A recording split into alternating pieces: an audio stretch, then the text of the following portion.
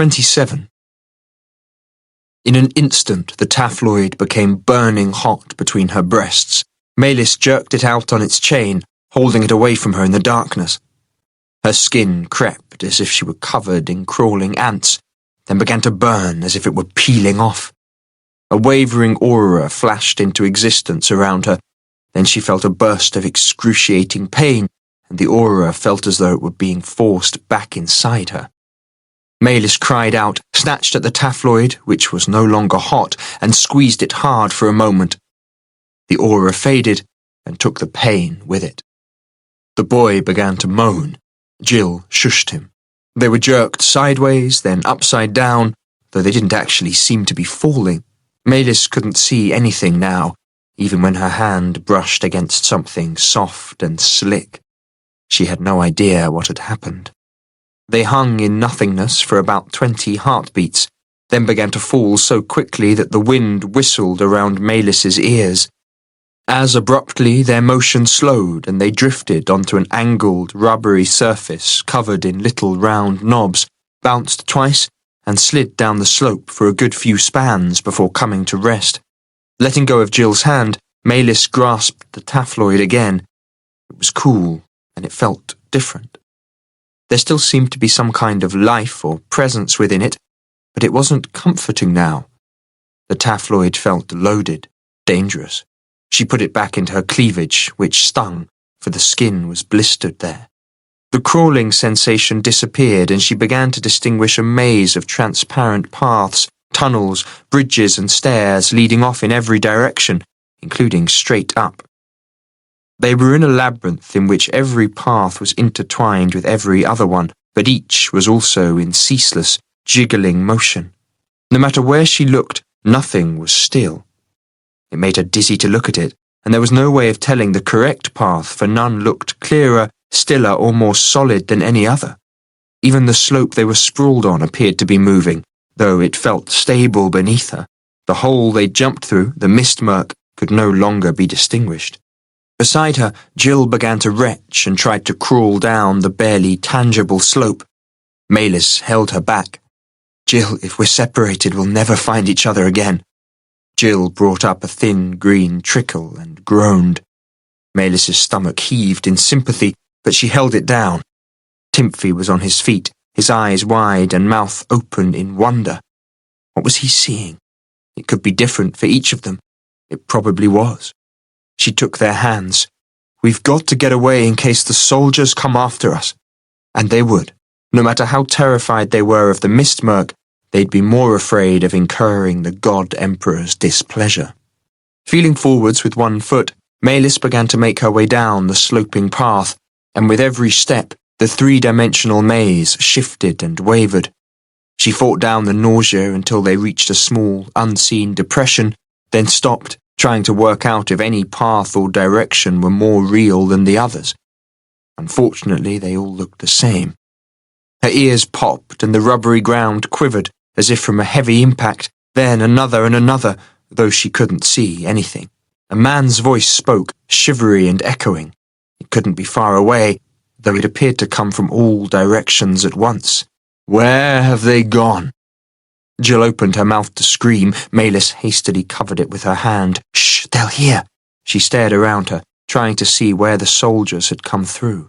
"What the blazes is this place, Sergeant Tink?" said another voice. "Vardo, what's the matter?" A liquid choking and gurgling was followed by an angry curse and the smack of a fist against flesh. "Disgusting pig! Why didn't you turn the other way?" "What's the matter?" said the first voice, the sergeant. "Vardo threw up all over me," said the second. "The swine always did have weak guts." Two more pops and the floor quivered twice.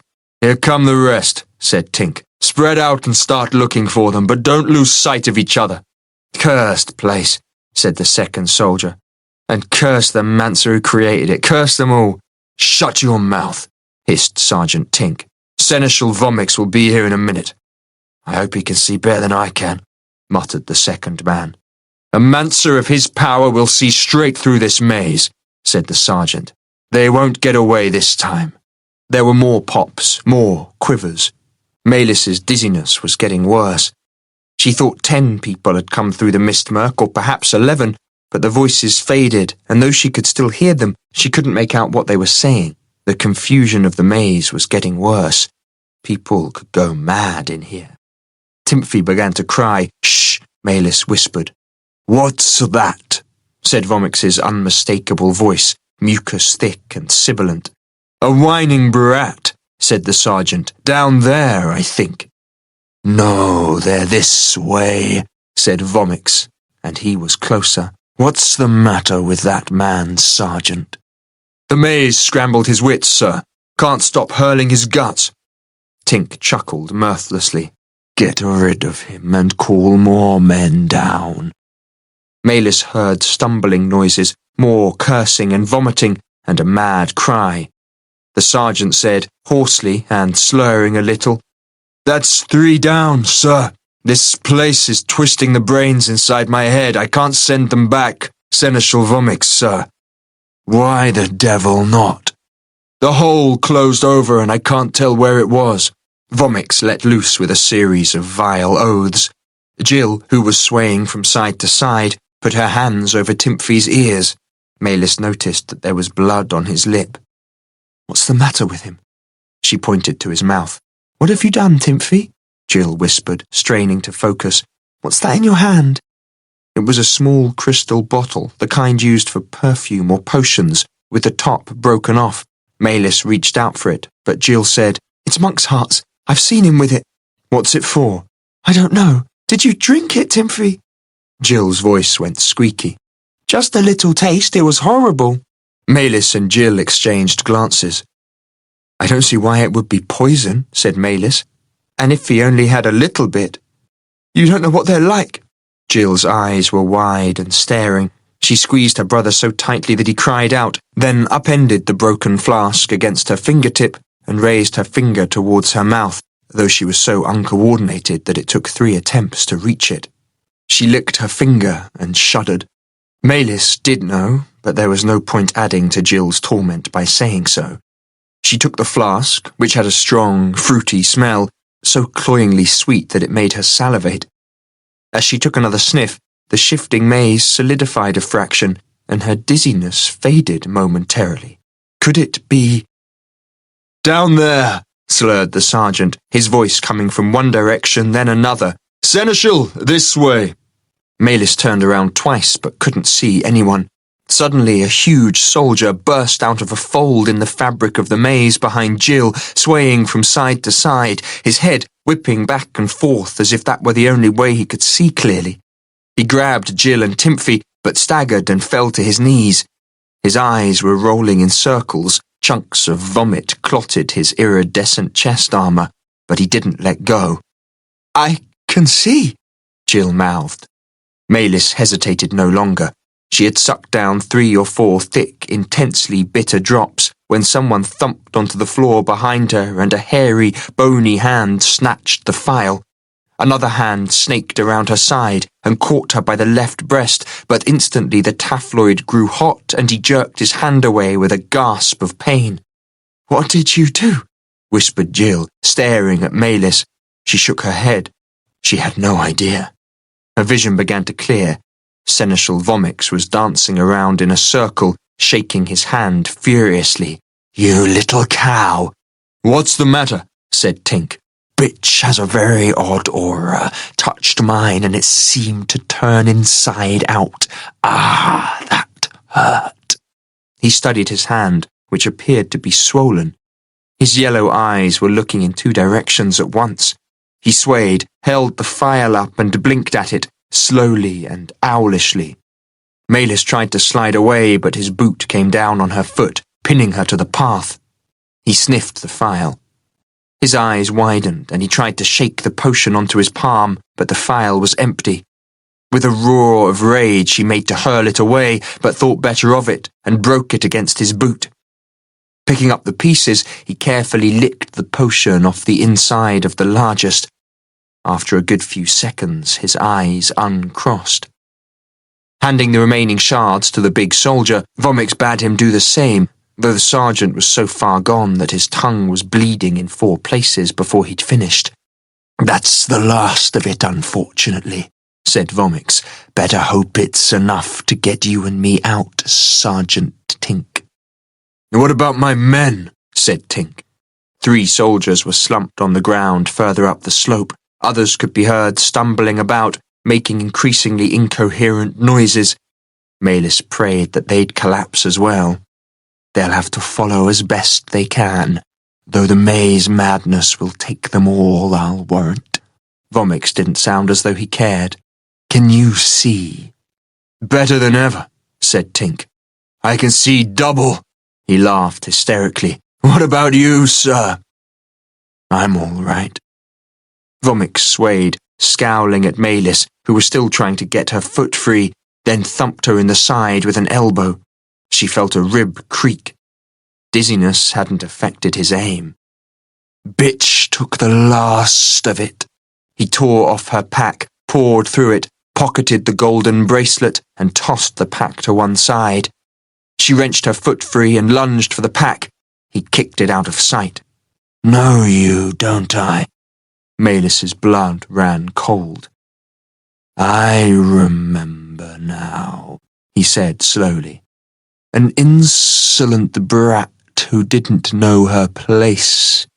It was on the road to market, 6 years ago or 7? Where was that?"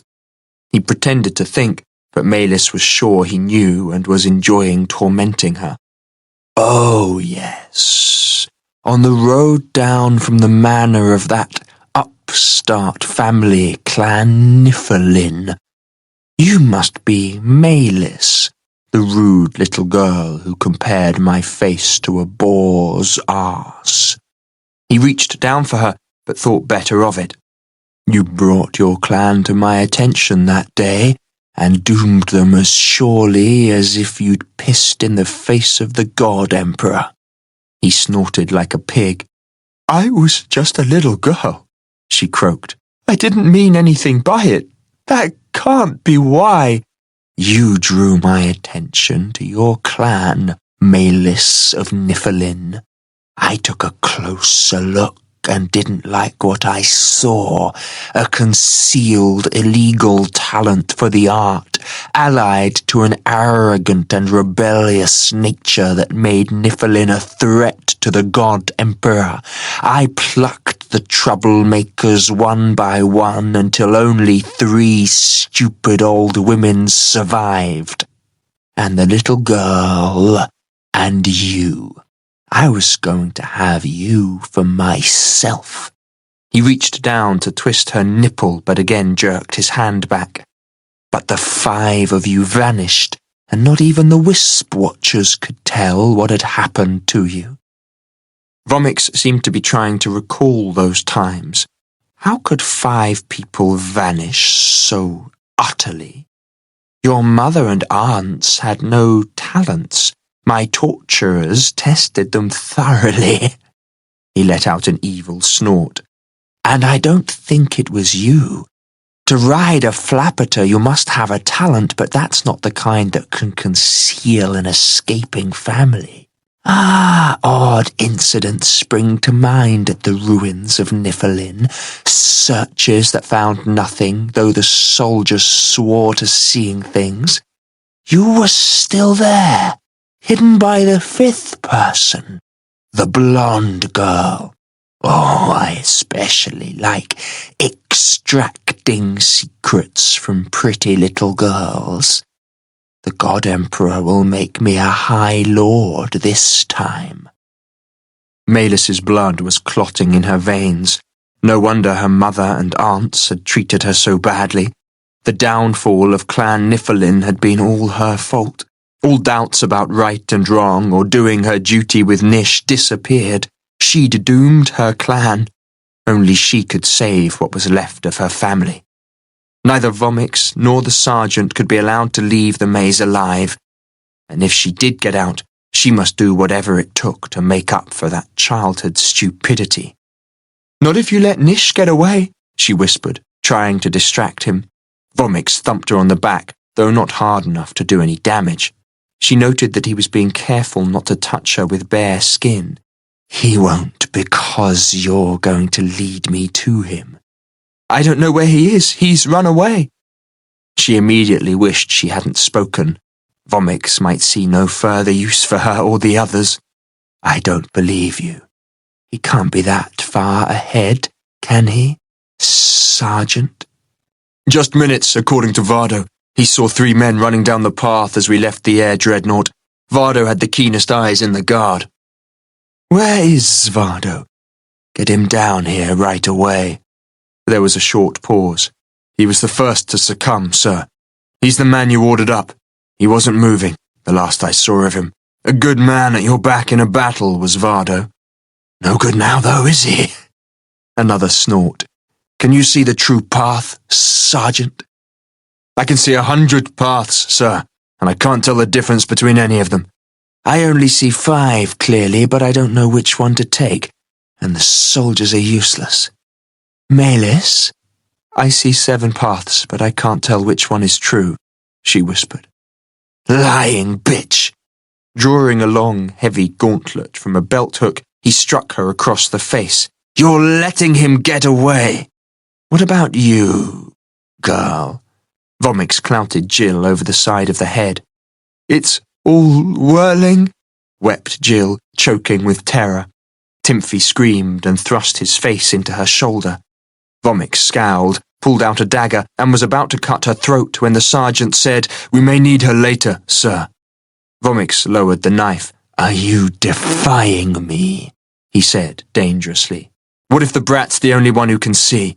We won't get any sense out of him if you've just slaughtered his sister. Vomix slammed the knife into its sheath. You're right, of course. In places like this, sometimes weakness can mean strength. He wrenched Timphy's head back. Well, brat, he roared, spit flying onto the lad's cheeks. Can you see?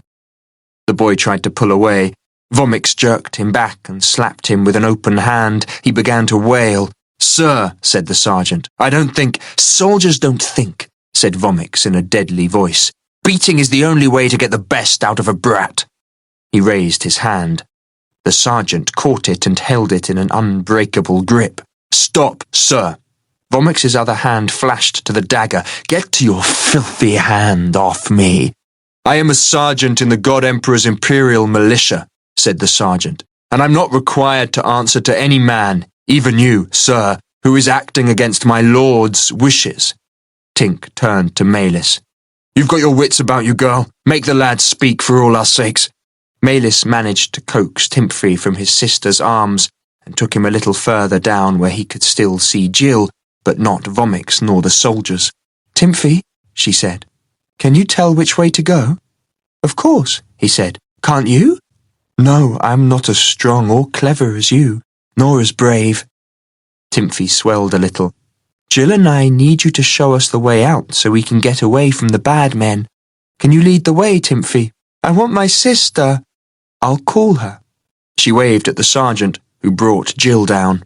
Vomix followed, glowering, then 2 staggering, cross-eyed soldiers. There was no sign of the others, and she imagined what it must be like for them, lost in an unreal place they could not understand, then abandoned by their comrades to madness and death. The Imperial Militia were brutal thugs, who doubtless deserved to die, but she could still feel pity for them, dying alone down here. Timphy strode ahead, proudly and confidently, as if he were walking along the road through Tifferfight. Melis could see the path he trod, though it was just one of many arching up, plunging down or curving around in circles, with nothing to distinguish it from any of the others. Behind her, one soldier sounded as though he was trying to bring up his intestines. The other wailed and ran up a smoothly curved wall, managing several leaps before he fell backwards onto the path, twitching but unable to get up. The sergeant knelt beside him for a moment, until Vomix angrily called him on. Any soldier who falls must be abandoned, Sergeant, else the potion will wear off, and we'll be trapped here too. Only Vomix and the sergeant were with them now, and the sergeant was lurching like a drunken man as his small dose of potion wore off and the wild magic of the maze took an ever stronger hold.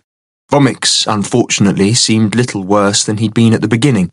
for he kept casting charms on himself to ward off the multiple visions. Each charm appeared to hurt him more than the previous one, though he soon recovered.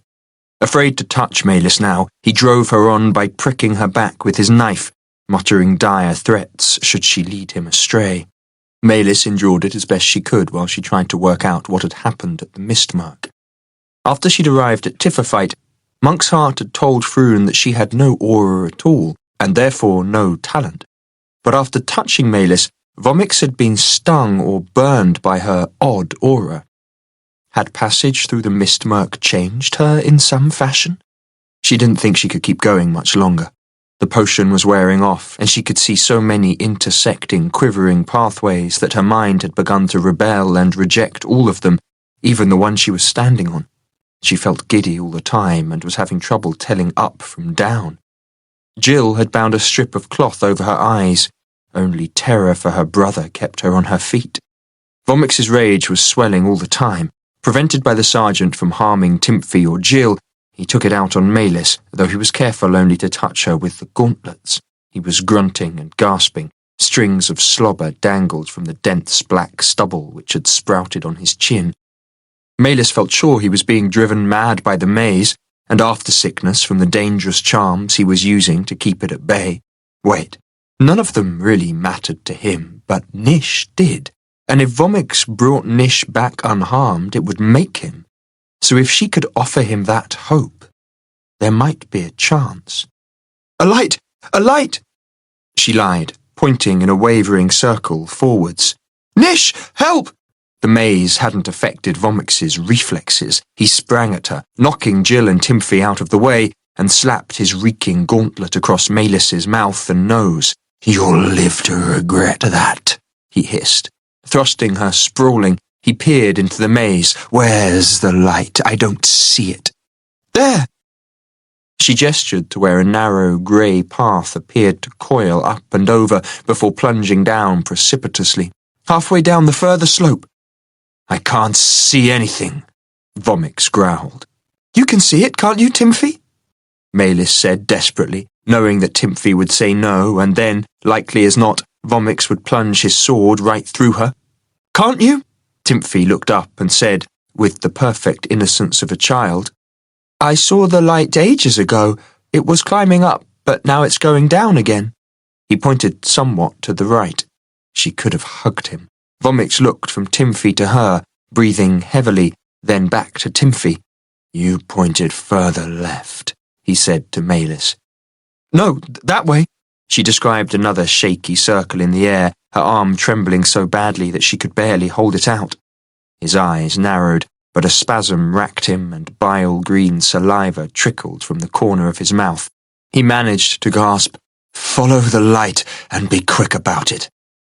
He made a gesture as if blessing himself, renewing the painful illusion-breaking charm. "Ah!" he roared, doubling over and holding his stomach. Malis moved backwards to safety, knowing that he'd lash out the moment he'd recovered. If she could keep him at bay long enough, after sickness must build up until he couldn't resist it. As she turned away, a gauntleted blow drove her to her knees, then Vomix spat a green gob beside her. "Liar!" he roared, jerking her up and around to face him. "My charm tells me that there is no light. How dare you coax the boy to lie for you?" He swung another wild blow, which glanced off her shoulder. "But you've known where Nish and the traitors were all along, and you've been leading the boy astray so they could escape." He reached out with the knife. "You'll show." Malis couldn't take any more. She lunged, bringing her right knee up so hard between his legs that she felt something burst. He shrieked and collapsed on top of her. She thrust his vomit-crusted face away, wriggled out from under him, and flicked a glance to her left. The sergeant had his sword out, but his eyes were crossed, and he kept jerking his head left and right, as if that were the only way he could focus. It was the only chance they'd get. "Run for the light!" she hissed in Timphy's ear. Timphy didn't move. "Jill?" he said anxiously. Jill's nose was running, and she was staggering like a newborn calf. Malis caught her around the shoulders. "Run ahead, Timphy," she hissed. "Show us the way." If we can get out of sight, the bad men won't be able to find us again. He took his sister's hand and began to pull her along as fast as she could stagger.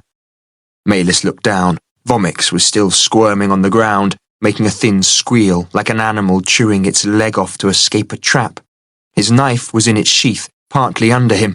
She had her hand on the hilt when he rolled over onto his side and drew his legs up. His eyes were screwed closed, and if she snatched the knife and buried it in his heart, it would all be over. She reached for it, but it was now trapped under him, and she wasn't game to roll him over. He didn't look completely incapacitated. Besides, she didn't think she could kill him in cold blood, monster though he was. It was a weakness she might come to regret, but it wasn't in her to do it. Maylis backed away. The sergeant began to lurch after them, now in a rush, now wobbling from side to side, but his path was like an ant meandering across a sheet of paper, and he soon began to head in the wrong direction. She didn't look back, though shortly she heard a shriek when Vomix realized that they'd escaped. Why hadn't she used the knife? On Maylis staggered, and on. Hours had gone by since they'd escaped, and the maze was brightening by the minute. She felt weak from hunger and thirst. Jill was as blanched as an almond, and her cracked lips were bleeding. Only Timphy was unaffected, but there seemed no end to the maze, and Maylis had lost hope of his finding a way out. Soon, when she could go no further, they were all going to die here. Jill sat down suddenly and covered her face with her arms. "Can you see the way, Timphy?" Maylis said, as she had many times before. "No," he croaked, "but the light is getting brighter." "It must be daytime outside," she murmured. "No, the light is getting brighter." "That's what I just said."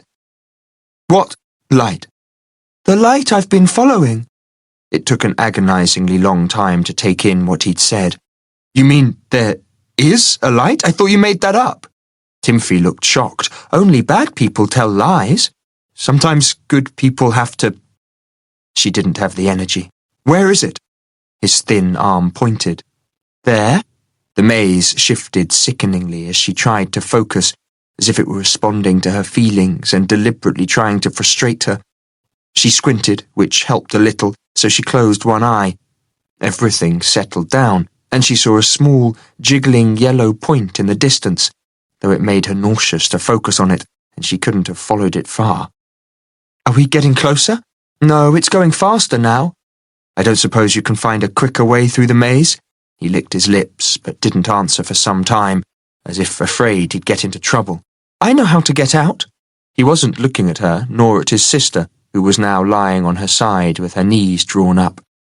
"How did you discover that?" "I saw it ages ago." She couldn't restrain herself, snapping, "Then why didn't you tell me?" Timphy jumped backwards, and she regretted it instantly. "The bad man told me to follow the light, and I was scared. Scared he'd hurt Jill." "Sorry, Timphy. I'm not cross with you." Going down on her knees before him, she took his hand. "Do you think if we went straight to the way out, we could get there by the time they do?" She nodded in the direction of the light. "We'll get there first." "Good boy. I'll carry Jill. Lead the way. But don't go too fast." He waited until she had heaved Jill over her shoulder, then set off proudly, taking a path to their left, which she hadn't realized was there. It went down steeply and became a blocky, square staircase. She followed as best she could, trying not to think, squinting through one eye so as to block out the shifting paths. They went along a springy track, like a sheet of rubber stretched across a gorge, waded through something invisible that dragged at her legs, then climbed a long incline to a lookout shaped like a segment of an orange, enclosed on the curved side by a shoulder-high wall with a warm, fleshy feel. Maylis peered over. Most of the alternative paths had disappeared, and the others had faded to barely visible lines, but the true path was clear now, and other details were becoming visible for the first time. The track wound back and forth down a steep slope to a small rest station, consisting of 4 columns and a pointed roof.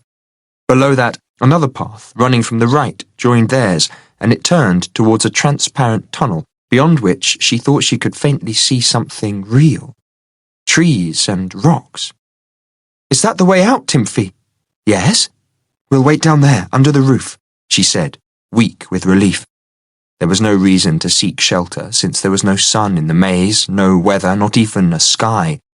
But it looked safer there. "It's not far now, Jill. Do you think you can walk?" Jill opened her eyes, winced at the brightness, and looked around, more alert than she'd been in hours. The wild power of the maze must be weakening as they approached the exit. "Yes," she croaked. "I think I'll be all right now." Maylis took her arm. They went down slowly and settled onto the floor of the way station. There was no dust. She put her back against a column and closed her eyes, thinking about Nish and what he'd say when he saw her. She refused to believe that he'd left her behind deliberately. There had to be another explanation. She prayed that there was. She must have dozed, for an unexpected sound jerked her awake. Jill was asleep on her back, breathing through her cracked lips and snoring softly. Timothy was snuggled up to his sister, also asleep. Since the other path went right past the way station and no one could go by without seeing them, Maylis hunched herself up, getting as comfortable as she could, and closed her eyes. She was just dozing off when the sound came again, though this time she recognized it for what it was. It wasn't Jill snoring, but a snorting chuckle. She scrambled to her feet, heart pounding, as a man stepped out from behind the far column of the way station.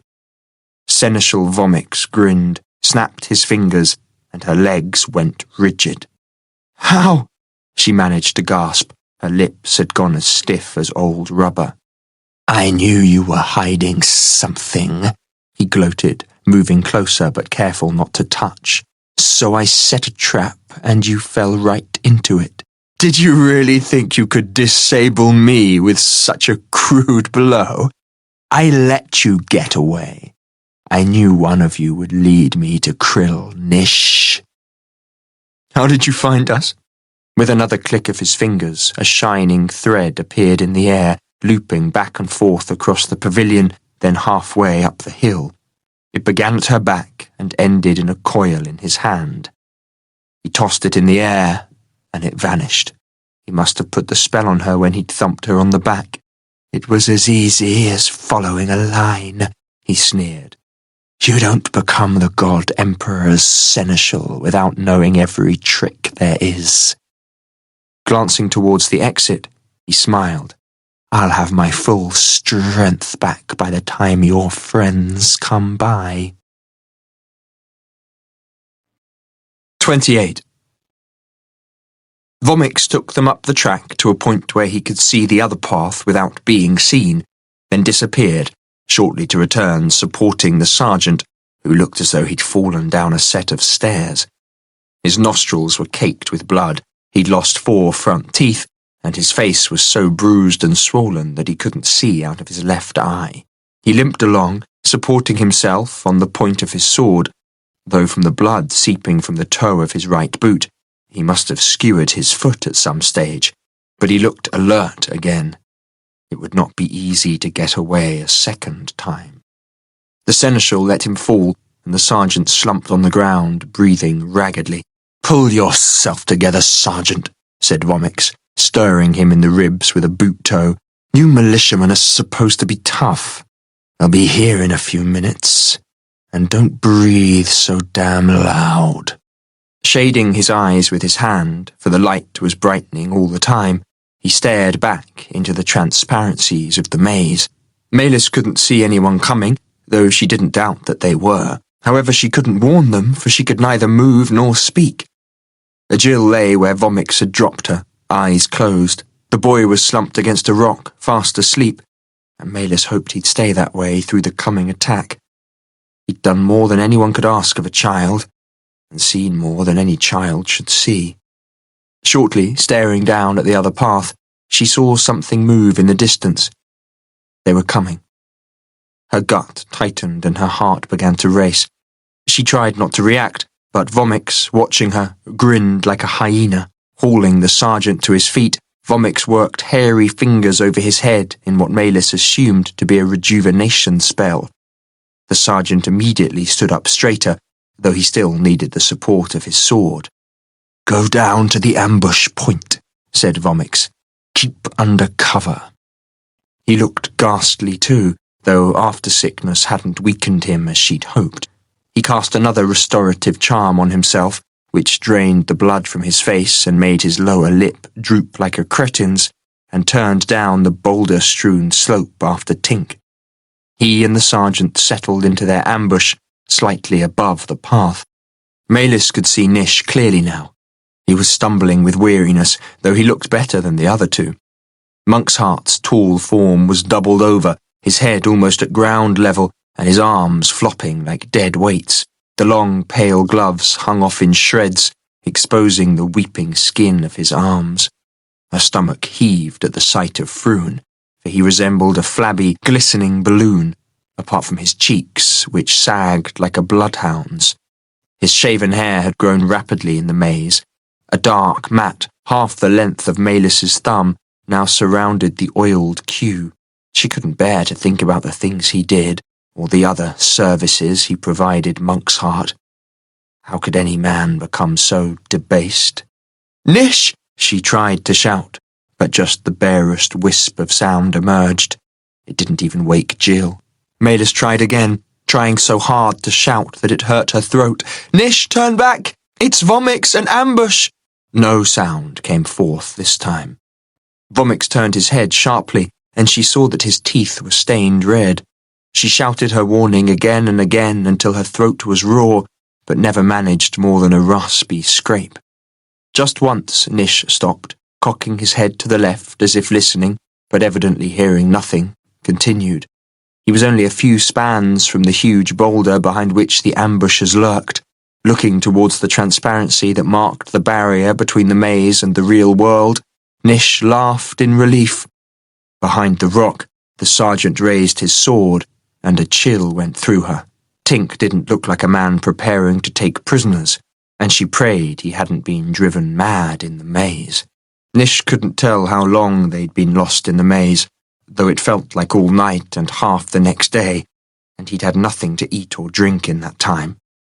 Monksheart hadn't packed food or water, expecting that the transit would take no more than an hour, but as they'd wandered helplessly with no idea of how to get out, twice more he had succumbed to those murderous rages. Both times they were directed at Froon, fortunately, but Nish felt ever more alarmed.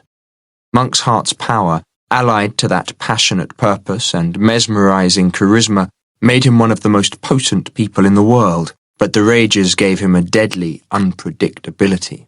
On 3 occasions early on, Monksheart had sensed Vomix and his men nearby, but each time the zealot had managed to conceal his little company, and the paths of pursued and pursuers had diverged again. Yet Nish's worst fears hadn't come true. There had been no sign of pursuit in many hours, and finally Monksheart allowed Nish to have his head, since he could still see a clear path and it appeared to be going somewhere. Nish could see little but the path, since relying on clear sight all this time had dulled his normal senses. The base of his skull throbbed, his eyes felt as though hot peppers had been ground into them, and he couldn't concentrate on anything more complicated than placing one foot in front of the other. If this was what after-sickness felt like, he was glad he lacked a talent for the art. Now the exit lay just ahead. Not even Monksheart knew where they would emerge, though he'd said that distances travelled through the maze were greater than in the real world, and they might come out anywhere on the continent of Laurelin. Nish prayed it was on the other side of the world from Moraloon. Nish! It wasn't a voice, just the faintest of echoes, whispering through the spaces of the maze, and at first he thought his tormented mind was playing tricks on him. He stopped, but couldn't hear anything, and neither Monksheart nor Froon had reacted. Nish continued, trudging on aching, blistered feet. He couldn't remember when he'd last walked so far without a rest, and his only thought was of passing the barrier and getting out into the real world, which, thankfully, was becoming clearer every minute. It came again. Nish! And a note in it was an aching reminder of Maylis. Could she be calling him from beyond the grave? Were such things possible in the unreality of the maze? Clearsight didn't offer any answers. He didn't hear the ghostly call again, and was moving on when the back of his neck prickled, and a jag of white fire hurled Monksheart backwards, skidding him across the rubbery ground. A huge, blood-covered sergeant lurched out from behind a boulder to their left, waving his sword like a madman. Froon yelped, ducked under the sword, and hacked at the soldier's groin with a stiletto. He missed, though a short red gash appeared on the sergeant's thigh. Froon didn't look like a fighter, but he was as quick and deadly as a viper. Nish looked around for the source of the blast. The maze shimmered in front of him, blocking his way to the real world, though he couldn't see what was behind it. The sergeant grunted and attacked with a measured horizontal slash that shaved off Froon's queue, giving him a tonsure. He looked stupidly at the horsetail of dark hair, which had settled on the path as if it had grown there, then lunged. It looked as though the knife was going to carve right through the sergeant's belly, but he bent backwards, and the blade only sent buttons flying. Froon lunged again, cutting a streak across the sergeant's other thigh. The sergeant speared the point of his sword at the acolyte's face. Froon wove sideways, then screamed as the blade sliced off his ear. Another lucky blow. No. The point flicked out again, taking the other ear off just as neatly, then sliced Froon's nose from bridge to tip. The soldier was playing with him, and Nish couldn't blame him for it. Froon stumbled away, squealing like a stuck pig, and shortly a brief sparkle lit up the surroundings as he forced himself through an intangible barrier and passed out of the maze. Nish slowly raised his hands. "I'm Jal-Nish Hlar, son of—" "I know who you are, lad," panted the sergeant. "I'm a sergeant of your father's imperial militia, and you'll come to no harm from me, but don't move. You're going back to Moraloon." He looked the other way. Monksart had recovered and was slowly beating Vomix down. The seneschal was still firing bolts of uncanny force, though after-sickness appeared to be taking its toll, for they were feeble, and the zealot avoided them easily. Monksart raised his hands high, and his expression slowly set hard as he prepared a killing blow. Nish didn't see the sergeant move, but a knife flashed from his hand, its hilt striking Monksart on the right temple, and he fell without a sound. Vomix lurched across, picked up the knife, and was about to plunge it into the zealot's eye when the sergeant caught his hand. "The God Emperor will not be pleased if you kill the man who once saved his life." Taking the knife, he slid it into its sheath, then tore the sleeve off Monksart's coat, exposing the ravaged skin of his arm.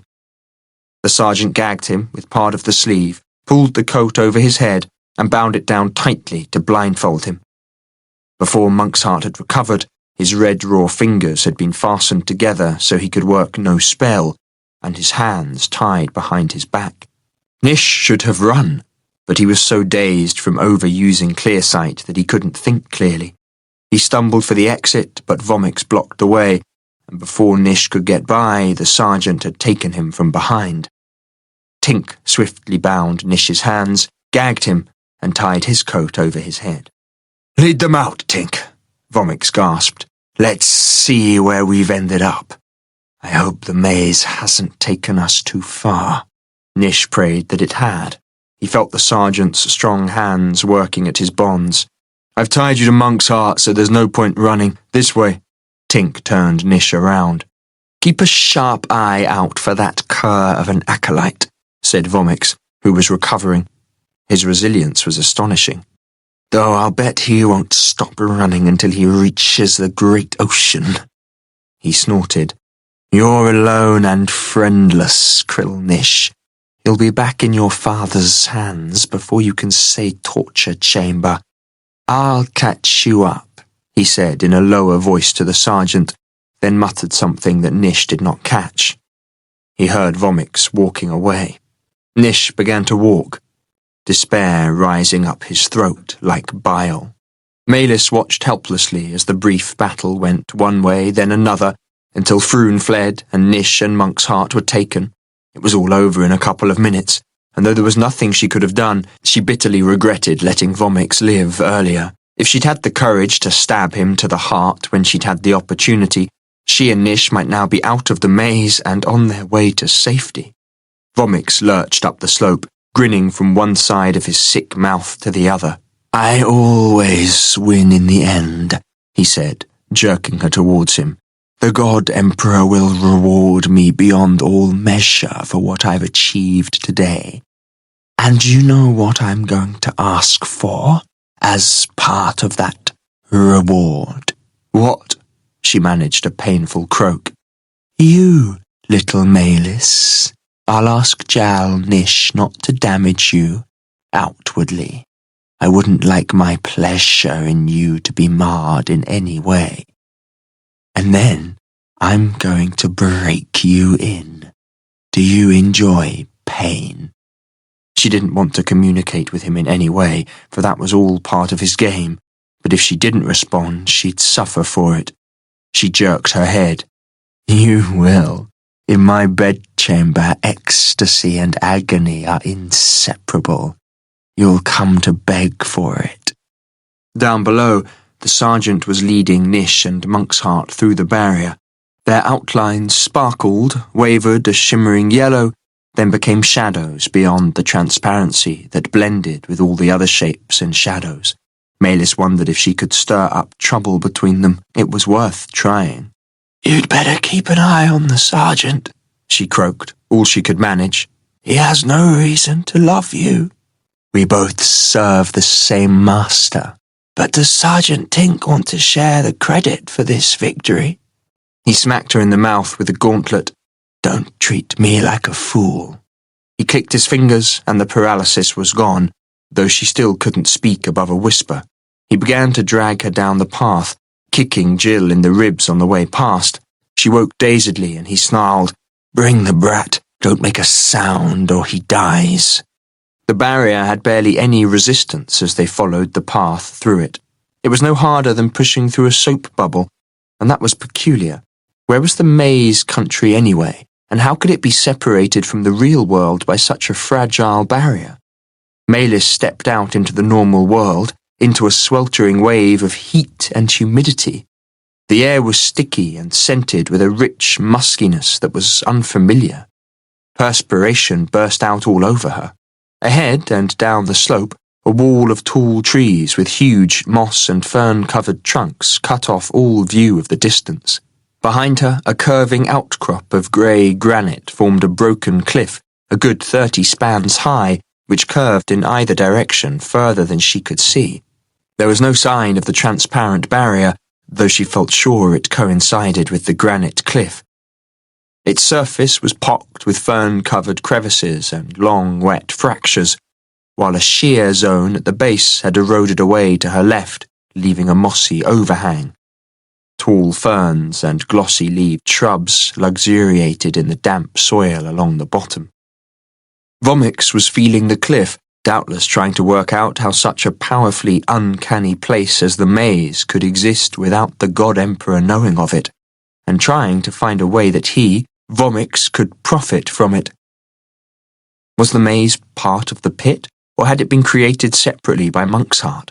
Either way, Monksheart must be a mancer of rare and enigmatic talents. Vomix might also be thinking that Monksheart had been Jal-Nish's friend, and that Jal-Nish had sworn never to harm him. What if Monksheart turned his coat again? Jal-Nish might welcome him back, and in exchange for the secrets of pit and maze, might reward him with favours that rightly belonged to his faithful seneschal Vomix, who had never wavered. Vomix eyed Monksheart's broad back, licked his lips, then eased the dagger in its sheath, caressing its bone hilt. He looked around, and Malis hastily averted her eyes. A man who contemplated killing his master's former friend could permit no witness to such thoughts. He dragged her across to a sapling in the shadow of the cliff, swiftly bound her to it, and tied Jill nearby. Vomix didn't bother with Timothy. Don't make a sound, he hissed. She still couldn't speak loudly enough to call to Nish. Malis watched Vomix walk along the base of the cliff to the sergeant, who stood with Nish and Monksheart. Nish did not know she was within 100 leagues, or even alive, and she had no way of telling him. Vomix pointed to the granite wall. Climb up that cleft, see if you can see a landmark. The sergeant nodded. Keep a sharp lookout, the acolyte. He won't get past me. Vomix led the prisoners away around the curve of the cliff. The sergeant walked along to the cleft and began to climb. He was gone some time, but when he came trotting along the base of the cliff from the other direction, he was grinning. I recognized a citadel tower just a league away, for I served there once as a common soldier. It's Gundo. Gundo, said Vomix, but that's 100 leagues north of Tifferfight at least. Closer to 200 as the skeet flies. It's not far south of the city of Guffians. How did we come so far? It would be weeks of walking in the real world. A question the God Emperor will want answered, the sergeant said dryly. Keep an eye out for the acolyte. He's a dangerous man and he may have friends nearby. He'll need a lot of friends to make any difference. I flashed a message to Gundo using the Imperial Militia's secret signal and they answered. They'll have a mounted squad here within the hour. 29. Half an hour had gone by and Maylis was counting down the remaining minutes with increasing desperation. Jill and Timphy were a good 10 paces away, while Nish and Monksart had been taken by the sergeant out of sight around the base of the cliff. The troops would be here soon, and no one escaped from the army's custody. Maylis told herself not to give up hope. Surely there must be a way to use her dangerous new aura against Vomix. She was fantasizing about that when she realized that she'd touched him earlier in the maze. She'd put her hands on his face and pushed him away, yet he hadn't reacted, so her aura can't have been powerful after all. Her faint hope faded. But what if it hadn't been her aura at all? What if the taffloid had stung him through her shirt? It had grown burning hot as she'd passed through the mist murk, and she'd glimpsed an aura around herself, though only for a second. Yes, that had to be it. The passage must have changed the taffloid in some way, and if she could trick him into touching it with his bare skin, it might distract him long enough for her to attack. Vomix was heading down into the forest with a handful of dry grass, undoing his belt buckle. She hoped he suffered from constipation, like Aunt Hagger. If he did, there might be time for this last desperate gamble. Timphy! Her whisper came out almost normally. Vomix's spell must be wearing off at last. Do you think you could untie me? He trotted across, but Vomix's knots were cunningly tied and Timphy didn't have the strength to undo them. I'm sorry, Lady Maylis. Keep trying, she said distractedly, for she'd seen something moving on the shadowed part of the granite slope above and to her right. Who could it be? She couldn't make it out, though the mounted troops couldn't come that way. There was no sign of Vomix yet. Someone dropped to the ground on her other side, and she smelt a familiar, sickly sweet and oily odour. Her head whipped around. Timphy scuttled out of the way. Froon! What was he up to? Better not say anything about being left in the village or his nighttime activities. Let him think she knew nothing. It might give her a small advantage. I thought you'd run away. That's what I wanted everyone to think, he said in a thick voice. Run away to fight later, that's my motto. He gave her a sour grin. How did you get here, anyway? I wouldn't have thought you had it in you. There's more to me than meets the eye. Her voice was a little stronger now. Oh, indeed. He looked her up and down as if measuring her for one of his master's body gloves. Maylis shuddered and looked away hastily, unable to disguise her revulsion. With the top of his head shaven down to red-speckled skin, 2 bloody holes where his ears had been, and a cleft through the end of his nose which exposed its crusted insides, Froon was more repulsive than usual. A shiver of fear passed through her. What are you going to do? Since you and I are such good friends, he caressed her arm with plump, oily fingers as he spoke. I'll be relying on you to create a diversion. How? She croaked, trying to pull away. He drew a stiletto, and Maylis shrank back, for her previous nightmare came flooding back as if it were happening now. But Froon slipped the stiletto between her wrists. The bonds parted, and the blood pulsed into her numb hands, making her fingers tingle. He slid the back of his hand across her cheek. Such beautiful skin.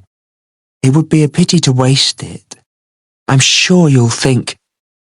He broke off, pressed a small knife into her hand, and vanished into the shadows.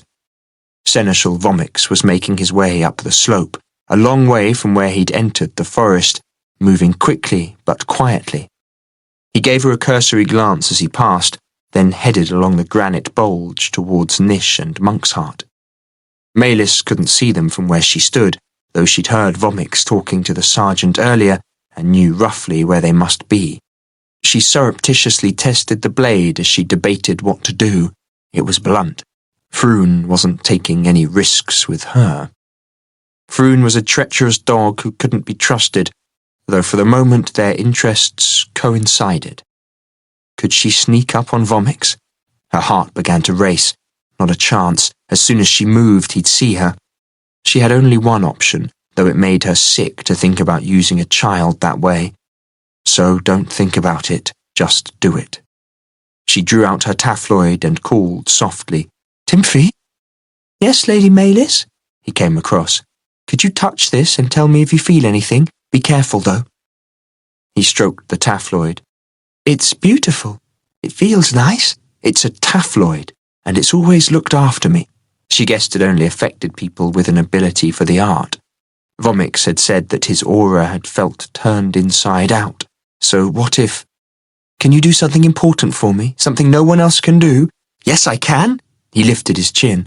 "Could you give this to the bad man, Seneschal Vomix, and tell him you found it?" "But I didn't find it. You had it all the time." Maylis sighed. Timothy was too well brought up. "Close your eyes and hold out your hand." He did so. She put the taffloid on his palm and closed his fingers around it. His hand dropped a fraction under its weight. "Open your eyes." He opened his eyes and then his fingers. "You just found the taffloid in your hand, didn't you, Timothy?" He smiled. "Yes, Lady Maylis." "So can you tell the bad man you found it?" "Yes, Lady Maylis." He trotted off around the curve of the granite wall, proudly. Maylis felt ill. If Vomix realized what the taffloid was meant to do, he would slay the lad out of hand. But what else could she do? To her left, Jill was staring blearily at Maylis as if trying to work out what she was up to. Suddenly, the colour drained from her face. "Timothy!" she called in a voice as weak and cracked as Maylis's own. "Timothy, come back! Maylis!" she hissed. "I'll never forgive you. It was the only way. Do you seriously think that monster will let any of us live?" Maylis said quietly. It wasn't a defence, for she didn't have one, but she owed Jill an explanation. An agonised cry rent the air from Vomix. Maylis hurled her cut ropes away, stumbled to Jill, and began to saw at her bonds. Jill's eyes flashed sparks, and as soon as her hands were free, she began punching, slapping, and tearing at Maylis's face with her nails, then snatched the knife and stumbled around the corner. Maylis went after her, head ringing. She rounded the bend and stopped dead. Vomix was reeling about, holding Timothy's hand, which still clutched the taffloid, and making a dreadful, keening wail. The seneschal's face was so contorted, seemingly by his agony, that the skin had torn at cheek, left ear and brow. Blood ran down in curtains, dripping off his jaw. He kept shaking his swollen right hand as if trying to rid himself of the taffloid, but his hand had locked so tightly around Timothy's and around the taffloid that Vomix couldn't rid himself of it. Her father must have set it up to conceal her small aura, but passage through the mist-murk had transformed it, and now, when someone with a different talent touched the taffloid, it reversed their aura agonizingly. Vomix was swinging from side to side, stabbing the air blindly with his sword. Maylis caught her breath. It would take only a single blow to slay the boy. Jill was hopping from one foot to another, waving the knife but unable to get close. Maylis had to put things right. She had to stop Vomix, even if it meant attacking him with her bare hands. As she stumbled towards them, Sergeant Tink came pounding along the cliff from the other direction, shouting, but Vomix couldn't take anything in save the deadly, tormenting device attached to his hand. He managed to open one eye, raised the sword in his left hand to plunge it into Timothy, and Maylis couldn't get there in time. She snatched up a broken stick, hurled it at him like a spear, and for once her aim was true. The jagged end caught him in the ribs, low down. He staggered, and his sword drooped. Jill sprang forwards, hacking at Vomix with the knife. He swiped the sword at her, knocking the knife out of her hand, but the sword slipped from his bloody fingers. Jill, with a look of dreadful determination, snatched it up, raised it high, and hacked off Vomix's right hand, the one holding Tymphy and the Taffloid above the wrist. Vomix screamed thinly and reeled towards the cliff, running at it as if intending to run up it vertically. He crashed to the ground, rose with blood pouring from his mouth, nose and stump, and began to climb the crevice the sergeant had gone up earlier. Screaming hysterically, Jill prized the bloody hand off Tymphy's and flung it after Vomix. Froon, who stood further on, clapped his hands over his ears. Shrill sounds appeared to cause him pain. Jill threw her arms around Tymphy, squeezing him tightly, then wrenched the Taffloid out of his fingers and hurled it at Maylis. The heavy little device struck her on the forehead so hard that she blacked out momentarily. She came to on the ground, seeing double. Jill was running for the trees, her brother in her arms. In the distance, Froon stepped out of the shade and hurled a stiletto at the sergeant. The blade took him in the right eye and he fell dead. Maylis was lying on the damp ground with her vision going in and out of focus when she made out Vomix at the top of the cliff, flailing madly with his truncated arm as if at an invisible enemy. He stepped off the cliff, plummeted into a ravine, and she lost sight of him. Maylis couldn't stand up, but if she didn't hide, Froon would kill her too. Catching the Taffloid by its chain, she dragged herself to the base of the cliff, towards the undercut, partly concealed by ferns. She was wriggling backwards into the low space when Froon appeared. He bent, gingerly touched the fallen Taffloid with a knuckle, then jerked away as if he'd been stung. His eyeballs rotated in their sockets and his mouth gaped. Maylis grabbed the chain and humped backwards, but before she could get inside, Froon put his boot on the Taffloid. He crouched down, took a rag from his pocket, folded it around the Taffloid, and tore the chain out of her hand. Maylis felt a physical wrench as the Taffloid passed into his keeping. She felt naked without it, exposed. Was her aura now visible to Froon? She had to get away and hide. She dug her boot toes into the base of the crevice and pulled herself backwards a hand's width, then another. Froon wrapped the device in several folds of cloth, which he bound on securely with cord, and stowed the package in a pocket. Maylis was really frightened now, for her head and shoulders were still exposed. He drew another stiletto and reached out for her throat, but his eyes revolved again, and Maylis snatched the knife. She swiped it at him, then humped backwards into the undercut, which was no higher than a bookshelf. It was cool and wet. She continued crawling backwards, holding the knife out in front of her. Froon went down on hands and knees, but he was still shaky. She slashed at his face. He scrambled backwards out of sight. Distantly, Monk's Heart gave a muffled cry. "Froon! Froon!" Shortly, she heard Froon stumbling away. Maylis had just enough presence of mind to pull the dangling ferns back in place to cover the entrance, then laid her cheek in the mud and closed her eyes. 30. After being tied up and having his coat bound over his face, Nish found it hard to follow what was going on, apart from the moment they crossed out of the maze into the real world. He recognized it instantly because of the sudden assault on senses that had been confused and deprived for a day and a night. Not only the sounds of nature, water trickling down rock, a bird calling in the distance, its trill ending in a whip crack, wind in the tops of tall trees, but also the smell and feel of the real world.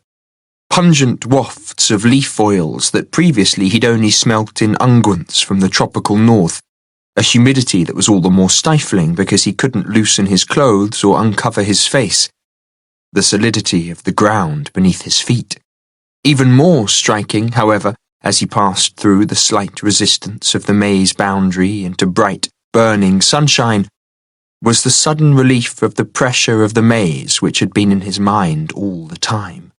The sergeant bound Nish and Monk's Heart to separate trees and ordered them to remain silent. They had no choice, being gagged so tightly. Nish was standing in the hot sun, and soon tickling sweat was running down his chest and back.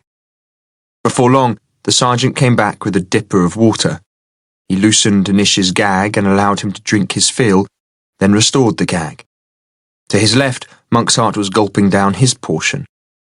Sometime later, Nish heard the sergeant and Vomix talking and discovered that a squad of soldiers would soon be here. He fought down panic. He must be stoic about his fate, since there was nothing he could do. His luck had run out. He closed his eyes, sagged against the bonds, and managed to doze. In battle, Nish had heard men dying in every imaginable form of violence, but the cry of agony that roused him was unlike anything he'd ever encountered. It was an agony of the soul, as if the man's very life essence was being ripped out of him, twisted into its negation and forced back in. Shivers rippled along Nish's arms. Would he be next? The sergeant yelled, "Seneschal, what is it?" But Vomix didn't answer. The screaming sank to a quavering moan. A child cried out. Then Nish made out a woman's hoarse voice. "Let him go, you brute! Let him go!" The moaning was cut off by the thump of a sword blade shearing through flesh and bone. Nish knew that sound, too. Vomix screamed, though this time it was just normal human pain. Nish heard running feet, someone grunted, then a body thudded to the ground not far away. He wrenched at his bonds, expecting to die. Nothing happened for some minutes, then the ropes were cut and the coat lifted off his head. He was dazzled by the brilliant subtropical light for a few seconds. Then Monk's Heart cut the gag, and Nish looked around, blinking. A bloody-faced, mutilated Froon was heaving a stiletto out of the eye socket of the sergeant, who lay in the ferns at the base of a granite cliff. There was no sign of Vomix. "I thought I heard a woman and a child." Nish rubbed his sore mouth where the gag had cut into it. "Fled and good riddance," said Froon in a thick, oddly flat voice, the sound issuing from his gashed nose as well as his mouth. He wiped the blade fastidiously on the sergeant's shirt and stowed it in a sheath strapped to his left calf under his trousers.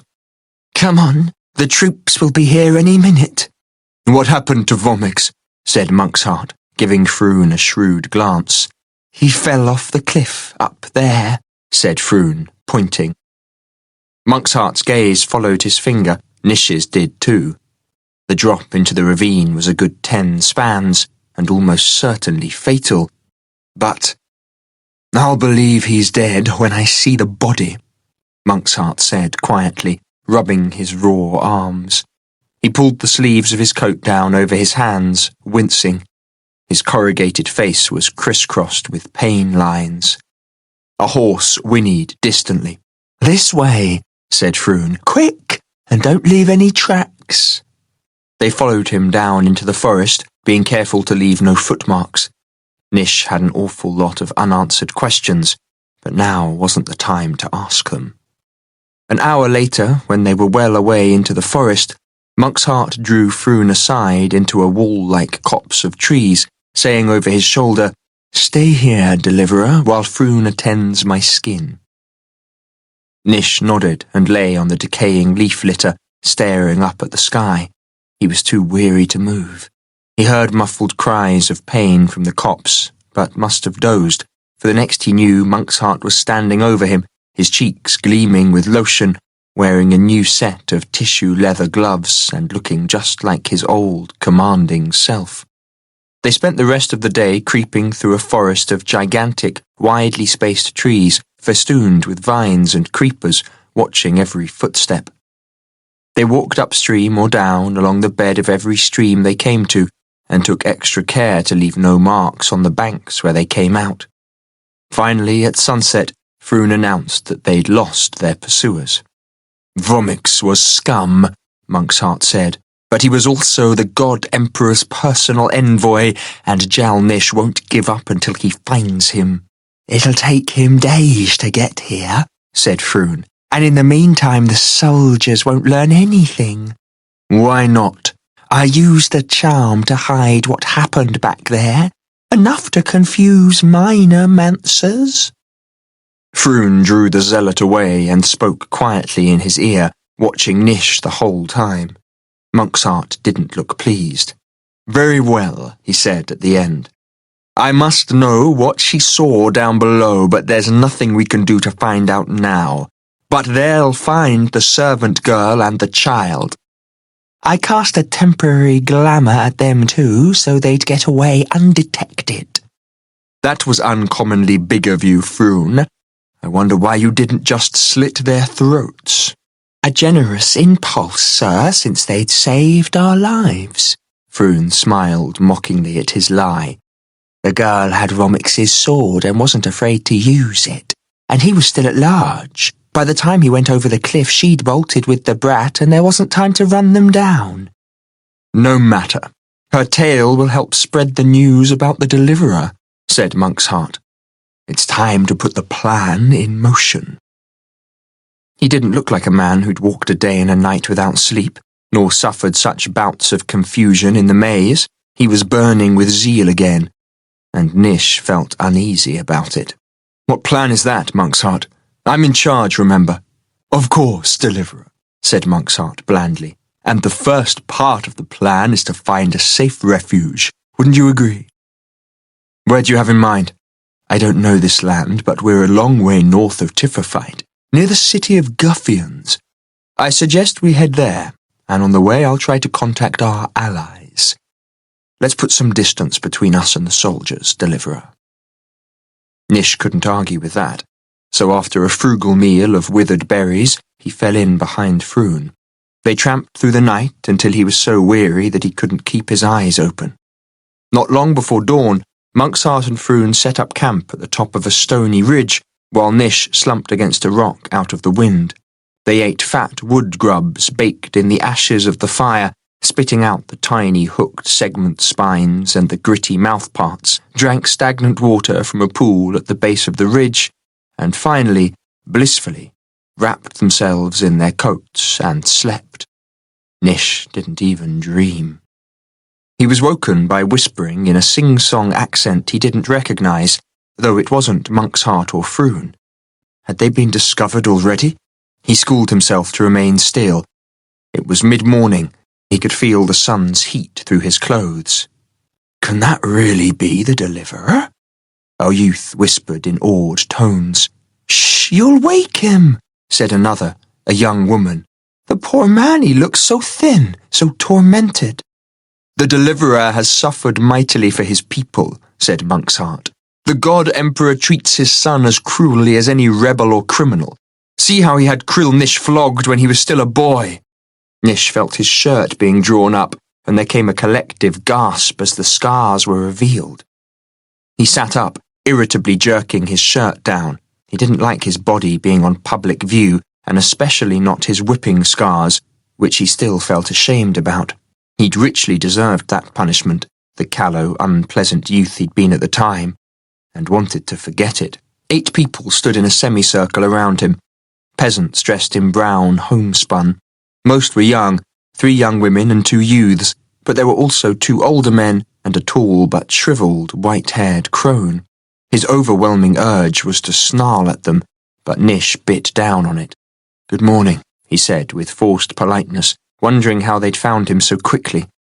If the word had got out already, his father's troops must know it too, and the garrison wasn't far away.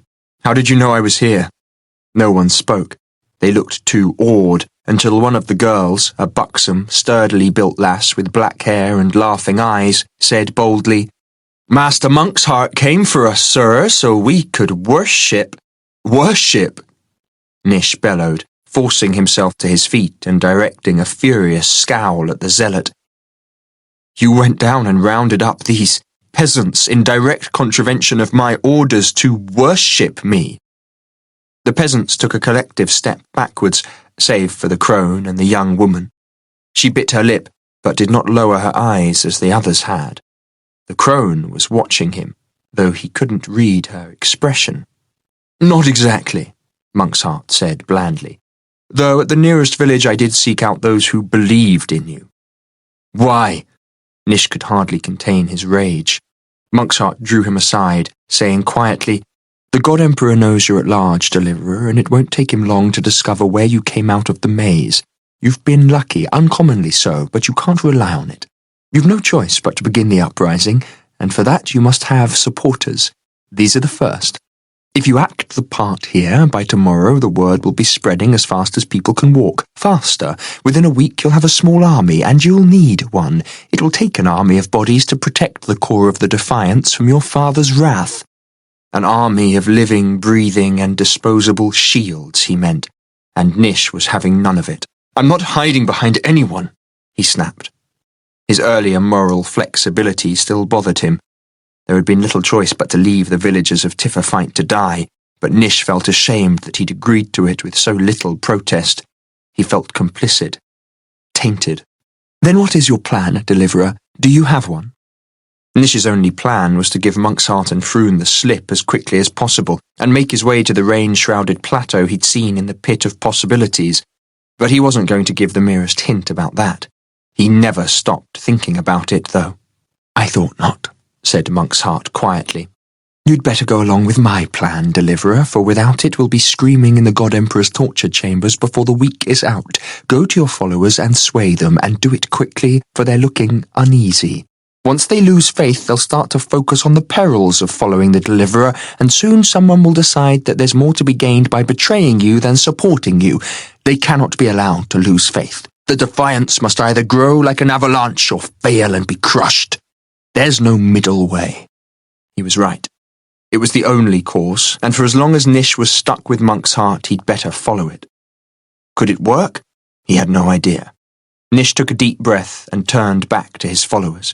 Could 8 people really start a revolution, or would they, and all who followed them, fall to his father as every other rebel had?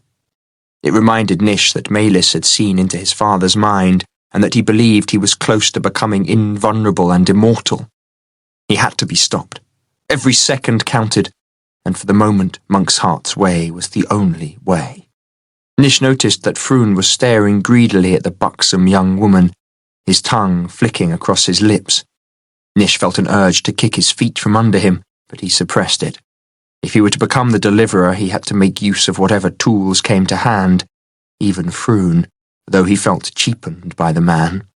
Nish looked into the eyes of each peasant in turn, then focused on one. Not the lass with the flashing eyes, to whom he was instinctively drawn, physically at least, but the crone, with the thin white hair and a face as seamed as saddle leather. Her eyes were clouded, and he guessed that she was nearly blind, but they never left his face, as if she was searching for something in him. If she found it, she would sway the others.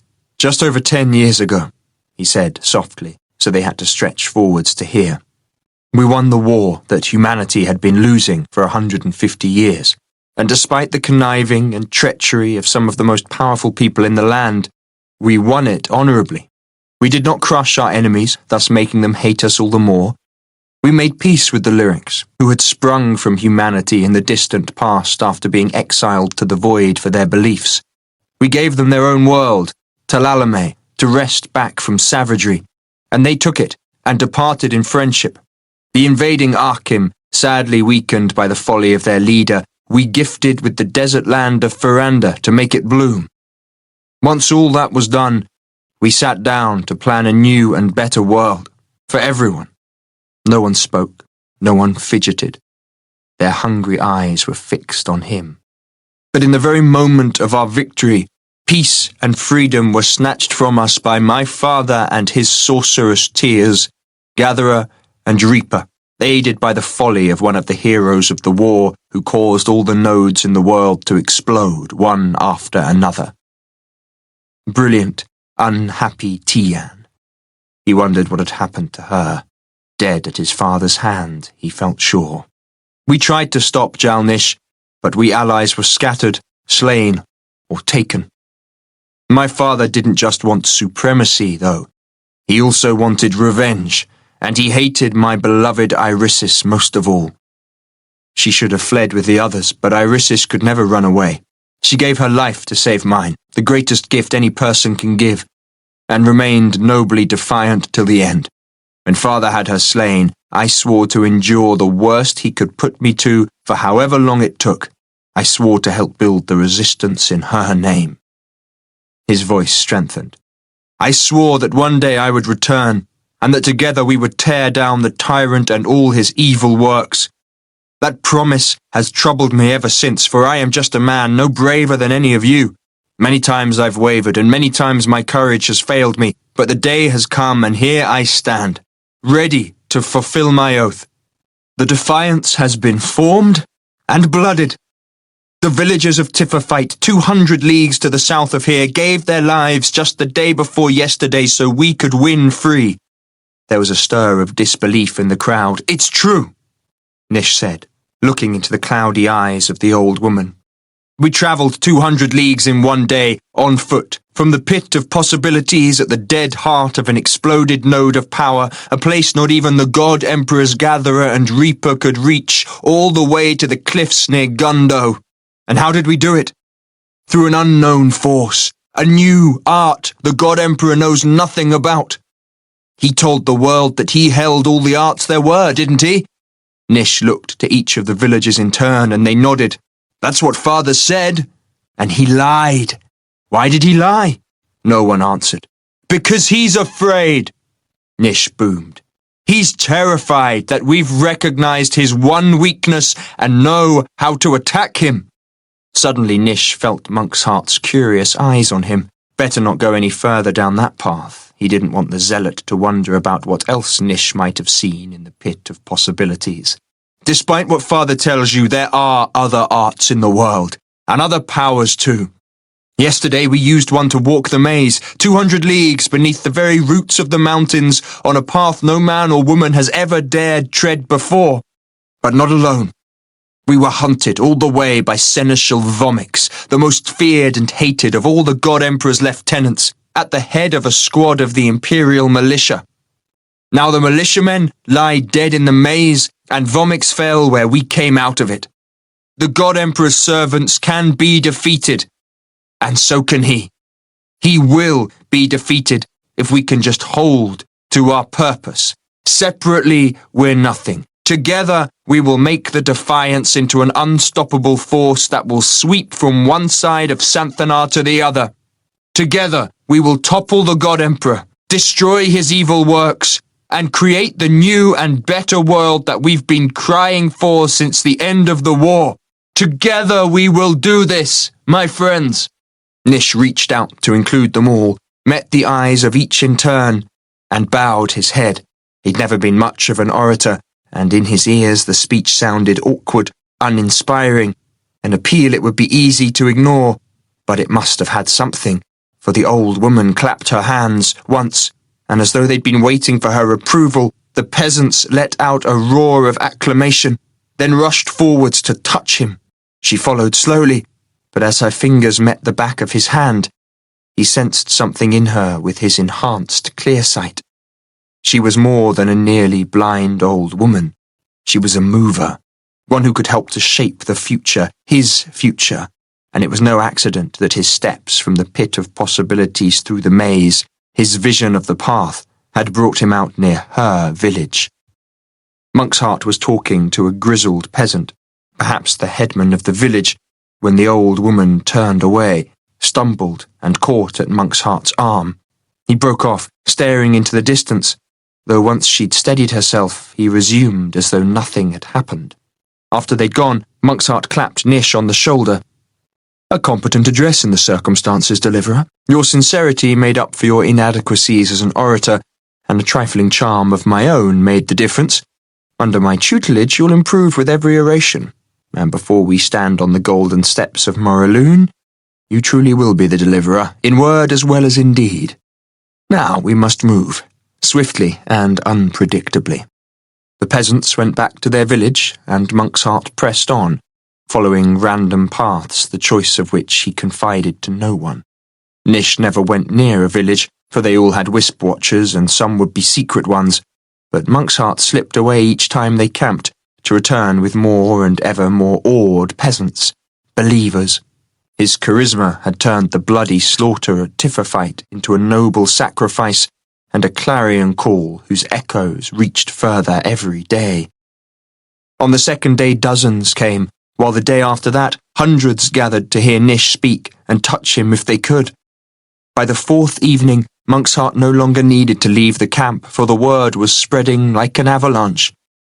At the end of a week, the camp was surrounded by thousands of true believers who had brought tents, supplies, weapons, and some mounts, and most never went home. Nish's hoped-for quiet march had become a noisy pilgrimage that must have been ringing alarm bells all the way up and down the east coast. But it got worse. The pilgrims were beginning to treat him as a kind of messiah, bringing crippled children to be blessed and pleading for favours of every kind, including the kind that he longed for desperately but could not bring himself to accept, the young women whose eyes followed him everywhere he went, and whom he was constantly having to eject from his tent in the middle of the night. Being treated as a messiah was the last thing Nish wanted, and he now realised that Monk's Heart had been using him all along. But what did Monk's Heart really want? 31. Maylis woke with such a desperate headache that, for a minute at least, she wished she had died. She opened her eyes, which hurt even though it was dark. Why had she gone blind? She remembered being hit on the forehead and Froon coming after her, though the memories after that were fuzzy. She tried to get up, but it felt as though the weight of a mountain were holding her down. Closing her eyes, she slumped onto the muddy rock and drifted back into an exhausted sleep. Whatever Monk's Heart and Froon had planned, there was nothing she could do to stop them. The next time she woke, it was daylight, and her mouth was so dry that her lips crackled when she licked them. Her head felt better, though. It hardly ached at all. She couldn't see anything but the green outlines of ferns. She was still under the shelf-like overhang. Maylis wriggled out through the ferns and was reaching instinctively for her taffloid when she remembered Froon taking it. It had seldom left her hands since her father had given it to her.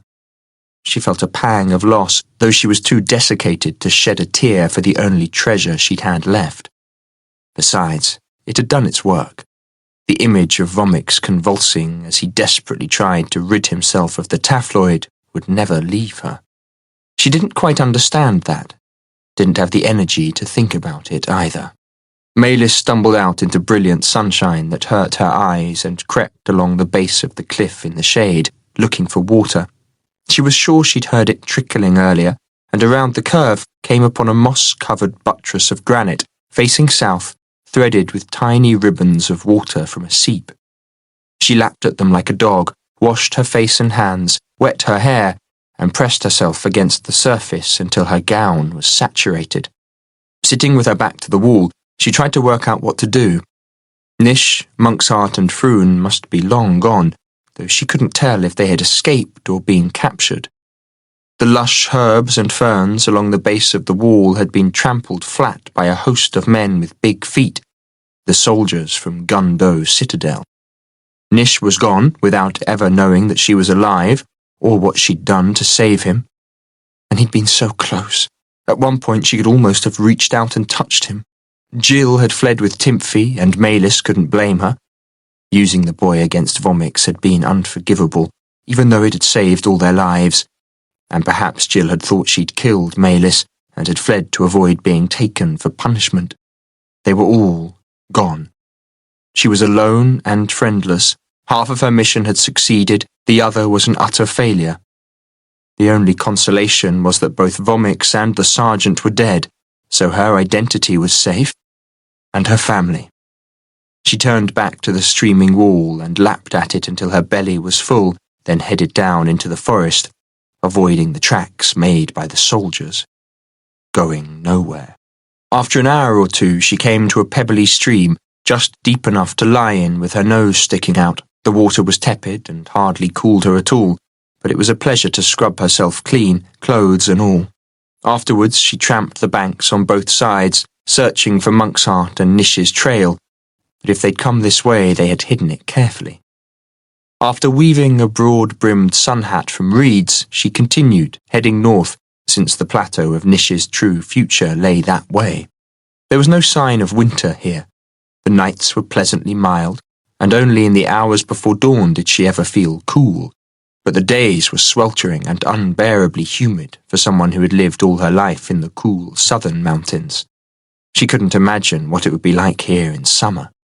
The plants were unfamiliar too, though on the second afternoon she discovered a bramble thicket behind an abandoned cottage which held enough late fruit to gorge herself on and fill a basket woven from dry grass.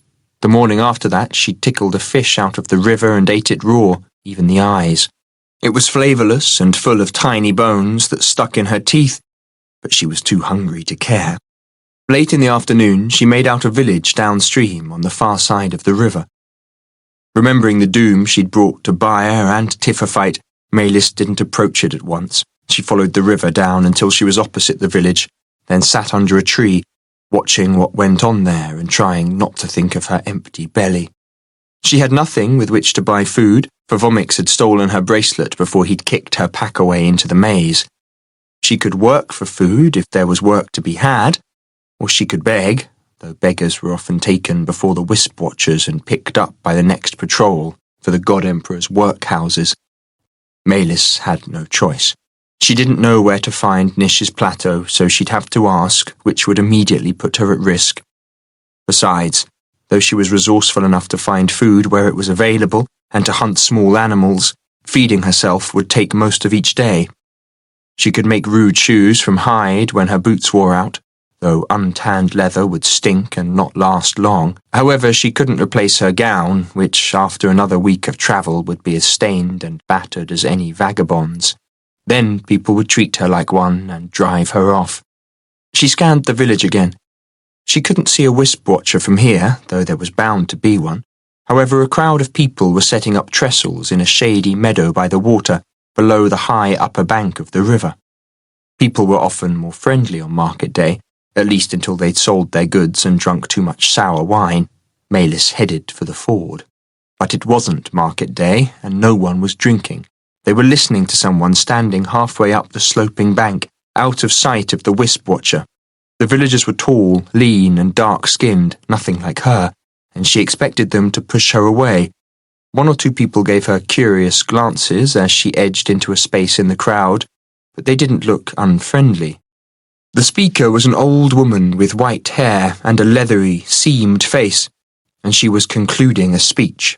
When the deliverer spoke, his tale brought tears to my old eyes. He has come a long way to find us, my friends, and suffered grievously to get here, but he never faltered. She took a breath. 10 years we've groaned under the yoke of the God Emperor. 10 years he's been killing or taking our talented ones, never to be seen again. For 10 years his brutal officers have abused our sisters' wives and daughters, and for 10 years we've had but a single hope, that his son would return as he promised to do, and overthrow the father. The deliverer has honoured us by beginning his campaign in our beautiful Campanie. Now it's up to us to honour him. Will we rise up to support the deliverer, or cower in our beds and allow the God Emperor to tighten his grip on the world until all hope is lost? She looked over the gathering with clouded eyes, as if staring into the future, and Maylis felt a shiver run up her spine. This old woman, and others like her, had the power to make Nish's campaign or break it. It will not be easy. Many of us will die. More will suffer, and we could well fail. Her eyes moved back and forth across the crowd. Or be betrayed, or... And now the chill covered Maylis's entire back. We could betray the deliverer and the defiance to the God Emperor and be rewarded beyond our wildest dreams. Again she scanned the crowd, and her eyes appeared to settle on Maylis for a moment before moving on. We could betray him here and now, though how would we sleep in the jewelled beds the God Emperor rewarded us with, knowing that we'd robbed the world of the one good thing it had left? Hope. I could not. We've never kowtowed to authority in Campanie. We've never given our allegiance willingly, save to those who earned it. We're rebels, and proud of it. So let us do something, here and now, to make our children proud of us. The deliverer needs us. Let us go to him. Let us begin the defiance right here, right now. The crowd seemed to draw in a deep breath and hold it. Only the old woman looked calm, no, serene, as if she already knew what their response would be. Suddenly, everyone in the crowd thrust their right arms high. The Deliverer! The Defiance! Maylis did the same, without hesitation, caught up in the intensity of the moment. The Deliverer! The Defiance! She lost sight of the old woman as everyone began leaping about, shouting, yelling and embracing one another, and even her. Then a big man clapped twice, and the racket broke off. We have work to do, the old woman said hoarsely, and two men helped her down from the bank. The people went back to the village in ones and twos. Maylis was climbing the high bank, planning to ask if she could work for her supper, when she noticed the upper curve of the iris of a large wisp-watcher between the cottages. It wasn't pointing towards her, but she hastily turned away, shielding her face with her arm, and ducked out of sight. She was wondering what to do when she sensed someone watching her. She stiffened involuntarily, then made to climb down towards the river. Stay where you are, girl. It was a man's voice. Turn around. She considered running, but there were villagers between her and the ford, and they'd easily catch her. She half-turned, shielding her face again. Turn around, the man said. Leave her to me, Vixel, said the old woman from below. Off you go. The man turned for the village at once. The old woman laboured up the bank. You've come a long way, girl, yet you don't look like a traveller. What do you mean? Said Maylis. I'm not blind yet. You're born and bred in the misty mountains of the south coast, if I'm not mistaken. The old woman touched her hair. Only the mountain dwellers of that region have such silky ebony hair and such creamy skin.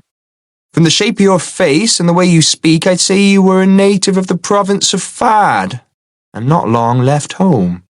The old woman was no fool. The city of Fad was only a week's walk down to the coast from Niflheim Manor, and Fad province included the mountain spine where Maylis had lived all her life. The old woman touched Maylis's cheek with a dry hand, but drew back at once, looking thoughtful. Yet your complexion is unmarred by sun and wind. Had you trudged hundreds of leagues from the south, it would not be. I might have ridden, Maylis said faintly, or come by ship. You don't walk like a rider. She lifted the back of Maylis's hand to her nose, sniffing it. And you've never seen the sea. You dwelt in the mountains all your young life and never travelled before this. Yet here you are, looking as fresh as if you'd just left home. Maylis snorted, for she was dirty, sweaty, ragged and unkempt. She didn't ask how the old woman could tell so much about her. It was worrying enough that she could. What are you going to do to me? Perhaps I'll take you with me, at least until I unravel your mystery. Take me where? To follow the Deliverer, of course. The old woman's eyes were clearer now. All the way, as long as my legs can carry me. But you're a frail old woman who hasn't got long to live. She laughed. I've buried 3 husbands and worn out 4 lovers, and all my children died in the war. I've no one to answer to. I'm tough as ironwood, and I'm going on the great adventure of my life. Nothing can stop me save only death, and you think I'm afraid of her? I'll see the God Emperor brought down first, or all hope lost. Have you seen Nish, the Deliverer? Maylis said, a trifle too eagerly. Is he all right? If the old woman noticed the slip, she didn't comment on it. He looked well enough, considering all he's been through. I think he has the mettle for it. But after what you just said, the future is not fixed and can never be. No matter what fool or seer tries to tell you otherwise, nor what is seen in pool or pit. Even in the very moment of victory, one random action can undo all, and the defiance is a long way from its first sniff of victory. But we will defy the God Emperor, not for the likelihood of victory, but rather because the trying gives us hope, and without hope life is no more than living death. What is your name, girl? She rapped out. It's Maylis, she said without thinking. And I'm 19, therefore not yet of age, and still a girl. I'm 78. The cloudy eyes roved over her. "You know him, don't you?" How could she tell? "The Deliverer, you mean?" "Don't treat me like a fool, girl. I can see it in your eyes. You know the Deliverer, and you want something from him." Maylis bowed her head, afraid of this old woman who saw everything so clearly despite her clouded eyes. "I know him," she whispered. "I'll take you with me, just to see what happens. It could be rather amusing. But tell me no lies." 32. The old woman's name was Tulatine. She didn't say where she had come from, but Maylis gathered that she was a wise woman well respected in these parts for her herb lore, as well as for clear-sightedness in other ways unsaid. Tulatine left the village at dusk, along with 22 believers who were off to follow the Deliverer. They separated a few hours later, and Tulatine, Maylis, and Rog, a muscular, smiling farmhand who slept in the old woman's tent, took a wandering path, and she spoke at every village on the way. Consequently, 3 days had passed before they reached the secluded valley where Monk's Heart had camped for the night. They arrived at the ridge top on the 8th day after Maylis had emerged from the maze in the mid-afternoon. She looked down into the grassy valley, drew a sharp breath, and threw herself out of sight.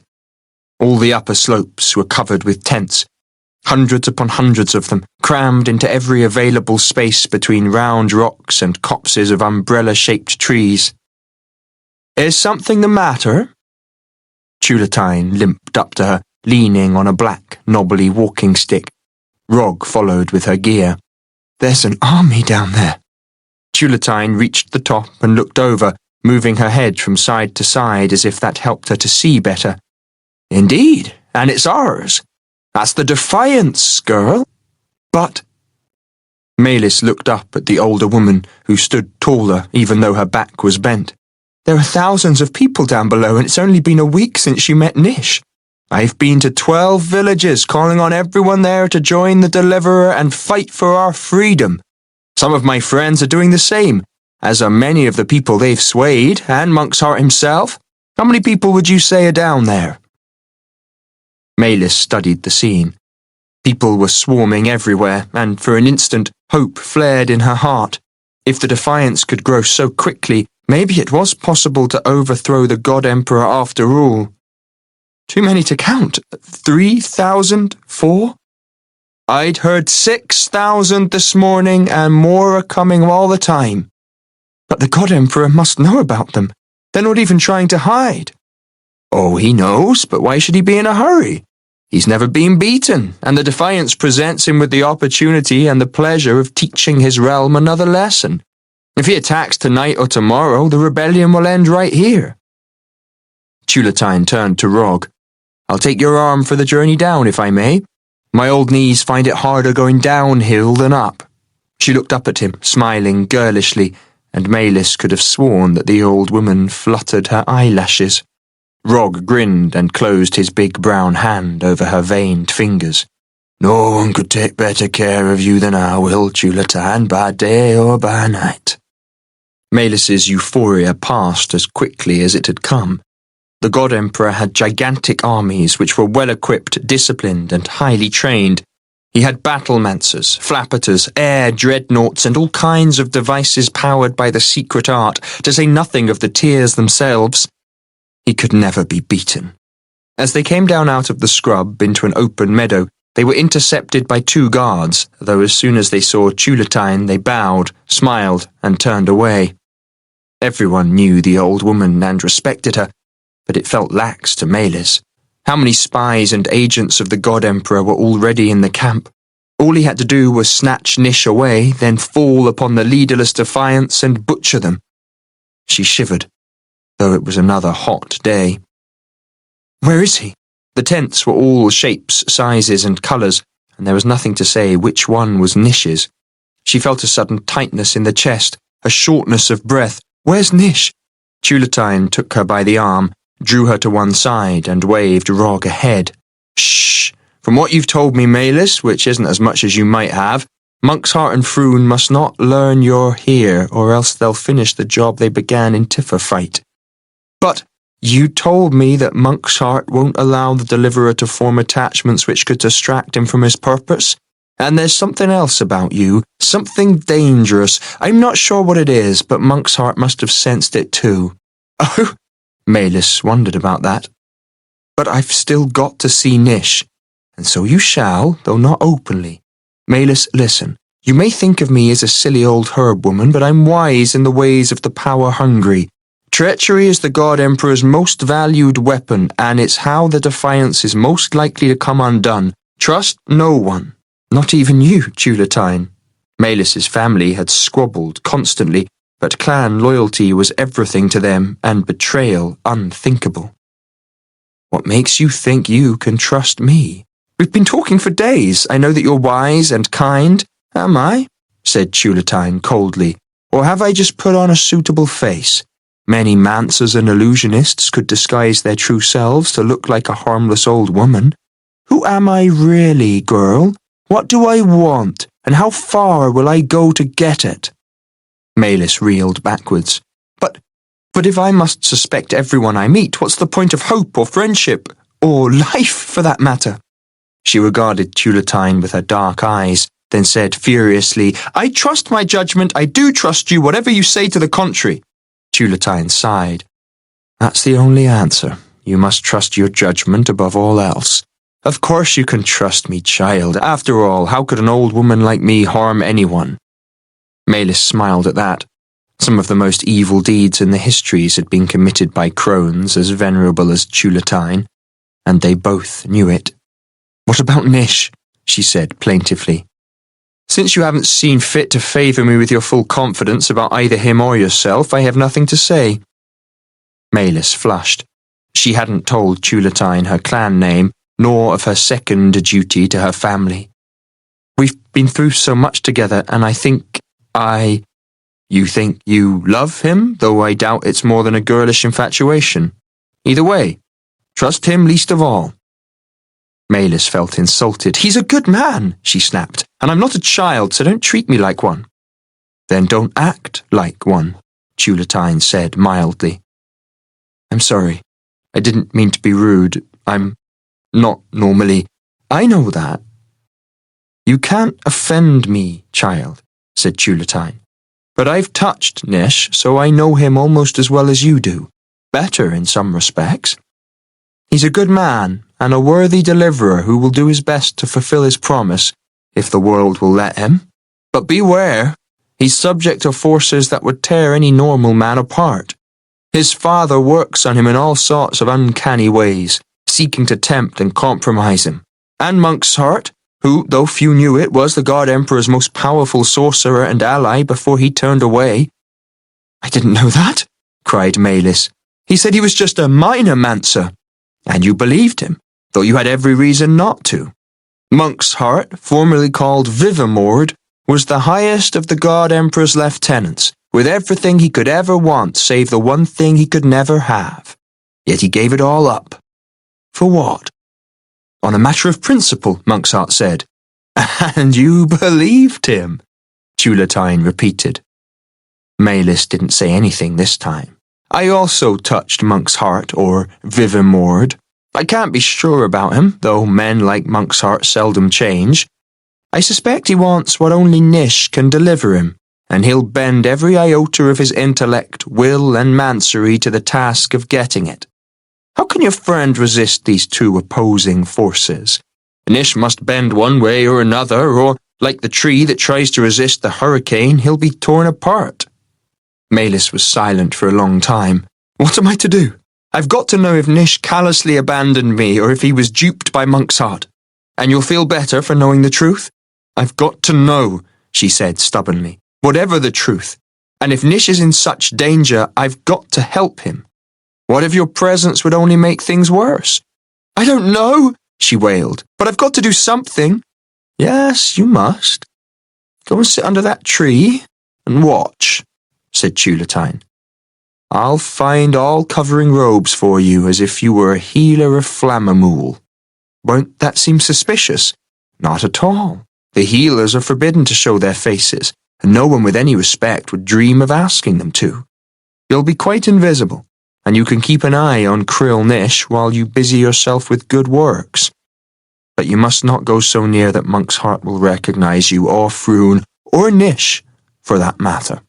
Something occurred to Malis. What about you, Tulatine? What do you mean? You say you understood Monk's heart simply from touching him. What if he understood you too? You could be in as much danger as I am. Old women are never in as much danger as young ones, for we have so much less to lose. Don't worry about me. I take good care of myself, and there's Rog to look after me. She turned away, but Rog was just one man, and no matter how clever Tulatine was, how could she be a match for the man who'd formerly been the highest of the God Emperor's lieutenants? Malis, swathed in the shapeless green gown, headpiece and veil of a healer of Flammermool, spent the next 2 days tending the sick and injured. She knew how to act the part, for Aunt Boogie had been the clan healer, and Malis had helped her since she'd turned 7. There were many sick among the Defiants, mainly due to foul water, and injuries were common, generally from fighting, drunkenness, or snakebite. Her first patient was suffering from all 3, and her duties kept her so busy that she had no time to dwell on her own problems. She hadn't seen Tulatine since they'd arrived, and didn't know whether she was also in disguise or had left the camp. Monk's heart led the ever-growing Defiance in a wandering curve centred on the city of Guffians, which was situated on the coast. It took over an hour to get going each morning, and the caravan stretched for the best part of a league, scouring the land of everything edible as it passed. He seemed in no hurry to reach Guffians, if that were his destination, for Campanie was fertile and well populated. Here he could recruit more followers in safety, or so he told the assembled Defiants. Malis, however, felt oppressed. The enemy was out there somewhere, and her dread grew stronger every day. How could this ill-disciplined and poorly armed rabble hope to keep the God Emperor's crack troops at bay? On the 10th day, not long after noon, they camped on a tongue-shaped hill with rugged country at the back and swamp to either side, chosen because it was easy to defend. It was a long haul to get water, though. Malis was wearily climbing the steep slope from the swamp with a bucket in each hand, sweating rivers in her confining clothes, when lightning struck the rocks at the back of the camp, and the skies opened. Before she reached the hilltop, she was soaked to the skin, and the camp had become a muddy, steaming wallow. The downpour flooded the floor of the tent she shared with 6 other women, though an hour later the clouds had blown away, and it was blisteringly hot again. She spent most of the afternoon tending twin brothers who had chopped down a dead tree for firewood, but felled it on top of themselves. They had 15 broken bones between them, and it took most of the afternoon to set them and dress their injuries. Once they were sleeping, she pulled the hood over her face, drew her veil up, and went, as she did every day, to stand at the back of the crowd of supplicants who were milling outside the deliverer's tent, hoping to gain audience. Some she recognized as having been in waiting for days, while others were given audience without delay. She wondered why. She could just make out Nish in the shadows, well inside the large tent, separated from his followers by 4 burly guards. She was trying to get a better view when she saw Froon seated in a little canvas foyer. His facial injuries had been rudely repaired, and he glowed with self-satisfaction, which could only mean one thing. She hadn't noticed him in the camp before, and such a surge of hate and disgust went through her that she choked. The man next to her gave her a curious look. She hastily turned away, her thoughts racing. Monk's heart's tissue-thin body leathers only lasted a few days before they had to be replaced, so Froon must be up to his nocturnal activities again, stalking the young and innocent for their flawless skins. It took 2 circuits of the vast campsite before she felt steady enough to go back. And Froon had her taffloid. That was the worst thing of all. She couldn't bear to think of the only possession from her childhood, the gift of her dead father, in Froon's depraved hands. What if he or Monk's heart could look inside it and see the memories or lessons her father had hidden there for her? She had to get it back. The supplicants were still milling in the blistering sun. Froon interviewed each of them at length, chose those who would be permitted to see the deliverer, and turned the rest away. One young man had been refused every day since she'd been here, yet he always came back, standing on tiptoe to try and catch the deliverer's eye. He was tall, with close-cropped brown hair and pleasant, regular features. He might have been called handsome, save that his cheeks were hollow and he had a pinched look about him. He'd been worked too hard, with seldom enough to eat, she thought.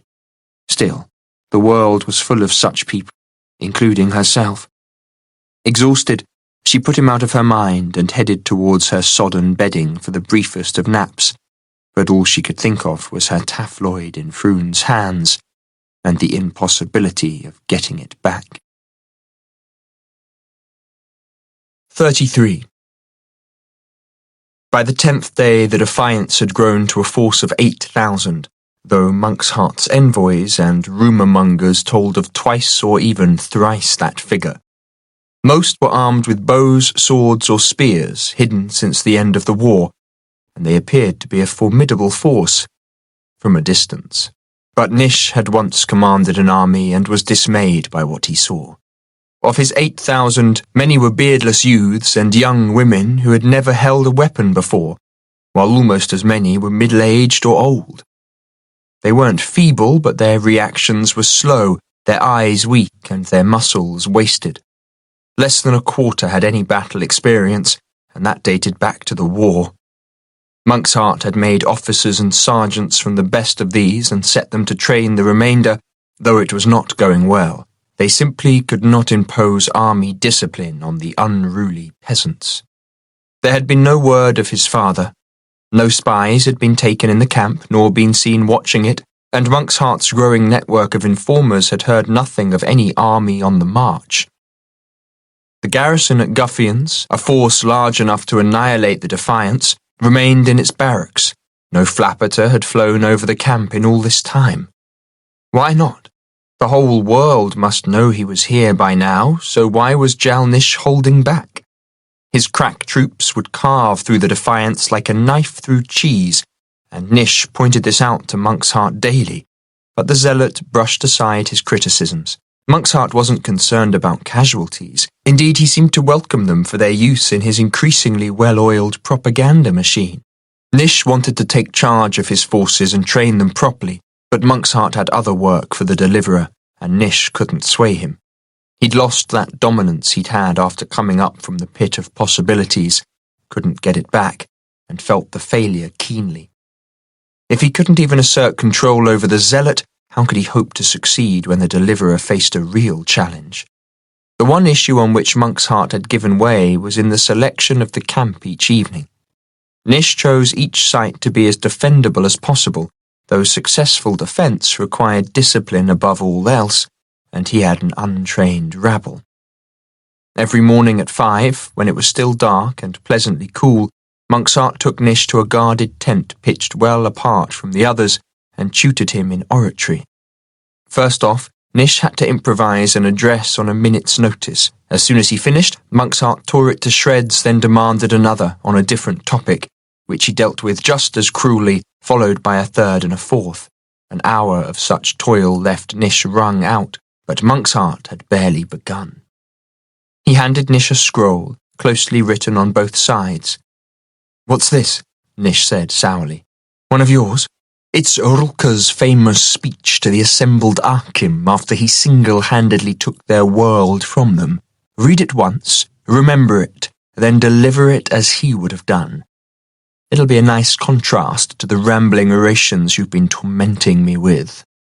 Nish did his best with Rulka's hauntingly lyrical words, but muddled the beginning, left out the middle, and trailed off at the end without ever making Rulka's most important point.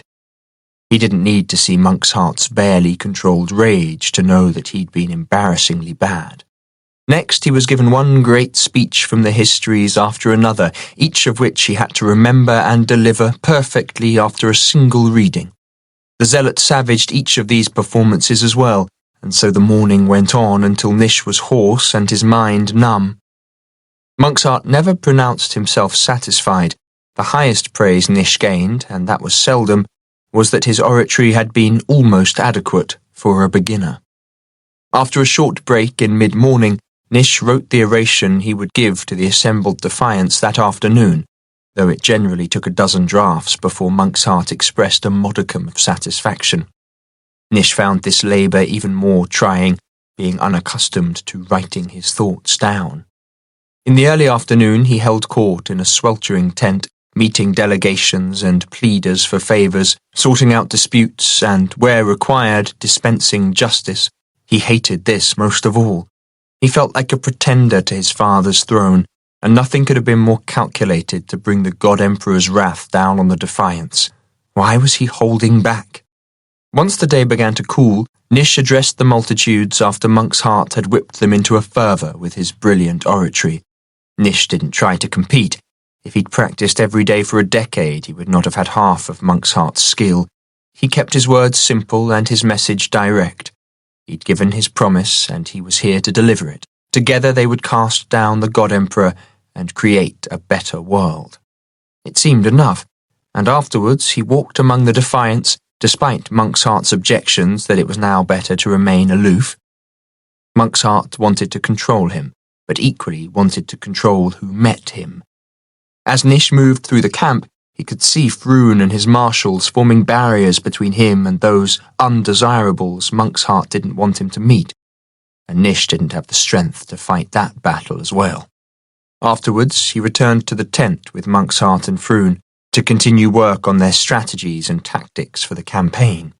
Finally, generally after midnight, Nish went gratefully to his guarded tent, where every night he had to eject a comely young woman from his bed, and once a brace of them.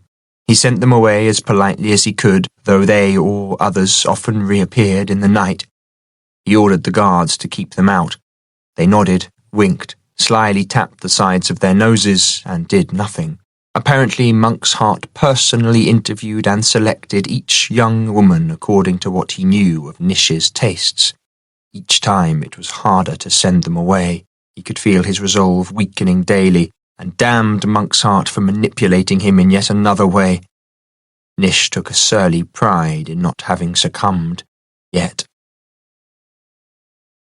Nish shot upright in his bed, heart pounding. The ululating shrieks seemed to be plunging right at him, rising in pitch as they came. He had taken to sleeping in his clothes as an extra barrier against the night intruders. He thrust his feet into his boots, laced them up, and ran outside. The camp was dimly lit by the night's dying fires, which gave enough light to show a flapper hurtling down towards his tent. How had it known where to find him? There must be a spy in the camp.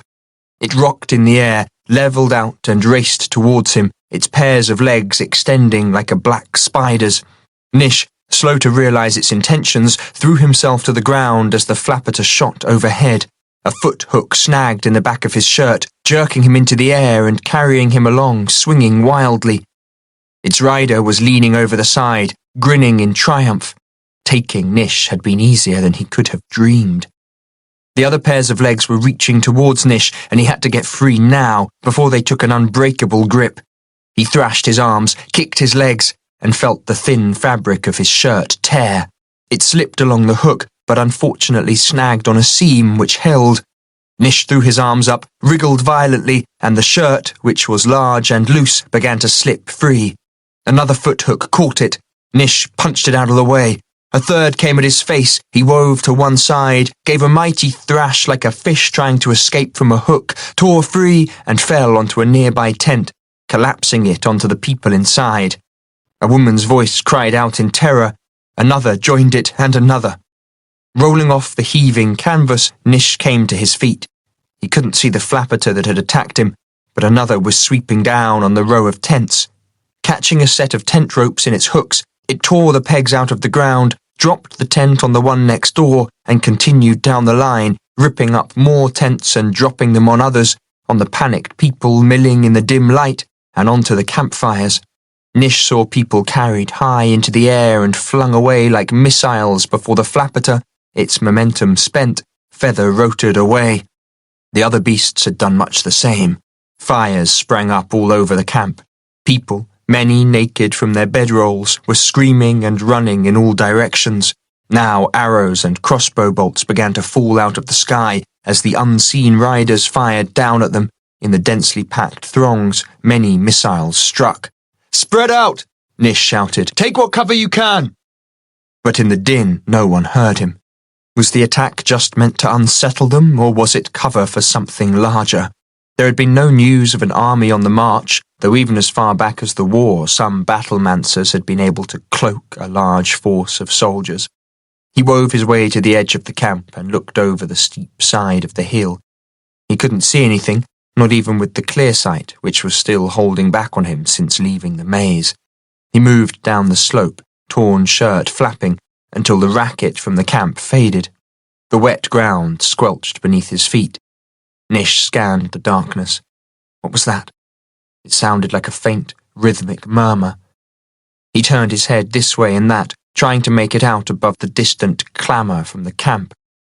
He continued down. The murmur was fractionally clearer here, and suddenly he knew what it was. It was the massed tread of a marching army, and they couldn't be far away. He scrambled up the slope to find the chaos unabated. Monk's Heart was bellowing orders, but for the first time in his life no one was taking any notice. If someone didn't take command, the Defiance would die here today, and he, Nish, was the only one who could do it. But first, he had to have a battle plan. He ran down the long ramp of the hill. They had one single advantage. He had chosen the campsite carefully, overriding Monk's Heart, who had wanted to stop by a stream in a location that was almost undefendable.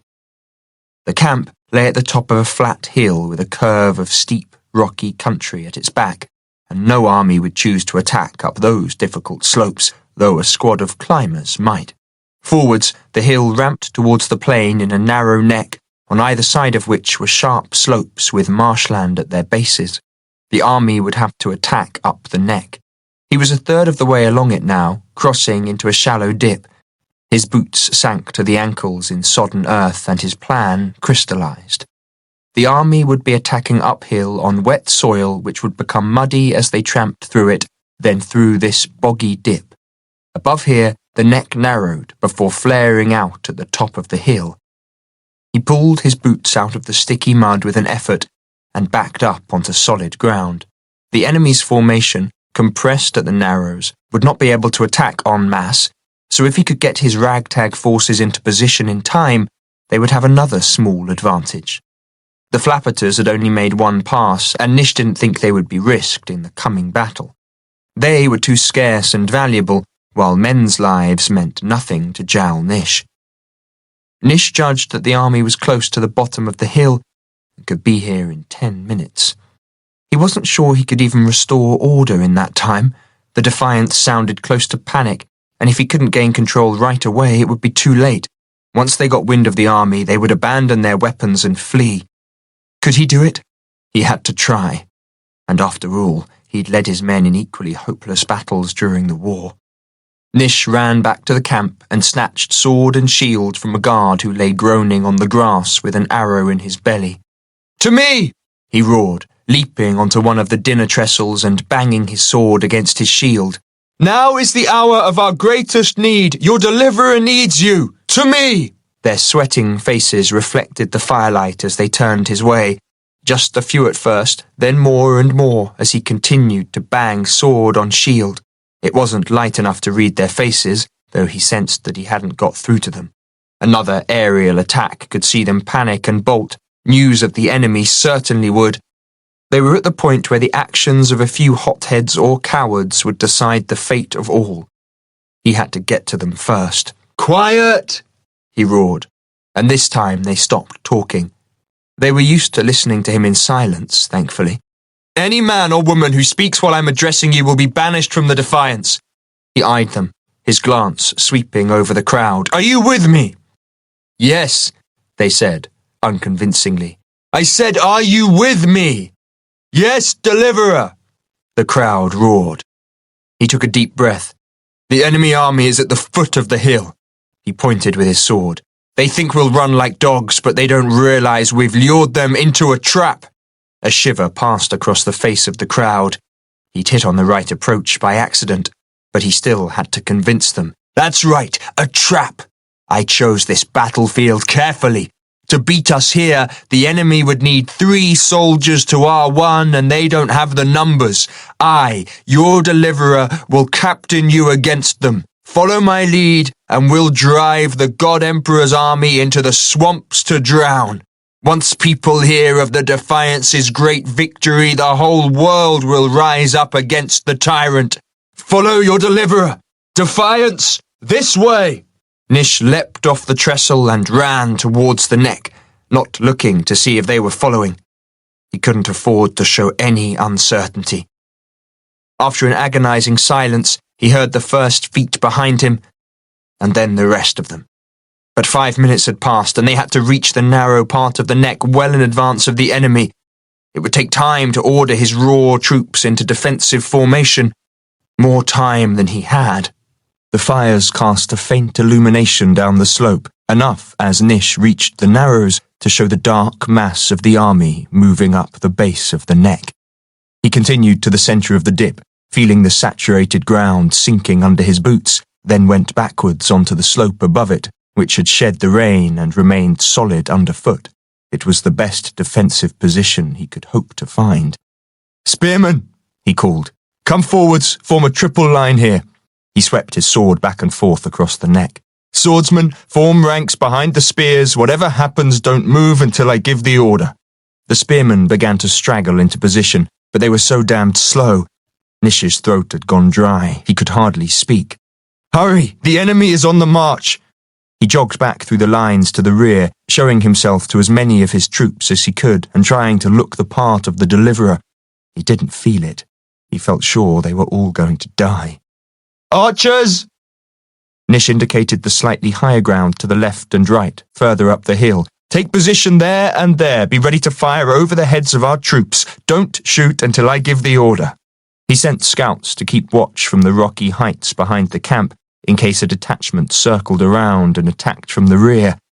Monksheart came running down the slope, dark robes flapping about his long shanks. "What on earth are you doing, deliverer? You can't risk yourself in battle." Nish brandished his sword and Monksheart stepped aside smartly. "I lead the Defiance," Nish shouted, raising his weapon high so the firelight blazed off it. "To victory or to death." "Victory or death!" roared the Defiance, putting themselves between him and the zealot. Nish headed back towards the front line. Monksheart drew his own weapon, though he didn't follow. Nish recruited a dozen boys and girls to act as runners, for his orders would not be heard over the din of battle, and crouched behind a spindly bush. The enemy were halfway up the neck now, advancing more rapidly than he'd expected. He wouldn't have driven troops that hard, since the slippery climb would soon exhaust them in their heavy gear, and since there had been no sign of an army from the lookout last night, they must have made a forced march to get here. They would have been weary before they began the climb, another small advantage to the Defiance. The leaders were so close now that he could make out individual soldiers. Nish sent runners back, ordering his archers to fire at once, and again as the enemy reached the top of the slope below the dip, then to be ready for hand-to-hand fighting. He signalled his front-line troops to crouch down. They did so, clutching their weapons. Dawn was breaking, and he could just make out their faces, fearful, but, he hoped, resolute. The archers fired over their heads, and the ragged volley opened up a few gaps in the enemy's front line, though not enough to make a difference to either side. He prayed they'd do better with their second volley, though massed archery fire required careful training, and they hadn't had it. An enemy officer ran out ahead of his fellows, waving his sword and urging them on. If Nish had brought a crossbow, he could have picked him off. The army broke into a plodding run. Good, they'd be exhausted by the time they got to the dip. The enemy archers fired from the flanks, and a dozen of Nish's spearmen fell. A fresh-faced youth, the camp joker, began to scream in agony and jerk at the arrow in his belly. Other soldiers were moaning, wailing, begging for help. It could be enough to demoralize his green troops. "Stand firm!" he cried. "Fire!" he roared. Running out into the open and brandishing his sword above his head, his archers fired again, though with no more impact than the first time. Return arrows whizzed by. He hastily dropped flat. The advancing army reached the dip and began to labour, But the troops pressed on, their boots churning the wet earth to sticky clay. It would make the dip harder for those behind to cross, but Nish's previous optimism was fading rapidly. The enemy was a strong, disciplined force, and, despite the advantages of position, he didn't think his troops were going to survive the initial onslaught. Once the enemy broke through their lines, the defiance would be finished, and so would he. The light was growing rapidly now. Nish could see the insignias on the soldiers' shields, and the look in their eyes, for many of them had their helms up, the better to see. Their archers fired a second volley. Arrows whizzed above him, tearing a bloody hole through the centre of his defensive line. Their spears were pointing in all directions, his troops able to think of nothing but their dead and dying friends. The first experience of bloody battle was always shocking, even for well-trained soldiers. Nish could see his troops' morale wavering. They were staring at the approaching tide in horror, and if he didn't act now, they would turn and run. "Defiance!" he shouted, leaping to his feet. "Rise up for your deliverer! Rise up and come at them!" The spearmen came to their feet in a sinuous wave and began a stumbling, shaky advance. The enemy were now churning through the dip, moving ever more slowly and wearily as the sticky clay clumped on their boots, making every step a labour. The front line now covered the slope and was jamming up as those behind continued to push forwards. Their archers could no longer see past them to shoot. "They're bogging down!" cried Nish, waiting for the spearmen to reach him. "They can hardly move!" He raised his sword. "At them!" They split to go around him, and he went with them, sword out, knowing that the enemy wouldn't recognize him and he could die at any moment. His heart was pounding, but he felt perfectly calm and clear-headed. He would wield his third-rate force as well as he possibly could, and if he failed, if he died here, it would be the end of all his troubles. And maybe his death would inspire others to resist, as Iris's death had been his inspiration and driving force. Either way, he would go with a smile on his lips. He felt the ground soften beneath his boots. He was on the edge of the muddy patch. He took a step backwards onto firmer ground. "Here we stand, the Defiance!" "The Deliverer!" roared his troops, thrusting out their spears, and for the first time he knew they were with him all the way. The grim-faced, staggering army came onto them, and there was no more time for thought as they struggled and fought and slipped and died in the greasy clay that was soon sticky with spilled blood, brains, and entrails. Nish hacked and slashed, cutting up at the tall soldiers, his sword going into a groin here, a ribcage there. He twisted to tear out the blade, then jerked sideways as a giant of a man hacked down at him with a two-bladed war axe.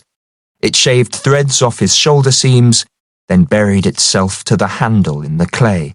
The soldier wrenched furiously at it, but the suction was so strong that it wouldn't budge. He tried to step backwards to get a better heave, but his boots had worked down into the clay, and before he could pull them free, a spear took him in the throat. The enemy's whole front line had fallen now, and, trapped in the sticky mud, those behind them made easy targets.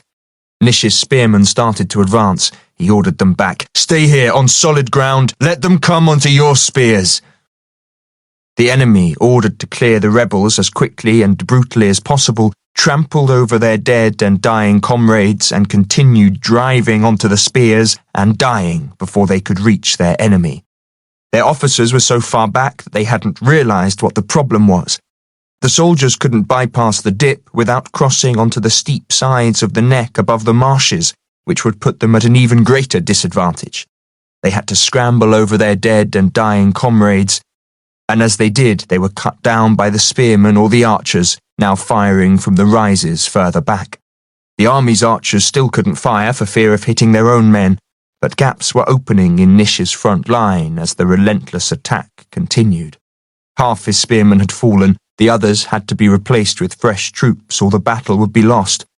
The enemy dead were now so many that they would soon form bridges over the bog, and if their superior troops were allowed to reach solid ground in any numbers, they would sweep his amateurs away. "Spearmen, fall back! Swordsmen, to the attack!" His forces, fired up from seeing the enemy taking such terrible casualties, advanced in a rush. Nish stayed with them. Having taken on the role of the deliverer, he could do no less. He felt no fear. He didn't care whether he lived or died. All that mattered was to drive the enemy troops back and deliver a blow to his father's pride that would inspire the suffering world. But first, he had to keep the enemy in the mud. It was time to take the battle to them. "Advance!" He sprang forwards, up onto the carpet of bodies, and his swordsmen followed him in a cheering, screaming wave that drove the exhausted enemy back down the dip into the churned ground where, trapped in the sticky mud and with the soldiers behind them pressing forwards and leaving them nowhere to go, they died by the thousand. The carnage was sickening. The memories would stay with him until he died. But there was no choice. It was kill or be killed. "Fall back and drop to ground," Nish ordered, sending 2 pigtailed runners, wide-eyed girls no older than 12, scuttling low to tell the archers to fire at will.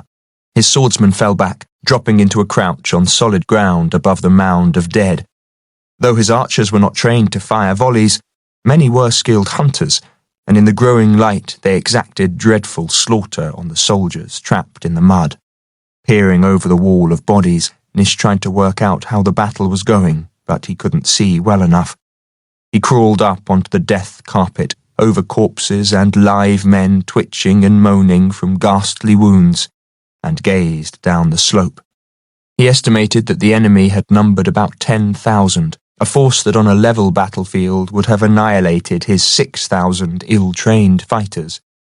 His father's army had lost half their number, dead or dying, with perhaps another 2,000 too badly wounded to fight. Few of those would survive the march back to their garrison, but that still left 3,000, more than enough to destroy his ragtag force if he lost control of it, or made one mistake. Nish didn't think the enemy's officers would allow the army to retreat, since they would be treated like deserters and executed. For Jal-Nish's troops, it was victory at all costs or decimation. How could he capitalize on that? "They're weakening," someone shouted from behind him. "At them!" Nish's head whipped around. The speaker was a huge, burly peasant, a giant of a man. A natural soldier, he had slain at least a dozen of the enemy, and now had the bloodlust burning in him. He sprang forwards, swinging his sword above his head. "Charge! Charge them!" The cry echoed through the ranks, and the front line of swordsmen surged after him. "Stop!" Nish cried, but they didn't hear him above the roar of battle. The folly of one man could swing the tide to disaster, for once they climbed into full view on the mound of bodies, the enemy archers would cut them down. Nish came to his feet, and as the peasant went charging past, swung the flat of his sword into the man's belly, knocking the wind out of him. "Stop!" he roared, advancing on the others, who were leaping up onto the pile and flashing his sword at them. "That's what they want you to do, it's a trap!" One soldier ground to a halt, then the rest, and they turned and scuttled back to their line. As the burly peasant went to his hands and knees to follow, Nish smacked him across the backside with the flat of his sword to reinforce the fellow's shame. Nish was about to step down after them when something struck him sharply in the back, knocking him off his feet. He'd been hit by a long arrow, angling into his back muscle in the region of his lowest right rib, but he struggled up, not feeling any pain. He could feel blood running down his back, though, and even if the injury wasn't mortal, it would soon weaken him. His knees felt shaky, and a mist passed before his eyes. Nish clung desperately to one thought. Before he fell, he had to ensure victory, and victory was still far from certain. It was hard to think straight, but he must. He tried to concentrate, and a desperate plan came to mind. The enemy had seen him fall and must know that, whoever he was, he'd led the battle so far. If he could convince them that the rebels were totally demoralized by his death. He staggered off the pile of bodies and fell down into shelter. It really hurt this time. Worse, his entire front line was staring at him aghast, the soldiers' weapons drooping in their hands. "Messengers and officers to me," he croaked. They didn't move. What was the matter with the fools? Nish's eyes met the eyes of the huge peasant, and he jerked his head at the fellow, as if to say, "Come here, make up for your folly." The huge peasant jumped up. An arrow shot over his head. He crouched down and ran forwards, picked Nish up as easily as if he were a child, and scuttled back with him. "Hold me up." Nish felt a chilly weakness creeping over him.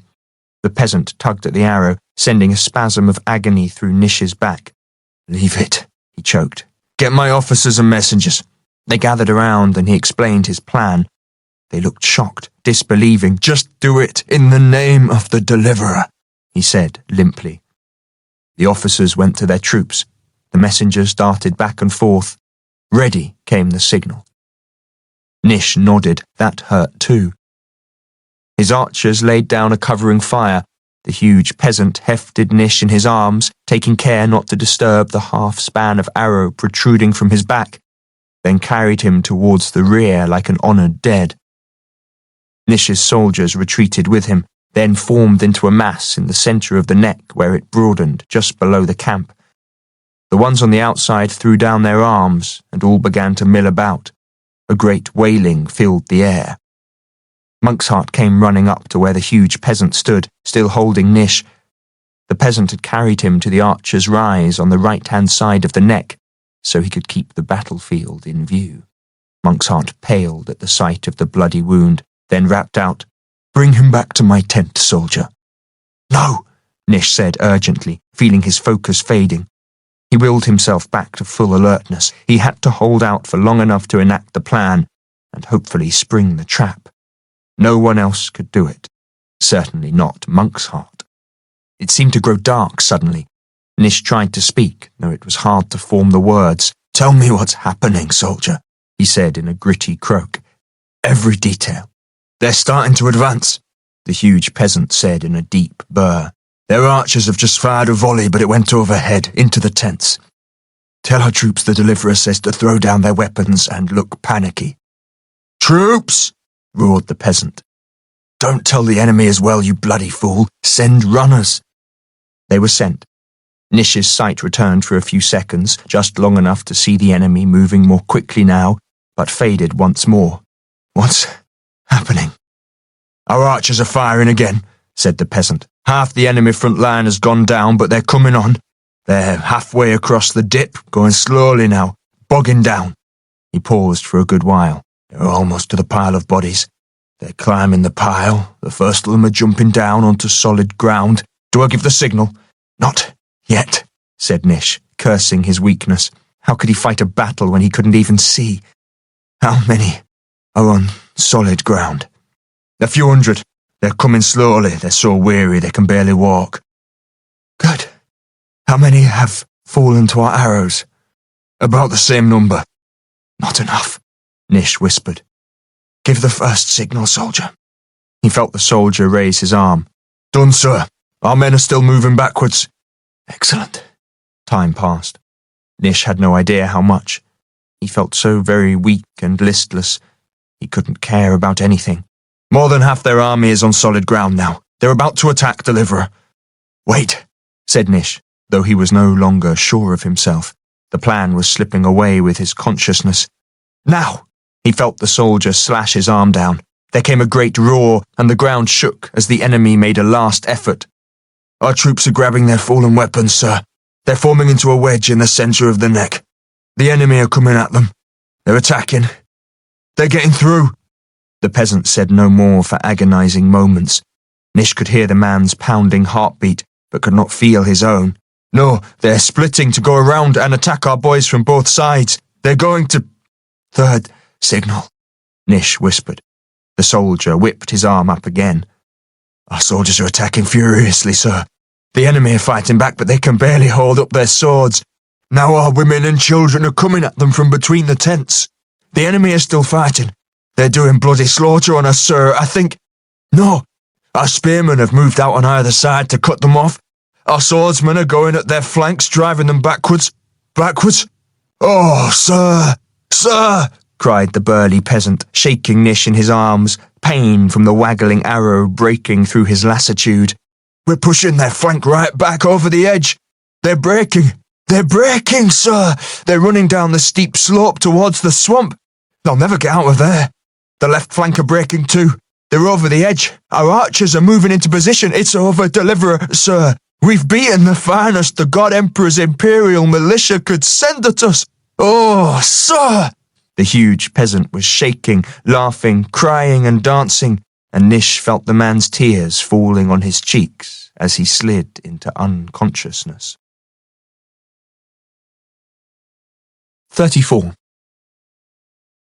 Maylis was so tired that she hadn't realized the attack was happening until the tent was torn away in a maelstrom of snapping canvas and flying tent poles and pegs. A knotted rope whacked her so hard on the right cheekbone that she was bound to get a black eye out of it. All around her, people were screaming or crying out to each other. No one knew what had happened. Everyone feared the worst. "Be quiet!" Tulatine's voice sounded nearby, and such was her authority that everyone fell silent. Unshuttering a lantern, she directed a narrow beam around her. She was clad in healer's robes, like Maylis's, though of a darker green, with a black sash. "Stop whining!" Tulatine said disgustedly to a group of women huddling around someone lying on the other side of the tent floor. "We always knew the God Emperor was going to attack the Defiance, and now he has. Get your weapons and prepare to defend the camp."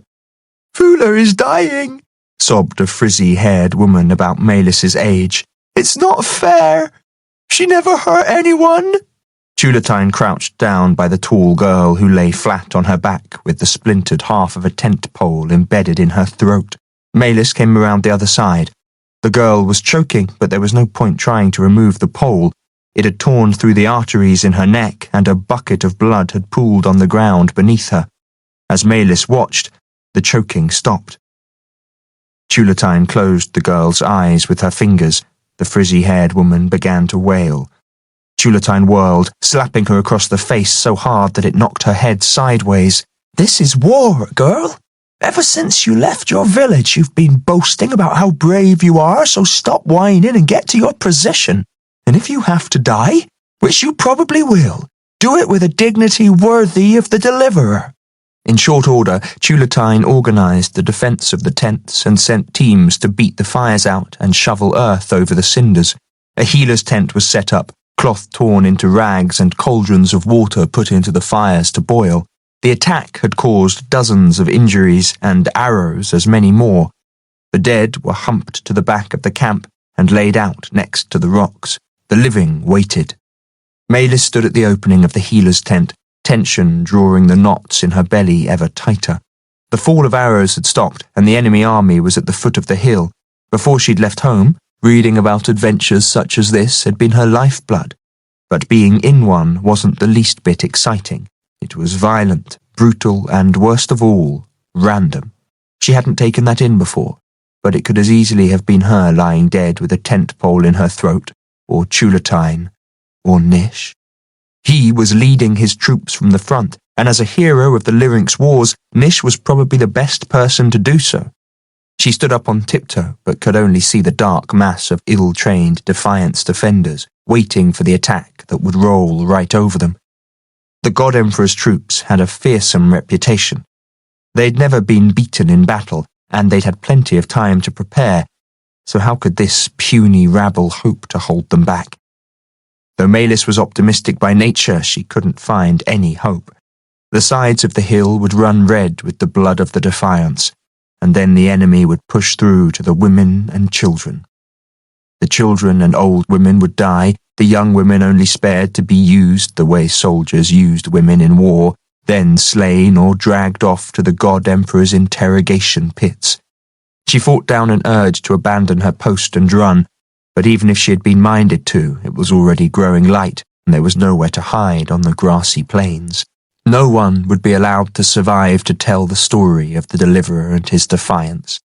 There would be no tales of courage in the face of impossible odds, or small heroes defying the all-powerful God Emperor, only of Jal-Nish's crushing might. Maylis was reminded of Nish's words on the way to Tifferfight. "It's the common folk who suffer most in a revolution, and no one gives a damn, least of all the people who are making revolution in their name." She wondered if Nish were remembering those words now as he watched the peasants die. Another flight of arrows rattled around them, and someone gasped.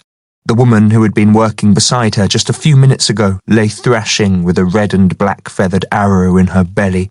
Maylis knelt beside her, studying the wound, then cut off the arrowhead protruding from her back and began to pull the shaft out. But before she had drawn it all the way, the woman was dead. Maylis dragged her to one side and returned to the flap.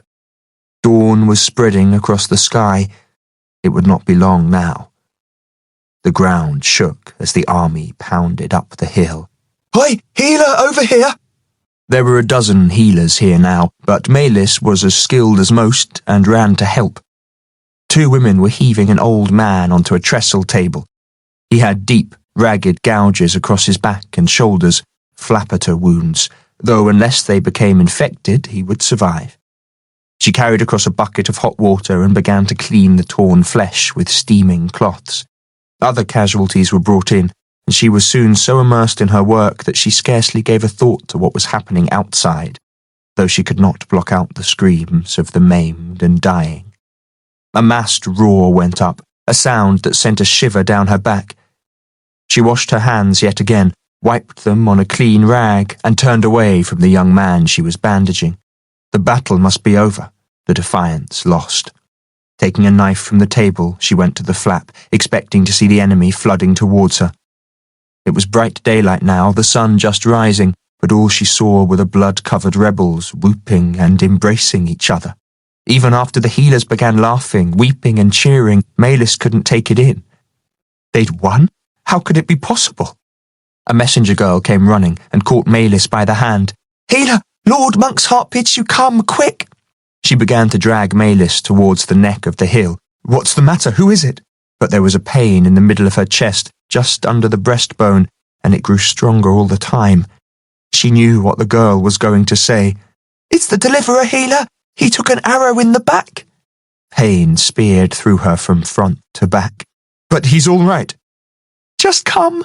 The rebels had gathered along the sides of the hill, leaving the centre open, and for the first time she saw the full horror of the battle. Bodies lay everywhere where they'd fallen, while down at the narrowest point of the neck, the dead made a wall waist-high and a good 40 paces wide.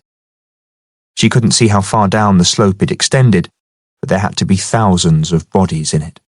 It was the most gruesome sight she'd ever seen, and already flies were swarming, carrion birds wheeled high above, and more were joining them every minute.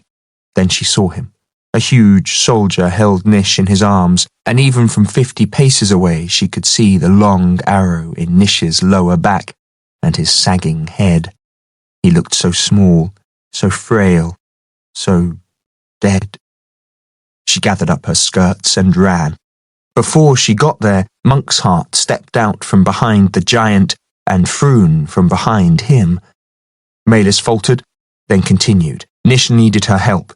She was one of the better healers here, and she had been called. She couldn't turn back now, though they were bound to discover her identity, and then she was done for. Head bowed so her hood would fall forwards, she continued past them and began to examine Nish's wound. Monk's Heart's hand caught her upper arm and jerked her painfully towards him. His hand reached out to push her hood back. His eyes were glittering. "If he dies, healer." 35. "Unhand her, Monk's Heart!" Tulatine's voice came like a whip crack. "It is blasphemy to lay a finger on the healers of Flammamool, and well you know it." Monk's Heart's hard fingers crushed Maylis's biceps, but he let her go. "I intended no insult," he said, bowing low towards the old woman. "But I must be sure she is a healer. That habit can just as easily hide a spy or a traitor, and the deliverer, she's been doing her work here for days," Tulatine said coldly, shooing him out of the way. "If you're so concerned about the deliverer, you'll let her get on with it." Maylis could feel Froon's eyes on her, as if he were trying to burn a hole through her robes, but the old woman took him by the collar and hauled him off. "And keep your festering acolyte out of her way." Monk's Heart cuffed Froon over the side of the head. "Take my personal guard, 10 men. Secure the army's war chest plus any surviving battlemanters and devices of the art." Have the dead stripped of their weapons and valuables. Make sure the horses with the supply wagons don't stampede. And then check the dying, master, for those who may prove useful, said Froon. Indeed, said Monk's Heart, and walked away. For their skins, those who were dying of head injuries only. Maelys couldn't think about Froon sneaking about in the pile of dead and dying, licking his lips as he relieved the still living of their skins, or else she would not be able to do her work. It was just one more horror in this most terrible of days. Maelys was cutting Nish's shirt away from the shaft of the arrow when Chulatine appeared beside her. "You're in grave danger," she said softly, so that even the big man holding Nish would not hear. "You're a threat to their plans. Finish your work, then stay out of their way, and keep your face covered at all times, as a good healer would." She peered into Nish's face. "What do you think?" "I'm worried. The wound hasn't bled much, yet he's unconscious and cold." Maelys took Nish's pulse with her fingers, and his heartbeat is weak and fluttery. She looked up at the old woman. "I've never dealt with battle wounds before today. What's the matter with him?" "I can't say. Maybe shock, maybe he's bleeding inside." "Bring him to the healer's tent, soldier." Chulatine touched his arm. "What's your name?" He turned towards the tent, walking carefully as though he were carrying the most precious burden in the world. "I'm Zam, Lady Chulatine." "Just Zam?" she said, grinning as though she knew better. He flushed, lowered his voice. "My mother called me Zam Belmine, but it's a girly name, and when you were a kid everyone laughed at you because you were so huge and the name was so wrong." "Yes, lady," he muttered. "Zam is a good, honourable name, and it fits you perfectly. I like it." "Thank you, lady." "I'm no lady, Zam." He looked away, abashed, and she chuckled throatily. "You were in the battlefront, I take it?" "Yes, lady." "Tell me how it went. How was this famous victory achieved?" He went through it from the beginning as they walked back to the healer's tent. As they paced down an avenue of silent people, all staring at the fallen deliverer as though all their hopes rested on him, Maelys saw a familiar face in the crowd. It was Timphy, and he just opened his mouth to call her name when a hand slapped across it. Jill shushed him, looking up at Maelys with a mixture of guilt and defiance. Before Maelys could speak, Jill lifted Timphy away, and they disappeared into the throng. Maelys couldn't go after her, but she would try to find Jill later and to make peace with her. She was glad they were safe. Zam carried Nish inside, holding his weight without a quiver while the trestle was scrubbed down with hot water, rinsed clean and wiped off. "He truly is the deliverer, Lady Chulatine, for he saved us single-handedly, and even after he took the arrow, the deliverer refused to give in until he'd given his last order and seen the enemy defeated. I've done a bit of fighting in my time. I know how victory goes. Had it not been for him, they would have slain us all, and been molesting." He broke off, even more abashed. "I beg your pardon, lady. I don't hold with that sort of thing." "It happens," said Chulatine. "This healer will look after him now." "Lay him here, please," said Maelys, on his side. Zam put him down gently. She cut the rest of the shirt away and began to feel the wound, front and back. "Thank you, Zam. You can go now."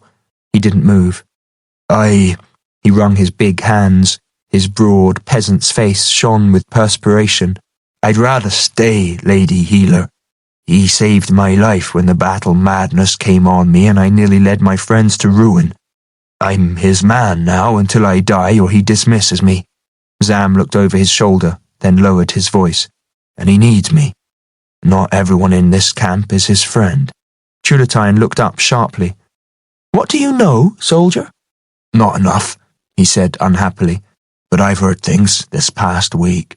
People talking when they thought no one could overhear." "Very well, stay. Hold him on his side like this. Keep your filthy hands away from the wound." Maelys felt Nish's belly. "I can feel the point of the arrow just under the skin, here at the side. Should I push it through so the head can be cut off?" Chulatine felt for herself.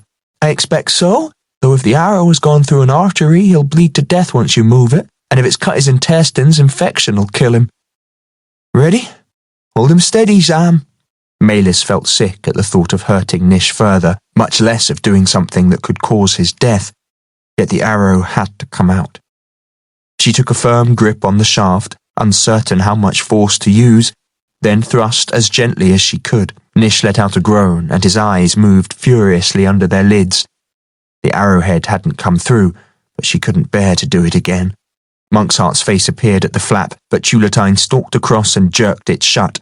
"We can't do our work with you staring. Come back in 15 minutes and I'll tell you how he is." "It'd better be good news," he growled from outside. Tulatine returned to the table. "His back muscle must have tightened around the shaft.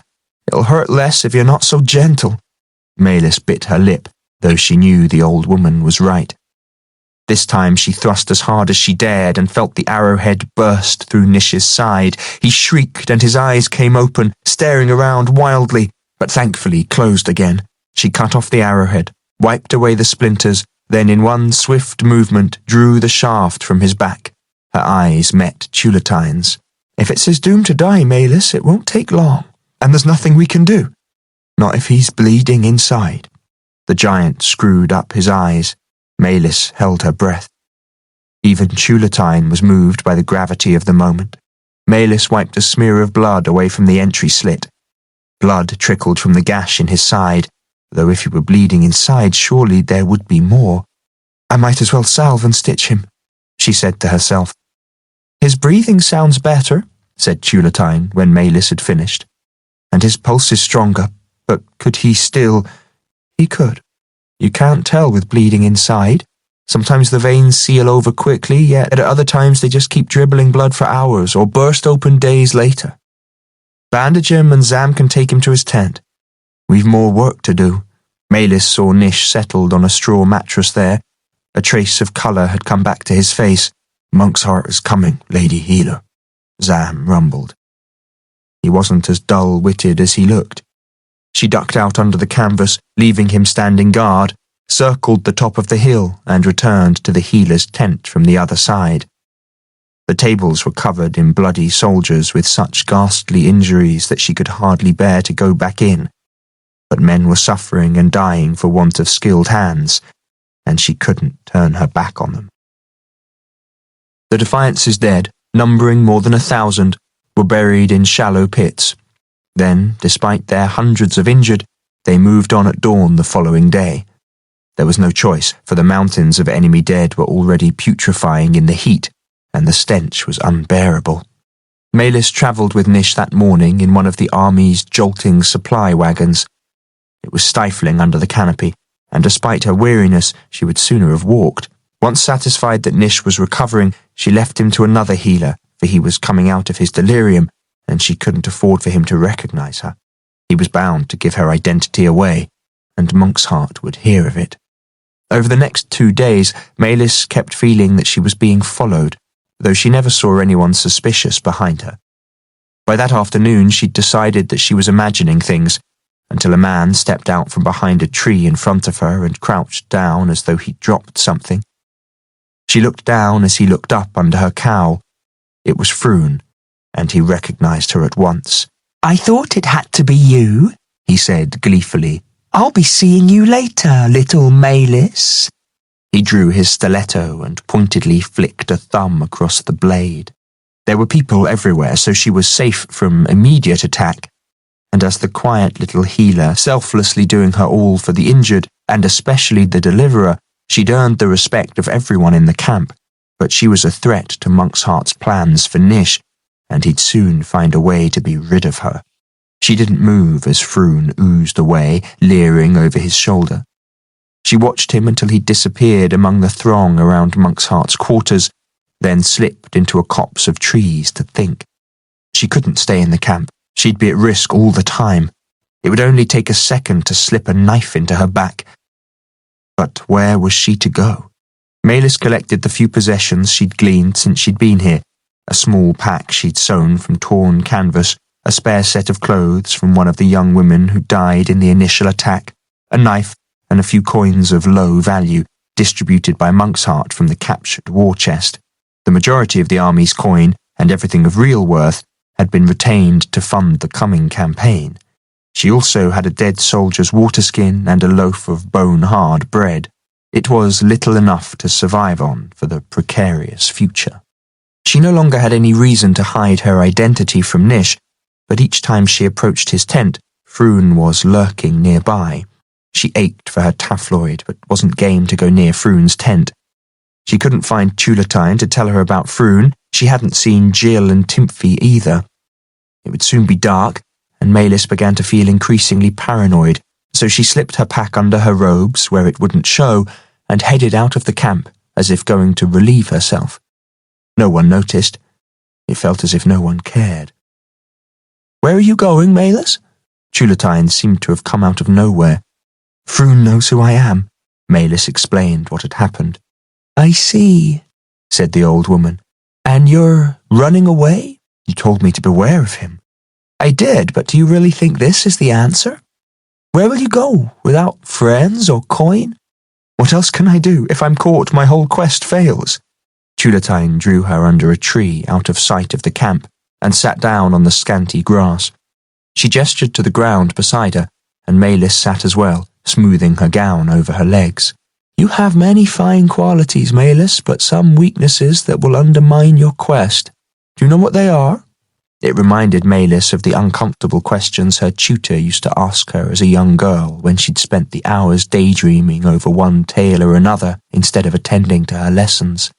"It would be easier if you told me, though not as useful as realizing it yourself." Tulatine sighed. "Very well. You're too biddable, Maylis, too eager to please. If someone asks you to do something, you do it, no matter your own feelings. They'd spoken a little about this on the journey to meet the Defiance.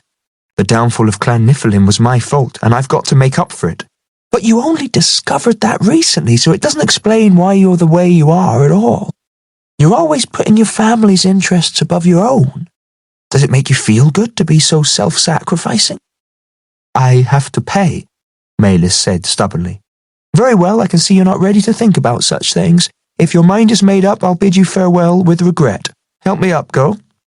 Maylis gave Tulatine her hand and drew the old woman to her feet. Tulatine turned away, but Maylis stood where she was, and after a dozen steps, Tulatine turned around. "What is it, child?" "It's my taffloid, I told you." "That Froon has it and you want it back? It's everything to me, and you want me to help you steal it from him, but because of a weakness in your character, you can't bear to ask for help." Maylis felt like a stupid little girl. "Yes. Can you help me?" "I could try," said Tulatine, regarding her sympathetically. "But I'm not going to because that would put my own plans at risk. I'm sorry." She stood there, as if waiting. Just asking for the favor was hard enough. Maylis couldn't bring herself to argue her case, or, even more mortifyingly, to beg. "Thanks anyway," she said. "Despite all the things you've done since leaving home, you're full of fear and still have no confidence in yourself. You can do it, Maylis. You'll find the courage you lack if you just look deeply enough inside you." Maylis froze in mid-step, then went on without a word. The only courage she had was the sort one used in an emergency, when there was no other choice, and that was no use here. "If you don't try, you'll always blame yourself," Tulatine added. Then Maylis heard her walking back to the camp. Maylis went on, trying to think of a way to get her taffloid back, but all foundered on the point Tulatine had put her finger on. Maylis was simply too afraid. She didn't know where to go or what to do, for this land was a blank map to her. But it was late afternoon, and she had to get well clear before nightfall. Maylis trudged across a little plain covered in serrated blue grass that crept up under the hem of her gown to soar at her calves, through a patch of twisted, spreading trees with leaves that smelled of mint, and onto another plain a good league from the camp. By the rising moon, she found a cluster of 7 up-jutting rocks which broke the wind.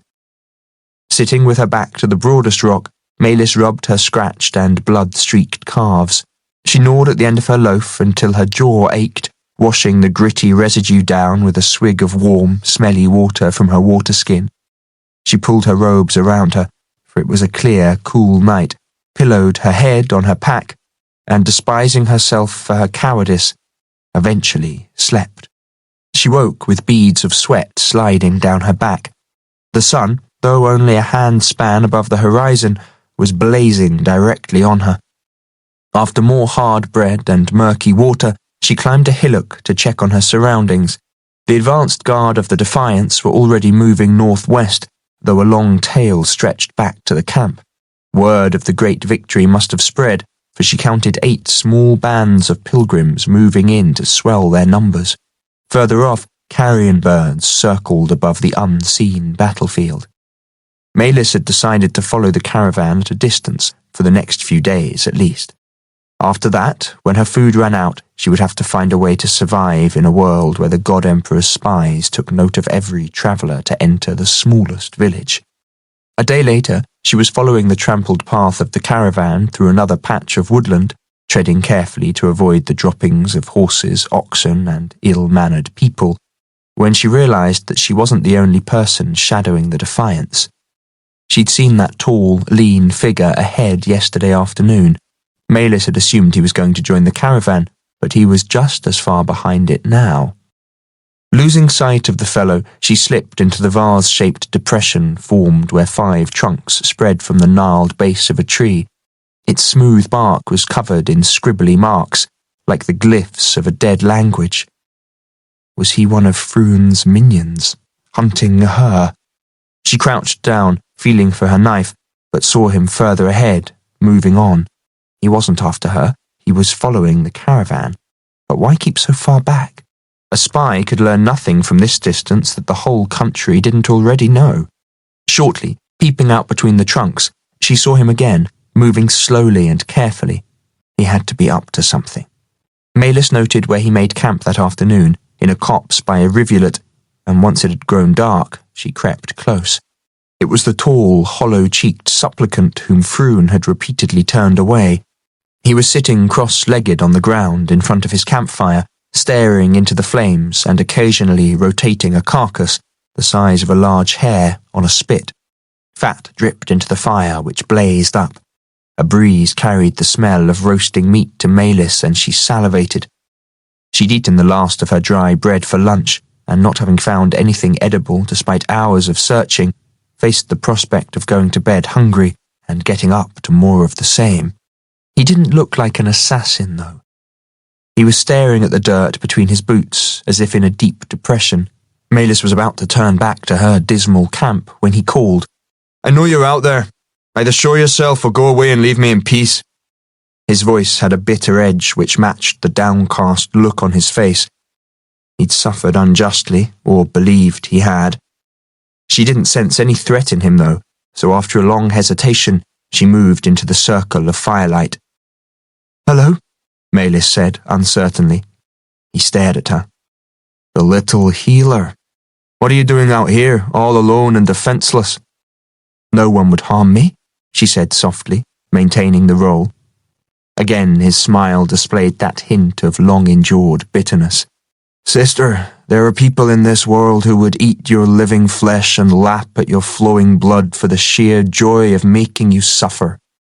Go back to the Defiance where it's safe, and go quickly." "I'll escort you if you wish," he said softly. "I would not see you come to harm after your great deeds on the Deliverer's behalf." Sarcasm this time, and she couldn't work out why. I can't." She surprised herself by revealing her vulnerability to another, and a stranger at that. But despite Tulatine's earlier words, she felt that she could trust him. If she didn't trust someone, she would be lucky to survive. "Why not?" He indicated the ground. She sat down with a weary sigh, trying not to look at his dinner. "I'm not a healer, at least not a qualified one, and I'm wearing this habit so I won't be recognized." He didn't look surprised. "If it would fit, I'd borrow it from you. Disguise is the only way I'll ever get to plead my case to the Deliverer." "What is your case?" He waved a hand. He didn't plan to tell her. "You don't look as though you've eaten in days. You're welcome to share my supper." I don't." Her mouth was so thick with saliva she couldn't get the refusal out. "There's plenty for 2. He prodded the carcass with the point of his knife. Clear juice ran out. Besides, I can easily catch another. There are few better hunters in this country than me." His words chilled her. What sort of hunter was he, and why was he so bitter about the deliverer? He snapped the backbone and handed her the rear half, which was almost too hot to hold. "Thank you," she said, sinking her teeth through the crispy skin into juicy white flesh, which, to a half-starved woman, was unbearably delicious. Neither spoke until they had finished and wiped their hands and faces on handfuls of dry grass. "Since you're not of the healing order, may I see your face? I like to know who I'm sharing my food with." She hesitated, but after all, she couldn't hide forever. Maylis drew back her hood. He studied her face as if committing it to memory, then sighed. "I have a feeling we're after the same thing." "What are you talking about? You don't know anything about me. I've never been to this land before." Why had she given that away? "We're now on the southern border of Crandor. You must have heard of Crandor, wherever you're from. It's the largest and wealthiest country in the world. At least it was wealthy before the God Emperor came to power." "Of course I've heard of Crandor," she said mildly, "and I'm not as far from home as you are." The native people of Crandor were dark-skinned and filed their teeth to points, and they didn't speak the way he did. "I'm very far from home, but we were talking about you, and how you stole the son of the God Emperor out of his most impregnable dungeon." She paled. How could he know that? "Nonsense!" she cried. "You're mad!" "I see you don't deny it. Little sister, the whole world knows about Nish's daring escape from prison and his desperate flight into the mountains with a mysterious, raven-haired woman with a southern accent, who saved him, over and again. I haven't heard any such tale. You would have if you'd spent time with the Deliverer's other followers instead of hiding under your healer's robes. Anyway, there are millions of women in the world like me, not like you, and not here. Besides, the village of Tiffafite saw you drop out of the sky on a stolen flapper, and the full tale was spread across the world by Skeet before those who would use the Deliverer for their own purposes took control. Need I go on?" "Go on," she said limply.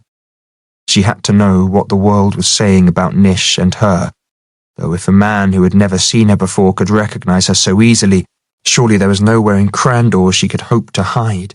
And then the incredible escape from Tiffafite under the very nose of Seneschal Vomix, using arts that were never known before. All Crandor knows that tale too, though not just from Monkshart's twisted half-truths. A girl who escaped with you spread the true tale, and even your name. You're Maylis, aren't you?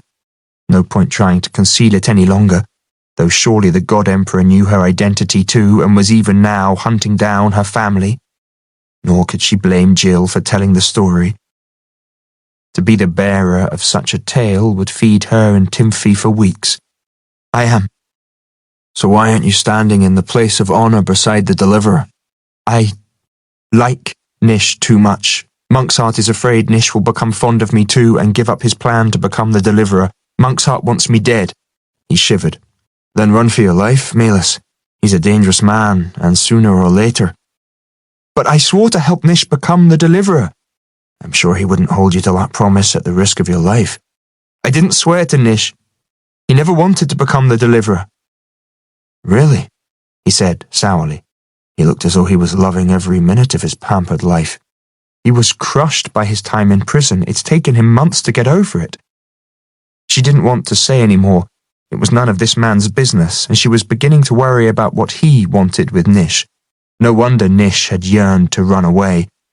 "Anyhow, he saved us all in the battle." "Yes, he did. I doubted him before that, but who could do so afterwards?" "You didn't give me your name." "You can call me Thommel," which implied that he didn't plan to reveal his real name. "Why are you shadowing the Defiance, Thommel?" He gave a twisted grin, but didn't answer. "I saw you trying to get an audience with Nish, and Froon repeatedly refusing you." "I don't want to talk about it," he said coolly, as though she'd trespassed on a forbidden topic. Thommel was too difficult. She took the hint and stood up, saying formally, "Thank you for dinner. It was delicious. I hope you find what you're looking for." She turned away, holding her back straight, though it was impossible to make a dignified exit wearing her tent-like robes. Thommel sprang up, She shot a glance over her shoulder in case he had ill intentions after all, but he was just standing by the fire, looking anxious. "I'm sorry. I didn't mean to be rude. We do share a common interest in Nish, and if we traveled together we could watch each other's backs." She hesitated, remembering the aunt's childhood warnings about men and their uncontrollable desires. But Nish wasn't like that, and she didn't think Thommel was either. He added the clincher. "I've another hare hanging in the tree for breakfast." They followed the caravan for another 3 days, and Maylis couldn't remember when she'd last eaten so well, which was fortunate because she'd never felt so hungry.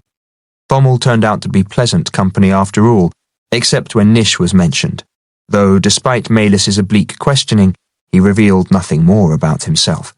He went to every village they passed to hear the latest news. Maylis wished she could go too, but it didn't seem worth the risk. She felt so lonely that she even missed the acerbic company of her mother and aunts. Everyone knew about the Defiance's great victory, and another attack on its growing force was expected at any time. The caravan was harried every so often by flights of flappers, although there was no sign of an enemy army. But then there hadn't been the first time either. On their 4th morning together, Maylis and Thommel were sitting on a small pointed hill looking down at the camp as the sun rose, when suddenly people began to run everywhere. She leaned forwards. Something must have happened during the night. Something bad. I'd better sneak down and find out. Thommel was gone a long time and returned at a lope. Someone tried to assassinate Nish in his bed. He panted, and it wasn't the first time. There was an attempt 2 days ago as well, by the guard. Maylis could feel the blood draining away from her face. But you're not saying that Zam... It wasn't Zam. Both times it happened when he was off duty. But that's not what's caused the real stir. She felt all cold inside. How could it get any worse? What is it? Monk's heart has gone into an uncontrollable rage. He's stalking the camp like a madman. Thommel, what's going on? Nish fled in the night with Zam, and no one has the faintest idea where they've gone. 36.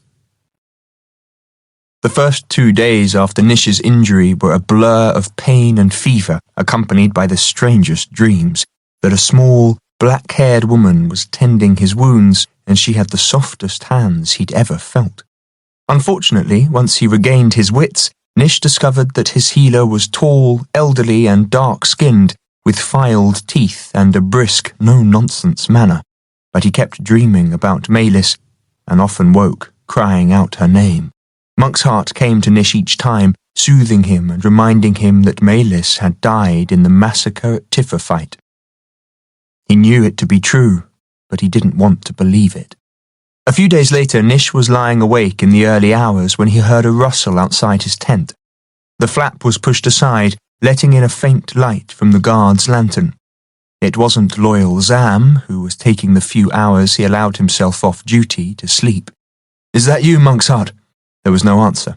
Nish tried to turn over, though it proved so exceedingly painful that he stopped halfway. He could hear heavy breathing, as if the intruder had been running, and smell the rank sweat of a man who hadn't bathed in months. "Monk's heart? Froon!"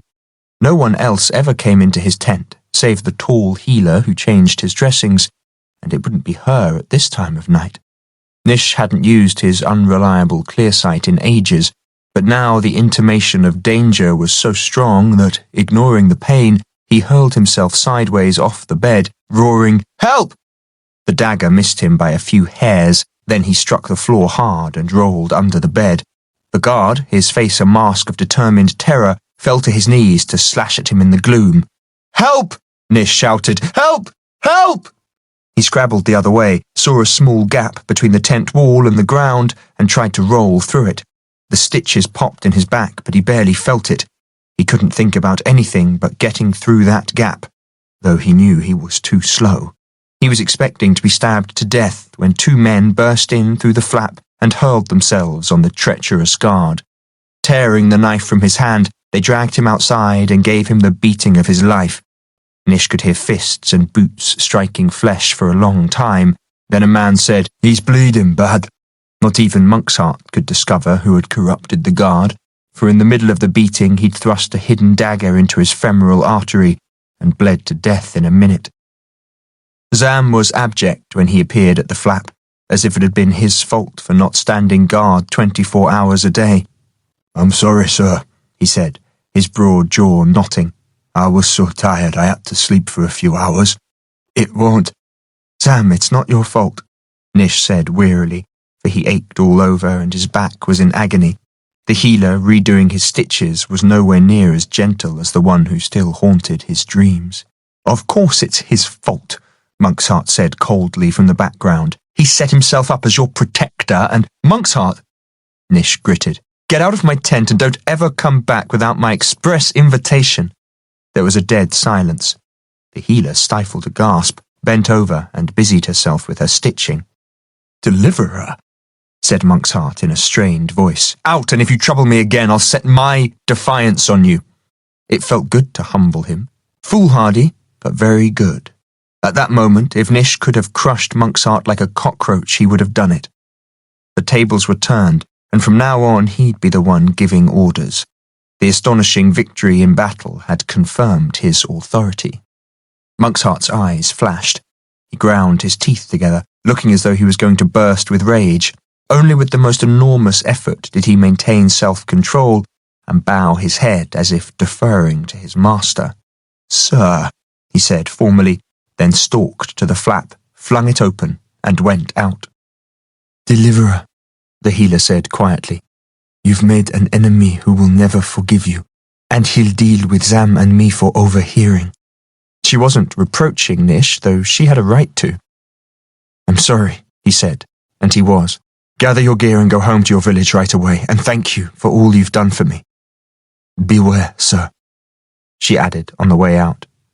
"There's something wrong inside Monk's heart." Nish's euphoria faded, and he began to feel the burst stitches. Why hadn't he shown more self-control? His life was difficult enough without making an enemy of his most powerful ally. He should have sent Zam to fetch Monksheart back and made amends, but the pain caught up with him first and he couldn't face it. Only after the nurse had gone and Zam had taken up his post did it occur to Nish to wonder who wanted him dead and why. The caravan rolled on without incident apart from nightly attacks by flappers and other flying creatures unidentifiable in the darkness. These did little damage, for Monksheart's guards kept close watch now, and bonfires burning on all four sides of the camp gave them good light in which to fire their heavy crossbows. Massed fire had brought one flapper down, after which the others kept out of range.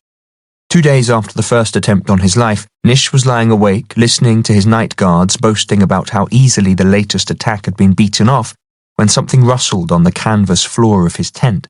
He turned up the wick of his lantern and froze, for what he was looking at couldn't possibly exist. It was a Nihilatal, or something horrifyingly like it. A creature he'd fought in ages past, and one that had very nearly defeated him. Nihilatal had been flesh-formed by the enemy during the war for one purpose alone, to kill as quickly, brutally, and terrifyingly as possible. Near the end of the war, once it had been discovered that flesh-formed creatures gave forth an unmistakable aura which was identifiable from a distance with the seeking art, all such beasts had been hunted down and exterminated. All save this one. He could smell its hot carrion stink, like rotten meat thrown on a hot plate, but Nish couldn't move. The new healer had bound his left arm to his side and strapped him to the bed so he couldn't burst the stitches again. "Help!" Nish yelled, but he couldn't shout loudly enough.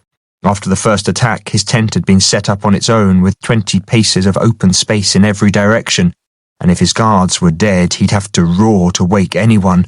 "Help!" The guards burst through the door and froze, staring at this creature out of the histories. It was the length of a dog, though lower to the ground, with a long, fanged mouth, vicious claws on all 4 feet, and all but the underside was covered in needle-tipped spines which were already oozing venom. The leading guard, a stocky, scarred, red-faced fellow who looked like a blacksmith, drew his sword and lunged. The Nihilatal was quicker. Arching its back like a cat, it squirted a third of a cup of milky green venom at his eyes. He let out a thin wail, not loud enough to be heard at the nearest tent, staggered sideways and collapsed, clawing at his face, which began to blister like pastry rising in an overly hot oven. The blisters burst to reveal raw red flesh beneath. The second guard, who was small, wiry, and fleet of foot, shielded his eyes with his left arm as he hacked and slashed, but as Nish knew painfully well, Nihilatal never attacked in the same way twice. It lost a couple of spines to the guard's blade, then its haunches bunched and it propelled itself at him as if fired from a catapult. He tried to weave out of the way, but the Nihilatal rolled in mid-air, opened its massive jaws, and as it landed on his upper chest, closed them around his throat. Blood fountained across the room. The Nihilatal tore through the guard's throat as he went down, exposing veins, sinews, and windpipe, then threw its head back and swallowed the chunk of his living flesh. Blood slicked back along its neck as if blown by a high wind. It stood on his chest for a moment, but instead of turning its head, it gave a little jump, rotating in the air, and came down facing Nish. Its glittering eyes fixed on him, and he felt its presence in his mind, compelling him as the first one had tried to do, long ago. Come to me. Come. Had he not been strapped to the bed, Nish would have gone, for in his weakened state he lacked the strength to resist it. He stared at the beast, knowing it was going to eat his face. It sprang again, arcing high over the first writhing guard, before landing on its 4 feet and tail. It had halved the distance between it and him. Its gory mouth opened and it appeared to smile. Then it propelled itself through the air and thumped onto the wooden bedhead. It teetered back and forth like a child's toy, and on every swing its yawning mouth came so close that he could smell blood and carrion on its breath and see the ruddy glare in its mesmerizing eyes. As it rocked back the third time, a strand of reeking red saliva oozed from its mouth to drape itself across Nish's forehead, burning like a red-hot wire. His free hand swung up involuntarily to wipe it away. The Nihilatal lunged, and for a second he thought it was going to tear his fingers off, but it drew back, going pant-pant in a way which suggested laughter. It seemed even more malicious than the ones he'd encountered previously, and more intelligent. Was it toying with him? He heard feet thumping on the hard ground outside. "Nihilatal!" he croaked. "Look out!" The Nihilatal arched its spiny tail up over its head like the sting of a scorpion, then snapped it down as if trying to get him in the throat. Nish tried desperately to get out of its way, but the straps held him, and one of its spines plunged deep into the muscle of his upper chest, just below the right collarbone. It hurt far worse than the arrow wound or the burst stitches. The spine must have gone in half the length of a finger, and he could feel venom squirting into his flesh, eating into him like hot acid. "Deliverer!" a man cried hoarsely. Only Zam could have wielded the huge sword advancing through the flap. A hairy fist, the size of a small melon, followed it. "Look out!" Nish gasped. Nish didn't doubt the big man's courage, but Zam seemed the last person who could tackle a creature with the lightning reflexes and malicious cunning of a Nihilatal. Its head swayed back and forth between Nish and Zam, as if it couldn't decide whom it most wanted to savage. Then it sprang low and fast towards Nish's belly and twisted around to face him, claws ripping through his shirt. It was either going to tear his face off or eat his entrails while he was still alive. But it didn't. It just crouched there, watching him. Zam lunged, and the point of his sword shot out, flicking back and forth too quickly to see. The Nihilatal tried to swerve away, evidently decided there wasn't time, sprang and landed on the flat of the blade, its scaly feet scrabbling for a purchase. The sword dipped under its weight, and Zam swung it away from Nish. The Nihilatal clung to the moving sword for a couple of seconds before streaking up the blade towards Zam's unprotected hand. He was going to die the way the 2 guards had. Zam spun the sword in mid-air in the centre of the tent, so hard that it blurred like the spinning rotor of an air dreadnought, with a streaked-out red and black clump clinging to the end. The Nihilatal lost its grip, shot up and struck the ridgepole. It tried to flip over to cling there, but missed and hit the floor on its back, where it lay for a second as if dazed. "It's pretending," Nish cried as Zam leapt. As it rolled over, Zam's gigantic boot came down on it as if squashing a cockroach. Putting all his weight on it, he twisted left and right, flattening it against the hard ground. Yellow froth boiled out of its mouth. He kept his weight there while it vainly tried to claw through his boot. Zam ground it into the dirt, then sprang backwards. The sword thudded into the ground, point first. Zam reached out without looking, heaved it free with his left hand, danced backwards, and with 2 quick cuts, quartered the dazed and damaged beast. It didn't move again. Nor did Nish's guards. Both were dead. Zam's eyes met Nish's. He was breathing heavily, though not as heavily as Nish was. Deliverer, Nish swallowed, then rubbed his burning, throbbing shoulder. Don't apologize for not being on duty, Zam. You just saved my life. Sir, I don't think... Lucky you moved into the nearest tent. I swore to protect you, Zam said simply. He unfastened Nish's straps and pulled back his shirt, though the Nihilotal's puncture had left only a little circular spot of blood. So you did, and I thank you. Would you be so good as to take the bodies out, then wash your sword? That venom lasts for a long time. Nish knuckled his shoulder, which made it hurt the more. He'd never felt such pain. It was as if boiling lye had been injected into him. But it did have one benefit. His mind was absolutely clear. And he knew what he had to do. I'll go and rouse out. Don't go anywhere, Sam. Someone sent that thing after me, and I don't know who I can trust apart from you. Unfasten the strap. Help me up. Can't bear to be so helpless. Zam did so, then began to drag the bodies out. Nish took up the writing tablet he'd drafted his orations on and began to write a letter to his defiance. For once the words came quickly, and were right the first time.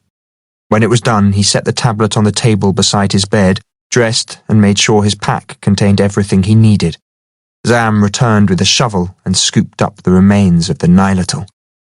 Leave it outside with the bodies. I want everyone to know what happened. Sir, said Zam. Nish waved him away, levered his feet to the floor, and stood up. The room revolved. He made a grab for the bedside table. What are you doing, Deliverer? Said Zam from the flap. You can't. Nish forced a smile, though it wasn't as carefree as he would have liked. How long until the guard changes? 2 hours. Then we've got 2 hours to cover our tracks, assuming Monk's Heart doesn't decide to check on me in the middle of the night. Get your gear ready. We'll need food and coin. Nish scooped a pot of salve and a roll of bandage into his pack. Take me to the tent where the war chest is held and talk to the guards while I burgle it. Nish chuckled. I feel better already. Let's get moving. It was a dark, misty night, and the scattered lanterns were ringed with halos as Zam led Nish to the treasure tent. Zam stood out the front, chatting to the guards as he often did, though they snapped to attention when they saw Nish. He shook their hands and spoke briefly to them until the guards at the back of the tent were called around to meet him too, as Nish had known they would be. He exchanged pleasantries with them, then said he was just going to have a leak and walked into the darkness. He slipped around to the rear of the tent, eased up the canvas and rolled under. The pain of the sting had eased, fortunately. The large war chest and the smaller were locked, of course, but Nish had been an artificer during the war and understood the workings of such mechanical devices. He had the larger chest open in a minute. He felt around with a stick in case of traps, uncanny or mechanical, then silently scooped a small amount of gold and silver into one of the leather pouches lying nearby. He tied the drawstrings tightly so it wouldn't chink and fastened it to his belt. The guards were still talking at the front. As he rolled out, more painfully, again Nish felt a momentary dizziness. Moving off into the darkness, he coughed twice, as agreed, and shortly Zam appeared. He retrieved their packs from where he'd hidden them, and 10 minutes later they were beyond the outer ring of guards and walking as quickly as Nish could manage, due north. Zam could see in the dark almost as well as a cat, evidently, for he wove through the grass and trees without ever tripping or losing his footing. Monk's Heart will come after us, won't he, sir? I left a letter to the Defiance, telling them of an urgent mission that I must carry out alone. Monk's Heart will have to show it to them to explain my disappearance, else the Defiance will fall apart. But once that's done, I'm sure he'll follow us. We've got 2 hours to cover our tracks. Can you do that, Zam? I'll do my best, sir. I'm a good woodsman. Nish felt sure that was an understatement, for Zam's every accomplishment had exceeded his expectations. He followed him into the night, doing exactly as Zam told him. Nish's mind was on more important matters. Who could have brought the Nihilatal here, and why did that person want Nish dead? No agent of his father would order such a thing, no matter their ambitions, for if Nish died, Jal-Nish's wrath would be both terrible, widespread, and indiscriminate. It left but one other person, though Nish couldn't bear to think about that.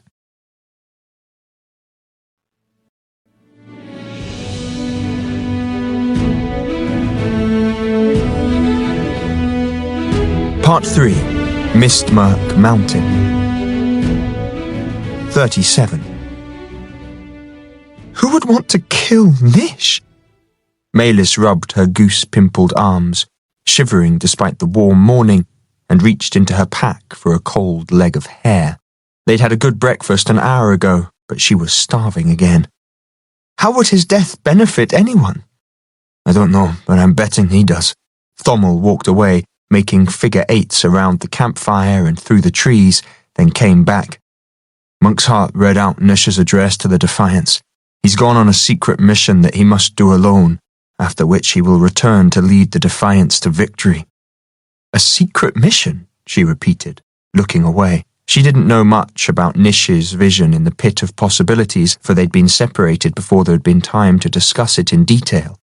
He had to find a tall but narrow plateau, like a cut-off needle rising out of the rainforest, and climb it to discover whatever was waiting for him at the top.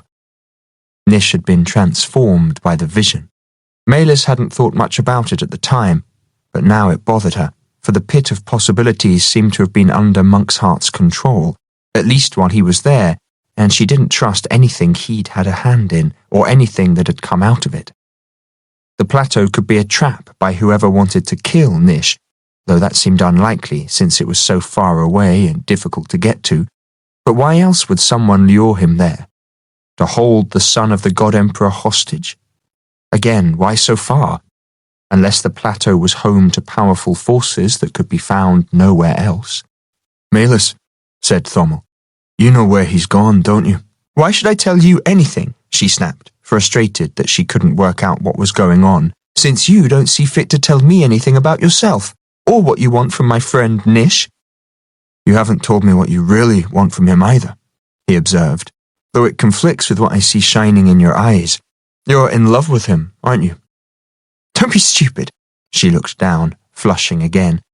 She had such trouble reading other people, yet her face was an open book to them, and she hated it. She cursed her sheltered upbringing, her youth and inexperience, and couldn't bear to be dependent on this close-mouthed and alarmingly perceptive fellow. Without food, money, and supplies, she'd never find the plateau, for as soon as she asked about it, she'd come to the notice of the God Emperor's spies. She had to trust someone, and it might as well be him, but she resented it. All right, she muttered, but you've got to tell me something about yourself first. He made another figure eight around the campfire, his agitation evident in every jerking movement, then sat down and said, Very well, I met Nish a long time ago, during the war. I helped him, and he made me a promise which he never kept. I'm sure there was a good reason. He gave her a cynical look, and she knew why. Nish had repeatedly tried to get out of his promise to become the deliverer, and now he'd fled. Was he totally untrustworthy? She couldn't allow herself to believe it. And yet, I don't know what his secret mission is, and neither would Nish want me to talk about his affairs to a stranger. But I do know where he's going. She described the plateau as Nish had seen it in the pit. He was all aglow after he had the vision. He said it was a lucky place for him. Thommel started. I know that plateau, he cried, smiling for the first time. I saw it when I was a timber cutter in the rainforest. It's called Thuntunimo, Mistmurk Mountain, and it's not that far from here. We could reach it in a fortnight of hard walking. Mistmurk Mountain. The coincidence of names had to mean something, if it was a coincidence, and she didn't like the sound of it. Assuming that Nish and Zam would have hidden their tracks, Thommel didn't try to find out which way they'd gone. He set off to the nearest town to buy boys' clothes and an extra pair of boots for Maylis, plus a small sack of flour, a round of cheese, and a string of onions. Everything else he planned to get by hunting with his short bow or by trapping. Maylis remained at the camp since the town was in the opposite direction to their destination, and she didn't want to take the risk of being recognized again. After eating, she felt vaguely ill, as she had last night. She was sitting by the fire, drinking cup after cup of bitter tea made from a local herb that helped to settle her stomach, when it occurred to her that if she didn't try to get her taffloid back now, there was little chance she would ever see it again. The thought of losing it forever to Froon was too much to bear, and she began to wonder if there might be a way to recover it. She still had her robes, and it would be a simple matter to get back into the camp wearing them, since there were plenty of other healers, though she would have to act right away. Once Monksheart and Froon set out after Nish, she'd lose the chance. I'll just go into the camp and see, she thought, and if it looks impossible, nothing has been lost. It also allowed her to put off the decision for as long as possible. Tulatine was right. She did lack courage. Within the hour, she was in the camp. The Defiance showed no sign of moving on today. The people looked dazed, uncomprehending, milling about in groups which were constantly breaking up and reforming, and everyone who entered the camp was accosted in case they had news of the deliverer. Maylis was asked 3 times before she reached the centre of the camp, to which she replied each time with a shake of the head. She wandered towards Monksheart's large tent. No one took the slightest notice. She circled it twice, feeling her chest tightening at the thought of trying to get inside. If Froon looked out, he would recognize her at once, despite her all-enveloping robes. What if he'd spotted her already? Maylis followed that thought through, imagining Froon kneeling over her with his blade, taking the living skin off her in one piece so he could make the perfect body glove for his master. No! She turned away and plunged back into the crowd, allowing it to carry her along and around the camp like a leaf in a whirlpool. A disturbance began at the other side of the camp, and the crowd surged that way, desperate for news or any kind of diversion. Maylis went with it for a while, until it occurred to her that this might be her chance to get inside Monksheart's tent, if Froon and his master came out to see what was going on. She fell back to the rear, then turned and wandered away until she had a clear view of the tent. Yes, there was the tall figure of Monksheart at the entrance, and Froon a few steps away. Monksheart gestured to Froon, who hurried after the crowd. Monksheart did not go inside, but walked a few steps, staring at the distant throng. Even from this distance he looked worn. His arms hung limply, and his back was bowed. Maylis was pleased to see it. Now or never. She tried vainly to calm herself, discovered she couldn't, then screwed up her courage as far as it would go and walked around to the back of the tent. No one was looking. She got down on the dry ground, lifted the side, and wriggled underneath. It was divided into a number of rooms inside. She was in a large room, an audience chamber perhaps, with a rug on the ground, several chests in the centre, and beside them a table made of planks set on trestles. She left this chamber for later. First, she had to find Froon's room. Ah, there it was, the smallest of 5. It had a low camp bed, the covers fastidiously arranged, a small chest, a long knee-high trestle table whose planks were shiny with oil, and a belt which sheathed a number of stilettos. His canvas bag was closed. Maylis checked it swiftly. It contained nothing but clean clothes. She turned to the chest. It contained several small instruments that might be alchemical devices, plus packets of herbs and powders and jars of balm. She looked under the bed, nothing but a spare pair of boots. She checked them. Nothing was hidden inside.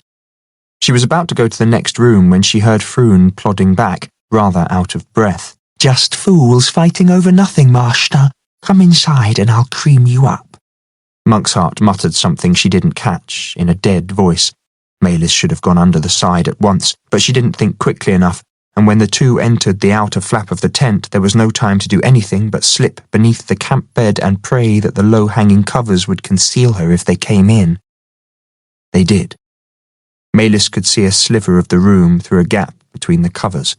Monksheart pulled off his robes, then stood while Froon peeled away the body gloves, inspected them carefully for tears, and laid them out over the bed. He then helped Monksart onto the table. He lay down carefully on his front, wincing. The weeping, corrugated skin covered him all over. Froon scooped balm from a jar and began to spread it over Monksart's legs. "The scouts saw no sign of the deliverer," Monksart said dully. "He's concealed his tracks too well. By the time I can scry them out, he'll be long gone. Our quest is teetering towards failure, Froon. How could it have come to this?" Malis couldn't hear Froon's reply over the squelching of the balm. Monksart went on. "He's gone after her, hasn't he? After all I've done for him." "I expect so, Master." "What's the matter with Jal-Nish? How can he not want to become the deliverer?" "He's fatally flawed, Master. I'd say his father has broken him, or else he's a gutless fool whose exploits in the war were a total lie." "No, Nish was a hero once, a great man. With his allies he changed the course of the world." "There's no sign of such vision now. You should have held to your original plan, taken his mind and used him as a walking, talking puppet." There was a pause while Monksart turned over. Then he said, "I dare say you're right, and should he ever fall into my hands again, that's exactly what I'll do. Unfortunately, that doesn't help us now. What does he see in the little wretch, anyway?" "It'll be her talent between the sheets, Master. The quiet, ugly ones make the best lovers. They have to try harder." Malis cringed. "And after all," Froon said slyly, "Nish hasn't had it for 10 years. It's not surprising he should become attached to the first little tart who spread her legs for him." "I suppose so." Monksart's voice hardened. "But it's not her only appeal, is it?" "What do you mean, Master?" "I've been looking into Clan Niflheim and I don't like what I'm seeing. There's a clan talent. Jal-Nish killed most of the men to be rid of it, but I think she's got it too." "But she has no aura, you said." "I thought Jal-Nish had made up those stories about Malis to protect her, but I've changed my mind since she followed us through the maze. She's got to have a talent. Look what she did to Vomix. Have you got that device of hers? What did she call it?" "She told the boy it was a tafloid." "Curious word," mused Monksart. "I've never heard it before." Froon moved and cut off her view, but Malis heard the rustle of tissue leather. "And just the touch of it was agonizing to Vomix," Monksart went on. "Can she have enchanted it in some way?" "I don't think so," said Froon. "I barely touched it, yet it felt as if my aura was being turned inside out, as though my very nature was being forcibly changed, yet it didn't hurt the boy." "The boy has no talent. He's just an ordinary kid with no aura. I don't dare touch it with bare skin. What did you say?" "It seemed to invert my aura, Master. No, it felt as if it was trying to convert my aura into its opposite, and changing me at the same time, transforming the very essence that gives me my talent." Froon shuddered ostentatiously. "Such torment!" "It's ironic that you should glory in inflicting pain on others yet be so sensitive to it yourself. It's a weakness, Froon. You should practice stoicism as I do. You'll be all the stronger for it." "I might not serve you so well then," Froon said sulkily. "Quite, and we can't have that." "Ah," said Monksart. "Hand me my glove, then stand back. Give me room." Froon fetched the body glove Monksart had taken off earlier and moved out of the way. Monksart held the tafloid in his left hand in several folds of dangling tissue leather, turning his hand this way and that. He popped the tafloid open with a covered thumbnail, studied the moon dial inside, made a pass over it with his other hand, then snapped it closed. "Very, very clever," said Monksart. "What is it, Master?" said Froon. "It's designed to conceal an aura, her aura, completely. That's why I saw nothing when she came to Tifferfight, though I looked on all the planes." He shook his head in wonder, staring at the little device on his palm. I've never seen anything like it. This was made by a master craftsman. Maylis, lying under the bed, had a sudden, horrifying thought. What was concealing her aura now? Was it just the nearness of the taffloid? If so, and Froon went out of the room with it, Monk's Heart would see her aura at once. She almost choked at the thought. She could feel the blood roaring through her veins, and surely they must notice that too. She would never get out of here alive. How does it work? Said Froon. By mimicry, I think, by imitating another person who doesn't have an aura. Does the taffloid enhance her little talent then? Said Froon. Monk's Heart gave a mirthless laugh. Your sneer is misplaced, Froon. It's designed to suppress Maylis's talent because it's too strong. Maylis started, then almost screamed in panic. Had she made a sound? Surely a strong talent meant a strong aura, and the taffloid wouldn't need to be far away before her aura showed up. Suppress it! Cried Froon. She would have been given the taffloid to conceal her talent as soon as it began to appear and to stunt its development. That saved her life. No child living so close to Moraloon could have concealed such a strong gift from Jal-Nish.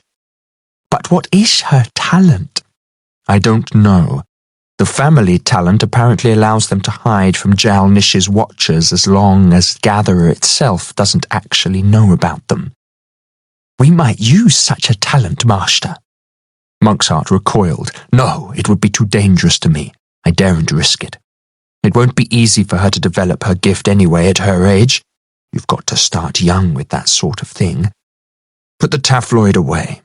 He handed it back. Froon wrapped it in its tissue leather and hung it around his neck.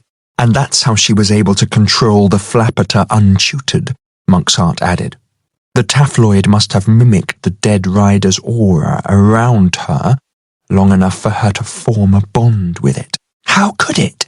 Said Froon. His aura would vanish the moment he died. I have no idea, said Monk's Heart, shaking his head. He lay down, and Froon began to rub the balm on him again. It must have happened when I imploded the crystal before I killed the rider, Maylis thought.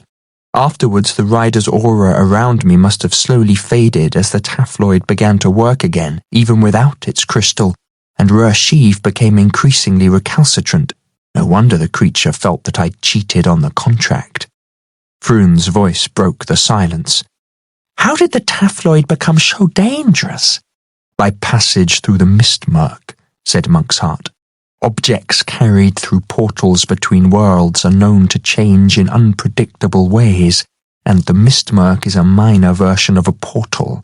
The pit of possibilities is the antithesis of what existed there before the Tiffafite node was destroyed, a negation of the power of the node, perhaps, and it nullifies all normal powers and forces. Does that always happen when a node is destroyed? Ah, that's the question Jal-Nish most wants answered. And what is the answer, Master? No one knows. Every destroyed node is different. Some are transformed into nothingness, some into a new and opposing force, and some, perhaps, into forces which are the antithesis of each other. I don't think we'll ever know. It would take a Mancer's lifetime just to study one destroyed node. But you understood the destroyed Tiffafite node? Only enough to know why it could reveal the futures. That's why I set it up to spy on Jal-Nish. The pit should have nullified Maylis's taffloid too, but the abrupt transition from pit to maze through the mist murk has changed it. It's made the taffloid greater, but more dangerous. So that's why she'd seen Jal-Nish using the tears. In the pit, the taffloid had been prevented from suppressing her talent, and because the place had been set up for Monk's Heart to spy on Jal-Nish, her talent must have shone out and caught that fleeting glimpse of Gatherer. And Maylish? Froon's voice had a deadly edge. What did she see in the pit, I wonder, with her special talent? A very good question, Froon. More importantly, what are we to do about her? She's a wild card, Master. She keeps interfering, changing the future in unpredictable ways. The wrong ways. You should have dealt with her at once. The squelching stopped abruptly. I could hardly do that, Master, with hundreds of the Defiants around. Twice before you had the chance to finish her and failed. Monk's Heart sat up and his voice took on a low, silky edge. I'm starting to wonder about you, Froon. Master, said Froon with a sharp intake of breath. Count the hundreds of ways I've served you, then weigh my few failures against them. Where would you be without my balms and unguents, to say nothing of the body gloves I've risked my life to provide you? Some donors proved most reluctant to give up their living skin. Monk's Heart sighed. Very well, you have served me, Froon, and I'm grateful for it. Assist me into the gloves, please. I must make plans for the hunt. He hopped down from the table, and Maylis heard a series of squelches as the body glove was eased up his balm-covered body. What unfortunate had given his or her young life to ease his pain this time? Are you going to take the Defiants with you? Said Froon when it was done and Monk's Heart was donning his robes. No, we must travel alone and fast. I'll make arrangements for them to follow and to be fed titbits about the deliverer on the way. Otherwise they'll soon lose heart and go back to their villages. Should that happen, it won't be so easy to raise them next time. If there is a next time. There must be. I'm wondering if the girl isn't the key to him. Find her, and we may find him sooner or later. Get onto it, Froon. Learn everything there is to be known about Maylis of Niflheim, her family and clan, whatever it costs. And then? Hunt her down, Froon. Yes, Master. And when I get her? I'll extract what she saw in the pit. And then, Master? Froon sounded uncertain. Monk's Heart laughed harshly. I'm teasing you, faithful Froon. You'll take her skin, of course, then kill her to make sure no one else learns what she saw. Thank you, Master. Froon's tongue was lapping at his lips again as he packed away his balms and lotions. He bent to put them in the chest, and the taffloid slipped out of his robes, dangling on a chain around his neck. She saw it clearly for the first time, and felt a sudden, overpowering urge to hold it in her hand again. Maylis bit her knuckles to stop herself from crying out, but she must have made a sound, for Froon's head whipped around. He stole across the room, and she was sure he knew she was there. What was she to do? Should she burst out, knife in hand, and go for him? She'd never get away from him and Monk's Heart, but she might just take Froon with her, and that would be doing the world a service.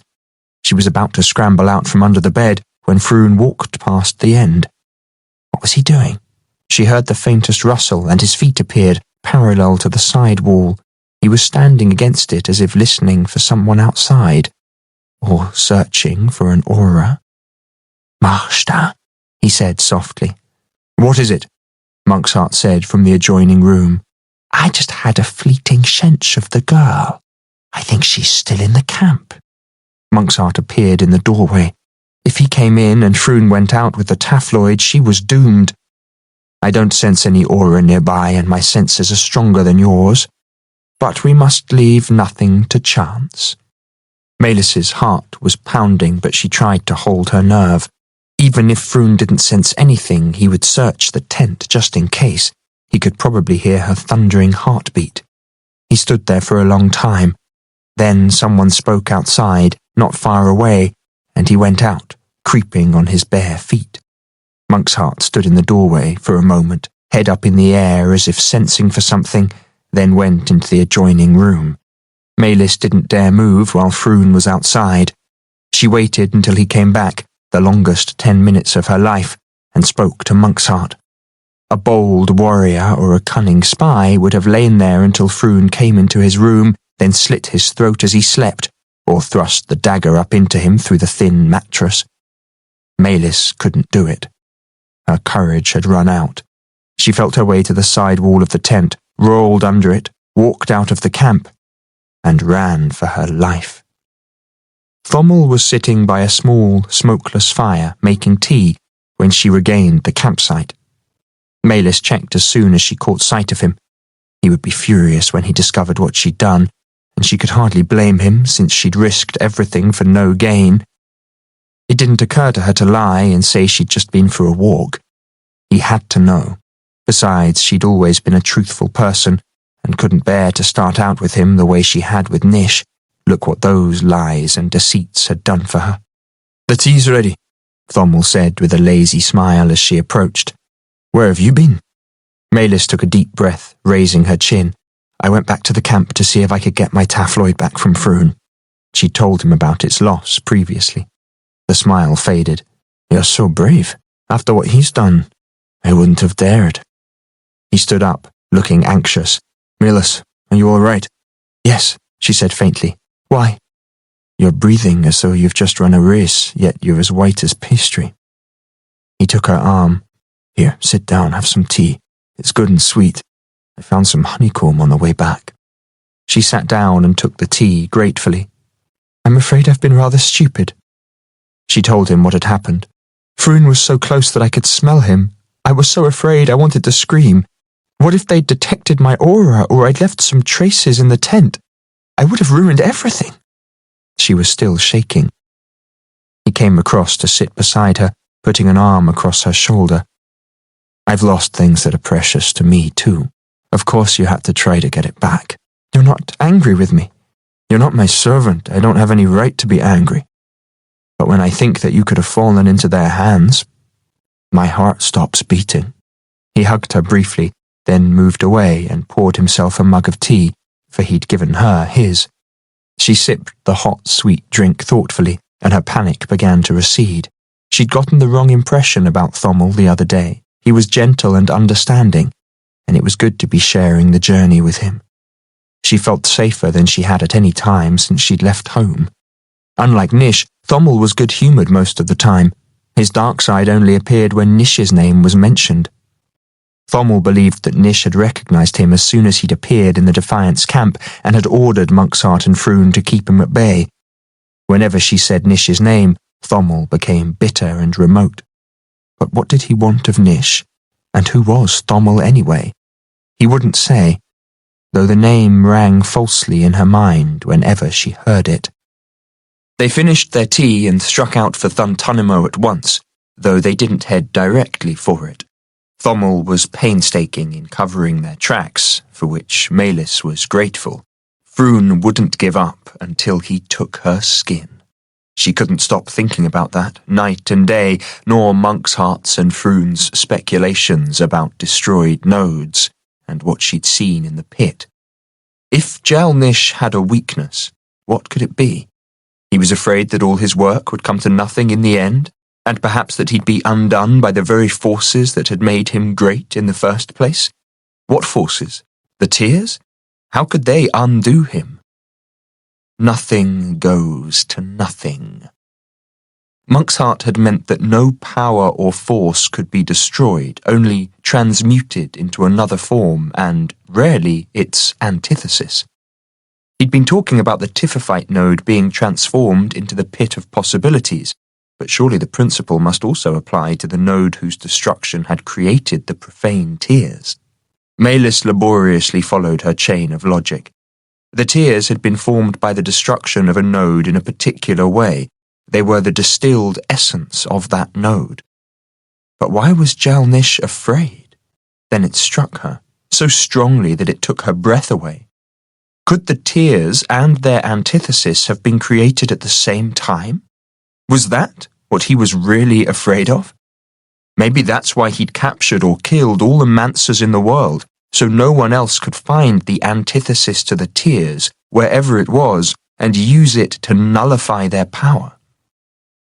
She was getting a headache, and her idle speculations were no help, so she put them aside for another time and went on to Monksheart's other revelation, that her talent was strong, but had been deliberately stunted. It would be very difficult to learn at her age, and she couldn't help resenting that. 2 days later, they entered the vast, steamy rainforest that ran north and south for 50 leagues and east-west nearly as far. It was easy walking for the most part, for the gigantic vine-clad trees cut off most of the light, and in consequence the leaf-covered ground supported only scattered tree ferns and gigantic, unpleasant-looking fungi. They were constantly slapping mosquitoes and picking ticks and leeches off each other. However, in these empty lands, which had been further depopulated by the war, they often walked for days without seeing a soul, and Melis's spirits rose the further they went. No people meant no watchers for the God-Emperor, and since opening up, Thommel had become pleasant company. He was also a quick and skilled hunter with a short bow, and they'd had fresh meat nearly every day, which was just as well, for Melis was still ravenous. She was eating more than Thommel, though she often felt ill afterwards, and sometimes was weak from hunger a few hours later. 5 or 6 days into the rainforest, she woke in the middle of the night with her stomach churning as though she'd eaten bad food. Not wanting to disturb Thommel, she got up quietly, slipped out of the circle of the firelight, and stumbled a polite distance into the forest before throwing up violently. Melis raked leaves over the mess with one foot, went back and washed her face, then slipped into her thin bedroll. She slept at once but woke not long after, alternately hot and cold, with her belly churning painfully as if 2 cats were fighting in it.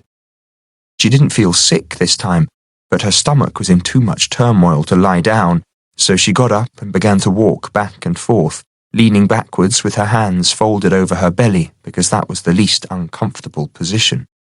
Her stomach felt hot and swollen. Having helped to look after the clan's animals since an early age, she knew that cattle could suffer from bloat if they ate certain herbs in the wrong season, and if their bellies weren't punctured to let the gas out, they would die. Could that be the matter with her? It wasn't a pleasant thought. Melis. Thommel was lying on his side, supported on one elbow, looking up at her. Just a pain in the stomach, she said, walking the other way. She never wanted to trouble others. I'm sure I'll be all right in a... Her stomach heaved so violently that she couldn't control it, and a stream of vomit burst out of her mouth. She fell to hands and knees, retching and retching until there was nothing left to bring up, by which time she could only lie on her side, knees drawn up, gasping. Thommel crouched beside her, holding her hand. She wanted him to go away. She couldn't bear for anyone to see her in such a state, but was too weak to say so. Melis just lay there, her stomach churning ever more violently. Despite throwing up everything she'd eaten and drunk, it felt even hotter and more swollen than before. Eventually she started to feel a little better. Thommel washed her face and hands with a wet cloth and held her up. Must have been something I ate, she whispered. But you've eaten the same things as I have. He sat back. You're not pregnant, are you? Jal-Nish. She wanted to laugh, but couldn't manage it. No, she said faintly. Her throat felt raw. Are you sure? It can take time to show. I'm a virgin, Thommel. Just saying that would have embarrassed her had it been Nish, but she felt so much more comfortable with Thommel. Right, he said. And I don't see how it can be food poisoning since we've eaten the same things ever since we left.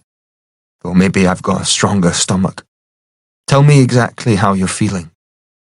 Melis described her symptoms. He shook his head. I don't understand it. Stand up. I want to look at you. He had to help her up and hold her up once she was on her feet, for her knees were wobbling. He looked her over, pulled up her shirt and felt her stomach, then knelt and put his ear to it. It tickled, and now Melis did feel uncomfortable. She tried to pull away. I'm sure I'll be all right in the morning. Stay there. He put one arm around her back and pulled her towards him until her belly compressed against the side of his head. Her stomach began to churn even more violently. You've got a bug. He stood up. Well, obviously, she muttered. A stomach bug, but I'll soon be over it. I hardly ever get sick. Not this one.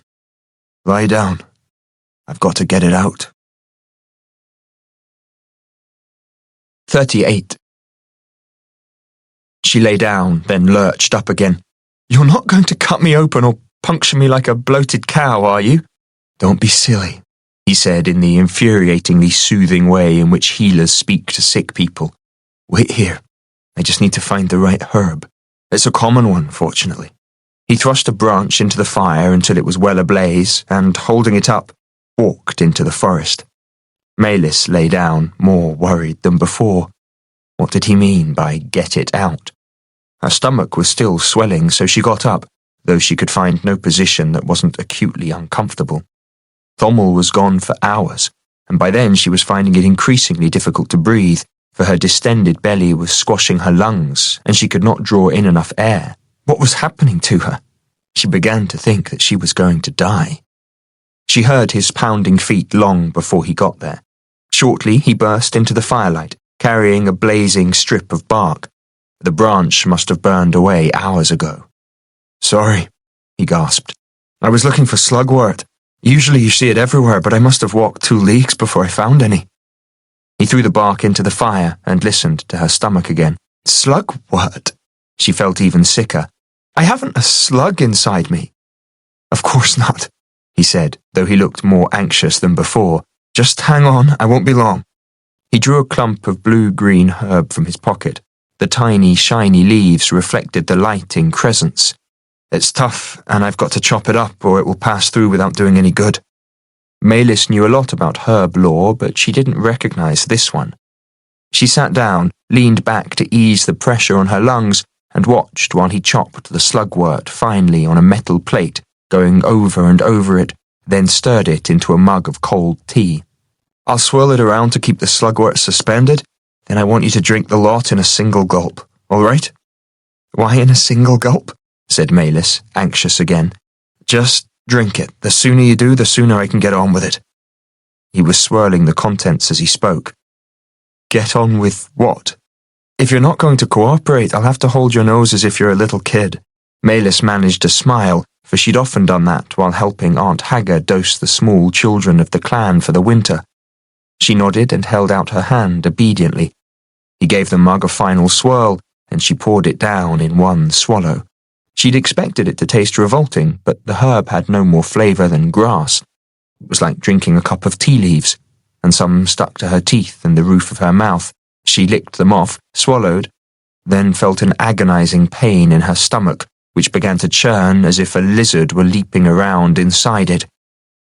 Mailis reached out blindly, caught Thommel's hand, and squeezed it so tightly that he had to clench his jaw. "What is it? What's the matter with me? Am I going to die?" Thommel's hesitation was tiny, but it was there. "Why would you think that?" "Don't tell me any lies. If there's something badly wrong with me, I've got to know. You've got a bug inside you, and it's growing fast. Wild meat sometimes has the eggs in it, and if it's not cooked through, they can survive." She felt sick, disgusted, and very, very cold. "What kind of a bug?" "It's called a slurchie. It's not common here. I've only seen it once before. I should have warned you to be careful and not eat any meat that was still pink inside." "That's the way I like it," she said quietly. "Me too, but—" "And when you saw a slurchie before, what happened?" Thommel paused. "The man who had it died. How does your stomach feel now?" "It's still churning, though not as much, but it doesn't hurt anymore." "Good. That means the herb's working. It numbs the organs to pain. I'd better get to work before—" He got up and began to rifle through his pack, pulling things out and tossing them on the ground. Mailis didn't ask what he was doing, but she didn't think he would tell her. She'd never heard the name Slurchie before, but it sounded nasty. Thommel had a length of thin cord and was weaving and knotting something on the end, like an open basket about the size of a large lemon. He finished his work, examined it carefully, then rolled it into a ball between his palms, and came across bearing another mug of water. He handed her the ball, which had an arm's length of cord trailing from it, but held on to the free end. "Swallow this with as much water as you can drink." "Seriously?" "Quickly, there's not much time left." Mailis didn't see how it could work, or even how she could get the ball down, but she took it into her mouth with half a mug of water and swallowed. The water went down, but the string caught in the back of her throat. She gagged and began to heave it up, but Thommel held her mouth open and poured the rest of the mug down her throat, and she felt the string go down further. He ran for more water. She swallowed it, and the ball of cord went the rest of the way. He held on to the end. It felt horrible, the cord running up the back of her throat, and she was constantly suppressing the urge to heave. "Just keep taking tiny sips if it troubles you," he said. "How's your stomach now?" "Hardly churning at all." "Oh." She'd thought that would be good news, but he looked grave. "Well, I'm sure it'll be all right." He didn't sound confident, and Malis, who could only imagine what was going to happen if it wasn't all right, felt sick. "Lie down, Malis. Pull your shirt up." She lay on her back and drew her shirt up above her stomach. He got down beside her, put his ear to her belly and kept moving it around, listening. He frowned, pushed her left breast up out of the way and listened to the top of her stomach, then did the same to the right. She didn't protest. For the moment he was a healer, and she was just a body to him. "All right," he said. "Sit up and turn over. I need you on hands and knees, bum up as high as it will go, head down until your forehead touches the ground." She complied, feeling most undignified. "Now straighten the curve of your back. Your belly's a bit compressed and we don't want that." She did so. Her lower back immediately began to ache, but she ignored it. "Ready?" "Yes," she whispered, feeling very afraid. With his free hand, he stroked her hair and she felt better. She had confidence in Thommel. If it could be done, he would do it. And if not, well, people often got sick and died for no discernible reason. That was fate. "Now I'm going to draw out the cord really slowly. Stay calm and don't move, no matter what happens, or no matter how much it hurts. Can you do that?" She nodded, almost imperceptibly. He stroked her hair again and she felt a calm descend on her, a kind of peace. Thommel began to pull on the cord ever so gently, taking up the slack. Malis felt vaguely nauseous. The cord grew taut. He drew on it even more carefully, frowned, eased off the tension and pulled it taut again. "I'm not sure," he replied to her unasked question. He eased off, pulled taut, eased off, pulled taut. I think, yes, I'm sure I've got it." He pulled harder, drawing a finger joint length of cord from her mouth. Something flipped back and forth in her lower belly and she felt a twinge of pain. This time it was like a spiny eel thrashing on a line. Her lower back was throbbing now and it was growing ever harder to hold it straight against the curve of her backbone. The backs of her legs were aching too, and the muscles in her neck. She began to feel shaky. How long was this going to take? "You're doing well, really well. It won't be long now."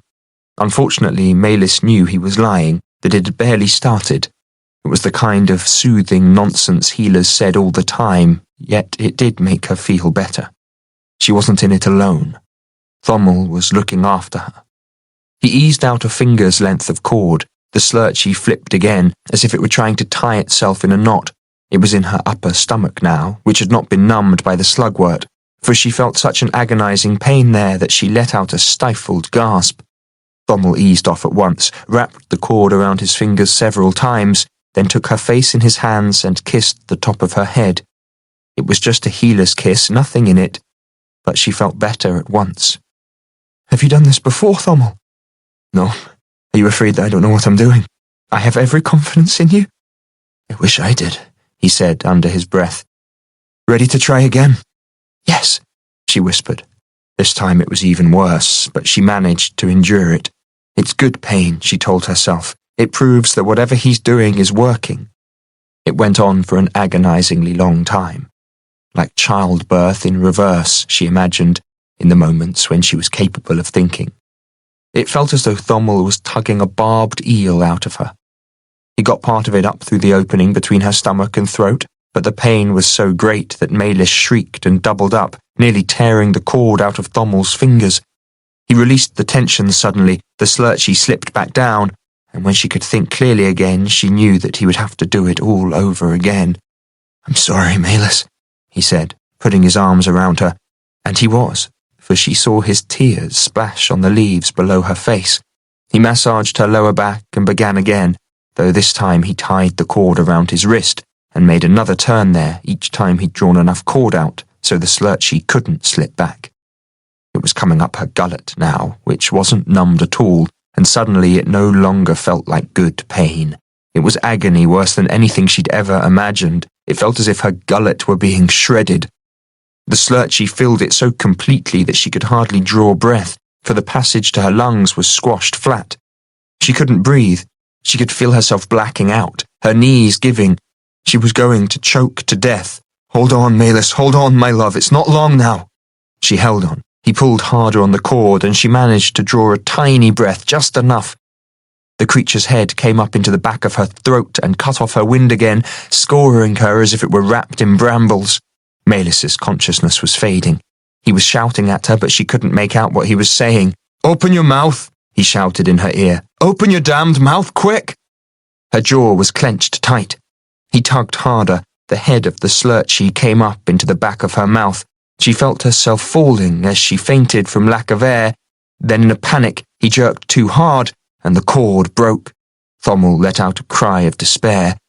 Malis hit the ground with her left cheek, hard enough to feel it. Then he was down beside her, crying out as he threw her over onto her back, prized her locked jaw open and thrust one hand into her mouth. Malis could hear horrible sucking and gasping sounds coming from her, and repulsive gurgles and squelches, followed by a thin squeal like no sound she had ever heard, as Thommel caught the slurchie around the head and in one desperate, agonizing heave, ripped it out of her. Malis sucked in 3 breaths' worth of air, and it was the sweetest she'd ever drawn, though her mouth tasted foul and slimy, and her lips were burning. She tried to spit it out, but the slurchie's mucus was so thick that it wouldn't move. Something popped in her stomach, then it heaved uncontrollably, and she threw up all over herself, bringing up a bucketful of watery slime flecked with black ovoid specks. It burned too, though at least it washed away the muck that had coated her mouth and tongue. Malis sat up, dripping but too relieved to worry about the spectacle she must make. After what she and Thommel had been through together, it didn't matter at all. He was crouched on his haunches, still holding the squirming, flapping slurchie out in his bloody right hand, and he wore the biggest, most beaming smile she had ever seen. It warmed her. The creature was enormous, the length of her forearm and outstretched hand. Its small head, which was still burrowed inside the cord basket, was covered in feelers and sucker discs and what looked like a ring of tiny, transparent teeth. Its black and yellow body was shaped like a stubby eel, with dozens of little legs ending in clinging barbs, and it had a row of raised spines down the center of its back. The barbs on the front feet had latched on blindly to the cords of the basket, fortunately. When it's numbed by slugwort, it likes to burrow its head into something, though, Thommel looked up at her, it doesn't always burrow into the cord basket. She knew what he meant, and I suppose it can pull out of it too. So I've heard. She didn't need him to say how fortunate she'd been. It's so big. How long has it been in me? He shrugged. It jerked in his hand as if trying to get back to Malis. She pulled away hastily. I don't know, a week or 2? They grow quickly, feeding on your food until their needs are more than you can eat, and then they start to eat you from the inside. Do you want a closer look? That explained why she'd been so ravenous and often felt ill after eating. She shuddered. No thanks. I'll get rid of it then. He got up and went to the fire, unravelling the cord from his wrist. The slurchie began to thrash in his bloody hand. More blood was running down his wrist. He leaned over the fire and tried to shake it off, but it dug in its barbs, twisted and pulled its head free of the basket. Its head curled around on itself, squirmed at his palm, and dug in. Thommel let out a cry of pain and lurched backwards, trying to pull it off with his other hand. The barbs on its plump little legs dug in there too, and the yellow markings on its back began to flash on and off like a firefly. For once, Thommel's calm self-possession had left him. He was reeling around, panicking as he tried to fling it off, but it wouldn't let go. Malis scrambled up, picked up a stout stick, and stumbled towards him. Hold your hands away from you, she croaked, for the slurchie was flipping back and forth, and she was afraid it would go for his mouth or his belly. He did so. She crept closer, afraid that it might go for her too. Don't think, just do it. She took careful aim, whacked down with the stick, and her blow tore the sucker mouth off his palm, skin and all. It clung onto his other hand with its barbs, squirming its body around to get a better grip, and she had to whack it again and again, until finally a lucky blow knocked it into the coals.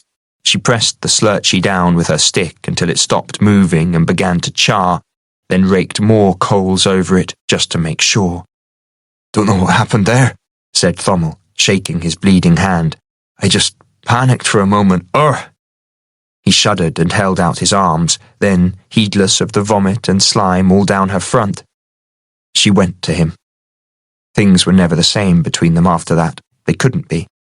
When Maylis woke in the morning and looked across the embers to Thommel, it felt like she was seeing an old, trusted friend. They did everything together for the rest of the trip, and it was a wonderful time, the best Maylis could remember since her childhood. She'd never been friends with a man before, and after all the bitter talk of her mother and aunts, had not imagined that such a thing was possible. The remainder of the journey proved uneventful, however, and the only blight on it was her lost Tafloid. She cursed herself for missing her one opportunity to regain it. 15 days after hearing the news about Nish's flight, they stopped on a rock-crowned hill, staring at Thuntunamo Peak. It stood alone, though many similar peaks rose singly or in scattered clusters out of the rainforest. All were sheer-sided and many needle-narrow, at least in their upper sections, more or less as Nish had described his vision in the pit. It was sunny over the rainforest, with just a few scattered clouds in a washed-out blue sky, but the plateau was so tall that they created their own weather, and the tops of most were concealed by clinging cloud. "How can you be sure this is the one?" said Maylis. "They all look the same." "You said Nish kept talking about his luck turning and riding his fortune while it lasted." "Yes," she said dubiously. "In my woodcutting days, I walked around every one of these peaks, searching for the rare timbers that grow nowhere else. The other needle plateaux are circular in outline or oval or have ragged edges, but Thuntunamo is in the form of a cloverleaf, and I always felt lucky when I was here." "I was lucky." "How do you mean?" "I came to the plateau country searching for the precious red amber tree, whose timber is more valuable than gold. The base of Thuntunamo Peak is one of only 3 places on Laurelin the red amber tree grows, and no one knows it's here but me.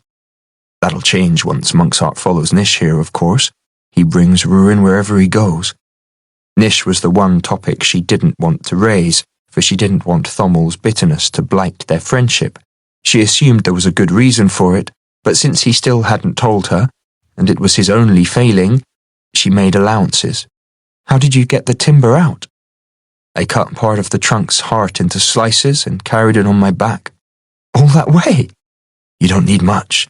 Red amber wood isn't used as timber, it's too valuable. I stacked the rest carefully so it would season, for I planned to come back for it." "But you never did?" she guessed. "I fell foul of one of Jal-Nish's labor gangs, slave gangs really, and spent 2 years of my life on it, though it felt like 20. They drive you until your bones crack, Maylis. The other slaves were dying all around me, and I wanted to die too just to escape. How I envied Nish, idling his sentence away in a comfortable cell." Maylis felt that she had to defend Nish, though she was coming to think that he wasn't the man he'd been made out to be, and, guiltily, that Tulatine had been right, and her previous feelings for him had just been a romantic infatuation arising from reading his tale so many times as an impressionable child. He didn't compare to Thommel, and that troubled her, for even now she only knew one certain way to secure her family's safety. "It was a stinking hole," she said mildly. "I could still smell it on him days after he'd bathed." "We slept in stinking holes too, and ate slops." He wasn't bitter now, just matter of fact. "Then we were whipped awake at dawn 7 days a week and broke our backs in hard labor, hauling gigantic logs out of the forest." "What's red amber wood used for?" she asked. "All sorts of things. The wood dust is steeped and mixed into potions, salves, and unguents to fight infections. Also in the subtlest of perfumes and as the rarest and most tantalizing of spices. It's considered to confer good luck. Many people also think that having it in their house is a blessing on their family and all their endeavors. I wouldn't know about that, though I was always lucky when I carried some, and I felt cursed as soon as it was taken from me. But the greatest value of red amberwood, from Thuntunamo at least, is as a ward against unwanted spells and charms. Perhaps the trees take up something of the native magic of this place as they grow, for red amber wood from other places is far weaker. I would have made my fortune from it, if only. Anyway, just a splinter will do. Worn on the body, or burnt in a brazier, it will protect a household for a day or two. Thommel sounded like a fairground spruiker now, though she loved to see him so animated. It's not proof against strong arts. Only a king could afford enough red amberwood for that. But if you could... He looked over his shoulder, then lowered his voice with an uneasy smile. It's said that you could walk past a wisp watcher carrying a sign, "Death to the tyrant god emperor," and the watcher wouldn't see you. Really? I could use some of that. Wait a minute, she cried, staring eagerly at the peak. Thommel, if there is something uncanny hidden at the top, what if it's surrounded by red amberwood? Maybe that's how it's been hidden from the god emperor all this time. He raised an eyebrow, and Maylis realized that she'd said too much, and perhaps given Nish's secret away. She prayed that she was right about Thommel, and that he could be trusted. They trudged across to the base of Thuntunimo and circled the peak twice, but found no human footprints save their own. They trekked to the other needle peaks nearby, in case Nish had gone to the wrong one, finding no sign there either. A week of agonizingly drawn-out days went by. Nish failed to appear. Finally, Maylis was forced to conclude that he'd either been taken or had fallen along the way. We'll give him a few more days, said Thommel. I knew where I was going, remember. Let's climb up a bit. We might be able to see something. The clover-leaf-shaped peak was somewhat broader at the base, and its cliffed walls were indented by 4 precipitous clefts, though only one of them looked climbable. They scrambled up it for 100 spans, struggling on wet, mossy rocks which often moved underfoot, to a point where they could see back over the rainforest. Hey! Cried Thommel, staring. Just a few days' march behind them, a flight of flappeters was circling. Maylis sprang under the fronds of a tree fern, though the flappeters couldn't have seen them from such a distance. Only 2 things could bring such valuable creatures here, said Thommel, who hadn't moved. The Defiance or Nish. They're circling over a big area, said Maylis, after watching for a while. Her heart leapt. They're following Nish. Perhaps, said Thommel, or the Defiance, and whoever it is, the God Emperor's forces must be shadowing them. So even if Nish did turn up and found what he was looking for on the plateau, there wouldn't be time to get away with it. What if he were out there now, desperately searching for this peak among dozens of similar ones? That could take weeks, since the cloverleaf shape wasn't apparent from a distance.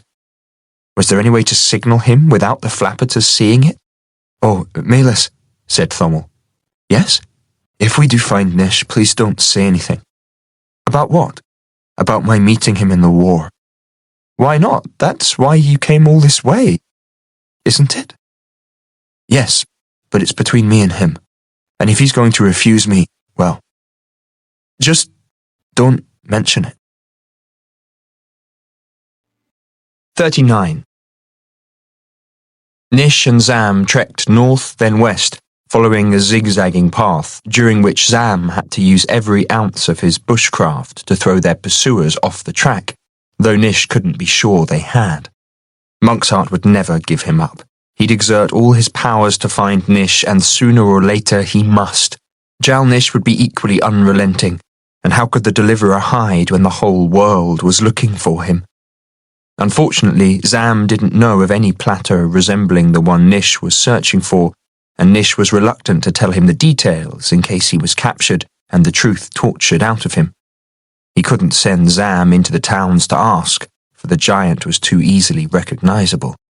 Nish had to go alone, in disguise, though through judicious questioning in a number of inns he learned that plateau formations like the one he was searching for could be found at just one place in Crandor, deep in the rainforest 50 or 60 leagues west of Guffians, not far from the steep rise of the legendary and ill-omened Wan Bar, the Crow Mountains. Once they reached the sparsely populated rainforest, Nish breathed a little easier, for the chance of accidental discovery was slight here. Conditions were more comfortable too, It wasn't nearly as hot, though it was stiflingly humid. They were drenched in sweat night and day.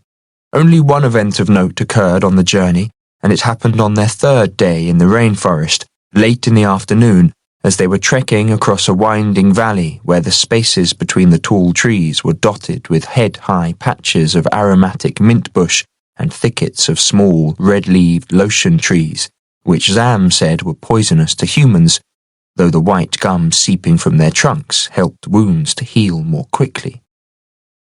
He had been stalking a small twist-horn deer through the forest for an hour and had shot it, but it had not yet fallen. Zam was approaching the thicket where it had taken cover, bow in hand. "Quiet now, sir, and be careful. Even a small deer can be dangerous." He broke off. Nish heard a thin bleat, a furious scrabbling, a grunt, then a thud, and more scrabbling. "Stay back," Zam hissed, sweeping Nish behind him with one arm. "No. Climb a tree." "What is it?" Nish whispered, staying where he was but readying his own sword. He'd defeated Lyrinx in hand-to-hand combat. He wasn't going to run away from a wounded deer. Zam loosened his sword in its scabbard and drew a different arrow. It was short but heavy, with a broad steel head sharp enough to shave with. He fitted it to his compact bow, which could have been carved from the rib of a mammoth, and drew back the twisted cord until his arm quivered under the strain. Nish felt a twinge of unease. In Zam's hands, that bow could send an arrow in one side of a buffalo and out the other. Perhaps he should have climbed a tree after all. He scanned the area behind him, though none of the nearby trees were climbable. Something crashed through the head-high band of mint bushes to his left. "Tusker!" Zam roared. "Look out!" He'd whirled and fired before Nish sighted the beast. It burst out of the deep shade, coming low and fast. All he saw was a blurred shadow with red eyes and two pairs of yellow tusks, one pair upcurved, the other pair arcing to the sides, and a foam-covered snout. The arrow disappeared into its chest and went straight through, for Nish saw bark fly off a buttressed tree root further on, but the tusker kept coming, its hairy trotters making little sound on the soft earth. It was no more than 20 paces away when it swerved towards Nish with an ear-piercing squeal. Zam had already drawn a second arrow and was nocking it when another tusker shot out of the undergrowth where the rustling had been coming from. It was much bigger than the first, as long as Zam was tall, and the upcurving tusks were almost the length of his bow. There was blood on its snout. Zam turned to face it, putting himself between it and Nish. Nish couldn't allow him to fight both of them alone. He heaved out his sword and waited for the smaller tusker to come to him.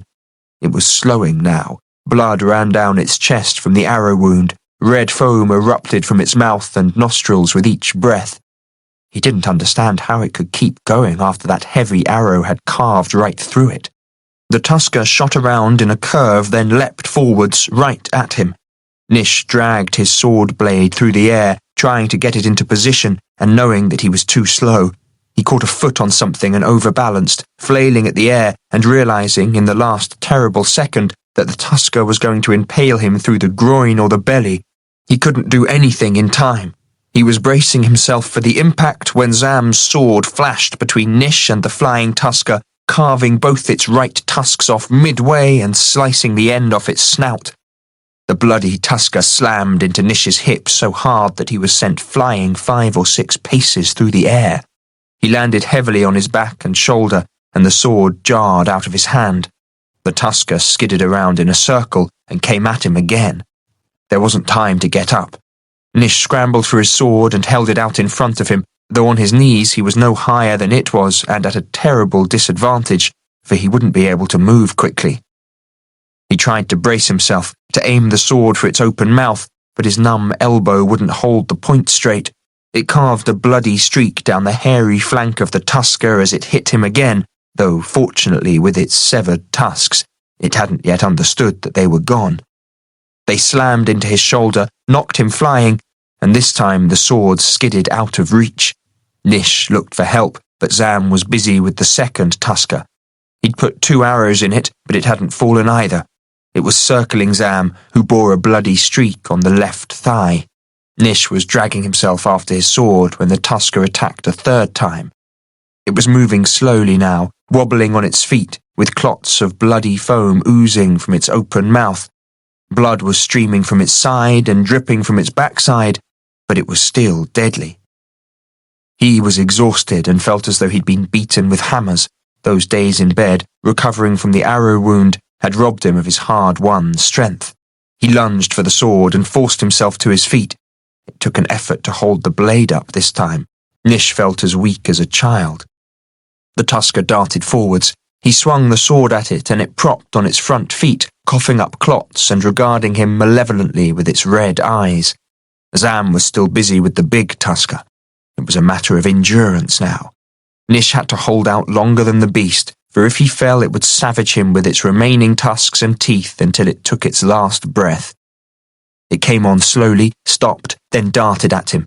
Nish strained his shoulders, getting the sword in position, but this time the wobbling point slid into the neat slit below its throat, where Zam's arrow had entered. He forced the sword in, but still the tusker kept coming, its trotters tearing at the earth as it strained to get at him, all the way until it was stopped by the hilt. Nish's feet slipped, he was forced backwards. Then suddenly the light went out of its eyes, and it toppled sideways. It was dead. Nish pulled his blade free with an effort, wiped it on the tusker's flank, and turned around. Zam bore another streak on his thigh. His tusker was on the ground too, though still kicking. Zam was bent over, panting, and his face was grey. Then, as Nish wavered towards him, Zam lay down his sword and bowed to his fallen foe. "You fought nobly for your young, proud beast, and I salute you." The tusker's back trotters tore at the earth, but it was unable to rise. Zam took his sword, touched the beast on each shoulder and then on the top of the head, then killed it with a single clean thrust between the ribs into its heart. Zam turned, saw Nish hobbling towards him, and smiled. "For a minute there I thought I'd let you down, Deliverer." "Call me Nish," Nish said. "From now on you are my brother, and I know you'll never let me down."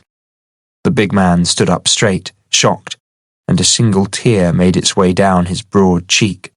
"Sir," he said, bowing until his head touched the ground, "you do me an honour no man can deserve. I cannot." Nish raised him up again and embraced him. "Are you denying the Deliverer?" "No, of course not, Nish." He pulled away, scrubbed at his eyes with his free arm, and looked Nish over carefully. "Are you all right?" "Bruised but unharmed. That was the act of a noble man, Zam." Nish meant it.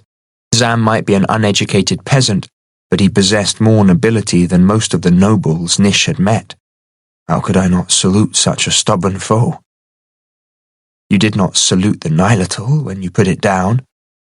"That was no natural creature. Nish, it was an evil thing created by an evil mind." He turned away, limping badly, hesitated, then came back. "Sir, Nish," he said diffidently. "Could you look at my wounds for me?"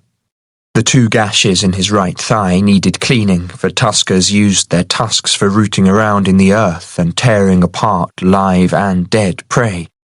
After he'd washed them carefully, Nish cut a curve through the papery bark of the lotion tree, gathered the thick exudate on his knife blade, spread it over the wounds, and bound them up. "We'll eat well tonight." He was salivating at the thought of a thick slice of roasted tusker and nicely crisped crackling. They did better than that, for Zam found the twist-horn deer in the shrubbery. It had been easy prey for the tuskers, though they'd not had time to despoil the body, so they dined on baked venison as well. It was the finest meal Nish had eaten since going to prison. Nish sighed and glanced across the fire towards Zam, who was carving strips of venison off a shoulder bone, spearing them with the point of his knife and transferring them to his mouth in an unending procession that had been going on for 20 minutes. The wounds troubled him when he moved, though his broad face was unlined and his thoughts seemed focused on no more than his dinner. Zam didn't talk much, but he didn't seem to have a worry in the world, and Nish envied him that inner peace. For himself, The Defiance's victory over his father's army had rejuvenated him, and this escape allowed him to feel that he'd taken control of his destiny at last, yet it gave him little joy. Why was that? It took him some time to work it out. He was feeling increasingly guilty about his moral cowardice at Tifferfight, both his failure to stand up to Monksart and Froon over Malis, and his complicity in allowing the villagers to sacrifice themselves on his behalf. He needed to talk to someone about it, and perhaps Zam, after their shared experiences today, might be able to help. "Do you think I did wrong, Zam?" "Sir?" Zam paused, a slice of venison halfway to his mouth, looking puzzled. As well he might, for Nish had not previously spoken of his troubles. "When we fled Tifferfight, we couldn't take the villagers with us. They remained behind, fighting to the last man and woman so we could get away." "I heard the story from Jill," said Zam. "They were believers. They made that sacrifice willingly, as would I." He resumed eating, though not with the same gusto as previously. "But I went along with the plan. I hardly protested at all. What's worse, I came to believe that it was right, and that I deserved their sacrifice, because as the deliverer my life was worth more than theirs. I can't come to terms with that, Zam. Was that the first step on the downward path? Am I—" Zam shifted on his log, looked down at the shoulder bone, began to carve another slice from it, then abruptly tossed it into the fire and stood up. "I know you'll always do the right thing, sir. I'm going to turn in now. Good night." The following morning Nish tried again, but again Zam avoided the issue and Nish's eyes. "I'm sure you'll never let us down, sir," he said as he rose and heaved the pack on his back. "We know we can rely on the deliverer." Yet Nish had been a leader of men and knew how to get the best out of them and deal with their weaknesses too, so he didn't try again. Zam was also a believer, a simple soul, and perhaps he didn't want that belief challenged in any way. Nish wondered if he had weakened Zam's faith in him. He was also increasingly troubled by the future he'd seen in the pit. Nish was coming to question it more every day. Had he, by fleeing so precipitously, done exactly what his father wanted him to? Could the vision he'd seen in the pit be yet another way of manipulating him, or a malicious joke by his father? No, that's how Jal-Nish wanted him to think. He wanted Nish to doubt everything he heard and everyone he met, to cut him off from the world in a prison of his own making. And the Deliverer's rebellion could fail simply by taking too long to get going, which might also be part of his father's plan. If he were close to finding the three things he needed to become invincible and immortal and to achieve complete mastery of the Tears, including the ability to close off their powers to anyone else, everything that delayed the rebellion worked in the God Emperor's favor. He sighed and rubbed the itchy scar below his right collarbone, where the Nilatal had stuck him. Even after all this time, the spine wound still troubled him occasionally, a deep, hot ache that spread all the way to the shoulder and temporarily robbed him of strength in that arm. It seemed to be getting worse. "Well," said Zam as they slogged to the top of the ridge, then walked out onto a platform of rock that formed a natural lookout among the trees. "We're here." He broke off. "That's a bit of a bugger." "What?" Nish said wearily. He settled on a stone not too close to the edge, which dropped away sharply into a broad valley covered in forest. They'd been trudging through rainforest for a fortnight, and it extended in every direction as if to the ends of the world, save to the west, where the distant Wan Bar reared high, jagged and snow-capped even in these northern latitudes. But much closer, standing up out of the rainforest like soot-blackened chimney pipes so high that the tops of most of them were shrouded in cloud, were dozens of tall, cliff-bounded plateaux. Some were half as broad as they were tall, others mere needle-like spires. Some were grouped in clusters, while others stood alone, but at least half of them, if viewed from the right angle, could have been the slender, sky-piercing peak he'd seen in that fog-shrouded vision in the pit of possibilities. Nish stared at the vista in dismay. "How am I supposed to tell the right one?" He tried to recall the details of his vision, but they wouldn't come. "The plateau country covers a big area," said Zam. "Got to be 6 leagues by 4. It'll take ages to check them all." Nish didn't answer. A green fly buzzed around his head and he waved it away irritably. Well, failing any other way of identifying the right one, that's just what we'll have to do. 5 days later, they were still searching. Nish had crossed 7 peaks off his sketch map, but there were another 10 to go, and the only way to tell was by slogging to the base of each peak and looking up. From that vantage point, he could tell instantly that it wasn't the peak he'd seen in the pit of possibilities. He'd tried to use clear sight, though without success. It had seldom been available to him since he'd come out of the maze. Nish wondered if he'd damaged it through overuse there. This is going to take weeks, he muttered. It was late afternoon. It had been raining all day, and there were 50 spans up a cleft in the latest pinnacle where they could see over the rainforest to the next group of peaks.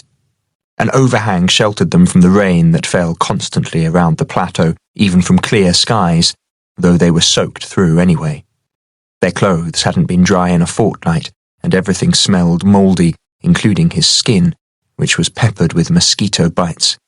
This peak, like the others, rose sheer for at least 1,000 spans of wet, treacherous, unclimbable cliff.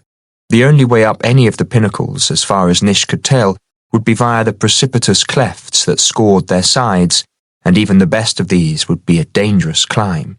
Incessant wind shook the writhen trees growing from crevices near the top, gales that could tear an unwary climber off. Zam was nibbling at a vegetable he'd found on the way. It resembled a donut-shaped ear of corn, though the individual kernels were like separate bright red teeth. Don't have weeks. What? Nish looked in the direction Zam was staring.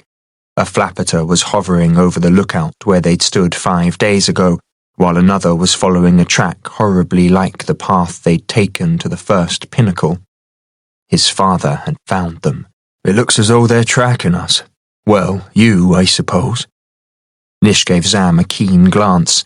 It does, though I don't see how they could. Zam shrugged. He wasn't one to waste time on fruitless speculation. You want to go to the next peak? Might as well. So much for fortune turning my way, Nish thought. Can we reach it before dark? He couldn't see the sun through a thick overcast, but night fell with unfamiliar suddenness in these latitudes. No, better camp here. Can we risk a fire? Zam frowned. Perhaps a small one deep in that cleft where it won't be seen, but just long enough to cook dinner. Unfortunately, all the wood was saturated and so rotten that their fingers went right through it, though in the search they discovered a space deep in the cleft where they could sleep in reasonable comfort. I'm going to turn in, said Zam, as he did every night immediately after dinner, as if to forestall uncomfortable discussions or disturbing revelations. Nish grunted. Zam was a superlative guard and an excellent bushman, but poor company. He was happy to sit in silence for hours. He drifted through life doing what he was ordered and didn't seem to want anything more. Nish pulled his coat around him and leaned against the moist rock, gazing across the forest. What made the plateau he'd seen in the pit so unique? He couldn't recall, though he still remembered his euphoria when he'd had the vision. It had felt so right for him. So lucky.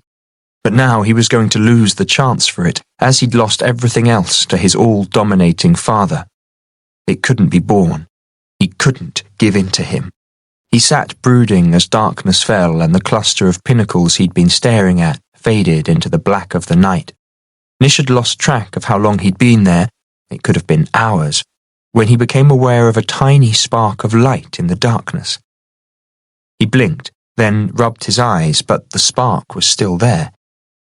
And oddly, it seemed to be coming from one peak in the cluster of pinnacles he'd been staring at earlier. He couldn't tell which one. Zam, he said softly. The big man rolled over in his bedroll, then rose, and in one swift movement was beside him. What is it? Can you see a light out there? Yep, coming from one of the pinnacles. Zam scratched his straw-like hair. Nish could hear his fingernails rasping through it. The middle one of that cluster of 3 we saw earlier, to the left of the main group. Are you certain? I can still see the pinnacles in my mind as clear as a picture. Zam counted under his breath. Yep, I'm sure. Doubtless that was why he was such a good bushman. Nish couldn't have told which pinnacle the light came from, and it's at least as high as we are, or we'd never see it for the forest. Higher, I'd say. Is it a campfire? Could be. Do you think it could be a sign? Zam shrugged audibly. It's got to be, Nish said to himself. This land is practically uninhabited, and no ordinary person would waste their energy climbing these peaks, so whoever it is, they've come here for the same reason we have, to find what's at the top, and they know which pinnacle it is. They're trying to get there first. Or it's an ambush. It could be, but I've got to take the risk, Zam. Can you find the way there in the darkness? Yup. How long do you think it will take? Couple of hours.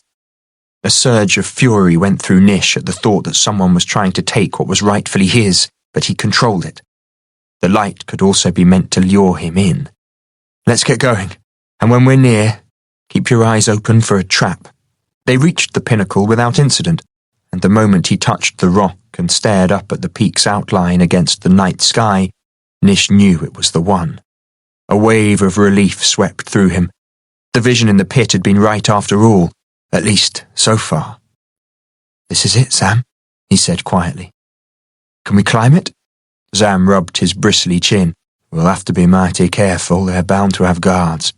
He moved along until he came to a deep cleft in the rock, like a ravine cutting into the pinnacle. He felt his way inside, and at the inner end began to climb. Nish followed him, moving slowly on the wet rock, testing each hand and foothold before he put his weight on it. Careful now, Zam whispered as they edged up a crevice. The mossy stone was hard to get a good grip on. I can smell smoke. Nish could too. Any guards? Zam didn't answer, but loosened his sword in its sheath. Nish did the same. He didn't understand how Zam could see to put his feet down, but the big man must have been as clear-sighted as an owl, for he hadn't once slipped or stumbled. It's up beyond this rock, said Zam. I don't think there can be many of them. Stay back. Leave the fighting to me. Nish was happy to, though he couldn't imagine how one would engage in a sword fight in such a dark, cramped space. Zam crept around the outcrop, drew his monstrous sword, sprang, then let out a cry of astonishment. Lady Healer? Nish scrambled up after him. The cleft was broader here, the width of a small room, though bounded on either side by sheer rock. The coals of the campfire revealed two people lying on a banana-shaped patch of sloping ground between the boulders, wrapped in cloaks. The smaller one shot up, brushing the mass of black hair out of her eyes with an achingly familiar movement. Mavis, Nish choked. They told me you were dead. Monksheart and Froon tried their hardest. She scrambled to her feet, her face alight and eyes glowing. He'd never seen her look so lovely. Zam stirred the fire with his boot, and the man beside Melis sat up, rubbing his eyes. I'm Nish, Nish said, rather abruptly, extending his hand. Who are you? You may call me Thommel, the fellow said, and stood up. Tall, lean, and hollow-cheeked, he reminded Nish vaguely of someone, though he could not think who. Thommel did not put out his hand, and Nish took an immediate dislike to him. Thommel and Melis exchanged glances as if they were the closest of friends, or even better than friends. She nodded as if agreeing to something previously discussed, which annoyed Nish too. This is Zam, Nish said. Zam, Melis, who helped to rescue me from Mazahaiza and saved my life. Zam was still staring at her with his mouth open. Do you know each other? Nish was feeling more bewildered by the second. Sir, said Zam, gazing at Melis with sheep-like adoration. This is the Lady Healer who cut the arrow out of you after the battle and tended you afterwards. Don't you remember? I saw you in my fever, said Nish, but when I woke, Monksheart told me it was a hallucination. Why didn't you come back? Tulatine said I was a threat to Monksheart's plans and he must never learn I was among the Defiants. He was always trying to keep us apart, if you recall. But how did you get into the camp? Froon said you were killed in Tiffafight. As she sketched out what had happened since he'd carried her to her room in Tiffafight, Nish just kept shaking his head. Melis started forwards, as if to embrace him, then faltered. What are you doing here? Said Nish. When I heard that you'd fled, I had to come after you, she said softly. And Thommel, he knew where this pinnacle was. He'd been here before. You told my most secret business to a stranger. He felt a sudden rush of anger, magnified by the way Thommel was looking at Maylis. What was their relationship anyway? Their sleeping arrangements looked rather snug. He tried to tell himself that it was none of his business, that he didn't care about her that way and never would, but found it oddly hard to take. How else could I find Thuntunimo? I was afraid for you, Nish. The whole world was hunting you and I was your only friend. You and Thommel, how cosy. It's a wonder you had the time. He couldn't keep the sarcasm out of his voice, though he regretted it instantly. It wiped the joy off her face. And I wonder why I've come all this way for an embittered whiner who can't think about anyone but himself. She took a deep breath, then added coldly, recklessly, Thommel is a decent, honourable man. He's 10 times the man you are, and I know I can trust him with my life, while you, after all we'd been through together, you walked away and left me to die. What a fool I was to believe the lying promises of the deliverer. She was right, though it felt as though he'd been smacked in the face with a shovel. Monksart said you were dead. Froon said he'd seen you surrounded by the soldiers and they were slaughtering everyone. He sounded so weak, so craven. You knew Monksart was a murdering swine and Froon a despicable liar, and yet you believed them? She looked so disappointed that Nish couldn't go on, couldn't even try to justify himself or explain that the soldiers had been coming down the path, that Monksart and Froon had stopped him from running up after her. That would sound like an excuse. He couldn't excuse himself, so why would she? Froon drugged me, said Maylis, and carried me up to the village to die. I woke up just as the attack began and I could smell his reek on me. He was getting ready to skin me alive and drool over every minute of my agony. Skin you? What are you talking about? You don't even know, she cried. That's the hold Froon has over his master, you fool. Froon knows how to make the body gloves that ease Monksart's torment, and he makes them from human skin, taken from living people, young people with flawless skin. That's why Froon said, what a waste, when Monksart threw the messenger boy into the crater. He'd wasted a beautiful skin. Froon stalked the villagers of Tifferfight at night, and they couldn't escape. There was no way for them to get through Monksart's halo of protection. Nish's mouth was opening and closing like a stranded fish. He couldn't think of anything to say. Words were quite inadequate to express his mortification, but he had to try. I'm terribly sorry. I didn't know. Well, now you do. That's the kind of master you follow, Nish, but not me. I'll abandon my duty to my mother and aunts before I help you serve such a monster again. I'm sorry I left you behind. Sorry about everything. It was the only thing he could think of to say, and it wasn't nearly enough.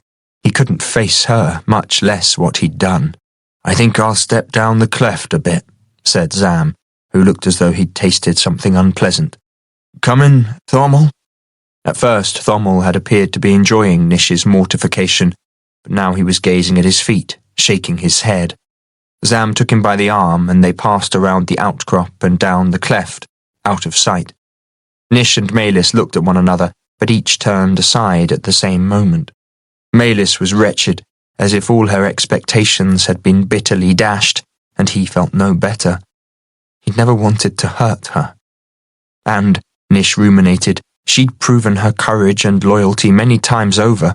She'd followed him all this way, even through the maze, and he couldn't imagine how she'd managed that. She'd tended him after the battle, receiving not a word of thanks for it. She'd undoubtedly lit the campfire which had shown him the way here. She was an astonishingly clever and persistent woman, and he owed her more than he could ever repay. He had to try, even at the risk of encouraging those unwelcome feelings which had so disturbed him previously. Maylis, he said, stepping towards her. Can we start again? After a long pause, she nodded stiffly, then gestured to a rock next to the fire. He sat down. Maylis perched on another rock, well back across the fire. Why don't you go first? Said Nish. It seemed easier that way. Maylis told him what had happened to her in Tifferfight, of all her hopes and fears for him, and her feelings of abandonment after finding herself all alone. Nish listened in silence, shaking his head. How could he have been duped so easily, even in the emergency of the attack? His admiration for her only grew when she told, baldly, of the escape through the maze, the attack by Froon, and how she'd found the defiance with Tulatine. It shamed him to learn of her faithful service as a healer despite all he'd done to her. Truly, she was as much a hero as the greatest heroes of the great tales, and look how he'd treated her. He could also see how her courage and inner strength had grown in the past month, and for the first time he wondered if things had turned out differently, if they might have had a chance together. It was too late now. He knew that as soon as she told him about Thommel saving her from the Slurchy. Nish didn't think she was falling for Thommel, but he'd acted like a real man, and it had shown Nish up for the callow fool he was. Her girlish infatuation with him, and surely that was all it had been, was over. He regretted that now. After she'd finished, Nish ended up telling her the full tale of what had happened to him over the past month. It helped a little, though not enough. The damage had already been done. 40. This cleft, the main one of the four which formed the cloverleaf shape of the plateau, was wider and deeper than the others, a winding, precipitous ravine choked with fractured rocks and fallen trees, though Thommel thought it could be negotiated most of the way to the top. The uppermost 100 spans appeared extremely steep and difficult, but couldn't be seen clearly due to the cloud. They began the climb at first light, in a chilly silence. Maylis couldn't bring herself to patch things up with Nish. How dare he judge her or imply that she was more than friends with Thommel? She wasn't, as it happened, though she might have been. Thommel had made one or two oblique suggestions in that regard, but she'd turned them aside, not because she didn't care for him, but because she didn't want to complicate her life even further just now. However, it was none of Nish's business if she had been Thommel's lover. Nish had gone ahead, thankfully, for she could not have borne his eyes on her, judging her. Why was he so upset about her closeness to Thommel? Did Thommel remind Nish of his own failings, or did he think the woodsman was a better and more deserving man, one able to rise above all he'd endured, while he, Nish, could not? He was as silent as a spectre. She was grateful for that, too. The climb proved exhausting and dangerous. The sky was clear now, save for the clouds gathered at the top of the peak. It wasn't raining as they set out, but foaming streams of water flowed down the low points of the ravine, over and under the boulders, constantly splitting and reforming, and becoming little waterfalls at every obstacle.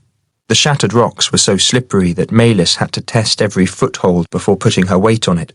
It was already hot, and though the sun did not shine directly into the cleft at this time of year, as the morning heated up, it was like climbing in a steam bath. Above her, Nish stopped to take off his shirt. She wished she could do the same.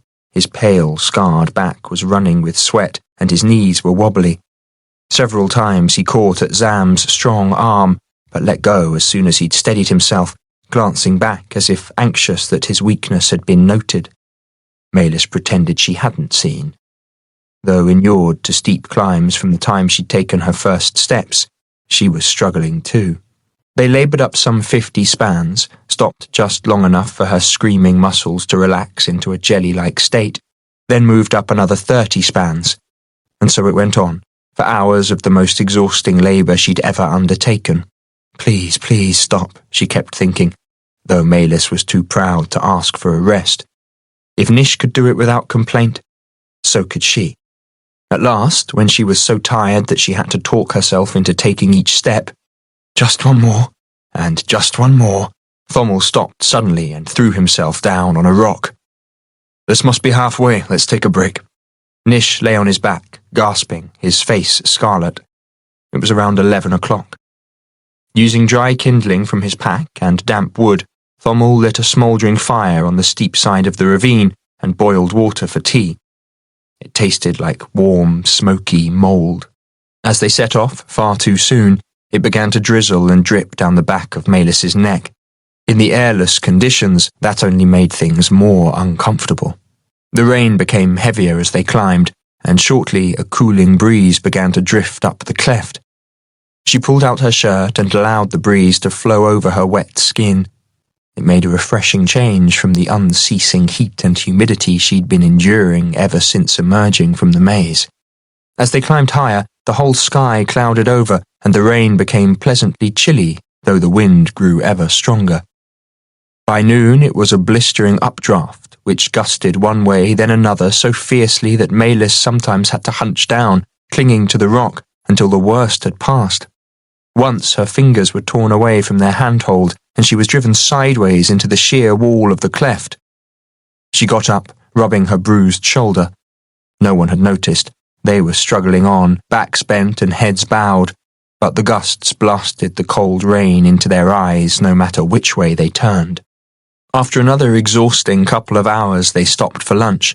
Neither Zam nor Thommel had hunted in days, and all they had to eat was flour and water pancakes, cooked in the last of their dripping. They proved as tasteless as everything else she'd eaten lately, and quite as mouldy, though at least they were hot. Maylis licked her fingers and pulled her jacket more tightly around her, for the wind at this altitude cut right through her flimsy lowland clothes, and on her wet skin it was freezing. "I don't like the look of that," said Zam, staring upwards. A few minutes' climb above them, an ever-thickening fog whited everything out. "How far do we have to go?" Nish asked exhaustedly. "Another couple of 100 spans," said Thommel. 2 hours in these conditions, I dare say." "I don't think I can go another minute," said Nish. Maylis didn't think she could either, but she said nothing. It was after 2 that afternoon when they set off again, into the fog layer which had steadily crept down until it was just above them.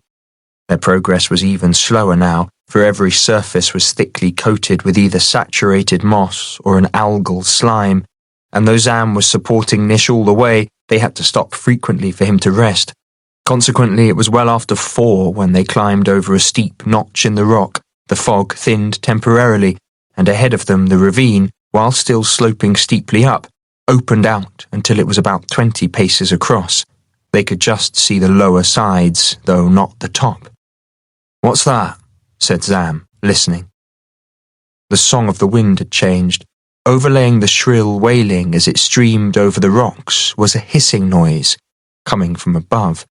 "It's wind rushing through grass or heath," said Nish, staring up eagerly. "We're nearly there." "Just as well," said Thommel. "It's not long to sunset." "This is a good place to camp," said Zam, pulling a fallen branch out of a copse of almost leafless, wind-writhen trees that looked 1,000 years old. "I'll make a fire." Yes, please, Maylis thought, but Nish said, "I've come a long way for this. Let's get to the top and find what we're looking for." He plodded on, up and up with Zam, but after a minute Nish stopped suddenly, looking down at his boot. From somewhere above them came a loud wooden clap. "What was that?" said Thommel. "I don't know." Zam sounded worried. "Extra careful now." "I thought I caught my foot on something," said Nish, "but there's nothing here." They moved up into wind-churned cloud so dense that Maylis couldn't see Nish's feet above her, nor Thommel's head below. She felt as though she was climbing all by herself, up a mountain that went on forever. "I'm at the top," came Zam's rumbling voice. At last. The final 10 steps were so hard on her knees that she thought she was going to topple backwards into Thommel, but the wind kicked her in the back, lifting the weight off her legs just long enough for Maylis to scramble the last few steps up the cleft and stand on the rim of the plateau, more than 1,000 spans or 2,000 vertical paces above the unseen rainforest. Nish stood an arm's length away, staring about him into the fog and breathing heavily. He turned and his gaze crossed hers for a moment. Maylis tensed until she realized that he wasn't even thinking about her. Their fight last night was trivial compared to his expectations of Thuntunimo, Mistmurk Mountain. His goal, vision and dream for the past month, and the repository of all his hopes for the future. All Maylis could see were curved rocks covered in moss mounds, reed-fringed bogs and still grey pools. A faint track led along the edge of the plateau, though it didn't look as though it had been made by humans. "Where is it?" Nish said, turning around again. "What is it?" "Careful." Zam laid a restraining hand on Nish's shoulder.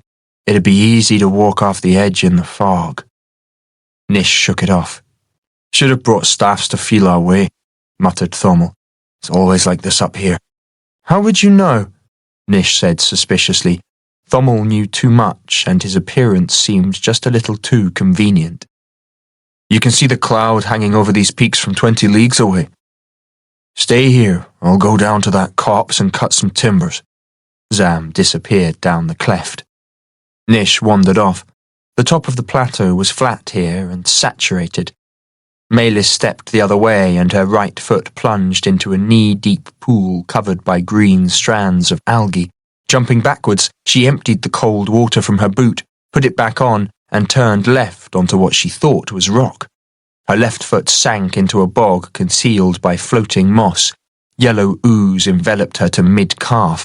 She went backwards to surer ground near the plateau's rim, swearing under her breath, sat down to clean herself up, and decided to wait for Zam. The fog parted and she saw Nish 5 or 6 paces away, treading carefully between the pools. This looks safe enough, he said over his shoulder, went forwards, and sank to the waist. He looked so shocked that Maylis couldn't help herself. All her resentment burst out in a series of giggles that grew louder and more infectious until Thommel began to roar with laughter, and neither of them went to help Nish out. He pulled himself up onto the edge, scowling and cascading red-brown water. Very funny, he said coldly, took a step to the left, and went into another pothole. This time they did help him, for he'd gone into the neck, and the sides were so slippery that he couldn't climb them. You've got to follow those brown streaks, said Thommel, waving his hand at a series of barely visible meandering marks. They're the only places you can be sure to tread safely. How would you know? Nish said sourly. I've climbed some of these peaks before, Thommel said expressionlessly. Really? How come you're only telling us now? Thommel shrugged. You didn't ask. Nish gave him an even sourer look and set off, following one of the brown streaks. I think I'll leave you to him, said Thommel. I'm going for a walk. Oh, said Maylis, already missing the camaraderie of their journey together, though she could understand why he might want to get away for a while. Thommel headed in the other direction, and soon blurred into the fog. Maylis hunched down in a vain attempt to keep out of the wind, and waited for Zam to come back. He was so pleasant and uncomplicated, so much easier than Nish. Shortly he appeared, swinging 4 wooden staves in one gigantic hand and whistling. Laying them on the ground, he squatted beside Maylis. She marvelled at his size. He was the biggest man she'd ever seen. Last night didn't go the way you were hoping, he rumbled. You can't imagine how much I was looking forward to seeing Nish, and it went all wrong. Stupid man. What's the matter with him? He's afraid. Of me? Of who's trying to kill him. Of what he'll find up here. Or if he'll find nothing but ghosts. He gazed into the drifting fog, which did have a spectral look about it. Maylis sighed. I'm so tired. Without thinking, she settled her head against his upper arm. He didn't move away or closer, he just allowed her to rest. Of all the men she'd ever met, she knew she was perfectly safe with Zam. After a few minutes, he said, We'd better go and find him. She sat up, rubbing her cold arms. Nish went that way, she pointed right, and Thommel's over there, so we can't go after them both. I'm not concerned for Thommel, he's been here before. She got up wearily. What, here on this peak? Yep. How do you know? He knew the way up too well. He handed her the smallest staff and led the way, probing the ground ahead as he followed the faint marks left in the moss by Nish's boots. He knows a lot more than he's telling, does Thommel. Look out! Maylis, intent on where she was putting each foot, did not realize the danger off to her right, even when Zam reached back, caught her by the armpit and shoulder and lifted her, legs kicking, right over his head. As he dropped her on solid ground in front of him, something went snap. Before she could steady herself, he'd whirled and his long sword was snaking out towards the bizarre creature that had nearly taken her. Creature or plant? It was like a gigantic green man-trap sprouting from the bog, so broad that she could have lain inside. The edges of its upper and lower jaws, now closed, were covered in overlapping yellow teeth. No, flexible spines. And through the gape she saw a scarlet, ovoid interior coated with glistening mucilage. Yellow vapour seeped from pores on top of the upper jaw. The air took on a disgusting, sulphurous reek that stung her eyes. It smelled as though something had rotted away to hair and bones. "What is it?" she quavered, scanning the fog in case there were more of them, and spotting another one not 10 paces away. She wondered how far it could reach out on its rubbery stalk. "It's a stink snapper, a plant that eats animals. It feeds on fish, frogs, birds, insects, and even people if it can catch them. You often see little stink snappers." He opened his fingers to form a circle the size of a saucer around the edges of the upland swamps. "I've never seen one as big as that, though. Have you got a knife?" She offered him the little blunt blade Froon had given her. He tested it, snorted, and drew a knife large enough to butcher a boar and wickedly sharp from a sheath inside his long boot. They lurk just under the water, and all you can see is the tips of the yellow spines. When they sense your footsteps, they shoot up and snap. Hold the knife ready, and if one gets you, hack your way out damn quick and jump in the water. Once that goo starts to work on you, it's too late. "Thanks, Sam." She stowed her old knife in her pack, held out his blade in her right hand, and began to prod the ground with the stick. Shortly they encountered Nish, shivering as he tried to peer through the swirling fog, and together they began to crisscross this lobe of the plateau. The plateau was less than a league across, but their progress was so slow that by sunset they hadn't covered a fifth of it. Nish wouldn't stop even then, he just kept squelching back and forth. Malis felt for him.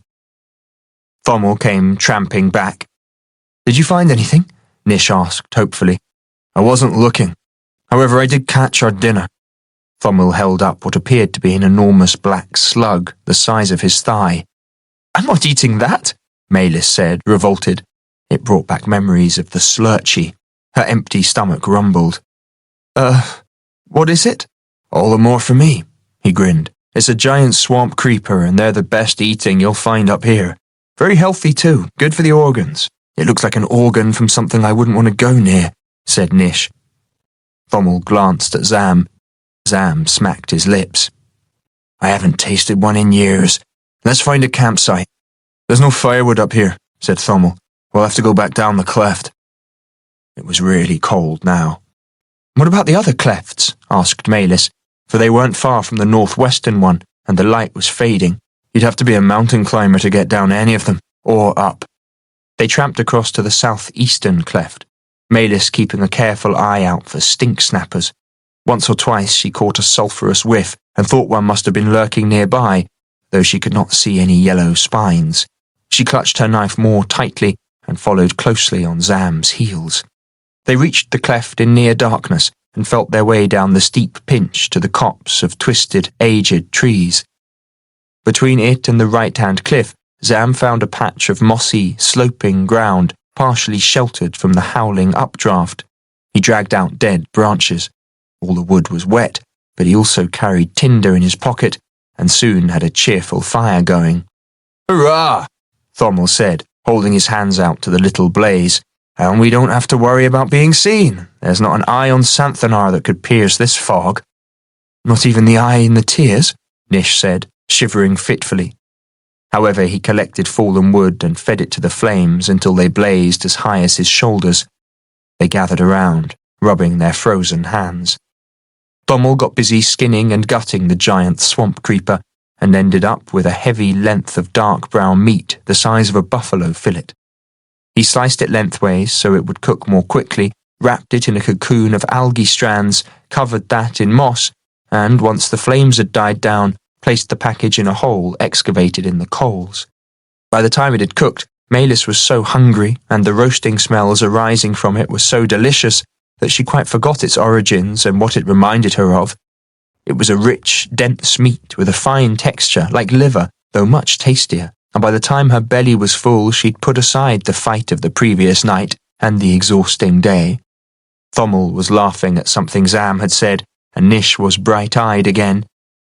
It made her feel good to see him cheerful for once. "Tomorrow we'll find it," he said softly. "Tomorrow pays for everything, Malis." He was up at first light and didn't wait for breakfast. While Malis was still rubbing the sleep out of her eyes, Nish was scrambling up the crevice, the ferocious wind at his back, to disappear into the churning fog. She followed hastily with Zam. "Coming, Thommel?" Thommel opened one eye, closed it again, and pulled his cloak around him more tightly. I'll see you later, Malus. Thanks for your help, snapped Nish. Thommel sat up. Your quest is not mine, deliverer, he said mildly. Would you go out of your way to aid me if I asked it of you? Nish hesitated fractionally too long before he said, Yes, of course I would. Thommel gave him an ironic smile, lay down and closed his eyes again. Nish turned away, looking as though he'd just been shown up. The fog, oddly, was thinner at the top today, and she could see at least 30 paces, though the plateau was a dismal prospect, a series of bogs and ponds, oozes releasing greenish mists, and patches of bare black rock interspersed with circular clusters of brilliantly green moss mounds, as much as 5 or 6 spans across and waist-high to Malus. At the limit of her vision, a stink snapper, even larger than yesterday's attacker, was sinking into the mire with a small, wriggling creature protruding from its jaws. Nish was following one of the wavering brown streaks, probing ahead with his staff. Zam took up position to Nish's right, and Malus went beyond him. With the big knife in her right hand and her probing staff in her left, she began the search. Thommel appeared around 9 in the morning, but didn't join them. He went softly through the mires, head down, hunting with a rude spear made from a knife bound to a short stave. The fog closed in again, reducing visibility to the length of Malus's staff. Now every step posed a risk, for she could barely see the ground she was standing on, and never knew if the next step would take her into a pool, a mire, or the maw of a stink snapper. The breeze became a hissing wind which churned the fog but did not blow it away. She was freezing in her damp clothes. This was madness. Whatever Nish was looking for, it could be just paces away and they'd never find it. Nish, she called. Her voice was whipped away by the wind. Zam? Neither of them answered. With Zam's long legs, he could have been at the other side of the plateau by now. Malus pulled her thin coat around her and stared vainly into the fog. Was that a movement off to her right? Zam? No answer. She heard a splash not far away, but had no idea which direction it had come from. Thommel? Nish! She headed on a few steps, or was she going back? Everywhere looked the same. Her legs still ached from yesterday's climb, and her right thigh was particularly painful. It felt as if she'd strained a muscle. Malus wanted to lie down and sleep for another 10 hours, but she couldn't rest here. She kept on, just walking wherever the brown streaks took her, looking over her shoulder every few steps, for she couldn't escape the feeling that there was someone, or something, behind her. She kept seeing human-sized shapes in the fog, but nothing answered her repeated calls. She must have been walking for hours. She should have reached the other side of the plateau ages ago, even at this slow pace. Or had she been walking in circles all the time? It didn't seem possible that she could be lost. The wretched plateau wasn't 1/10 the size of the clan's estate at Niflheim, and she'd known every part of that. Something loomed up ahead, taller and broader than a man, though she couldn't make out any definite shape. Hello? She said, trying not to sound afraid. No reply. The fog swirled and she lost sight of the object. She reached out with her staff but couldn't feel anything. She took a step forwards. Her legs were shaking. The ground squelched and subsided underfoot. She leapt backwards, saw the dark shape again momentarily, then lost it. Malus stood still, heart pounding. She couldn't even see the ground now, but she knew something big was in front of her, for she could hear the way the wind shrilled around it. She became aware of how cold she was. Her toes were freezing and her nose felt as if icicles were growing inside it. She could hardly draw breath. She probed the ground to left and right, found a solid patch and stepped that way. The shrilling faded. She strained her eyes as if she could penetrate the fog through will alone, but saw nothing. She couldn't find a path to the object either. There was no solid ground that way, just brown, scummed pools and sludgy mires. Malus? Sam! She cried. Where are you? Stay where you are, I'll come to you. He kept calling and she kept answering, and shortly his tree-trunk figure loomed up out of the fog. Where did you get to? He said cheerfully, though she could tell he'd been anxious. He put a steadying arm around her, and her fears felt silly. Walking in circles, I think. Come on, Nish is this way. How do you know? I just do. Have you found anything? Not a sausage. he chuckled. But you have, Malus? I was sure I saw something much taller than you a few minutes ago. It was over there, but I couldn't get to it. He reached out with his staff, which was far longer than hers, probing forwards and around. Stay here. He disappeared into the fog, swinging the staff in front of him. Shortly she heard a splash, a curse. Had he fallen in? Had a stink snapper caught him, or something worse? Zam? Zam appeared suddenly from her left, dripping. Cursed place. Did you find anything? Nope. Come on. Malus followed him to Nish, who was just 5 minutes away. Whatever the object had been, she was sure she hadn't imagined it. Nish looked up hopefully as they approached. Did you find anything? I didn't, said Zam, though Malus thinks she saw something. What? Cried Nish, so eagerly that she felt for him. Malus told him what she'd seen and heard. It sounded flimsy, but his face lit up. Can you find the place again? I dare say Zam can. It didn't turn out to be that easy. Even Zam became confused as he tried to retrace his steps to the point where he'd found Malus. Shh, she said. Can you hear that? It was the high, unnerving shrilling she'd heard before. Definitely something there, said Zam, but they couldn't find it. They couldn't tell which direction the sound was coming from. It's as if it doesn't want to be found, said Zam, squelching back and forth over ground they'd covered a dozen times. But there was always water where they wanted to go. Look, here's where you were standing before, Malus. He indicated 2 small, foot-shaped depressions in the brilliantly green moss. Can't you use clear sight, Nish? She wondered. I've been trying all day, but it's not working, as usual. It's never been very reliable, but this time it feels as though something is blocking it. Malus recalled a recent conversation with Thommel. Could it be blocked by red amberwood? Perhaps, I don't know. Well, if something is blocking it, that's good in a way. At least it confirms that there's something hidden up here. Nish scowled. Doesn't help if we can't find it. Zam had been going back and forth, prodding the ground. He gave an irritated grunt and without warning plunged into a scummy pool up to his chest and began to wade through it, swinging his staff. Be careful, Zam, Malus cried. There could be anything in there. The water swirled. Zam let out a muffled cry, then stabbed his staff down with full force and held it there.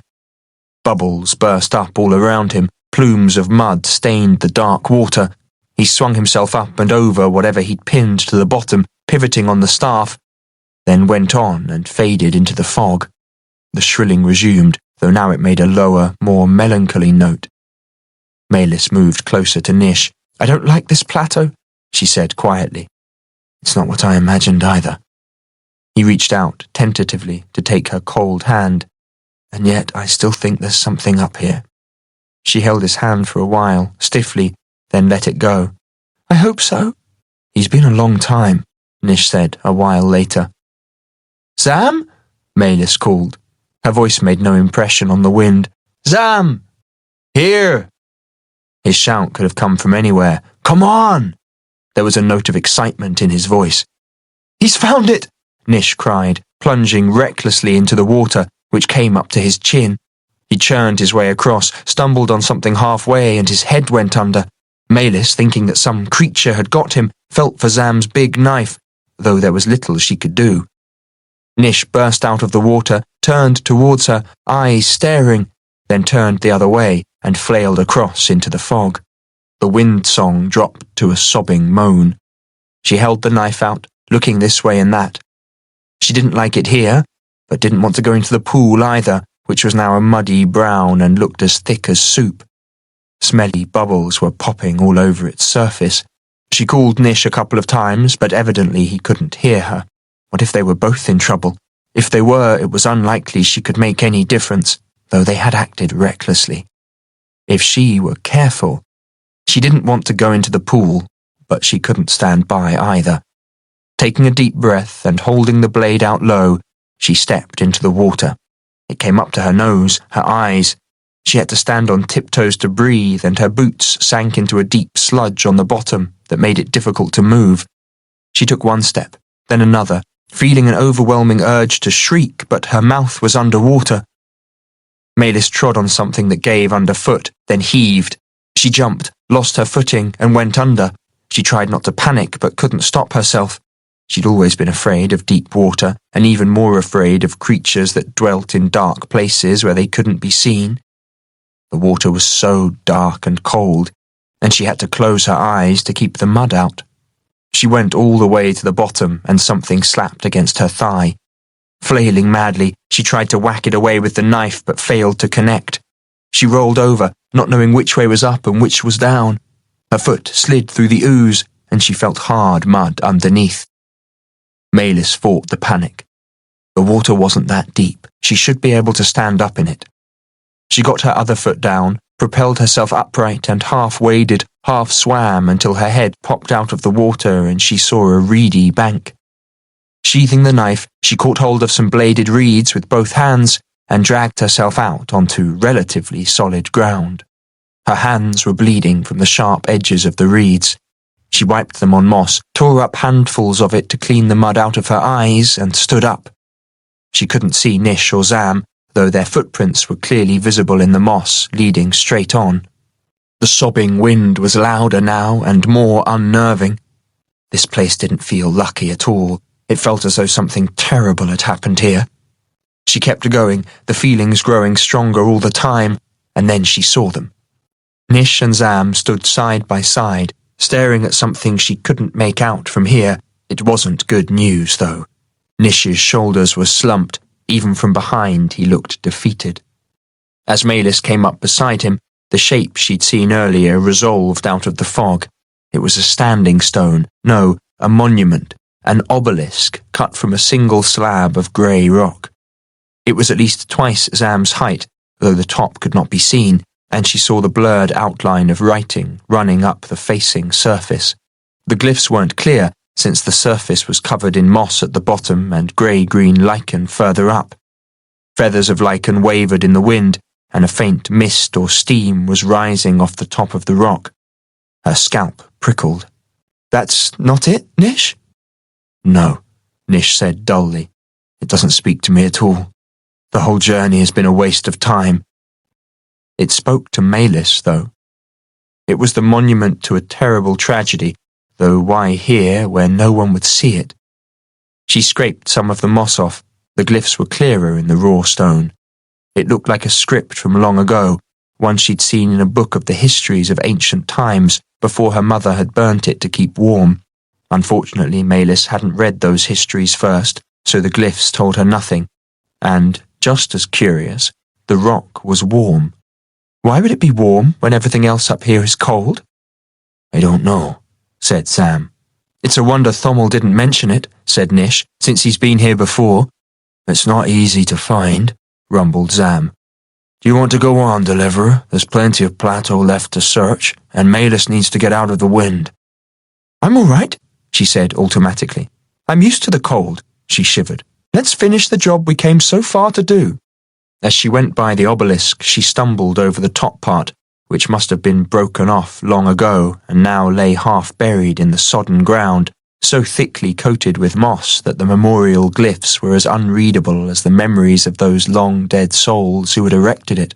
Thinking such melancholy thoughts, she followed Nish and Zam through the barrier pools, and they went on with quartering the plateau. They found nothing. Nish became more downcast as the hours passed, and finally, around 3 in the afternoon, tossed his sword clanging onto a large sloping rock. Something had eaten the moss off it in large, lobed patches, exposing black stone beneath. Nish threw himself down on one of the bare areas, staring morosely into a nearby pool. "There's nothing here," he said. "My vision must have been a lie put into the pit of possibilities to mock me. Father is playing games again." He sprang up, and Maylis couldn't bear to see the torment on his face. "It's all a lie!" he shouted up into the whirling fog. "There is no future save the God Emperor's unending rule, and I was a fool for daring to think otherwise." His voice cracked. A bigger fool for daring to hope.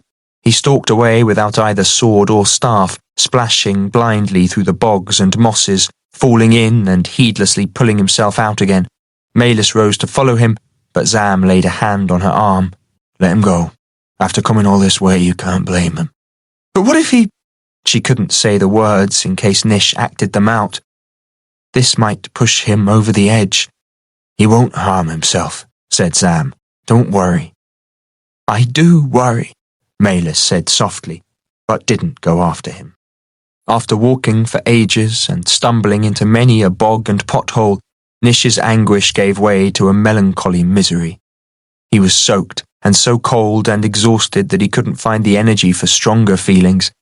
He just couldn't take it anymore.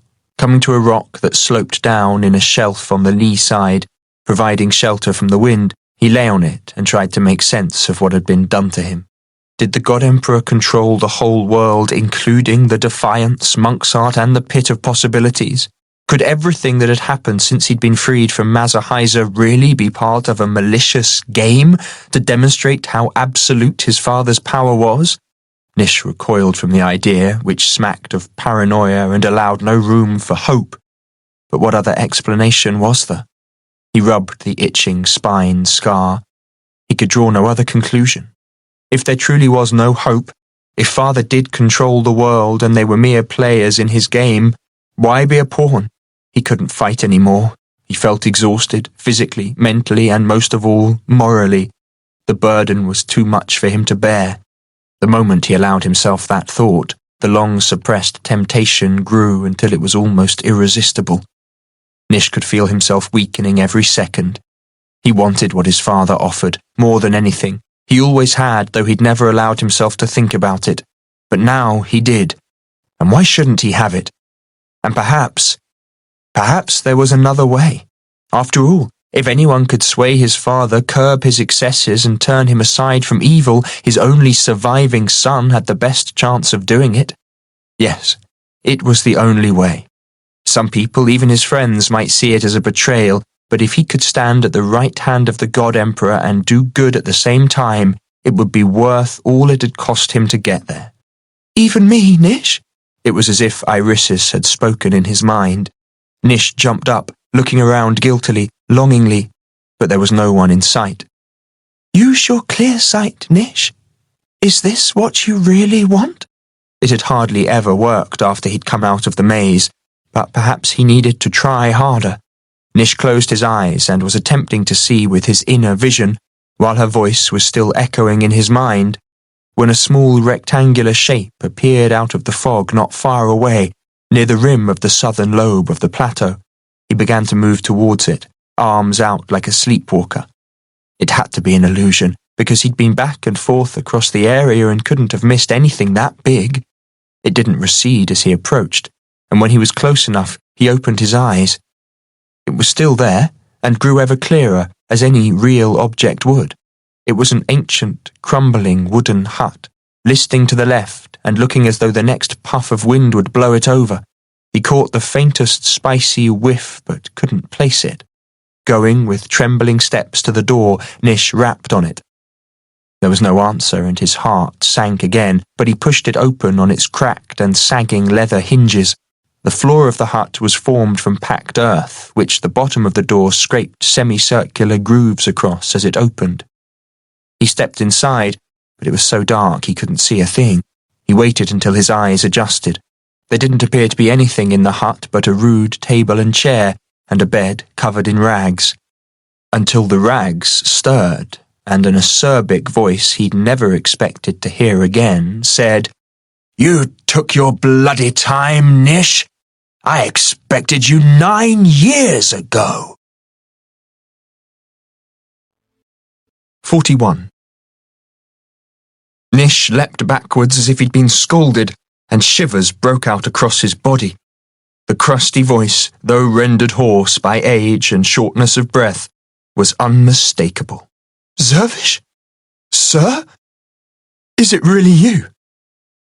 The rags fell away as the figure sat up, slowly and stiffly. "You always were one for asking stupid questions," said his old mentor and friend, the former scrutator Zervish Flid. "Of course it's me. Where the devil have you been all this time, on holidays?" Had anyone else spoken to him that way, Nish would have been mortally offended, but Flid's acerbity was legendary and not intended to hurt. Well, not all of the time. When he was angry, Flid's tongue could flay the hide off a nihilitol. Nish managed a smile. I'm afraid I was rather tied up. He went forwards. Flid swung his feet onto the floor, the smell of mouldy bedding rising with him. Cursed damp place, said Flid, coughing. Nothing ever dries out. Give me your hand. Nish extended his hand. Flid took it and heaved himself up.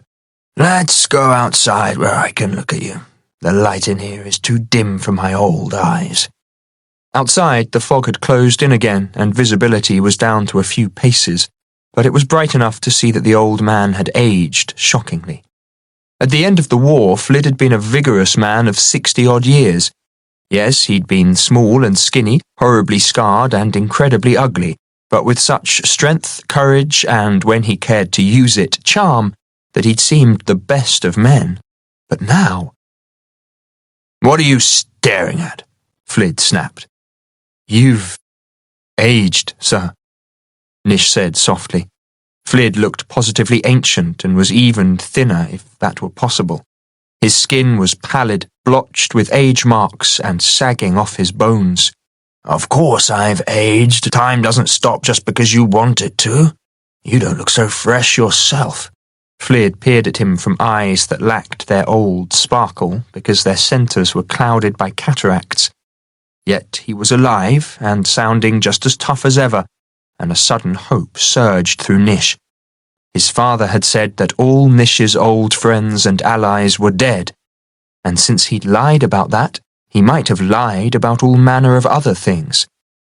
Why would the all-powerful God-Emperor need to lie, unless he wasn't as powerful or secure as he made out? Nish couldn't believe that he'd succumbed to the lie and had nearly given way to what, he saw clearly now, was another of his father's temptations. What's so funny? Said Flid. If there's a new joke, I'd love to hear it. It's been damned lonely up here these past years. Overcome by his feelings, Nish rushed forwards and threw his arms around his old friend. Sir, he said, squeezing him tightly, I'm so glad to see you. I'm pleased to see you too, said Flid, pushing him away. But you won't see me carrying on about it in such an unseemly fashion. Oh, all right. He embraced Nish briefly, then pulled away. Let me go, idiot, before you crush my chalky old bones. Nish stood back, aware that he was grinning like a loon and not caring. Everything was going to be all right. Flid never gave up, no matter how hopeless things became. Whatever the problem, he always came up with a solution. Flid tottered backwards, favouring his right leg, and sank onto a bench against the crumbling wall of the hut. You've aged too, Nish. I've never seen you so scrawny. And can your hair be thinning at the front? Nish raked it over his forehead with his fingers, then abruptly thrust it back. Surely he wasn't so vain that he cared what this ugly old coot thought. What have you been up to all this time? Said Flid, smiling as if he'd read the thought. You don't know? It was hard to believe that there existed a corner of the world where his father's propaganda had not penetrated. I reached this bolt hole a little over 9 years ago with all my preparations made. What preparations? Said Nish. To overthrow your father, of course. To crack you out of prison and begin the revolution. You must have heard I sent secret messengers so you'd be ready. They must have been caught. I didn't hear a whisper about it. The one thing I heard was that all my old allies were taken or dead and that my father was all-powerful. But why did it take so long to get here? I left hints all over the place, ones only you would recognize. You must have found them when my allies finally broke you out. Nish sat beside him on the bench, which creaked and tilted sideways under his slight weight. Zervish, I wasn't freed and father didn't let me out. I served the whole 10 years in the deepest dungeon of Mazahaiza, his special prison near Moraloon Palace. You must have heard about that? And how he killed... Flid's gnarled hand came down on his shoulder. I heard that Iris gave up her life to try and save you, and of your promise to the world, and your sentence. But I thought... He shook his head in disbelief. It was all planned so carefully. What was, sir? My scheme to free you. It was foolproof. And I couldn't work out why no one came here. Everyone must have been taken, betrayed. And Jal-Nish has kept it secret all this time, hoping that the prize he wanted most of all, me, would come to find out what had gone wrong. Are you saying that he made you serve the full 10 years? With not a moment's remission. Father keeps his promises. 10 agonizing years, and I could have been free after the first. Nish let out a heavy sigh. But I'm free now, and you're alive. That's all that matters. They sat together, staring into the fog, with the wind howling in the eaves of the hut. Nish smelt that elusive, spicy scent again. Why didn't you go and find out what had gone wrong, Zervish? I waited and waited, but none of my spies or messengers turned up. After a couple of months, I knew something had gone wrong, and I was starting down the chasm, when I fell and broke my ankle, very badly. He thrust out his right foot.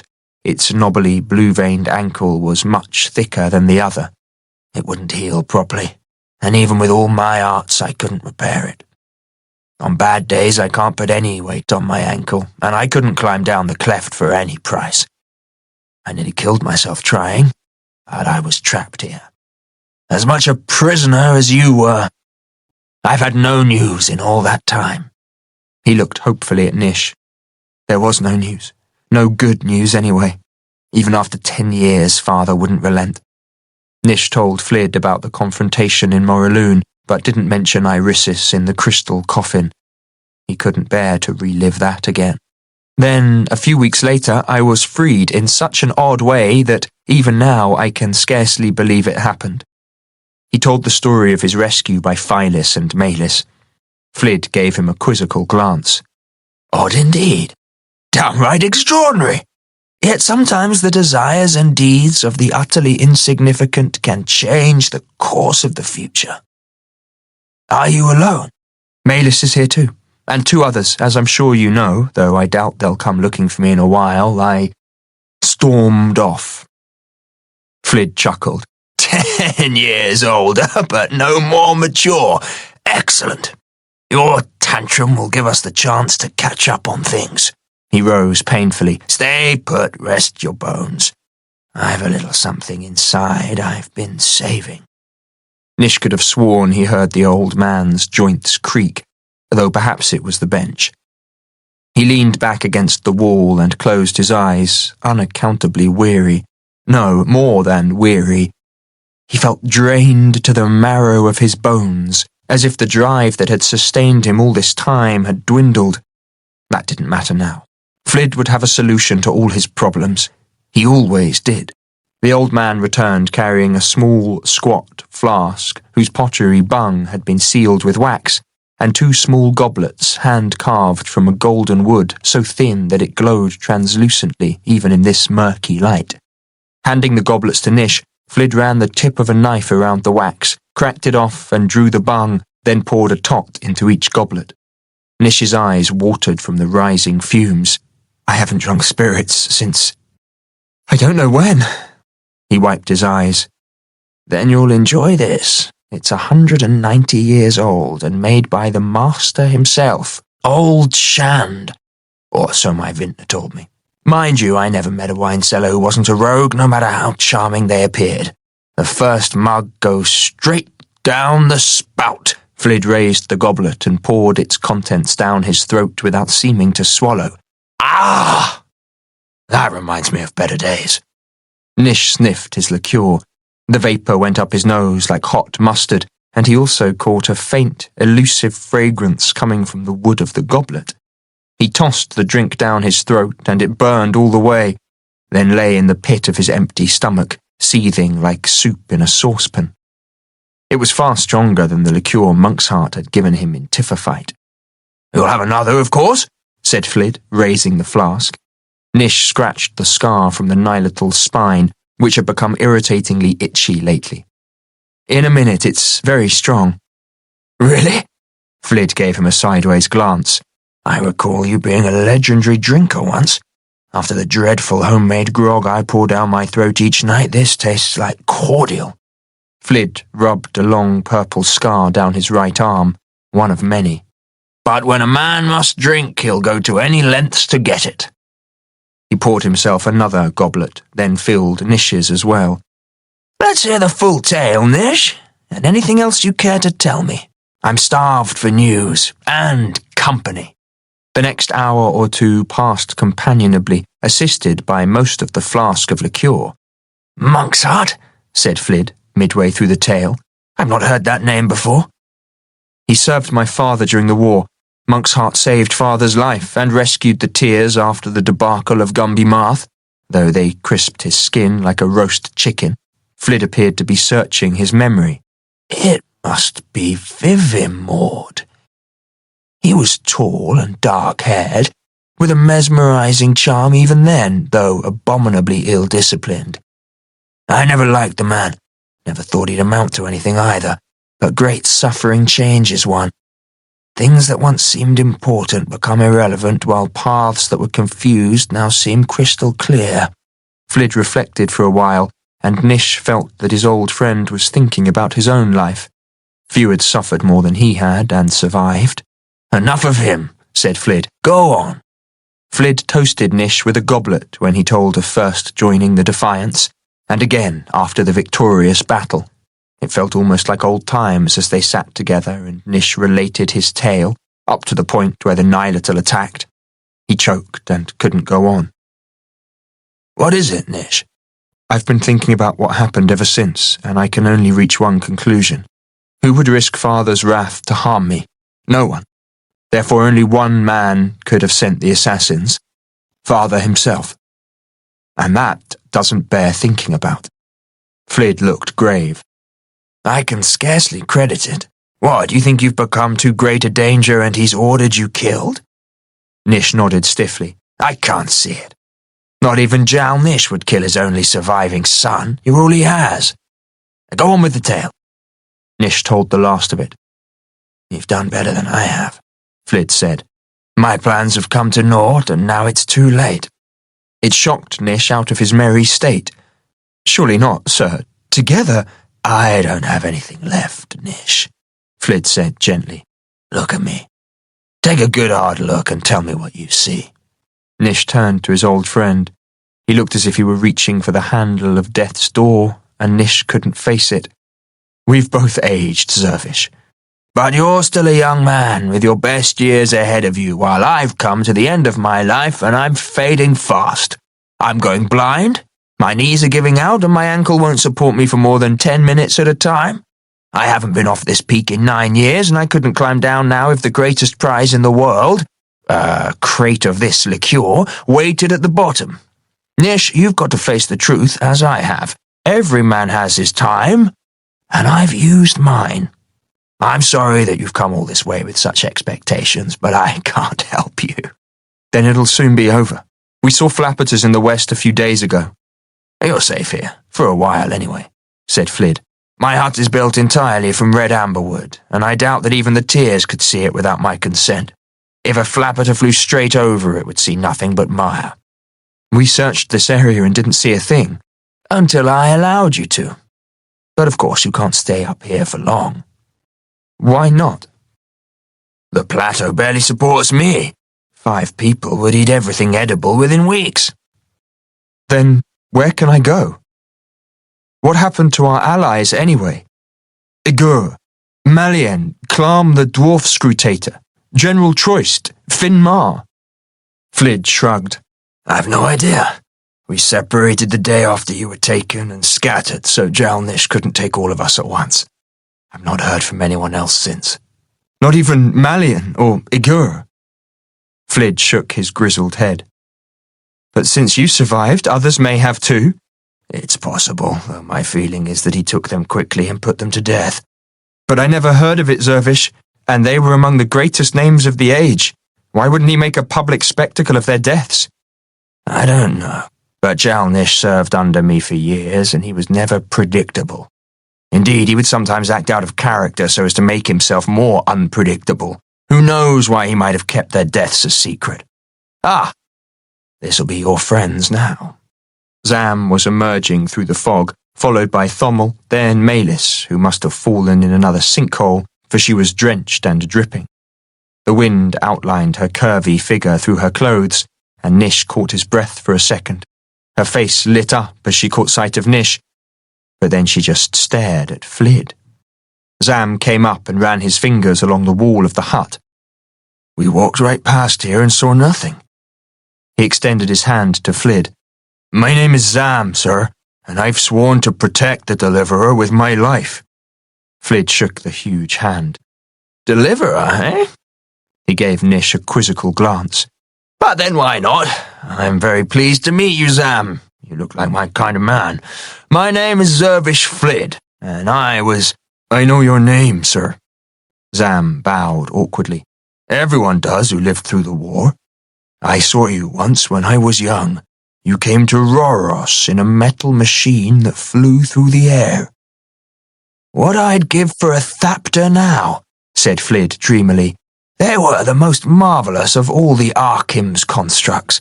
Alas, all failed when the nodes were destroyed, as did everything great, ingenious, and beautiful that had been created or sustained by the art.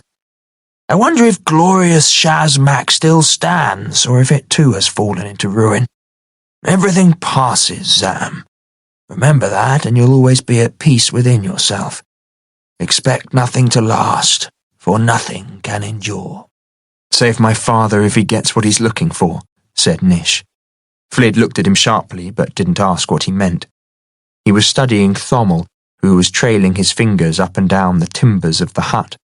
Thommel sniffed his fingers and said, "Precious red amberwood. No wonder we couldn't see it. My name is Thommel." He didn't add sir, which Nish felt was disrespectful. "What do you know about red amberwood, Thommel?" said Flid equably as they shook hands. "I'm a woodcutter nowadays," Thommel said. "I used to come to these peaks to gather red amberwood, but that's a forbidden trade now. Forbidden to me, anyhow." "We've all suffered injustice," said Flid. "Our character is shown in the way we face up to it." He turned to Malis with the snaggle-toothed smile that transformed his ugly features. "You're Malis, and even more lovely than Nish said." He held out his hand and Malis took it. "My name is Zervish Flid, but you'll call me Zervish. Everyone does." He lied shamelessly. Hello, Zervish." Stumbling a little over the name, she flushed prettily. "Come with me, my dear. I want to hear your tale." So saying, he handed the flask to Nish. "If you would be so good as to offer your friends the hospitality of my hut, such as it is, there's food inside."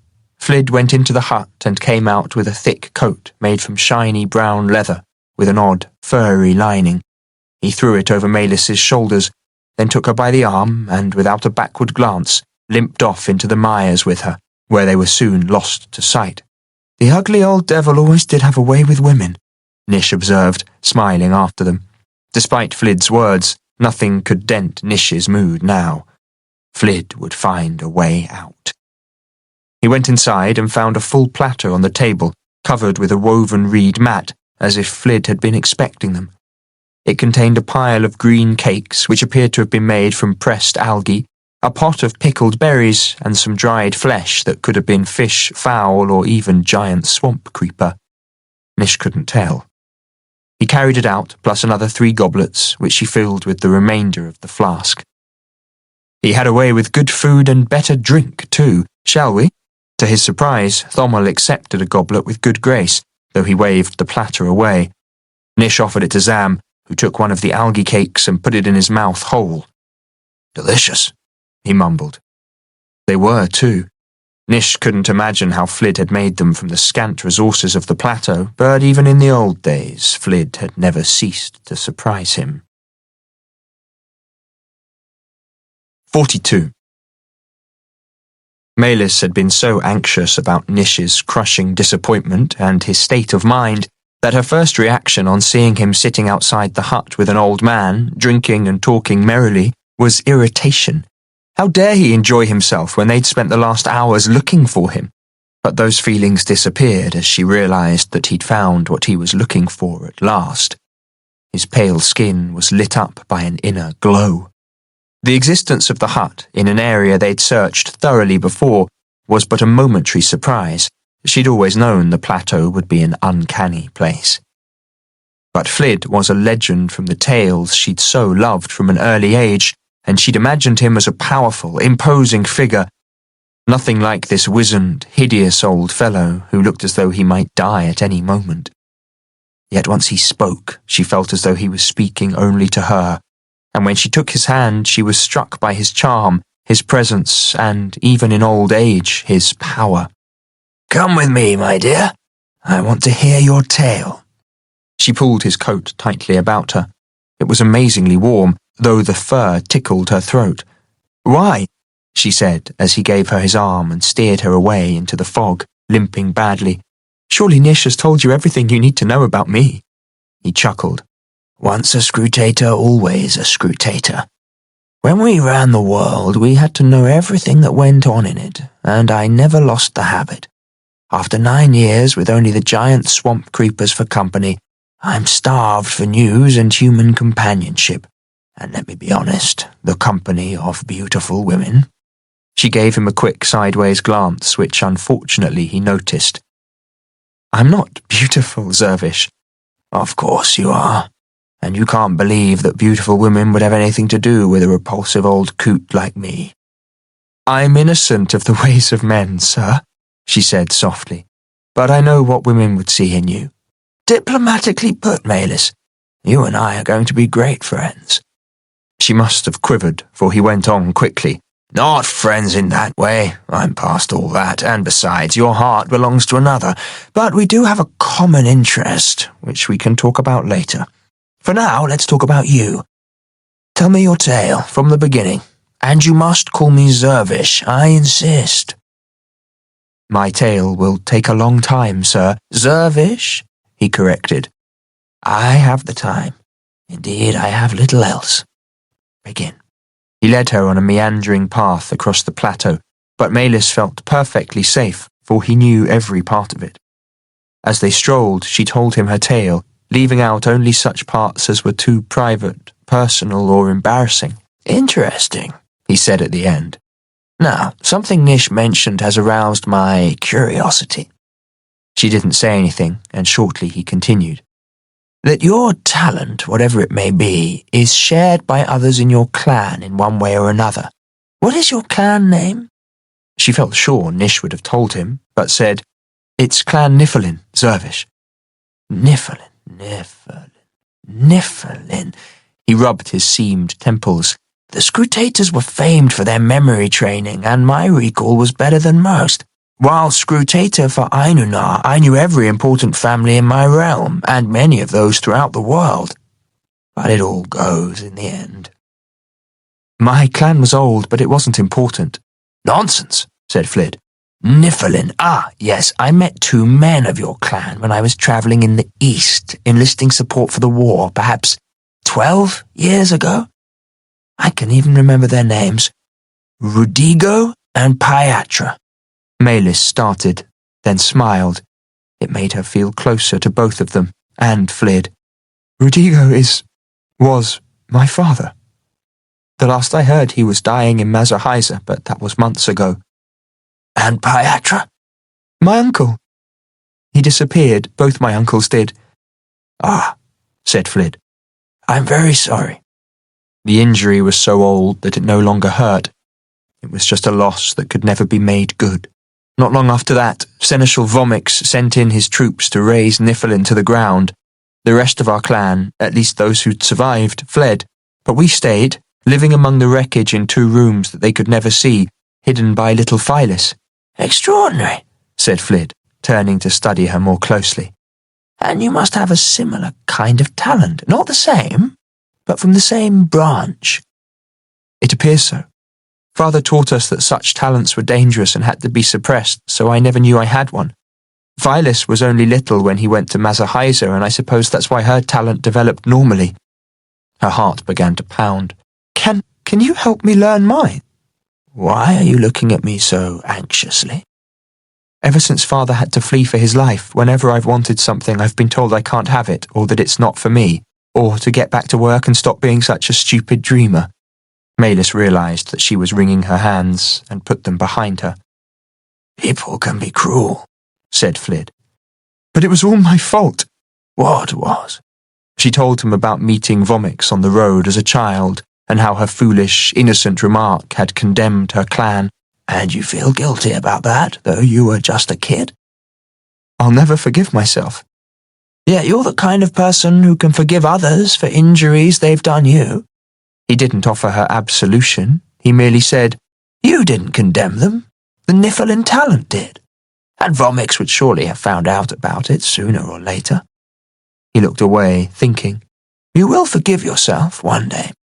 They didn't speak for a while. Then Flid said, Tell me everything you know about Monk's Heart, and Froon too. She did so, and he thanked her gravely. You know more about Monk's Heart as he is now than anyone, I think, for you've seen him as he really is. Maelys was pleased to be able to help him. Did you know them, Servish? Not Froon. He would not have been of age when the war ended. I've met Monk's Heart, whom I knew as Vivimord. Nish and I talked about him. What will he do, I wonder?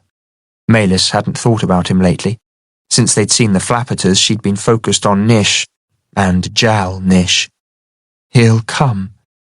Yes, Monk's Heart will come. He'll do whatever it takes to get here. He could be here already. What, up here? Not without my knowing, but he may not be far from Thuntanimo.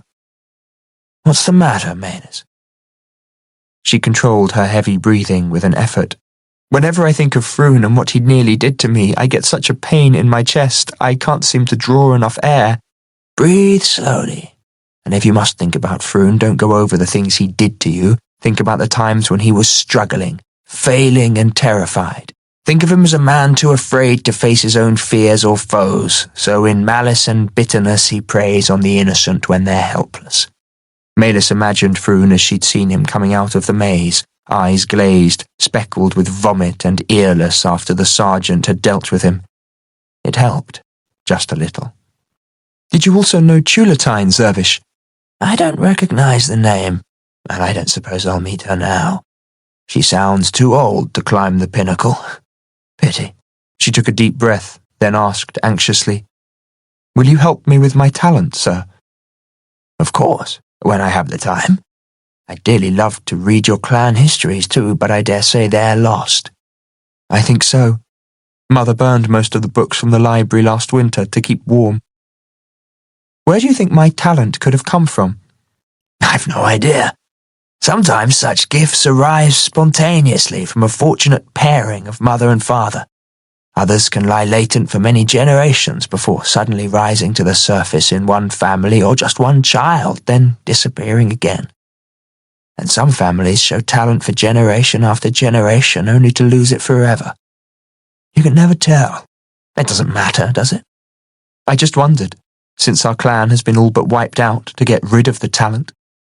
The really important question is where your taphloid came from. I don't know.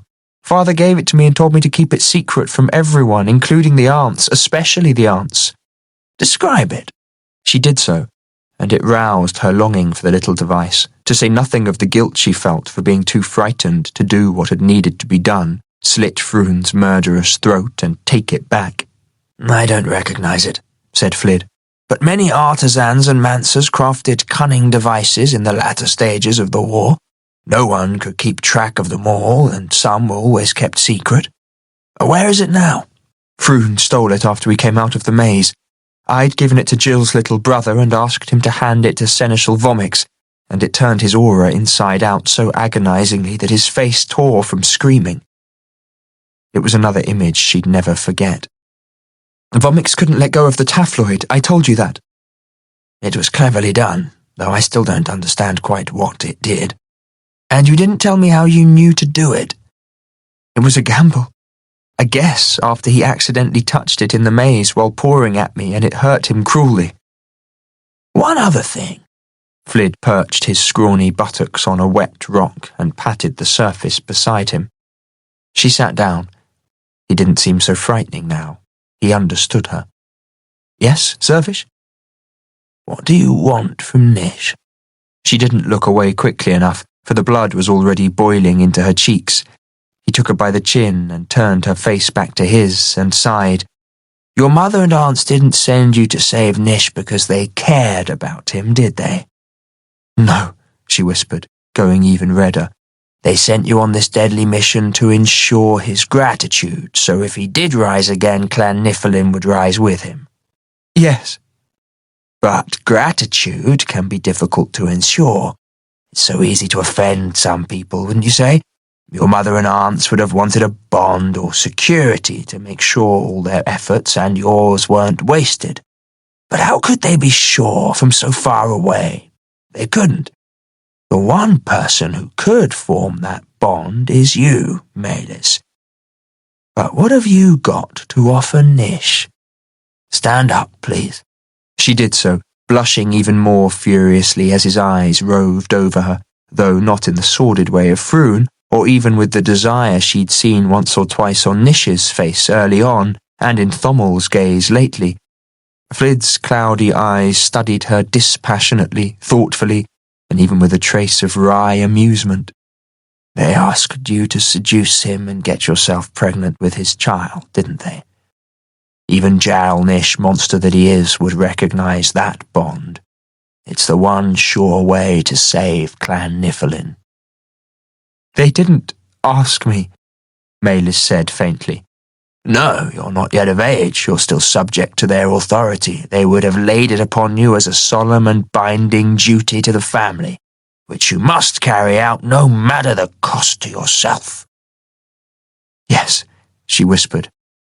So what went wrong? You're a lovely girl of good family, desirable in every respect, and Nish is a man who appreciates beautiful women, yet has been deprived of a lover for 10 years. Why wouldn't he have you? Sir, she said, trying vainly to prevent the mortifying tears forming. You're torturing me. I've got to know what really ails Nish deep down, and he'll never tell me. I don't wish to hurt you, but you're the one person I can ask. I can't say, Zervish. Why not? I just can't. It would be like betraying a confidence. I have to know, he said sternly. I don't want to force you, but I will if I have to, and you know I can do it. She did, so there was no point denying him. All right. It's Irisis. Irisis? He frowned. What do you mean? He's obsessed by her to the point of madness. He can't even think of having another woman, for in his mind Irisis is perfection in every respect, and no one else will do. In his delirium he talked about her as though she was still alive. He's obsessed by a woman 10 years dead? Flid looked grave. He keeps saying she has a destiny, but how can that be? He did not reply. I knew Irisis well. Flid smiled at a memory. Momentarily it lit him up from within. She was a wonderful woman, but perfection? Far from it. She would have been the first person to tell you her faults. What happened when you tried to seduce him? I assume you did try to do your duty. Sir, she cried, I can't. Please don't ask me about such things. But I am asking you, Mailis, and I must insist that you answer me. This is the most important question anyone has ever put to you. Nish's fate may rest on it, and yours, and your family's. It was wickedly wrong, she whispered, tears streaming down her cheeks. I knew that, despite that it was my duty and I was doing it to save my family, but I had no choice, did I? He didn't answer, just continued to look into her eyes as if he could read the tiniest falsehood, and shortly she continued. I've never been with a man, Zervish, not even a kiss at the midsummer fair. And this was the hardest thing I've ever had to do. But I did my duty. I tried my best, just as my aunt had instructed me in the arts of seduction. She covered her face, but he took her hands away and tilted her face up so the misty light fell on it. I don't need to know the embarrassing details, but I do need to know how Nish reacted. He went into a cold rage and accused me of trying to steal him away from his beloved, then told me never to come near him again. I felt that I disgusted him, that it made him sick to look at me. It was the most awful moment of my life, Zervish. Worse than anything that's happened since, even with Froon. Flid didn't embrace her or say anything until she had cried herself out, for which Mailis was grateful. She turned her tear-stained face to him. I suppose I deserved it? Stupid fool! He crashed a fist into his palm and swore a series of oaths she'd never heard before. She shrank away. Not you, Maylis. This is worse than I could have imagined. Irisis is 10 years dead and nothing but mouldering bones in a coffin. What can be the matter with him? He got up and splashed through the swamp, limping around and around the rock, heedless of his surroundings. On the third circuit, his meandering path took him near a well-hidden stink snapper, and as he went by, it shot up out of the mire, its yellow-spined jaws gaping. "Zervish!" she yelled as it snapped at his thigh. He directed a wobbly but well-aimed kick at it, whereupon it withdrew until just the yellow spines were visible. He finished the circuit, then came back to sit beside her. "We're old adversaries, the stink snappers and I," he said with a rueful grin, and sat head down, deep in thought. Maylis didn't want to interrupt his deliberations, but she'd remembered something that could be vital. "Irisis is more than mouldering bones, Zervish." His head jerked up. "What do you mean?" "The God Emperor has her embalmed body in his quarters, with her head sewed back on. He showed it, her, to Nish, and Nish said she looked just as she did in life, as if she were but sleeping." Flid hooked his bony fingers into claws.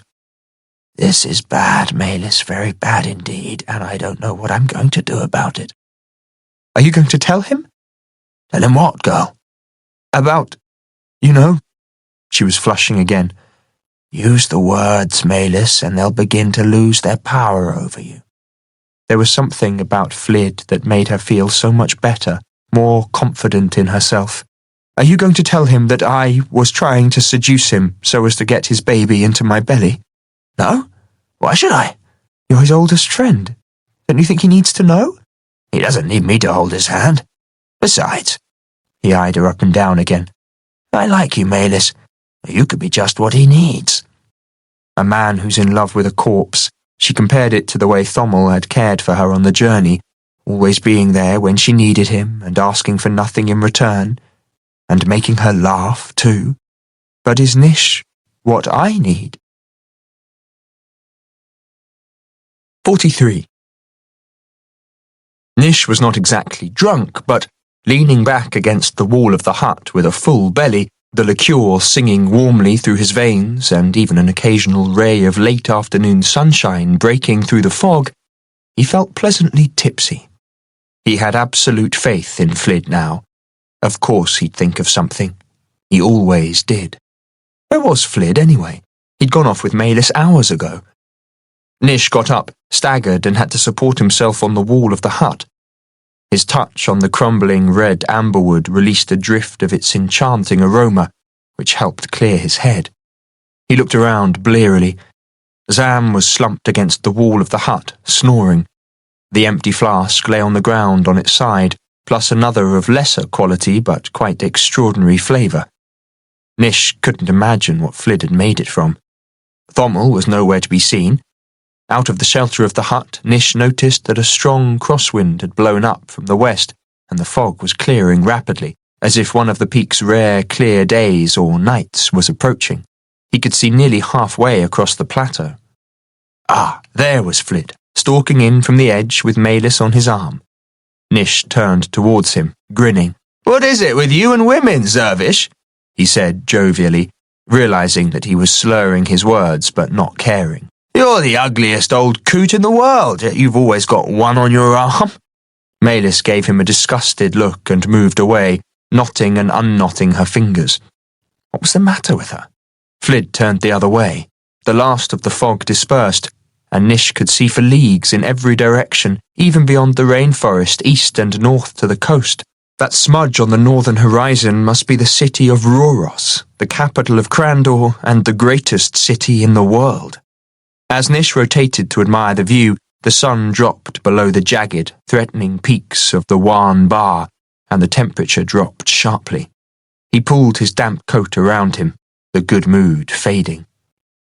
"I need to talk to you in private," said Flid, frowning. "But clearly now isn't the time. Where's Thommel?" Nish shrugged. "I don't know where he went." He had a vague memory of him taking exception to something Nish had said, but couldn't remember what. He's a surly brute. I hope he's up to his neck in the mire. He's warm-hearted, gentle, and brave. He helped me when I was in trouble, said Maylis. Nish had too, though leaving with Monk's Heart had cancelled those good deeds out, and he felt guilty about it. He covered it by sneering. I'll bet he did. What's that supposed to mean? She snapped. Nothing, he muttered, regretting it already. The liqueur had disconnected his brain from his mouth. She glared at him, hands on hips.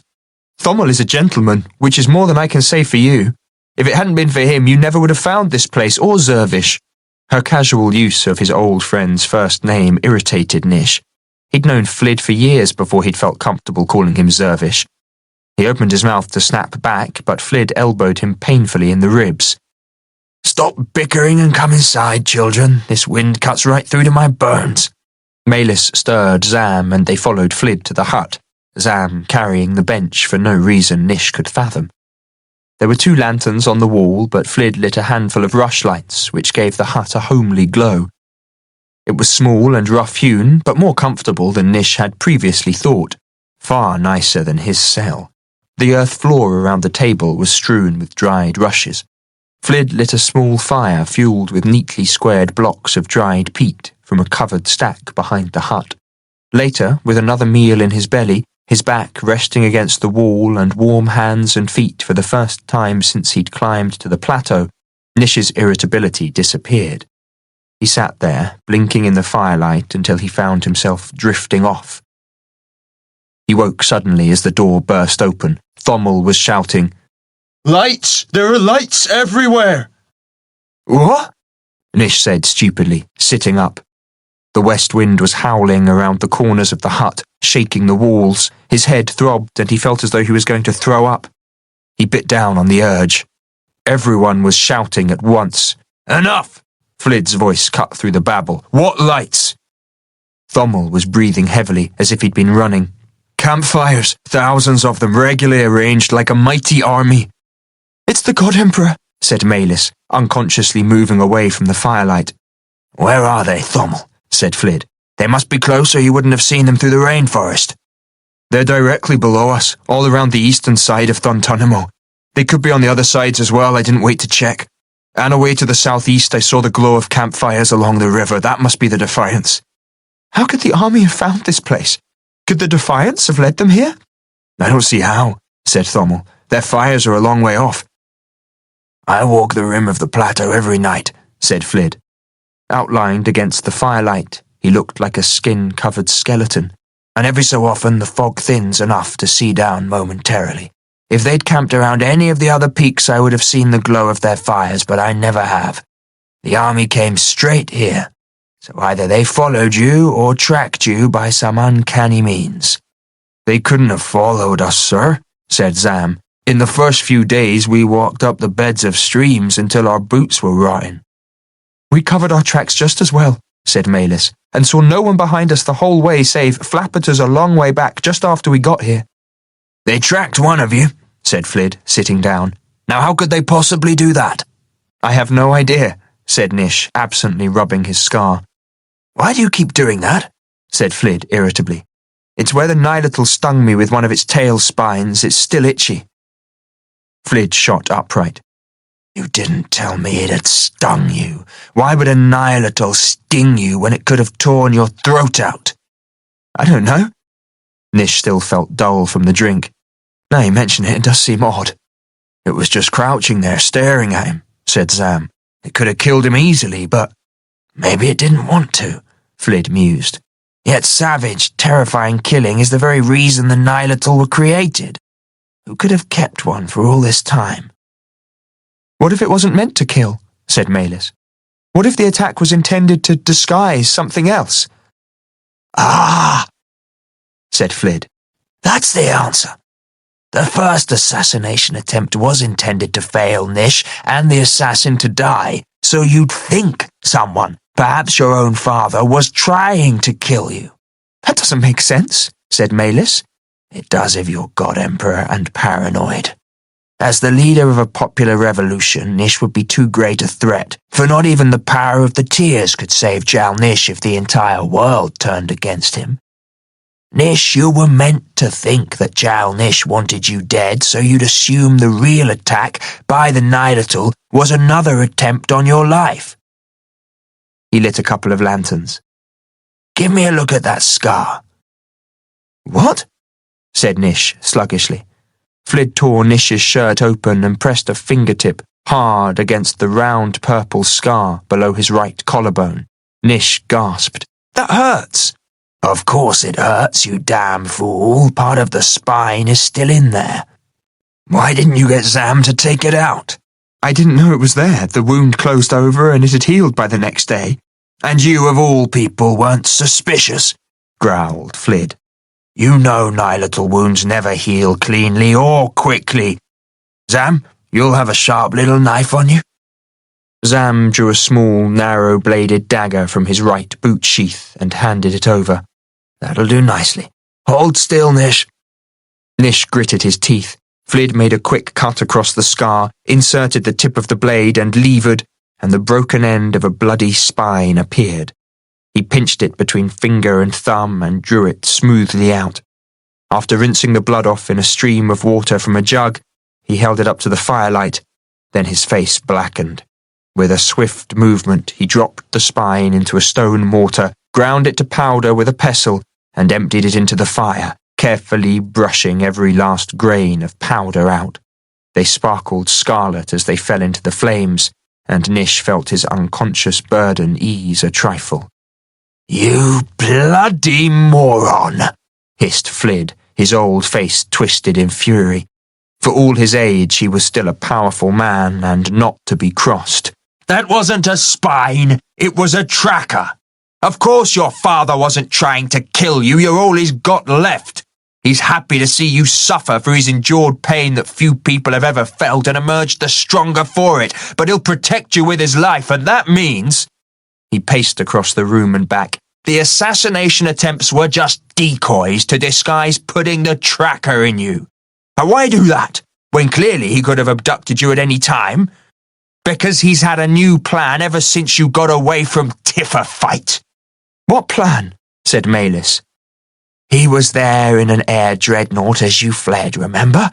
And with the tears, he might have read fragments of your vision in the pit, enough, at least, to realize his chance. You didn't know what was at the end of your vision, but Jal-Nish could have worked it out. You wondered why he allowed the Defiance to grow so large, unhindered, and why he took so long to attack. What if he sacrificed the army you destroyed so your rise would be all the more convincing? That's it. He wanted you to lead the Defiance and have a great victory, Nish, because that would coax the last of his old enemies out of hiding. And now you've led him straight to me, the enemy he wants to revenge himself on more than anyone. I'm sorry, said Nish numbly. He'd been used and manipulated from the beginning, and maybe even that great battle victory hadn't been real, although he didn't want to think so. It didn't occur to me that... Flid waved a hand. The fury had passed as quickly as it came, though his cloudy eyes had a steely shine in the firelight. What does it matter? I'm at the end of my days anyway. He won't be taking me alive, and I'll do him some damage as I go, as much as I can manage in my feeble state. I just hate to be outwitted so easily. Shaking his grizzled head, he reached for another flask. Nish slumped onto the bench. His every small victory was followed by a shattering defeat, and there was no way out of this one. What can you do to him, Zervish? Said Malis. I thought all power was lost, save the power of the tears. All those arts which relied on power drawn from nodes failed, yet some of the ancient, more difficult magics linger on, greatly weakened though not destroyed. I haven't wasted all my time here in drink and regret. 9 years ago I laboured up this peak carrying a pack full of ancient spellbooks and grimoires. He waved a hand at a shelf containing 6 battered books. Their spines were covered in blue mould. I studied them assiduously in the early days, trying to develop new forms of the art for the final battle. It won't be long, said Thommel. The soldiers could be on the way up already. You couldn't bring an army up that cleft in darkness, said Flid. He doesn't need an army. 10 soldiers, good climbers, would be more than our match. He must have hundreds of climbers and spies used to working in the dark, and we can't stop them. This is the end. I'm afraid it is. And all we can do is delay it for a few hours. What's the point? Said Thommel dully. Maelys reached out and touched his arm. He tried to smile at her, to regain what they'd had before, but couldn't manage it. If we have to die, said Flid, defiance in the face of impossible odds is the best way to go out. Our tale will give others hope, assuming they ever hear of it. Besides, you'll be surprised how precious those few extra hours of life become at the end. You'll do anything to stretch them out. He fell silent, looking down at the floor before continuing. The cleft you came up is the only one suited to a large force. The other clefts could only be climbed, and then with difficulty, by mountaineers. How can 5 of us possibly delay them? Said Thommel. You'll see in a minute. I put defences in place years ago. Father could attack from the air as well, said Nish. We can't delay that. But the weather will, said Flid. I chose this place for its natural defences as well as other reasons. The native power of Dun Tunnimo prevents flabbiters and other art-driven beasts, and perhaps even air dreadnoughts, from descending on us from above, and the updrafts. What is the power of this place? Has it got to do with the obelisk? Not so much the obelisk as what lies beneath it. It's an age-old Charon memorial, I believe, built at a site of native power, an uncanny flame. The obelisk is a memorial to failure, a sign that all endeavours fail in the end and time undoes all things. That won't please Jal-Nish, of course, since his life's obsession is to change the world in ways that will endure forever. He thought about that for a moment. The obelisk was built over the cursed flame. I wondered why the stone was so warm, said Maelys. The obelisk is bonded indissolubly to the living rock, sheltering and protecting the cursed flame. Not that it matters to us. The flame used to issue from the top in ancient times as a sign or a warning, but the conduit must have become blocked in ages past. The power of the flame hasn't proven usable by mortal humans so far. But you planned to. I thought I'd found a new way, said Flid, but I wasn't strong enough. The power was constrained by the builders of the obelisk deliberately, and it was built to last, well, not forever, but for a very long time. But it's broken. How did that happen? I don't know, but the break hasn't freed the power of the flame. I don't think anything can. You were saying about the updrafts? Oh, yes. They gust so wildly that no air dreadnought could survive them, and they only stop when it's blowing a gale, as now. Do we have a hope of escape, Zervish? Maelys asked softly. Any at all? I'm sorry. There's no way out now. Then what about the ancient arts you've been studying? She persisted. You must have had a plan to use them. Why do you say that? Flid asked mildly. I devoured the histories and the tales of the war from when I was a little girl. Clan Niflheim had them all in its library, once. I know a lot about you. Do you now? He bestowed a fond smile on her.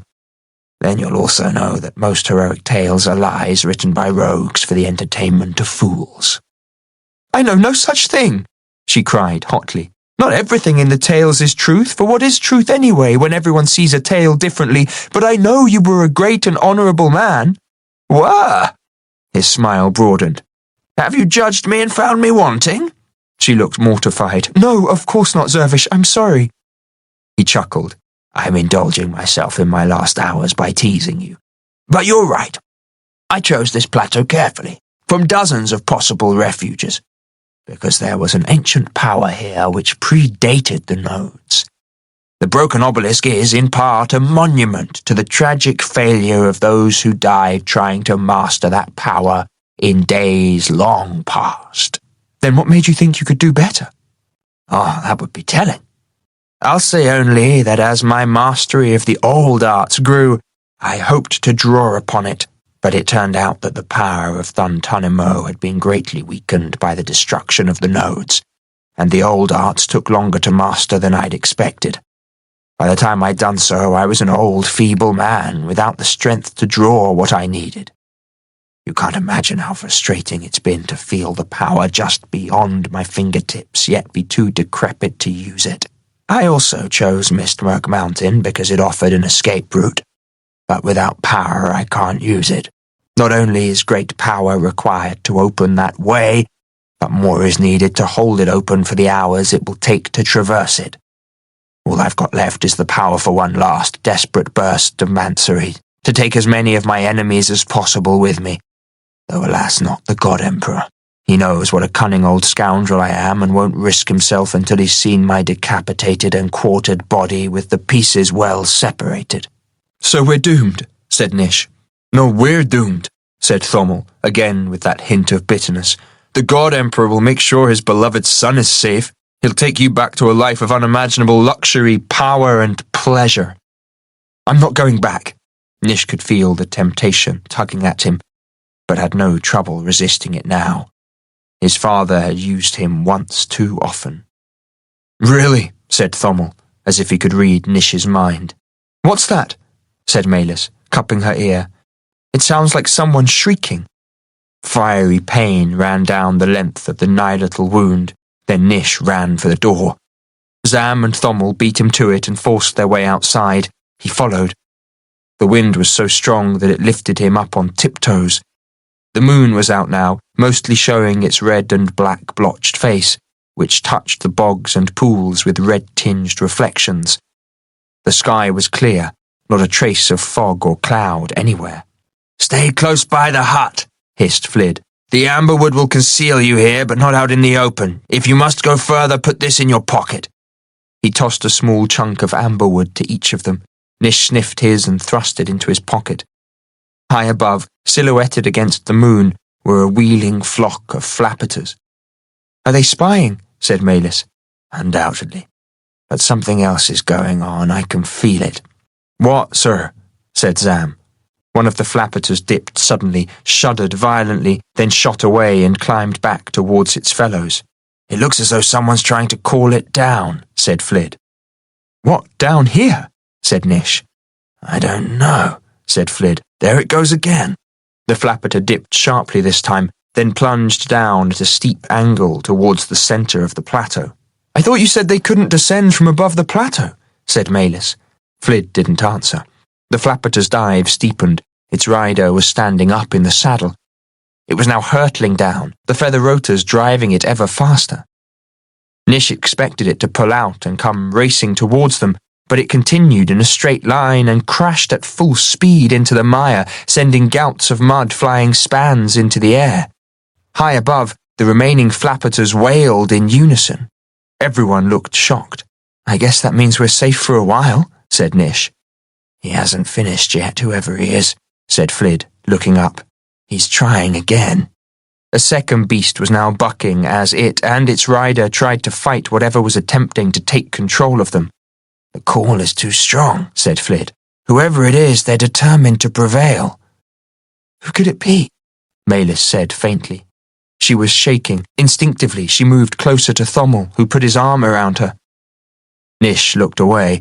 It was none of his business, but he felt a pang for the times they'd shared together, and the friendship they might have developed if he hadn't kept her at bay, despite everything she'd got under his skin. The flappiter suddenly dived towards the edge of the plateau, was buffeted perilously close to the cliffs by the updraft, then corkscrewed down out of sight. Nish ran to the rim and peered over. The beast was hurtling towards an eroded rock stack jutting up from the side of the pinnacle halfway to the bottom. "It seems to be settling," he said over his shoulder. "It's in shadow now, I can't see it." The others came up behind him. "It's rising again," said Zam, whose eyes were keener than Nish's. Nish made it out now, slowly beating its way up. "It looks bulkier." "Carrying 2 riders," said Zam. The flappiter moved out, caught the updraft and shot upwards. "That's the way to do it," Malis said with a professional eye. "He won't find it easy to get out of the airstream, though," said Flid, "whoever he is." As the flappiter neared the top of the cliffs, it began to buck and swerve wildly. It was thrown side-on and barely avoided smashing against an overhang, going so close that the rear rider reached out with a long spear to fend the cliff off. The flappiter spun in a circle, then back the other way, the feather rotors roaring. "Crash!" said Malis, standing rigidly erect, unblinking. The rear rider fended the cliff off again, The flapperter was close now, though neither rider showed any sign of seeing them. "There's a mighty turbulence when the updraft meets the crosswind," said Thommel. "With any luck?" The front rider thrust his fist through the loop controller, and raw power redly illuminated a banner of mist clinging to the underside of the beast. It let out a screaming wail, caught the updraft, and shot up into the clear air above the plateau. Nish heard a shout, "Down! Down!" It turned around, flutter-flapped inland, flying low where the wind was weakest, then hovered out over the mire. The rear rider slipped over the side, dropped to ground, and headed into the swamp. "What's he doing?" said Nish. "Heading for the broken obelisk," Flid said harshly. "But he can't do anything there, can he?" I hope not." The flapperter turned in a sweeping circle and began to fly around the edge of the plateau, safely inland from the rim. "He's searching," said Zam. "He knows we're here." "He knows, all right." Flid scowled at Nish, who looked away. The flapperter was surrounded by a thin yellow nimbus, and Nish could see its open maw and hear its fearful squeals. It was terrified, but couldn't break the power controlling it. The remaining rider now wore a long, funnel-shaped helmet. No, it must have been an art-enhanced speaking tube, for his voice boomed out, and the words were clear, as was the glutinous hiss of his voice. "Come out wherever you are. Surrender yourselves to the mercy of the God Emperor, and it will go well with you." Behind Nish, Malis gasped, "No, it can't be. He's dead." It was Seneschal Vomix. The flapperter was thrown upwards and sideways so violently that a gap opened up between Vomix and the saddle. He let out a cry and snatched desperately at the straps with his one hand. The speaking funnel went flying as the flapperter jerked the other way, turned upside down, and its feather rotors missed a couple of beats. But it righted itself and began to climb away, Vomix clinging on with one hand and his legs. "Should I shoot him?" said Nish, who had his bow in his hands. "Not unless you know you can kill him," said Flid. "Otherwise he'll know where to look for us." Nish put an arrow to the string, drew it back and aimed at the wildly bobbing figure, but he lowered the bow. Once he would have been sure he could do it, though it was a difficult shot in the moonlight and he was out of practice. "Zam's a better shot than I am."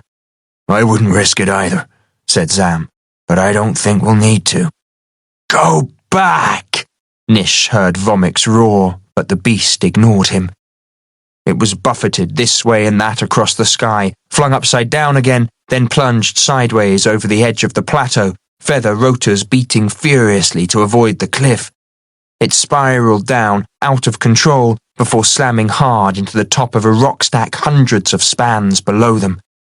The rider fell off and lay beside the flapperter, which kicked feebly, then went still. "Is he alive?" said Malis. "I think so," said Zam, "but the flapperter isn't." "He's hunting me, and he won't give up until he gets me." "He hasn't come all this way just for you," said Nish. "Vomix must be in disgrace," mused Flid. "He's desperate to make up for his previous blunders and recover his position, else he would never have risked his precious skin. He'll have to climb all the way up from that rock stack now, and he won't be quick. It would take immense power to seize control of a flapperter from so far away, and after sickness must be crippling him. He'll never force another flapperter down. He won't have the strength." "What difference does it make to us?" said Thommel, giving Nish another black look. "Nish led the enemy here, yet he's the only one who's going to survive." "We can't be taken," said Flid. "That would give Jal-Nish the victory he so desperately craves. Come inside. We've got to make plans." They went into the fire, and he continued. "Since we have no hope of escape, I propose we make a pact. To fight to the death, but if we're going to be captured, we jump. That's my plan anyway, but I have nothing to lose. What say you?" "I'll not give the God Emperor the satisfaction of tormenting me," Thommel said bleakly. "But first, Nish, you'll hear what I have to say." Nish blinked. "What are you talking about?" "The fact that you don't remember makes it even worse. But then after breaking your solemn undertaking to the world, any word you'd given to a child would be meaningless. If you've got a grievance, man, spit the damn thing out," snapped Flid. "My clan was robbed of their heritage by the enemy when I was little," said Thommel. Even my parents gave up and walked away, for they didn't have the courage to fight and die for what was theirs. If they had, you wouldn't have lived to be here now, said Flid, pulling the bung of a flask with a satisfying pop. In the circumstances, that's no consolation, Thomel said dryly. And since the war ended, the brutal favourites of the God Emperor have been given my heritage.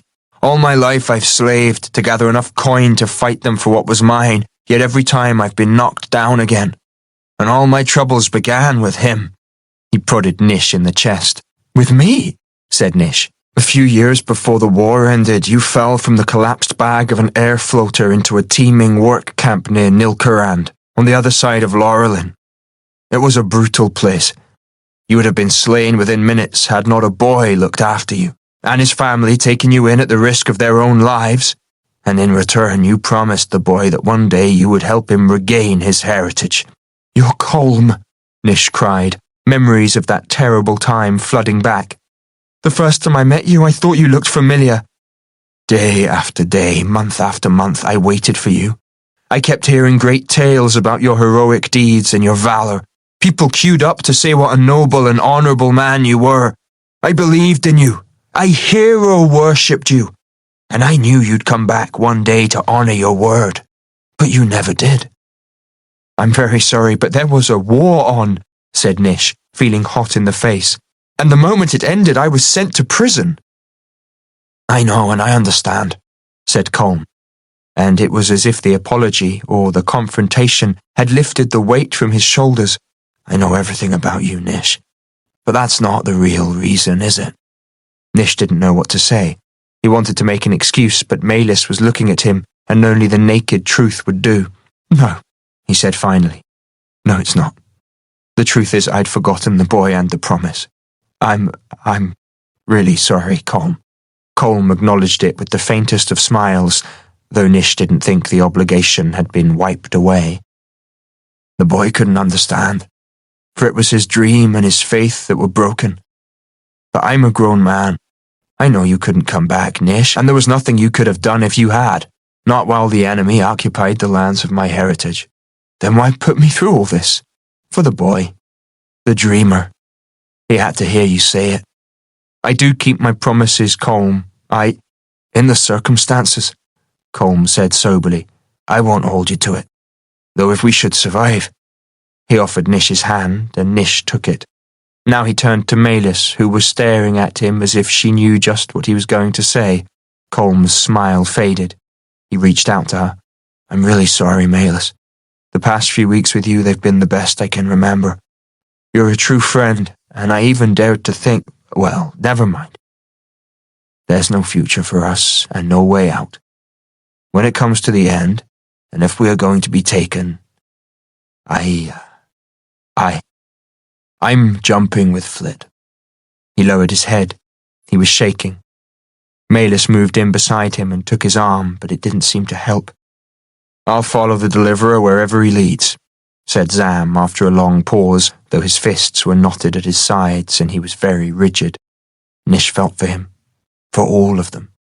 I've sent men into battle, knowing they were going to die, but I can't order any man to take his own life. Zam, at the end, it's every man for himself, and you must do what's best for you, not me. My folly brought father here after all. I'll go with you all the way, sir, Zam said gruffly. Everyone was looking at Nish expectantly.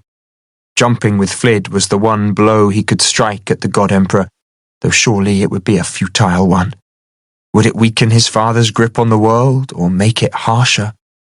As he stood there, he could almost feel Jal-Nish trying to influence him, using Gatherer to wake the long-buried compulsion he'd put on Nish many years ago. Come to me, Krill, Nish, and all will be forgiven. I swore never to bend, but things have changed and I must bend with them. Do you think I achieved all this for myself? I did it for you, son. You're all I have left, so come. Bend the knee and I'll raise you up to sit at my right hand. You'll have everything you could ever want. Even the deepest desire of your heart can be yours, if you will come. How he wanted to. Nish didn't want to die either, What if his father could give him the deepest desire of his heart? What if Jal-Nish could replace that loss which still burned Nish every day? He wanted it so desperately. Nish looked up. Everyone was staring at him. He'd let them down, unwittingly betrayed them, and he had to make up for it. "I'm with you, Zervish," Nish said, without knowing if he was. Could he really take the ultimate step and plunge over the cliff when his deepest desire was on offer? Or would he see his friends die, one after another, then betray their memory? 44. They were all looking at Malis now, and she didn't know what to say. Their situation was hopeless, and falling into Vomix's hands was unthinkable, but Flid's path wasn't one she could follow. She'd considered that way out months ago and rejected it. "I can't do it," she said quietly. "Not even if the alternative is to be taken, tortured, or even—" She shivered, closed her eyes. Her eyelids fluttered. "No! Life is precious, and it's wrong to take your own." Nish began to say something, but Flid held up a hand. "Say no more. I admire you all the more for staying true to your conscience, whatever it costs you. None of us will seek to persuade you otherwise, though you've made a harder decision than we have. We've a few hours to prepare ourselves, at most until dawn, and I suggest we each do so according to our inclination. I plan to walk the rim of the plateau alone as I do every night, then get splendidly, roaringly drunk." He nodded to them, checked that the protective amberwood was still in his pocket, and went out. Malis made sure she had hers as well. Colm was trying to catch her eye, and she wanted to go to his calm, reliable solidity. But if these were to be her last hours of freedom, there were things she needed to settle with Nish first. "Later, Colm," she said softly. Nish touched her on the shoulder. "Would you walk with me for a bit?" Her gut tightened at the thought of what she must say to him, but it had to be done. She offered him her arm, as if they were the best of friends and nothing bad had ever happened between them. Flid was visible in the moonlight, shuffling along the rim of the plateau to their left, so they turned the other way. The crosswind was even stronger now. Malis, who was on the right, kept well clear of the edge. "Nish, I'm sorry I was so angry on the way up," she began. "I should have tried harder." "It doesn't matter now," he said. "In my last hours I've got bigger problems to worry about than a trifling misunderstanding." Malis bit her lip. It wasn't trifling to her, and she had to get it out. And once she did, she needed Nish to acknowledge her apology and offer one in return, though she didn't think he was going to. Why were his problems always more important than hers? Because he was the son of the most powerful man in the world, and her clan had been reduced to beggary. No, Clan Niflheim were proud, whatever their state, and she didn't have to take it. What had she ever seen in him? "What problems?" she said, then realized that he'd been waiting for her to ask. "Stupid, stupid man. Ones that I can't even talk to Flid about, or it'll destroy all the faith he's ever had in me. But it doesn't matter about my faith in you, because you don't care a fig for me despite all I've done for you. Why am I putting myself through this?" But because she still felt for him, and in a few hours it would all be over, Malis said, "What is it, Nish?" He let go of her arm and went to the brink, staring down. She edged after him, afraid that a sudden gust would hurl them over. Far below, the campfires of Jal-Nish's mighty army twinkled around the base of the cliffs like an arc of fireflies. Were they already on the way up? Or would Jal-Nish wait until the last possible moment to draw out the tension until everyone snapped? "Father is getting to me," said Nish. "He's found a way into my mind." That was one problem she hadn't anticipated. "What? Now?" "A while ago, just before we made our choices. He was only there for a minute or two, and I know it hurt him to stay that long, but he'll be back." As she turned to face him, the wind stripped away her last vestiges of warmth. She hugged her thin coat around her, though it made no difference. "What does he want?" "What Father has always wanted, for me to acknowledge him as my liege and swear to serve him." "And the price?" "He'll give me everything I've ever dreamed of, power, wealth, authority." Nish flushed. He'd left something out, the most important something. "I meant the price you have to pay," said Malis. He turned away, cold sweat glistening on his brow. "Becoming like him." "Are you prepared to pay that price?" she said. so softly that the shrieking wind carried her words away and she had to repeat herself. He looked every way but at her. It's so very tempting. You can't imagine how much I've always wanted to be an important man, a leader, someone people looked up to. I know it's weak of me, but can't I? She said, deliberately softly this time. He didn't hear or ignored her. I can resist those temptations, but... Her inner chill deepened and she fought the urge to block her ears, for she knew what he was going to say and couldn't bear to hear it. Horror spread through her veins like her blood crystallizing to ice. Father has offered me the deepest desire of my heart, he whispered.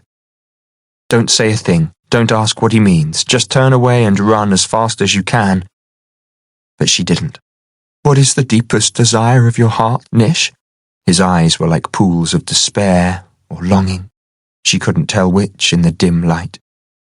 To have the love of my life back again, and I don't know what to do. She wanted to smack him until he came to his senses. His obsession had driven him over the edge. She took him by the arms and shook him, unable to contain her anger any longer. Why are you telling me this, Nish? What do you expect me to say? That it could actually happen? It can't, and we both know it. He didn't answer, though she thought his cheeks grew a trifle darker. No, surely he wasn't asking for her approval. And you'd betray everything you've ever fought for, as well as the faith of all those people who've suffered and died for the deliverer, for a dead woman? She hissed. You don't understand, you can't understand. Maylis lost it. How would you know what I understand? You've never taken the time to bother with me. And what's so special about you? What makes your feelings so unique, so elevated, so noble? She spat the words out. You're sick, Nish, and I'm not listening to another word of it. Go to your precious father, or stay, but stop whining and begging us to sanction your choices. What kind of a man are you anyway? You're no better than Monk's Heart or Vomix. She turned to stalk away before she lost what little remained of her dignity, until out of the corner of her eye she saw Nish squeezing his skull between the heels of his hands and reeling about, dangerously close to the edge. Momentarily she thought he was putting on an act, but the pain on his face was unmistakable. She caught him by the arm and dragged him away. He's back, Nish mumbled through a locked jaw. He's back and I can't get rid of him. It hurts, it hurts. His eyes were staring into infinity. Oh, Irisis, he whispered. Irisis, Irisis, Irisis. Maylis shook him but couldn't break the trance or possession. She slapped his face. It made no difference. Taking his head between her hands, she roared, Get out of his head, Jal-Nish! Right in his face. Nish's head jerked. She let go. His eyes focused on her, and he slowly took his hands away.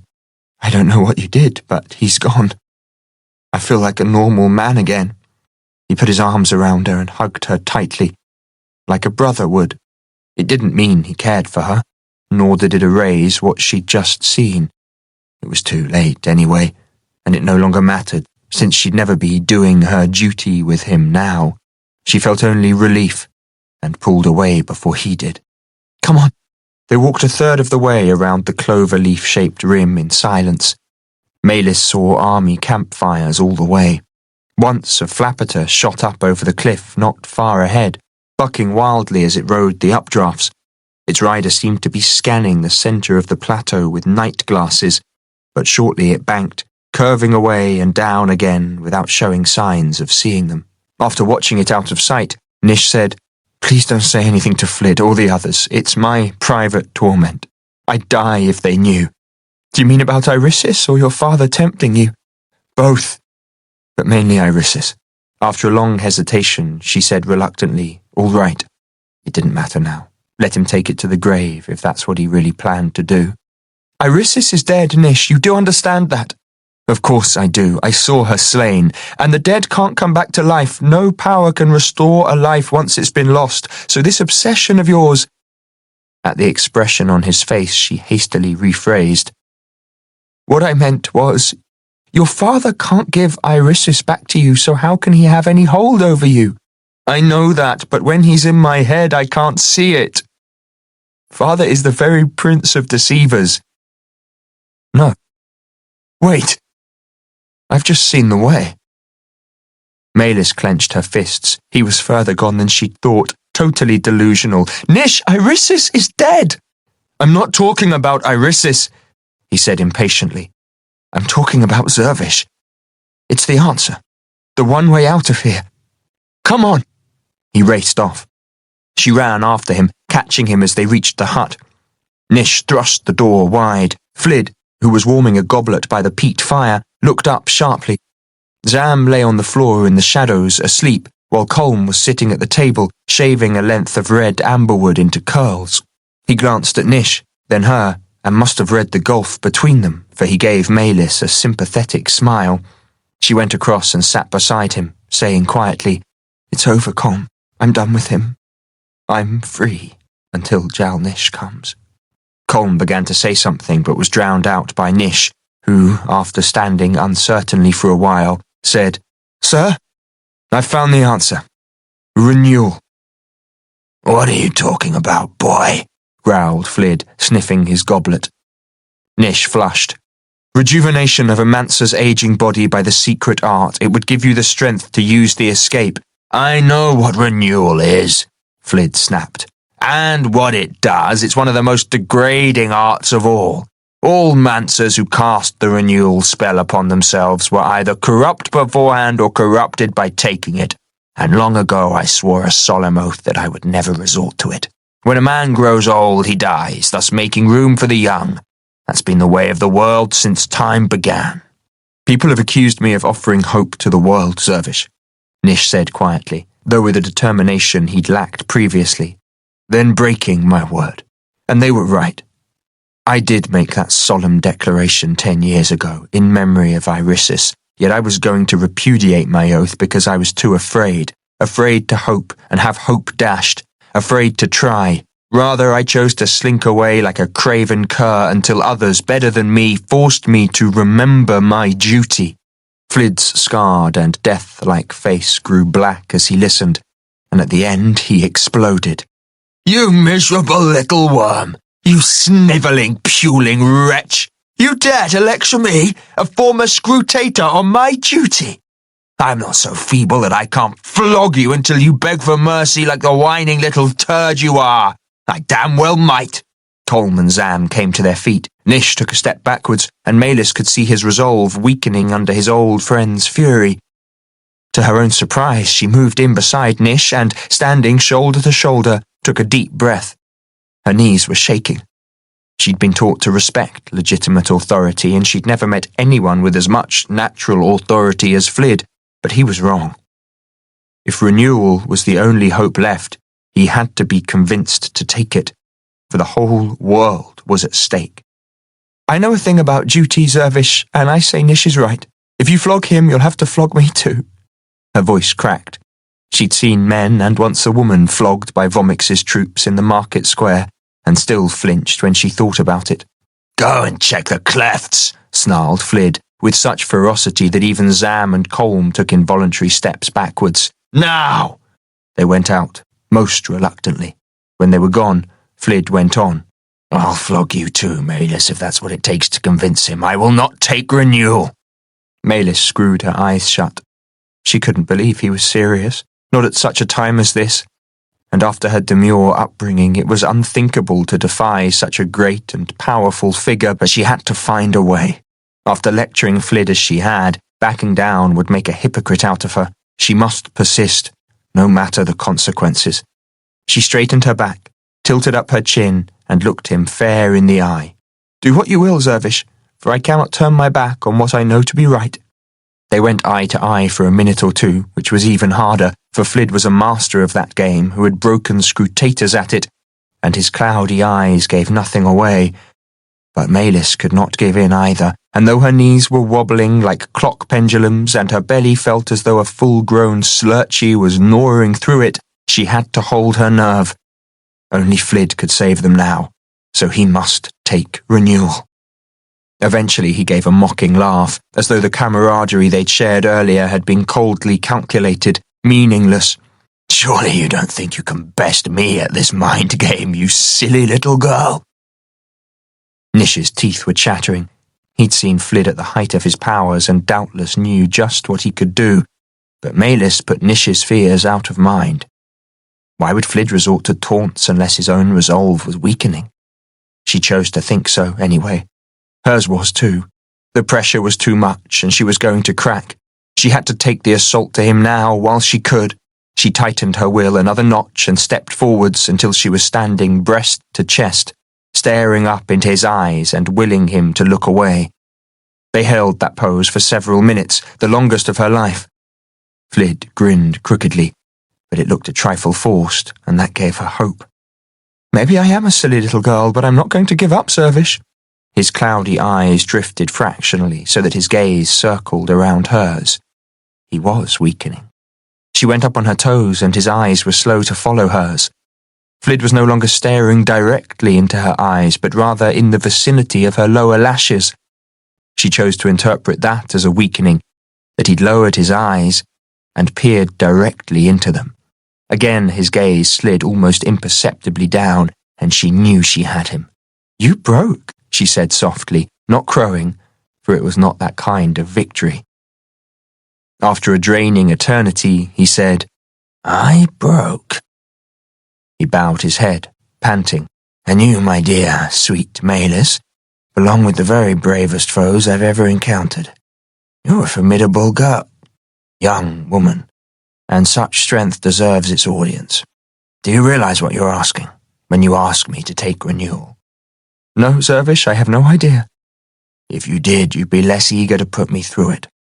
The renewal spell is ancient, yet little used by even the most greedy mancers, for it kills as many as survive it, and some who do survive wish they hadn't. Self-harm and suicide are common among those to survive renewal, while many have been crippled or driven out of their wits by it." He was right. How little she knew or understood. Flid went on. "It's one of the most excruciatingly painful spells ever used upon a human being.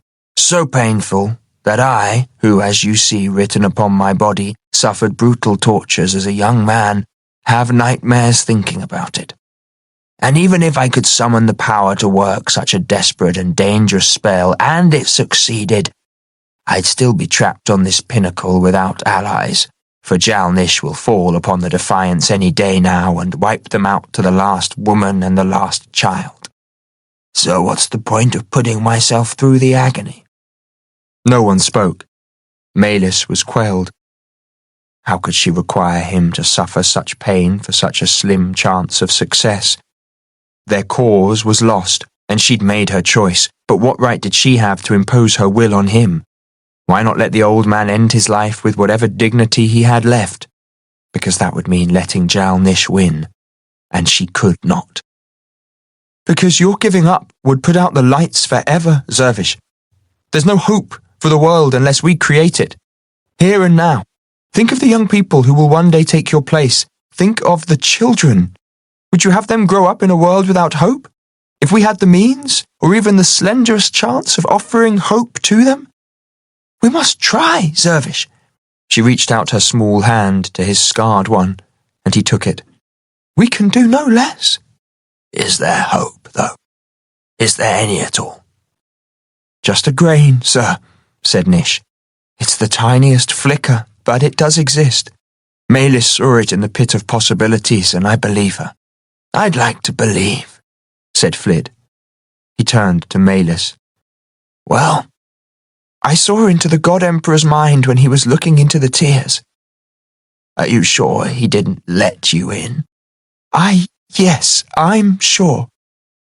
He does have a weakness, and he's afraid. He hasn't robbed the world of all its arts, most but not all. He hasn't crushed all his enemies yet. And as Monk's Heart told Nish, nothing goes to nothing. "Nothing goes to nothing," Flid mused. "Indeed not. And everything has its antithesis." Malus started, for it reminded her of her speculations after escaping from Monk's Heart's tent. "That's right," she cried. "Monk's Heart and Froon talked about it, but they never followed the idea through." "And you did," said Flid, looking puzzled. "Yes, and if that's true, then somewhere in the world, hidden, transmuted perhaps, there must lie the antithesis to the tears, something that can be used to nullify their power. Suddenly the light came back to Flid's rheumy eyes, and he laughed, with just a tinge of bitter irony this time. Only one person on Santhanar could know that. A calculating, inscrutable, relentless foe that in 100 years no one has ever set eyes upon.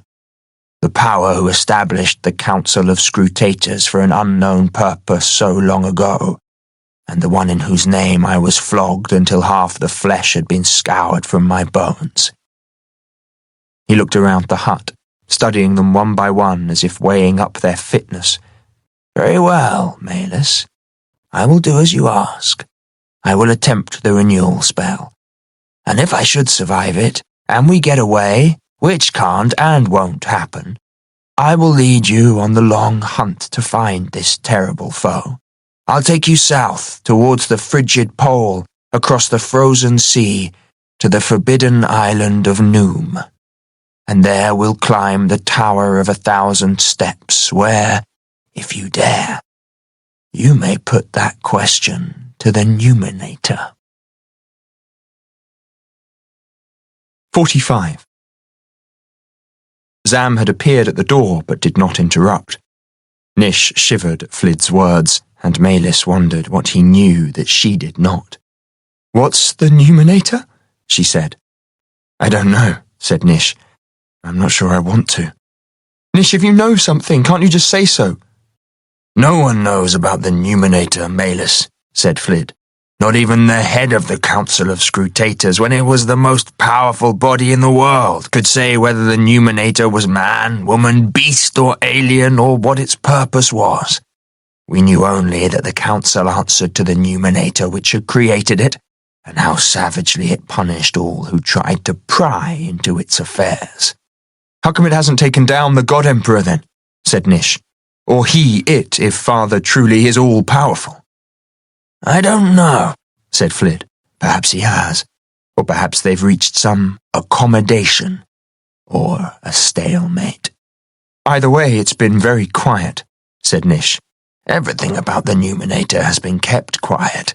I doubt that 40 people, living or dead, have ever heard the name." "So even if we succeed in all these impossible challenges," said Malus, "and reach the Tower of 1,000 Steps on the island of Noom, the Numinator could slay us out of hand?" "He, she, or it could." Flid was staring into space again. "But the Numinator might also have been hurt by the destruction of the nodes, perhaps even humbled." A vengeful smile crept across his face, and Malus shuddered. He had depths she couldn't imagine. He snapped back to the present. "There's no time for speculation. You've required me to take renewal, and I will. The preparations are arduous, the after effects long and brutal, and will be undone if Jal-Nish arrives when I'm still laid low with after sickness. It's late. What news from the watch, Zam?" "They're not waiting until dawn, Mr. Servitude," said Zam. "There's movement at the campfires and a line of torches around the southeast cleft." Flid cursed. "How long do you think they'll take?" "It took us 8 hours in daylight, not counting rest stops. Even his most reckless climbers couldn't do it in under 10 hours at night, though an advance guard might already be on their way." "I dare say they are, though he won't attack until he's got a strong force in place," said Flid. "Jal-Nish knows that Nish came here to meet one of his great enemies. He's probably guessed that it's me and knows I'm not weaponless. He won't want to lose the element of surprise by sending a handful of scouts who could be destroyed with a single blast." "Could you destroy them with a single blast?" said Malus, remembering tales of the great Mancers of olden times, and she'd taken him on without a thought. "In my present state, I'd be hard-pressed to stop a one-legged tortoise, but fear makes your enemies greater, and Jal-Nish has always feared me." "Let's say we've got 6 hours just to be safe," said Nish. "Can you work the renewal spell in that time, Zervish, and recover from it?" Flid's eyes went to the grimoires and spellbooks on his rudely carved bookshelf. "I've no idea. I haven't done it before." "But you do know how." "Well, I've seen it done.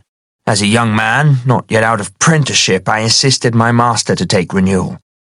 "How did it go?" asked Malus. "It took us prentices a week to scrape his organs off the ceiling."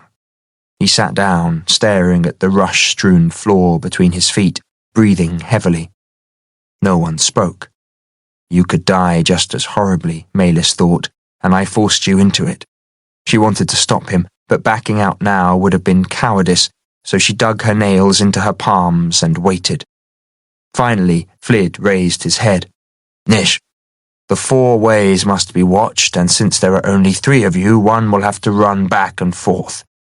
There's 4 of us, Servish, but to cast the spell I require an assistant, and to watch over me while it takes its painful course, an observer.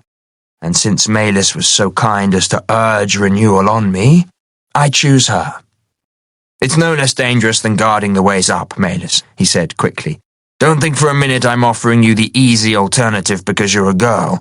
I've chosen you because you have healing skills and because you alone among us aren't trained in combat. And also," he said with a thin smile, "because I want you to know exactly what you've put me through.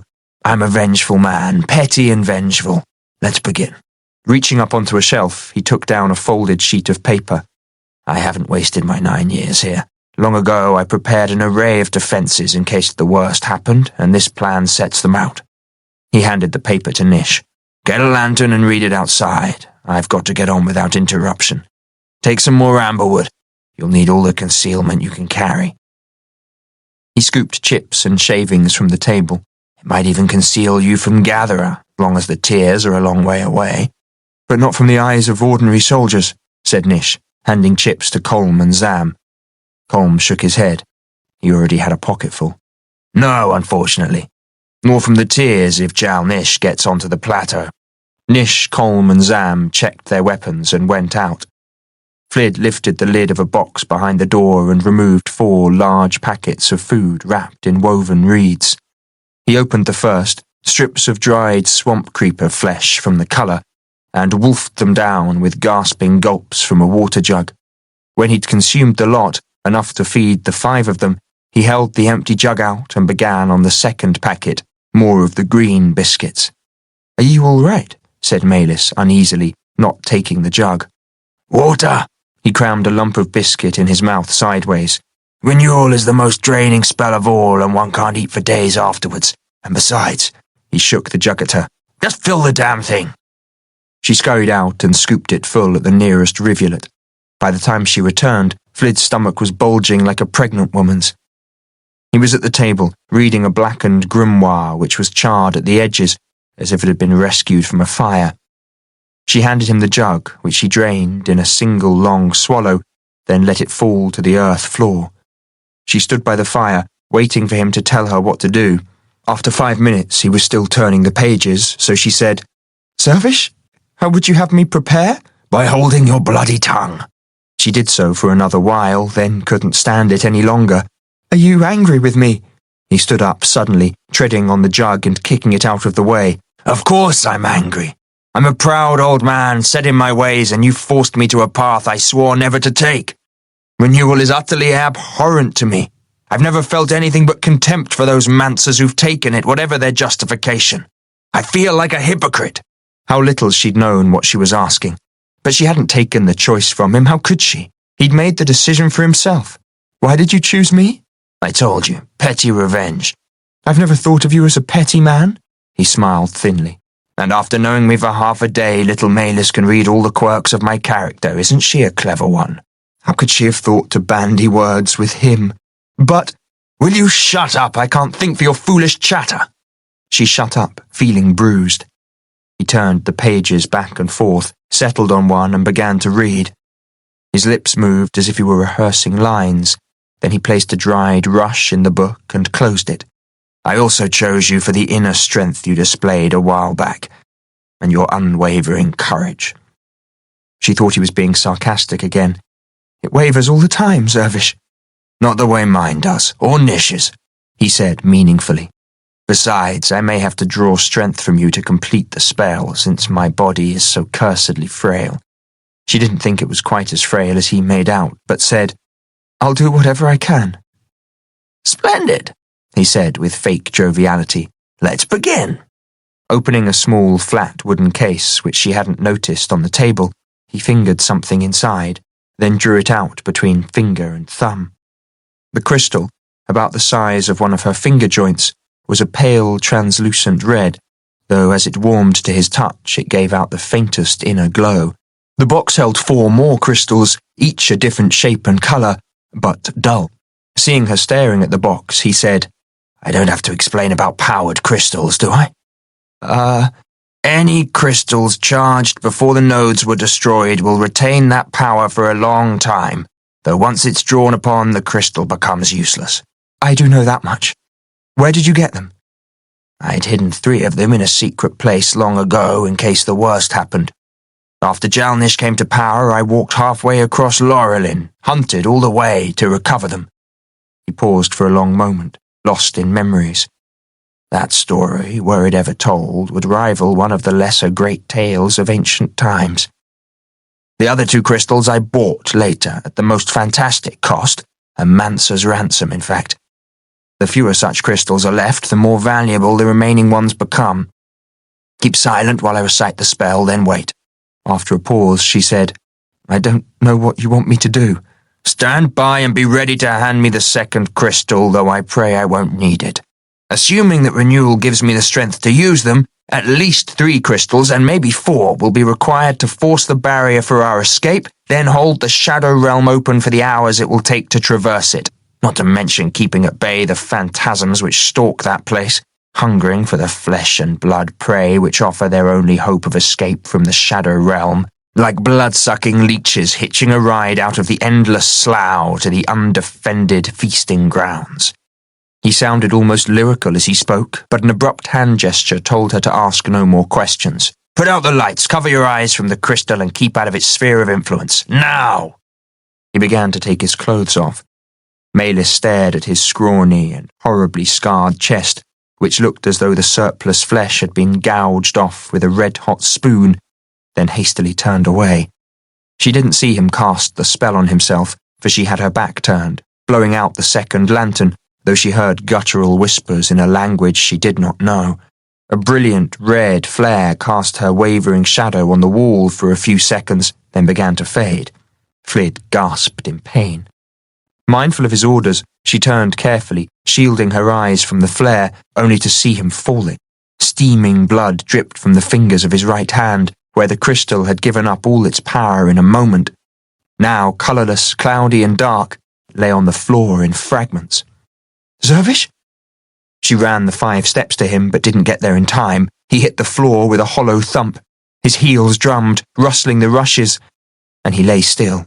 The egg-shaped floating flare drifted up towards the ceiling, slowly fading. She knelt beside Flid in its dim red light, afraid that the onset of the spell had killed him, but found a faint pulse in his neck. His eyes were staring glassily, like a dead man's. She went to close them with her fingertips, but his bony arm snapped up, cracking painfully into her wrist and knocking it away. "Don't touch."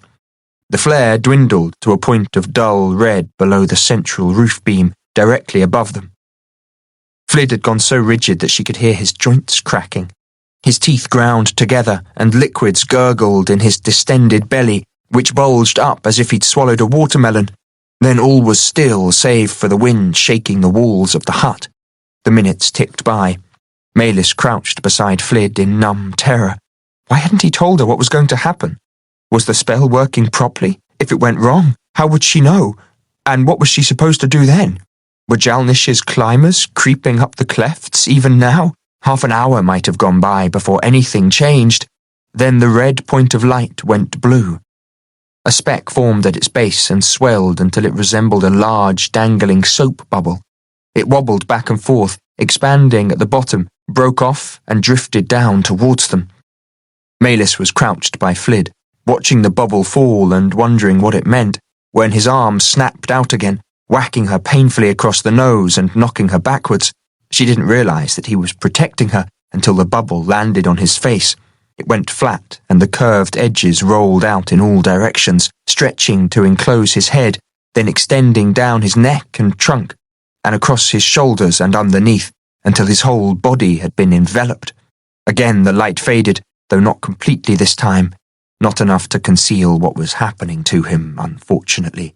It began with little blisters forming on his face, thousands of them, until no patch of skin was unaffected. The blisters expanded, linking into a continuous swelling which spread across his head and inflated with fluid, lifting the skin away from his flesh in one bloody piece, hair and all. The same process was extending down his body. She averted her eyes. Flid's fingers clenched and unclenched. He writhed, went rigid, writhed again and rose slightly off the floor as the blisters grew and combined beneath him. In a few minutes he was enclosed in a transparent balloon of inflated skin beneath which the raw flesh bubbled and wept red trails until eddies in the blister fluid rendered it opaque. The only parts of him unchanged were his eyes, staring sightlessly up until the blister closed them off, then his mouth and nostrils as well. He no longer bore any resemblance to Flid. He was just one gigantic, human-shaped blister almost as big as Zam.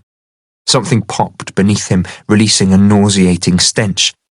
Malis didn't dare move in case he called on her, so she held her nose and endured it. The blue pinprick of light below the roof beam turned green and faded until she could barely make out the shape of the blister, though what she could see was alarming enough. It was undulating, waves rippling through the fluid from one end of his body to the other. It swelled at his feet but shrank again. Pulses ran down and back up.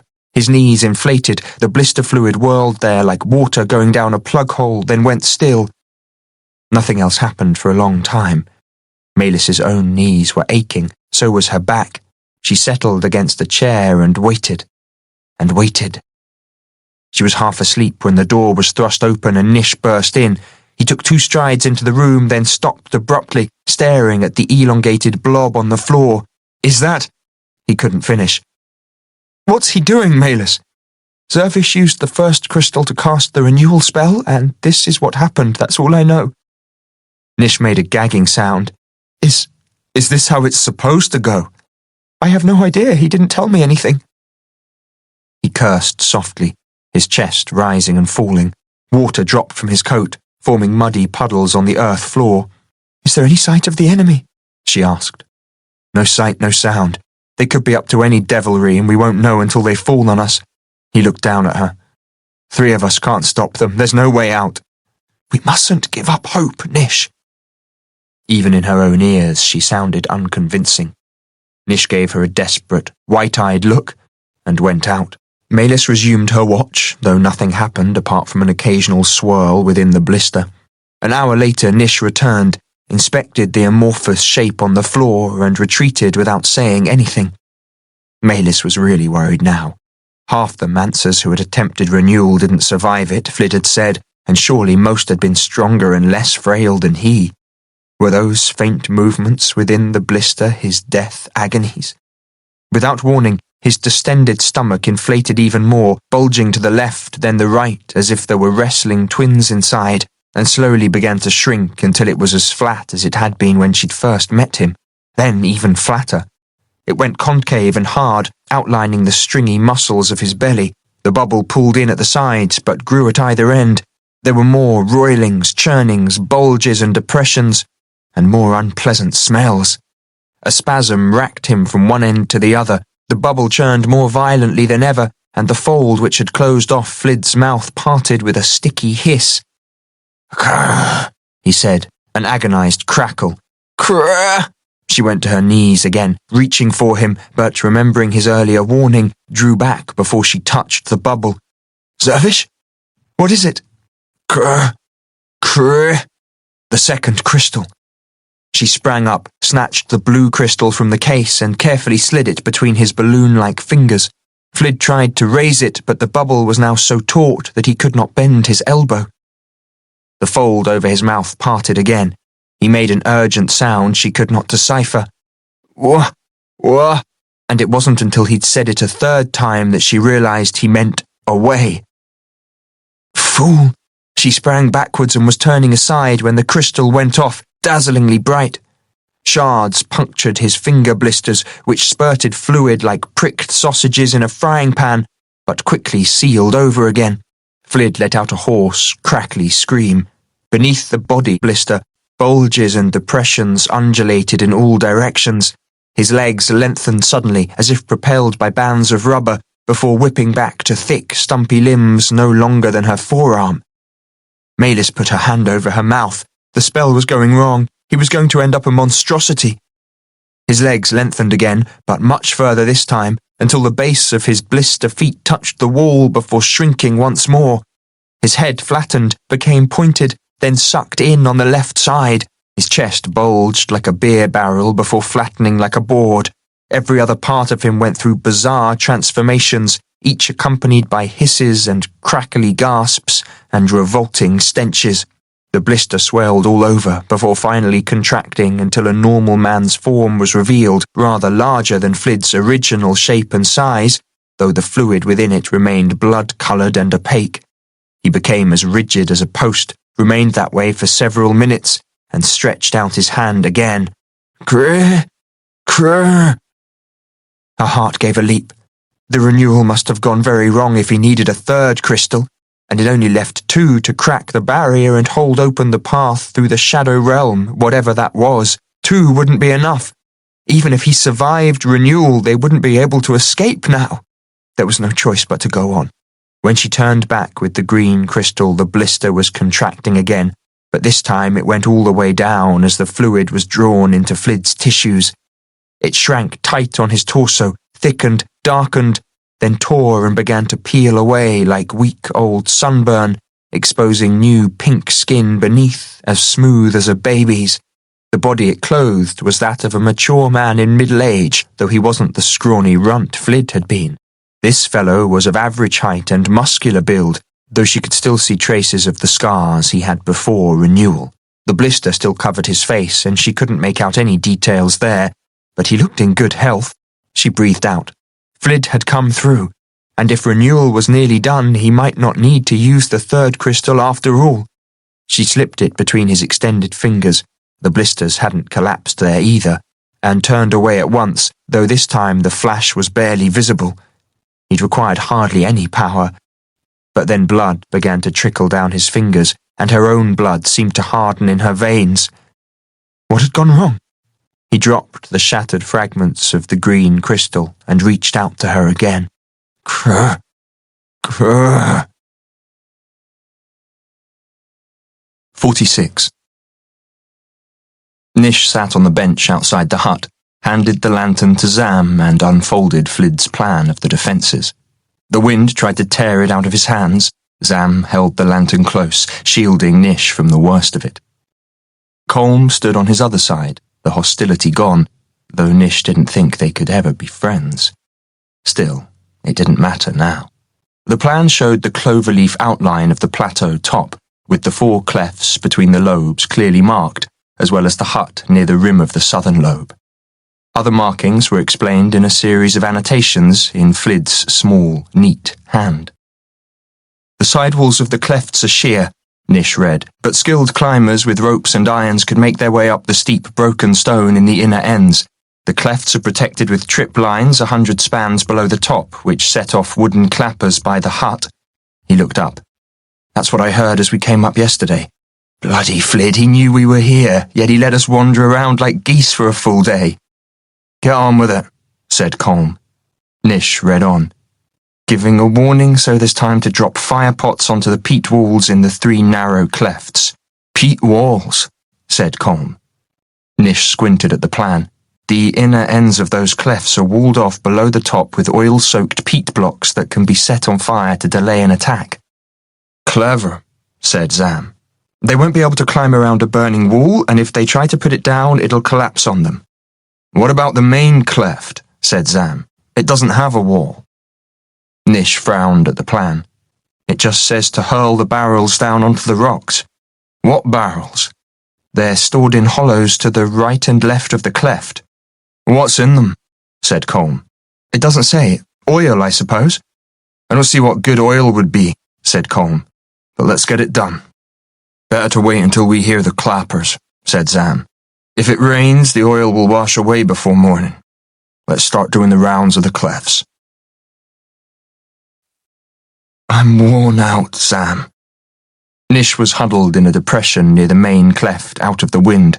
They'd been tramping from one cleft to another for hours, keeping watch. There had been no sign of the enemy, and he was wet, cold, and exhausted. In the olden days, he could have endured it without complaint. but he felt a lesser man now. "You must stay awake, sir," said Zam, shaking him. "It won't be long." The faintest mist had risen, just enough to create a halo around the moon. Even in the dim light, his eyes looked bloodshot, but his back was held as straight as ever, perhaps straighter. Zam was a simple man whose faith in Nish was absolute. His oath had sustained him through every trial so far, and it drove him now. If he felt doubt or fear, it was carefully hidden. Zam's hand caught Nish as he swayed backwards. "Sorry," Nish said, horrified that he'd dozed off. During the war, a sentry would have been executed for sleeping on watch, but the greater shame was letting one's comrades down. Zam was staring straight ahead, his big jaw working, stolidly refusing to judge, which made it worse. Nish forced himself to his feet. "I'll go back to the hut and see how they're doing. Can you—" "I'll do the rounds again and get Corm's report from the other side." "Thanks, Sam." Nish reached up to clap him on the shoulder, then turned away to slosh down the churned track to the hut, praying that Flid's renewal would show progress this time. It didn't. Malis forced herself to stay calm. "What's wrong, Zervish?" "Krr, krr." She stumbled to the crystal case, extracted the sulphur-yellow crystal, the second last, and slid it into his fingers, which were still sausage-like. They clenched around the crystal. He reached across to slip it into his right hand, and his left hand reached out to her again. "What is it, Zervish? Do you want the last crystal?" They were doomed either way. The renewed, unfamiliar Flid was squealing deep in his throat and reaching for her hand, but she couldn't work out what he wanted. Alarmed, she backed away, remembering the warning and afraid of his touch, but his squealing grew more urgent. He reached out to her. Could he be trying to tell her something, or was the thing inside the blister not Flid at all? What if she touched him and caused the spell to go wrong? What if she didn't help him and renewal failed? She had to take the risk. How could he hope to complete the spell when he was in such pain? Taking a deep breath, she touched his left index finger with her own. He snatched at her hand, his bloated fingers compressing around hers with a hiss as the remaining fluid was squeezed back into his tissues. He was much stronger now. His grip crushed her hand. A boiling surge ran through her fingers and up her arm, followed by a dizzying wrench that had her staggering and fending off the floor with her free hand. Letting out a tormented cry, he tried to push her away. Malis attempted to pull free, seized by a sudden panic, but his left hand had locked around hers, and a line of heat was running from her midriff, along her arm and into her fingers, growing stronger all the time. The centre of her chest, surrounding her heart, grew so hot, tight, and painful that she couldn't stand upright. As she hit the floor, the lines of fire were like molten tin being pumped down her veins. Her fingers were burning now. She could feel the heat streaming from her into Flid, and as it did, her chest cooled, her racing heart began to beat more slowly, and more slowly still.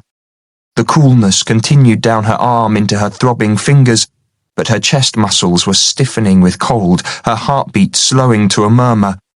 Another wave of dizziness swept through her. She woke up lying on the floor on the other side of the hut, her head and shoulder aching as if she'd crashed hard into something, or been thrown. "Malis?" Nish was standing in the doorway, still dripping. She sat up, which really hurt. Her fingers were covered in flakes of skin. Flid's old skin.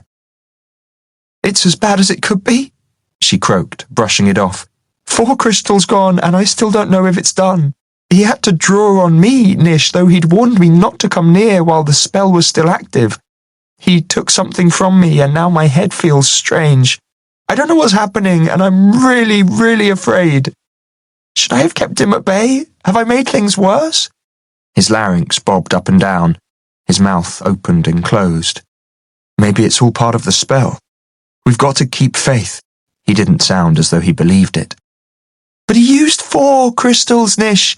He hoped he could do it with 1. Flid said that at least 3 were needed for our escape, so without them—" "Get a grip on yourself," he snapped, then added with a heroic attempt at calm. "No one in the world is better in a tight situation than Zervish. Trust him. Believe in him. We've still got time. There's no sign of them yet." Malis thought she'd heard something outside. What's that? I didn't hear anything. The sound came again, a faint clack clack, followed by running feet and a low, urgent cry of, "Nish! Nish!" Before Nish could reach the door, it slammed back against the wall and Zam was framed in the opening. They're coming. 47. Nish's drowsiness vanished. Where? Northwest cleft, said Zam, his mighty chest heaving. How many? I don't know, but the clappers just went off. Nish said, It's all up to you, Malis, and turned to the door. No, it's up to Flid, she said softly. I can't do any more. He ran out. We'd better fire the peat walls, Zam. All of them, sir. Nish splashed down the track after Zam. He, Zam, and Colm had inspected the defences earlier.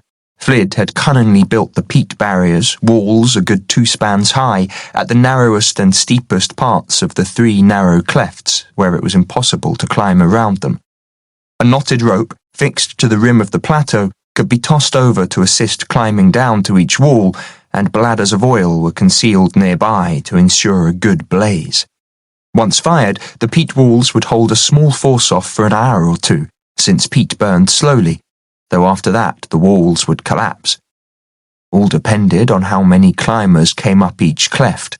If Vomix had sent just a few, they probably wouldn't risk their lives trying to get past the burning walls in case all were lost, which would leave a gap in the attack plan.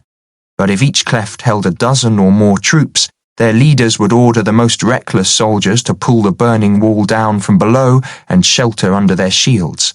His father wouldn't care if a few men fell to their deaths, as long as enough survived to carry out the attack plan. What would that plan be?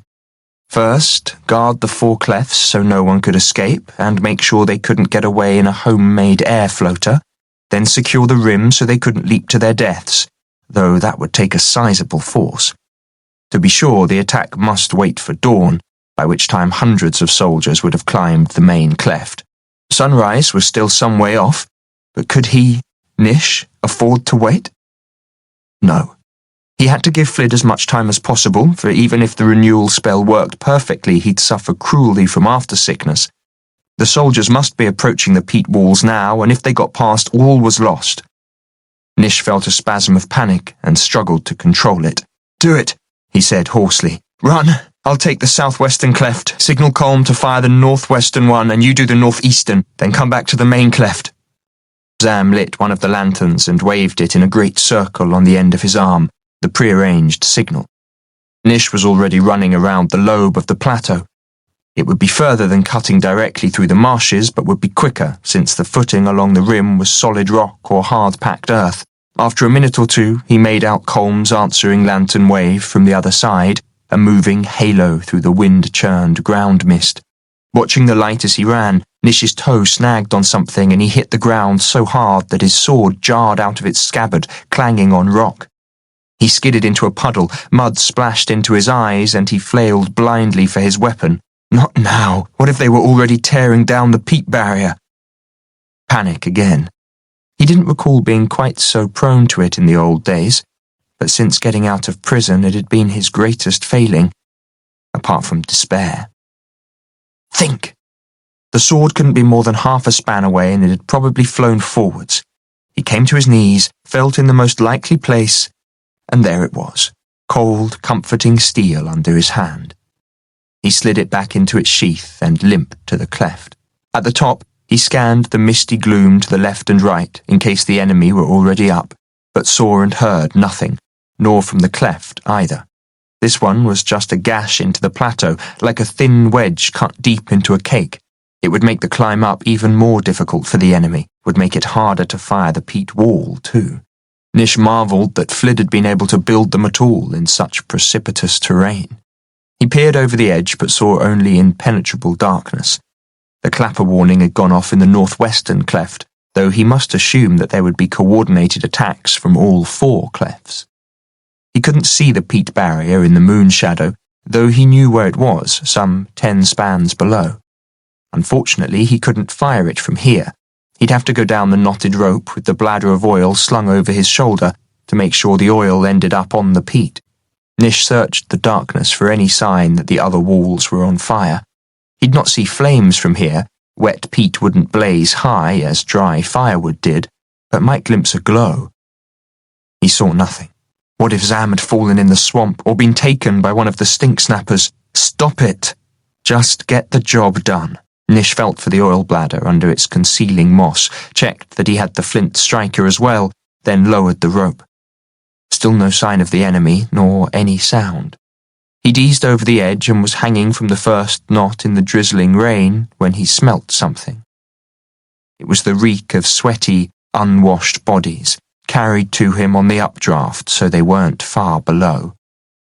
What if they'd torn through the wall already? He wouldn't see them among the dark rocks looking down, though he'd be clearly outlined against the sky.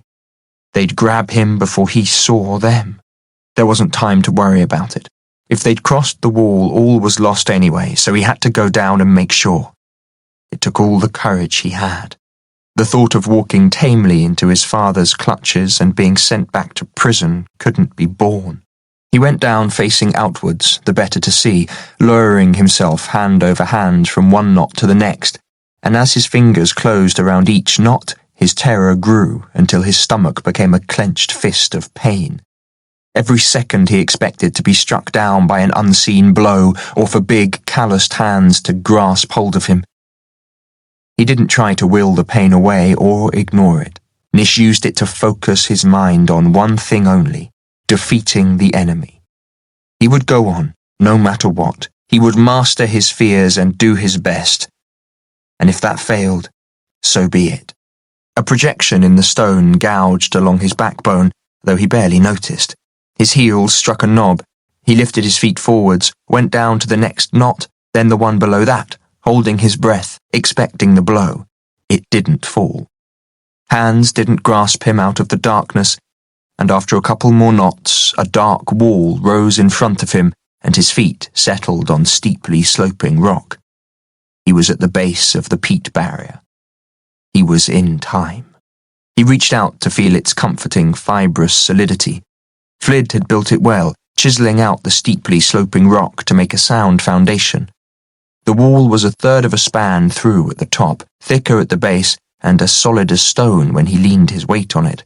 Nish settled the oil bladder on his back and began to pull himself up the rope, pushing at the barrier with his feet. He was just below the top when he heard the tap-clink of a climbing iron being knocked into a crevice. Then someone spoke. "What the blazes is this?" There came a thump, as if the soldier had laid into the wall with his sword. "It's like it's made of cheese." "Toss a grapple iron over it and be quick," hissed another man, a sergeant from the authority in his voice. "That last cliff has cost us time, and if we're late the whole troop pays. You know what Vomix is like." He'd survived that dive over the cliff on the Flapperter then. Nish shivered, drew back against the rock face so he couldn't be seen, and twisted the bung of the oil bladder. It rotated in place. He pulled a little harder, but it didn't budge. Rope whirred through the air and a grappling iron struck the upslope wall of the peat barrier. He caught a faint gleam of silver as the rope pulled taut and the soldier tested it with a couple of quick heaves. It held. Nish jerked furiously at the bung, which came free with an audible pop. "What's that?" hissed the soldier. "A guard drinking on duty," said the sergeant. "Quiet now." Nish crept along the top of the wall, pouring the thin, volatile oil onto the damp peat and fretting that there wouldn't be enough to set it alight. He could hear boots scrabbling on the peat, the soldier coming up rapidly. Too rapidly. Nish dropped the bladder at the other end of the wall, allowing the remaining oil to drain out. There wasn't time to light it, the soldier was halfway up. He should have cut the rope at once. Heaving out his sword, he slashed wildly at the rope, burying the blade deep in the peat. The rope parted, but the soldier, lightning fast, threw a brawny arm onto the top of the wall and swung from it. Before Nish's sluggish reflexes could wrench the embedded blade free, the man had the other arm over and was pulling himself up. There was no choice, no time to think.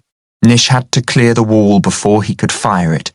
He wrenched, twisted, and the blade came free in a cascade of peat chunks as the soldier rolled over and onto the wall. "He's on the wall, get another grapple up there," roared the sergeant. Nish slashed at the soldier's head. The soldier ducked, then flung his sword up, the blade sliding along Nish's and striking the hilt so hard that it nearly tore the sword out of his hands.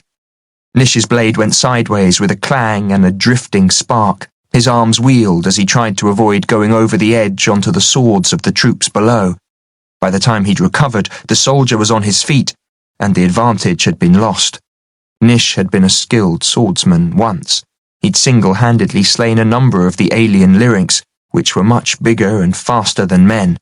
His muscles remembered the moves, but he was too slow for this crack soldier. Nish went backwards, parrying for his life, the soldier thrusting and cutting like the expert he was. Nish stumbled. The soldier swung his blade out, then prepared to bring it back in a blow that would take Nish's head off his shoulders. He couldn't get out of the way, nor get his blade into defensive position in time. He stumbled backwards, the moonlight shone on his face, and the soldier stopped his blade in mid-air with a wrench that went all the way up to his shoulder. "Sir," he cried to the sergeant, "it's the son of the God Emperor." The sergeant let out a whoop. "Bring him down, but don't harm a hair of his head. Signaller, signal for the luminal." Nish had no idea what a luminal was, and didn't wait to find out. While the soldier was still off balance, he thrust his own blade up into the man's groin. It burst with a spray of fluid, and the soldier doubled over, dropping his blade on the wall. He slid sideways, landed on the edge, and fell onto the soldiers below. The sergeant was roaring and bellowing at his men. Another grappling iron flew up and over the far end of the wall. Nish fumbled the flint striker out of his pocket, touched it to the peat and struck it. A feeble spark jumped but went out. The iron caught hold on the back of the wall and the rope was jerked tight. Nish snapped the flint striker again and again with no success. A soldier was already coming up the rope. Another was close behind. Nish ran along the wall, hacked the line apart and snapped his striker a few more times, fruitlessly. The drifting sparks did not catch. The troops now hit on a better approach. 4 of them had hammered spikes into the peat and hung onto them, allowing other soldiers to scramble onto their shoulders and reach up to grab the top of the wall at the same time. If he attacked one, the others could spring onto the wall. Nish raised his blade high and hacked down at the fallen blade on the wall with all his strength. There was a mighty clang, a flurry of sparks landed on the oil-soaked peat, and it caught. As the soldiers tried to scramble onto the wall, the oil blazed up beneath their fingers. It gave Nish his chance. He dashed through the growing flames, slashing at the soldiers' arms, and the combination of fire and attack proved too much.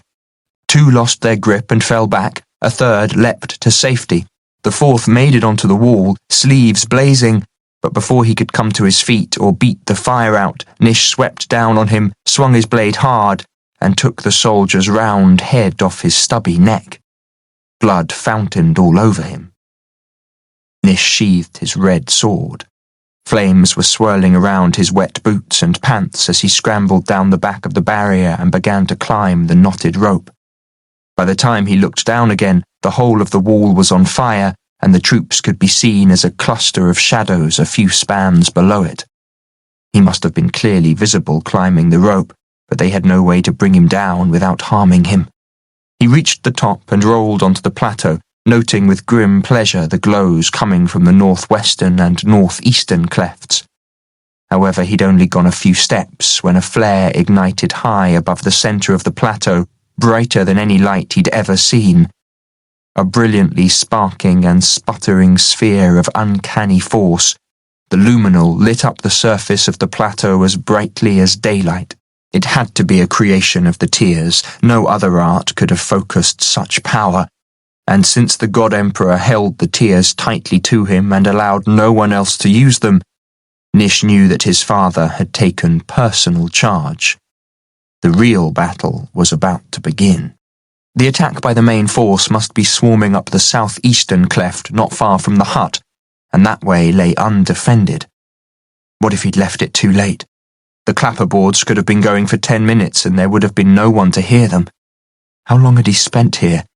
Nish couldn't tell. 10 or 15 minutes, plus another 10 coming across? If he sprinted all the way back, heedless of the dangers of the cliff track, it would take at least 5 minutes to reach the main cleft. That could be too late. He bolted, pounding along the muddy track Flid had worn in 9 years of nightly wandering, splashing through the puddles, skidding on the mossy rocks, and leaping over broader pools fringed with stubby rushes. He kept glancing over his shoulder at the sky. He didn't think the luminal could have been conjured from a vast distance. No, Jal-Nish was up there somewhere, probably hanging silently in the night sky from his favoured air dreadnought, shielded from view by his arts until the moment when he burst upon them in an overwhelming display of power. That was the one thing Nish could be sure of. When his father finally came to the attack, it would be at the moment when victory was assured, and he would make a display of it that the whole world would talk about.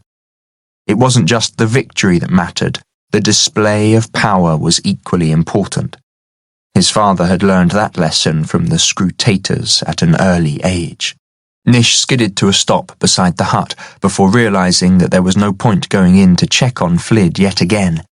He ran on, looking fearfully down the cliff whenever the path skirted the edge, expecting to see lights everywhere. There were none, not even where the campfires had been at the base of the pinnacle earlier.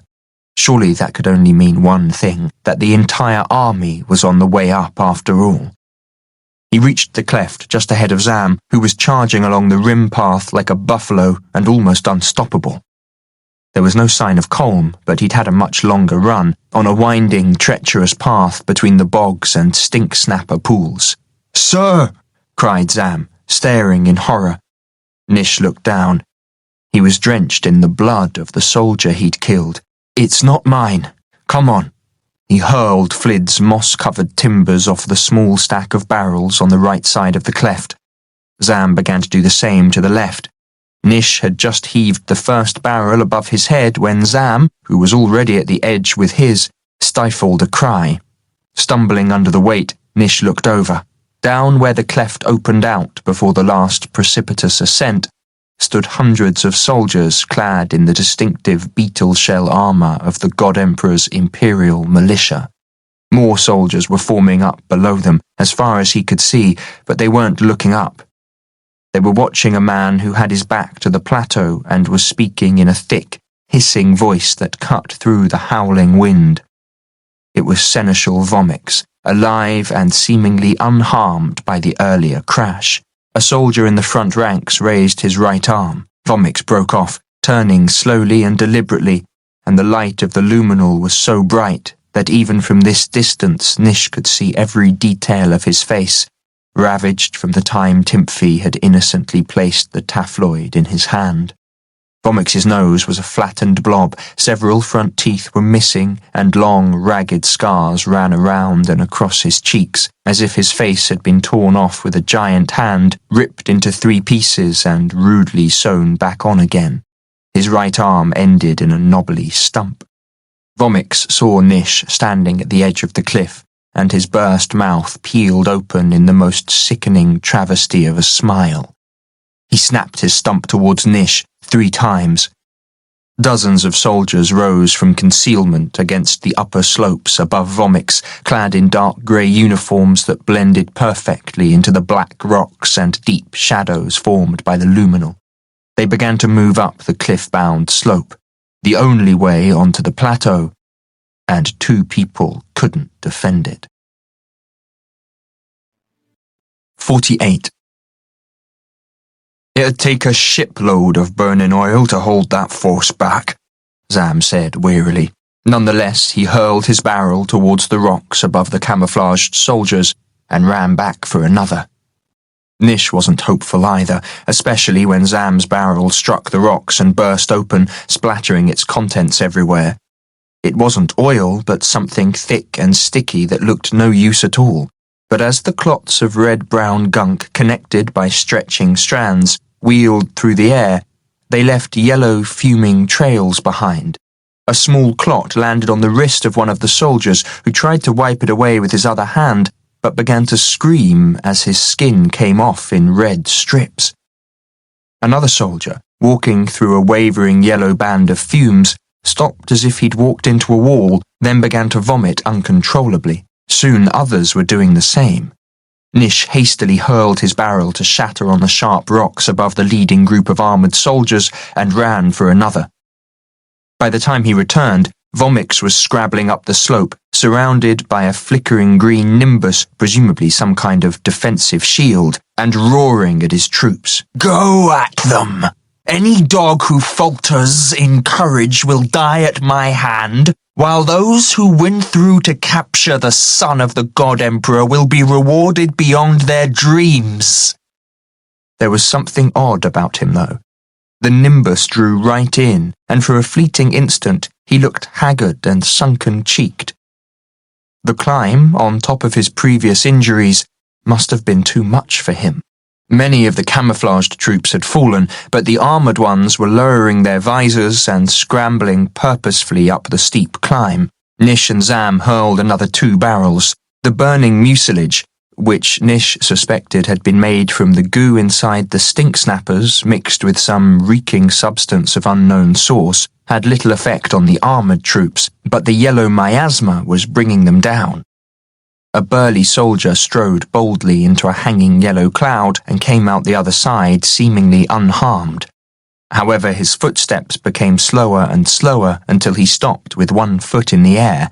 He abruptly doubled over, straightened up again, and tried to tear off his helm, but didn't manage it in time. Streams of vomit burst out through the mouth, nose, and eye holes to ooze down his iridescent chest plate. On, you cowardly cur! Roared Vomix, standing in the yellow cloud but evidently protected by his green nimbus. The soldier ripped his helm off, wiped his face, and tried to struggle on, but doubled over again and began to bring up green and black muck from the pit of his stomach. He cast a fearful glance over his shoulder at Vomix, took another step but stumbled, fell to his knees, and could not go on. Vomix snapped his fingers at a sergeant, then pointed to the soldier. The sergeant shook his head. Vomix swelled with rage. The nimbus flickered in and out, creating an illusion that his body was stretching and contracting. Then he smashed the sergeant down with a mailed fist, and with his sword carved the stricken soldier's head from his body. Seneschal Vomix held the head up, still pouring blood, urging the troops on with threats and curses. On they climbed into the spreading yellow murk, spewing and vomiting blood and falling down. Oh, for a crossbow. Nish, shocked by Vomix's casual viciousness to the proud imperial militia, would have shot him without a qualm. If he could treat them so badly, the horrors he must have visited on ordinary folk would be unimaginable. Vomix looked up and they locked eyes. He gave a sick leer, thrust his forefinger into the head's windpipe, rotated it to face Nish and held it high, taunting him. Again the nimbus flickered and Vomix appeared to stretch and contract, but there was something else odd about him. What was it? Nish tried to see with clear sight, but it couldn't penetrate the nimbus. Nish swayed. Zam jerked him away from the edge. Zam had 2 barrels under his other arm and passed one across. You might just get him from over there, sir. He indicated the cliffed edge of the cleft further out. Zam carefully tapped in the end of his own barrel with a stone, then hastily poured the mucilaginous mess along the edge of the cleft until he treated the entire length of the way up. Within seconds, in contact with the air, yellow fumes began to issue forth. Nish crept out along the rim where the cliff fell away, moss-covered and unclimbable, for hundreds of spans into the darkness, to a point where it overlooked the wider part of the cleft where the troops had gathered. Vomix was keeping well back so he couldn't be targeted, though Nish thought that, with a little luck, he might splatter some of the contents of his barrel on him from here. He peered over. Vomix was stalking back and forth, roaring orders, increasingly frustrated at the inability of the Imperial militia to pass through the miasma. He looked barely in control, and his attacks on the stricken troops grew ever more vicious. 3 more soldiers now lay headless before him, and Vomix had hacked the 3rd to pieces after he fell. The soldiers at the front were retching and struggling on and falling.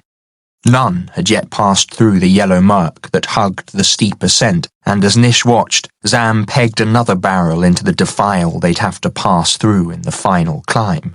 Putting down his own barrel, Nish carefully tapped in the end. Vomix, almost incoherent with rage, kept casting anxious glances at the sky in the direction of the luminal, and well he might. The God Emperor's retribution fell swift and hard on those who failed him, whatever their rank, and Vomix had notably failed once. Another defeat would see him broken to a common soldier, or slave, or even sent to Jal-Nish's torture chambers. Nish hoped so. It was only fitting that his father's most vicious lieutenant should die as he had lived. Vomix broke off from his ranting to raise his sword, intending to decapitate another collapsed soldier, and Nish saw his chance.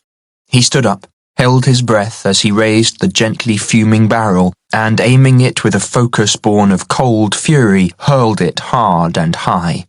A sergeant of the Imperial Militia, standing behind Vomix, glanced up and saw it coming, but oddly said not a word. Vomix's sword hacked through the unfortunate soldier's neck. Then the sergeant stepped smartly out of the way as the tumbling barrel slammed upside down onto the back of Vomix's head. He collapsed onto his knees, gasping and gurgling as the mucilage streaming down his head and shoulders began to fume, but not one soldier of the Imperial Militia moved to aid him. The sergeant looked up, his eyes locked with Nish's, then jerked his head in acknowledgement. The Imperial Militia were not entirely without honour. The momentary truce was over and they'd be after him the instant they could get past the miasma, though it could be hours before that was possible. And thankfully, even if Vomix survived, he would be in no shape to lead his men for a very long time. But Nish was immediately proven wrong. Vomix lurched to his feet, tore the barrel off, and with a frantic snap of the fingers, a sound that echoed like a whip crack, forced the green nimbus down until it disappeared into his skin. His whole head and shoulders were foaming, his ravaged face appeared to be peeling apart in bloody strips. He thrust both hands high and let out a scream of pain and rage, as if calling power into himself from the sky. The Imperial Militia turned to stare as one, for he was stretching and shrinking again. He drew his clenched fists in, striking himself above the heart, emitted a great roar of agony, then seemed to literally burst apart. Bloody skin, fuming rags, fragments of armour and boot leather flew in all directions, trailing smoke. What remained of him fell to his knees, clawed at the moss-covered rocks beneath his feet, then, as naked as the day he was born, lunged for the sky again. Nish nearly fell off the cliff in shock.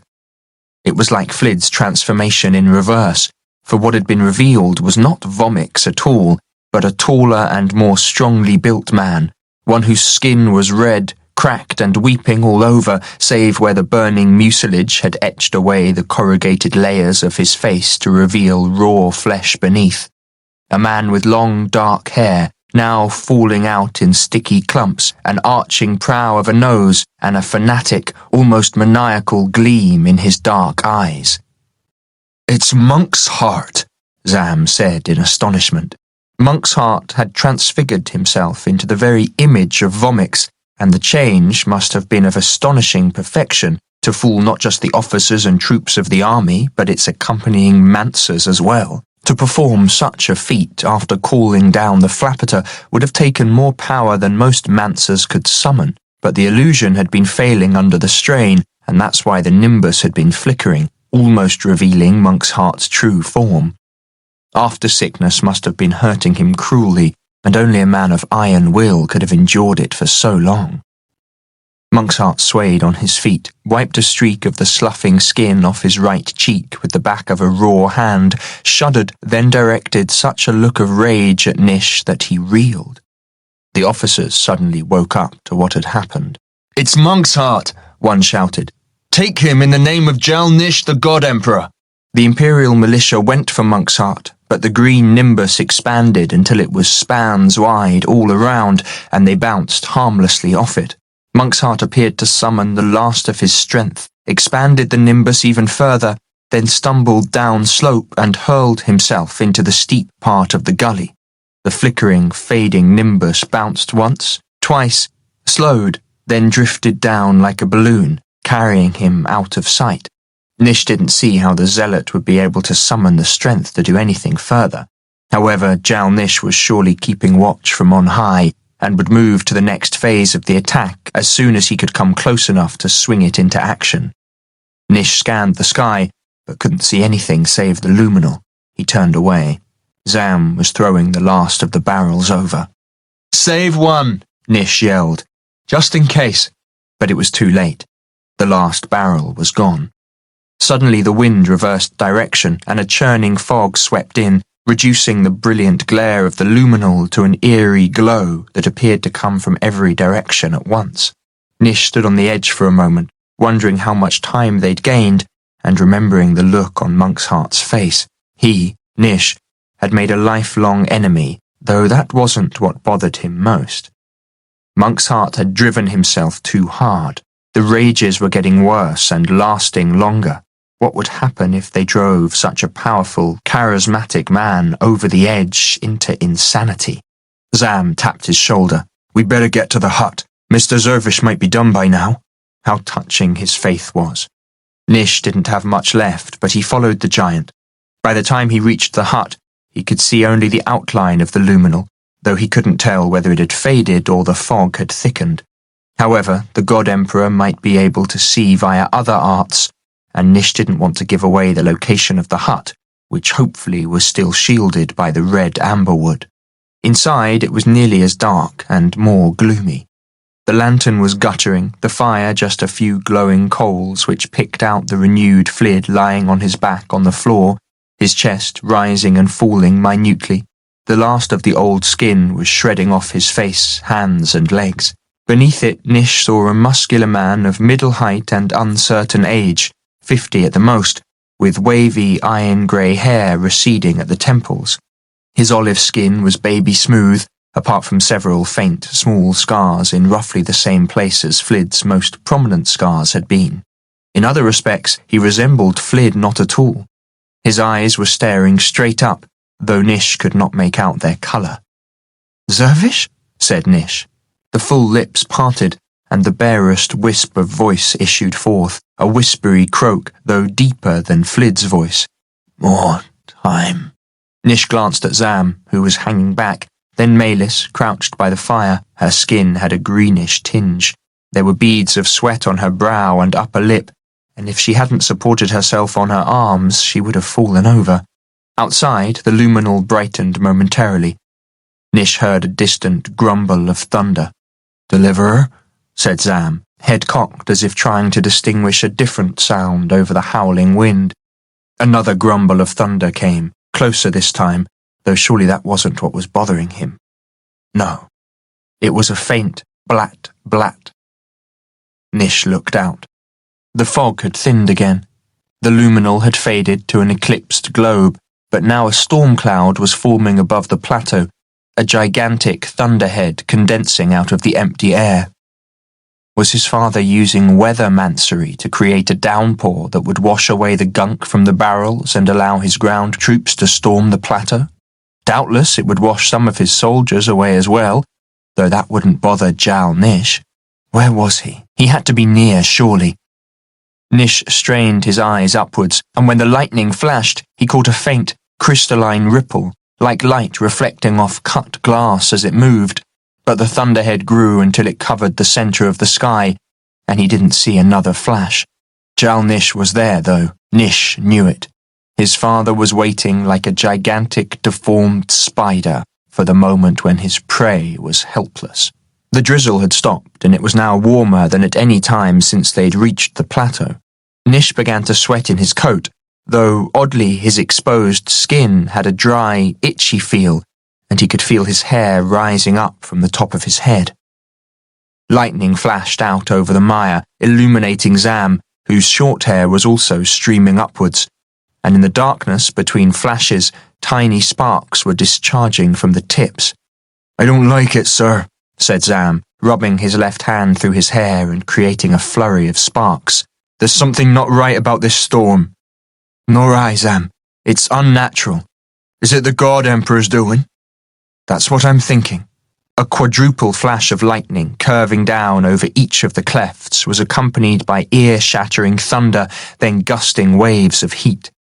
Nish's cheeks grew hot.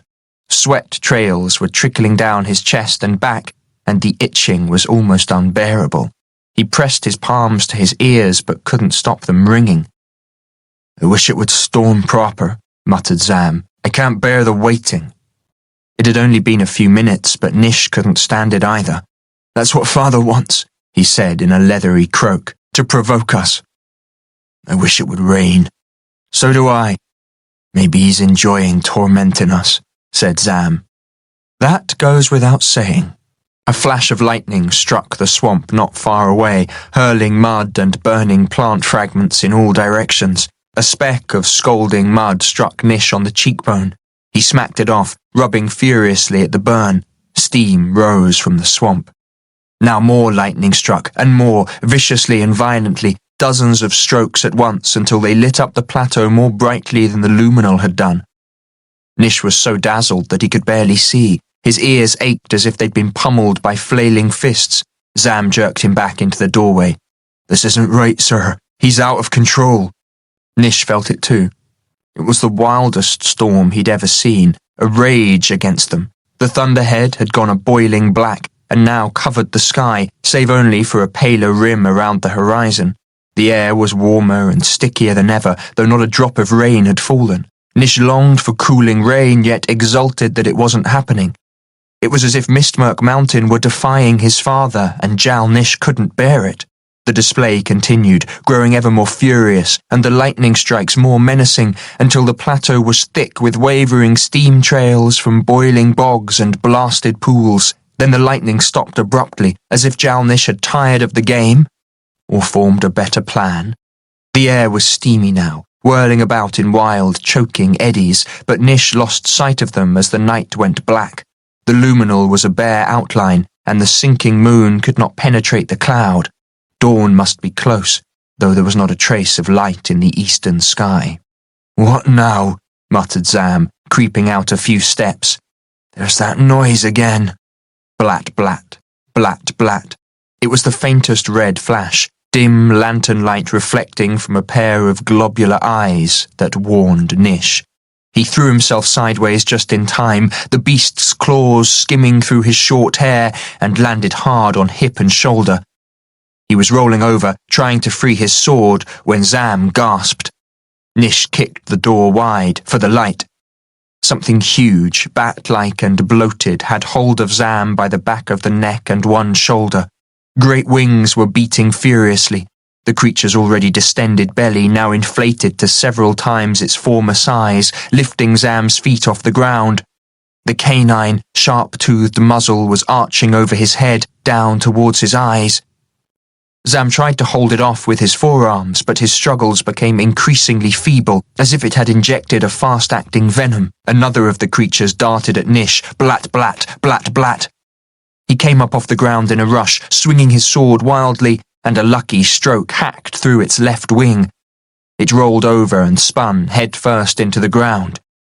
Nish went for the other one. He couldn't reach its wings, but the bloated belly hanging above Zam's head made a tempting target, and he thrust the sword at it. It went straight through thin, leathery skin. Air hissed out, and a spark from Zam's hair ignited it in a roiling blast of orange fire that blew the creature to squealing pieces. Zam fell to the ground, hair smoking, and didn't move. Nish felt the hairs on his sword arms shriveling from the blast, and his cheeks stinging. Something scratched at his heels, and he swung the sword around blindly, momentarily dazzled. The other bladder bat had dragged itself across the ground towards him, inflating its body until it began to lift, and its remaining wing had touched him. His sword carved through its belly and it went limp, though this time the gas didn't ignite. The luminol began to glow again, and he made out dozens of bladder bats whirling down from an aperture in the center of the storm cloud. He couldn't fight them all alone. He began to back towards the door, but trod on Zam, who was sitting up, wiping at the claw marks in his neck and shoulder, then a puncture on his forearm with a chunk of moss. His hair was frizzled, his cheeks blistered from the explosion, and his eyes were streaming. "It numbed me for a minute. I could hardly move. You saved my life, sir." "They're coming," said Nish. "Dozens of them." He put up his sword. Bladderbat fluids ran down the blade onto his fingers, which began to go numb. Nish tore up a clump of moss and scrubbed the sword clean. then prepared to fight for his life. But these bladderbats were in trouble. Though their abdomens were deflated, they were having trouble descending through the wild, corkscrewing winds near the edge of the plateau. The leading one folded its wings and plummeted down at him, but before it reached halfway, a gust sent it spinning, whipped its span-long wings out to their fullest extent, then tore them off. A second bladderbat had gone out wide, away from the edge of the plateau, and now came gliding in towards the hut, though as soon as it struck the updraft near the cliffs, its wings collapsed as if their bones had shattered. It inflated its abdomen furiously, but could not generate lift in time, and slammed into the ridgepole of the hut with such force that it broke its neck. It slid down the roof towards Nish, who batted it out of the way with his sword. It was surprisingly light for such a large creature. It must have had hollow bones. He dispatched the last of that flight with a weary flick, but seconds later another flight of 5 raced in, wingtip to wingtip. Nish and Zam put their backs to the wall and wove a barrier of steel between themselves and the bladderbats, working desperately to keep them out. They weren't going for Nish, but making coordinated strikes at Zam, trying to lure him away from the wall so they could attack on all sides. Zam was still sluggish from the venom, and Nish was weakening rapidly as he struggled to defend a man twice his size.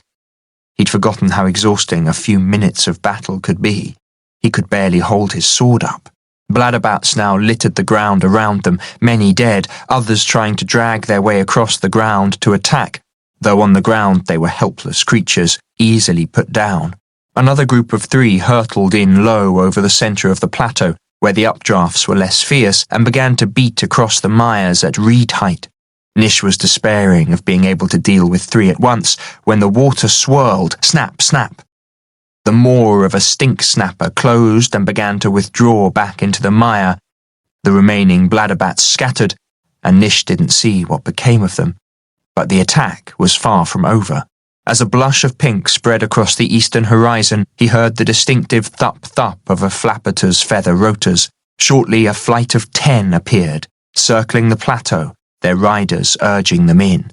The flapperers turned towards the rim with evident reluctance, fighting the vicious updrafts, with their feather rotors twisting and buckling, sending the beasts plunging towards the cliffs before they recovered and darted out to safer air. 10 flapperers, said Zam, dazedly. We can't fight 10 of them. That's almost all Father's got left, I'd say, and he'll risk them reluctantly, but risk them he will if there's no alternative. He was never loath to break a precious thing in pursuit of something he wanted more. I think we should move away from the hut, said Zam, just in case they see us and it gives Flid's location away. There was a good chance that Jal-Nish already knew, for the bladderbats had come straight for them, though if they weren't magical creatures they might have seen him and Zam without being able to communicate it to the God Emperor. Good idea, said Nish. They went out towards the main cleft, keeping close to the rim where the turbulence was greatest. Something flashed in the thunderhead. It wasn't lightning, but white light focused to a pinpoint, followed by a rolling echo that sounded as if there were words in it, harsh orders. Nish couldn't make them out. There came an almighty ground-shaking thump, as if something massive had fallen a long way away. Blue light jagged down from the clouds towards the centre of the plateau, followed by a long, echoing boom. Nish couldn't see anything out there, though. The leading rider hauled his beast in their direction. Had the flapperers seen him? Nish couldn't be sure. The red amberwood was supposed to conceal them, but if they'd seen through it, his father must be close by, wielding gatherer. The flapper fought its rider for a minute or 2, until he raised a stubby rod in his right hand and pressed it to the nub at the back of the beast's skull. It jerked convulsively, the feather rotors missing a beat and its back arching up until its tail almost touched the back of its head. Curving around in a great circle which took it a league out over the rainforest, it turned and raced towards them. Nish wearily raised his sword, though nothing save an exceptionally long and well-aimed spear would be any good against a racing flapper. The beast hurtled towards them, its feather rotors ablur, clearly planning to use its momentum to cleave straight through the turbulence. "Leave this one to me, sir," said Zam, pushing Nish out of the way. He sprang forwards towards the edge of the cliff, his great sword held out and up. He looked as solid as one of the giant trees in the rainforest below, though next to a flapper even Zam was small, and it was coming so fast that it would smash right through him or drive his shattered body through the low rocks behind them. Zam crouched abruptly. What was he up to? Nish suddenly realized that it wasn't attacking at all. It was coming straight for him, as the first one had, that night in the Defiance camp before the battle. Its intention must be to snatch him, then fly inland and climb through the air over the marshes which Jal-Nish was now calming with his weather arts. As Nish stumbled backwards, Zam sprang up into the path of the flapperter. It saw him just as it entered the zone of the updraft. It balked instinctively at the obstacle, reared up but lost way, and was caught side-on in the boiling wind. The flapperter was flung upside down, then stopped dead in the air. The rotor shaft appeared to lock under the strain, but the feather rotors kept spinning until they twisted the shaft right out of the creature's back in a sticky spray of scales, flesh, and horny carapace. The rider, screaming in sympathetic agony, tried to leap to safety but couldn't get free of the saddle in time. The flapperter crashed upside down onto the edge of the cliff, stoving the rider's head in and breaking its own back, then lay there, kicking and screeching, until Zam darted across and severed its head from its body. "Well done, Zam," Nish said, putting a hand on the big man's shoulder. "I never would have thought of that. I always try to think of a way to avoid fighting first." After that, not even the most furious flashes and thundering orders from above could induce the other flapperters to approach. Jal-Nish's flesh-formed creatures were ingenious and deadly, but that wasn't enough to overcome the plateau's natural defences. Flid had chosen his lair well. "Is that it?" Zam said hopefully as the remaining flapperters curved away towards the forest. "Have we beaten him?" "Never. He'll wait, and in an hour or two his troops will be able to pass our burning barriers." "What are you thinking, Nish?" "That he'll beat us if we give him time. We've got to force Father's hand and make him attack now, before he's ready, before his troops can get here." "How will that help?" "Maybe it won't, but it can't make things worse. Keep watch. This is our final hour. It's all or nothing now." He shook his fist at the black sky, shouting, "I defy you, Father, and I'll win, for you don't have the courage to face me." A growl of thunder made the clouds swirl. Nish shivered, then went into the hut. Flid. It was almost impossible to think of him as Flid because he looked so different. Was sitting up now, holding a wooden mug of water to his lips. His hands barely had the strength to keep it there. "Sir," said Nish, "your renewal worked." "Did it?" croaked Flid. "I don't know." "Of course it did," Nish said uneasily. "Sir, that wasn't Vomix we saw before. It was Monk's heart under an illusion." He trailed off, looking around the dark hut. "Where's Malis?" "Sent her out." "You what?" "Renewal took 4 crystals." Flid could barely get the words out. "Had to have more power." "When, Zervish?" "After Flash and Boom. Had idea. Sent her. Obelisk, charge crystal, flame." A chill made its way up Nish's spine. "But that was Monk's heart on the flapperter earlier, not Vomix. So the other rider must have been..." "Froon," Flid gasped. Malis's nemesis, and she didn't know he was there. 49. Malis had been moistening Flid's mouth with water, careful not to let him swallow any since his renewed stomach would not be able to take it yet, when the plateau shook. A blue flash came through the doorway, followed by a distant, echoing boom. "What? That?" croaked Flid. She went to the door. "I can't see anything save Nish and Zam over by the rim, halfway to the main cleft. They're staring up at a flight of flapperters. Looks as though they're going to attack. I can't see Colm."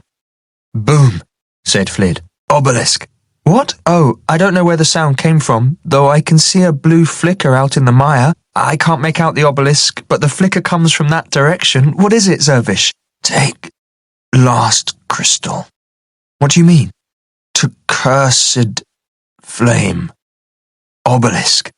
"But you said no one can get to the power contained beneath the obelisk." "Jal-Nish destroys, so can come down. Chance, take Crystal, go, go! Melis's mouth went dry. I don't know what you want me to do. What is the cursed flame? Is it safe to go near it? Charge, Crystal. Flame. Only chance. Go. His head slumped forwards and his eyes closed.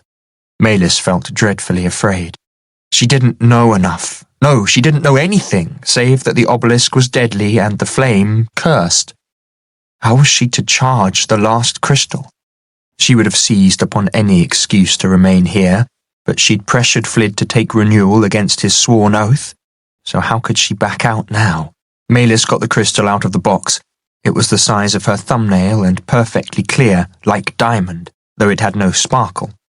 Put it in a secure pocket and turned to Flid. I'm off, then. His head was still slumped. He looked asleep or unconscious, but he wheezed, Take amberwood coat, all rests on you. Hurry. Hanging on a hook behind the door was a long coat made from thousands of little shaped pieces of amberwood threaded on knotted cords. The pieces made up an intricate, swirling design which she couldn't identify in the dim light. The detailed work would have helped Flid pass the endless, solitary hours, though perhaps the design had a purpose too. The coat came down to her heels and had a hood as well. She put it on and fastened the amberwood toggles. It was light but warm, and the fragrance released by the wood was overpowering. As soon as she'd fastened the last toggle, she felt an amazing sense of security, as if she'd just been removed from the physical world. The coat was greater than the sum of its parts, but would it hide her from direct gaze of the gatherer? She took a lantern, though Melis did not light it, and ran out. On the rim, Nish and Zam had their swords up, and a flapperter was heading in towards them. Melis froze, one foot in the air, but there was no time to make sure they were safe. She grabbed her staff and scuttled into the mire towards the obelisk. She hoped she'd meet Colm on the way. She'd feel so much safer looking for the cursed flame with him. But there was no sign of him. What if he'd been caught? Killed? She had no trouble finding the obelisk this time, for its covering of grey lichen shone silvery in the faint light of the luminal, and she could hear the wind howling around it. She even found a way to get to the obelisk without plunging up to her nose in a dark pool. The stone looked as though it had been struck by a bolt of lightning. Half of the moss and lichen had been charred off, and it was tilted at an angle of 50 degrees. At the point where its base had been bonded to the living rock, she found a neat, triangular hole, not much wider than her shoulders, from which a stream of warm, musty air issued. Only now did she remember the second rider, the one who had dropped from Vomix's flapperter and headed into the mires. Had he been coming to the obelisk?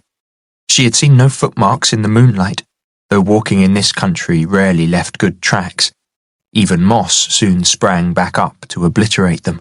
She checked all around, but saw no sign of him. Nonetheless, she wasn't going to be taken unawares. Crouching low, Melis lit the lantern, unshuttered it a fraction, and inspected the triangular hole. A small stream of water swirled into it from the nearest pool. Hot air gushed up. The cursed flame had to be down there, protected by the obelisk until Jal-Nish had, evidently, toppled it with Reaper. Had he done so to destroy the power here, or because this monument to the ultimate failure of all endeavours gave the lie to his own life's purpose? Thump! This time the impact felt closer. It shook the plateau, churning the water in the nearby pool and sending a surge past her into the triangular hole. The obelisk moved a little further towards the horizontal. Another shock and it must fall, which would close the hole again. Something went whistling and hissing through the air high above, though at first she couldn't believe what she was seeing. It looked like a gigantic cable snaking across the sky, running up from the far edge of the plateau, its coils slowly straightening as though a winch in the clouds, whence it originated, drew it tight. Jal-Nish was definitely here now. Melis didn't wait to see what he was going to do. She put her feet into the hole, lowered them as far as they would go, and wriggled in, supporting herself on the edges with her forearms while she peered down. She couldn't see much, for the lantern's rays were at the wrong angle, but there appeared to be a fall of about a span onto a flat rock. She picked up the lantern, took a deep breath, and dropped. The flat rock was covered in a yellow growth. Her feet went from under her, and she landed on her bottom, which was just as well, as the surface was only a few paces across. It was the foundation stone for the obelisk, and extended straight down into darkness on all sides. If she'd slipped... Water showered on her head. She wiped her face and looked around. A hole in the centre of the stone was blocked with debris. To her left, across the gap, Maylis made out another triangular opening, this time in a gently sloping rock face, about the size of the surface she was sitting on. The hole looked like the top of a tight triangular staircase, and warm air wafted from the opening, though there was no way to get to it except by jumping the gap, and she wasn't sure she could do it. But everything depended on her, so she had to get across. It wasn't a difficult jump for an athlete or even a foolhardy youth, but it looked an awfully long way to a bookish girl who preferred reading about adventures to having them. If she missed, she'd fall and break her neck. If she landed on top of the stairs, the result would probably be the same. What if she sprang for the stair hole but held the staff out above her head so she couldn't fall through? It might work, though the impact would probably tear her hands off. Maylis swiftly unknotted the cords from the bottom of Flid's coat, plaited them into 2 short lengths of rope, and tied it around her wrists. She bound the other ends to the staff, then stood up and scuffed the slime off the rock with the side of her boot to get a better footing. She estimated the jump, moved the staff so it wouldn't hit the wall, and flexed her legs. It looked such a long way. She wasn't sure she could jump that far from a standing start. In fact, she was sure she couldn't. Maylis flexed again. The gap looked even wider. Just go! She tied the lantern to her belt and tried to jump.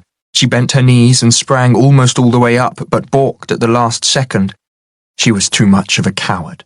Maylis tried to talk herself into the jump, but thinking about it only made it worse. She could imagine all the things that might go wrong, fatally. So don't think about it, just do it. Jump! Maylis jumped, though as soon as her feet left the ground, she imagined the staff breaking under her weight. The jump was almost perfect. Her feet passed through the sides of the stair hole, her thigh and shoulder scraped along its edge, then the staff whacked down on top. Her weight tore her hands off the staff, just as she'd expected, and she hung from the creaking, splintered wood by the plaited ropes. The staff held, just, though it took a long, painful time to untie her right wrist one-handed. Maylis hadn't thought about that difficulty beforehand. She slid along until she could get her feet onto the top step, then untied her left wrist and manoeuvred the staff in. Holding out the lantern, she began to make her way down the triangular stair. It was incredibly steep and coated with slippery yellow fungi, as well as silver marks like gigantic snail trails. She couldn't see how far down the stair went, though it was a lot further than her lantern's rays extended. The howling of the wind dwindled as Maylis descended. She looked up after a few minutes and couldn't see the way out, but what she could see, clinging to the undersides of the stairs, were hundreds, no, thousands, of swamp creepers, their glistening antennae stirring in the light like white eggs on black stalks. She went down hastily, and after a few minutes reached a landing beside a level floor. Maylis vaguely made out walls in the distance, though she could not tell if they had been smoothed by human hand, as the floor must have been, or were the walls of caves. The nearby wall and ceiling were covered with finger-thick crusts of dried mucus, as well as sticky, ropey webs too thick to have been made by any spider she'd ever heard of, while every corner, angle and hollow was clotted with swamp creepers, stirring and crawling over each other until the squelching sounds were magnified 10,000 times. The stair continued down, but the air coming up it was cool, while the floor was blood-warm, so Maylis guessed that the cursed flame lay somewhere on this level. She stepped onto the floor, shuttered her lantern, and looked for any other source of light. There, in the far distance, she caught the faintest wavering blue glow. She opened the shutter a fraction, went 3 steps and came to a fresh, muddy footprint on the dusty floor. It wasn't large enough to be Colm's, so it had to belong to the second rider, and she must assume that he was nearby.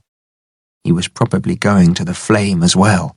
Resisting her urge to panic, Maylis shuttered the lantern and moved 20 steps to her left in case her light had been seen. She couldn't hear anything above the squelching of the swamp creepers gliding on their mucus tracks. She could smell them too, a sickly spiciness that contrasted unpleasantly with the bouquet of the amberwood. Malis went carefully towards the glow, which became a blue flame issuing knee-high from a star-shaped fissure in the middle of a large block of stone, itself rising chest-high from the floor. The outsides of the block had been roughly shaped, though the makers did not appear to have had any particular form in mind. It was wedge-shaped, about 3 spans long and 1.5 spans wide at the broad end, tapering to just half a span at its narrowest.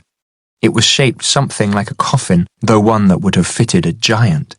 The top of the block was coated with soot, plus sugar-sized crystals of sulphur and salts condensed from the flame.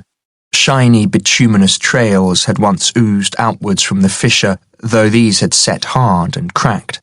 The sides of the block held more unreadable glyphs, and yet more were carved into the walls and roof, though the latter were blurred to unintelligibility by layers of swamp creeper crusts. That was all she saw in the dim light, and there was no time to speculate about the inscriptions. She got out Flid's crystal and was moving towards the cursed flame, wondering what the curse was and how she was supposed to recharge the crystal at a flame anyway, when she smelt an unpleasantly familiar, oily odour. Instantly, a set of plump fingers fixed around the back of her neck, and her worst nightmare re-woke. She dropped her staff, though she kept hold of the crystal. Perfect timing, little Mailish. Froon pressed his slick lips to her ear. My master is dying at Nish's hand, and only one thing can save him, a blood sacrifice at the cursed flame. There's no better blood than virgin's blood.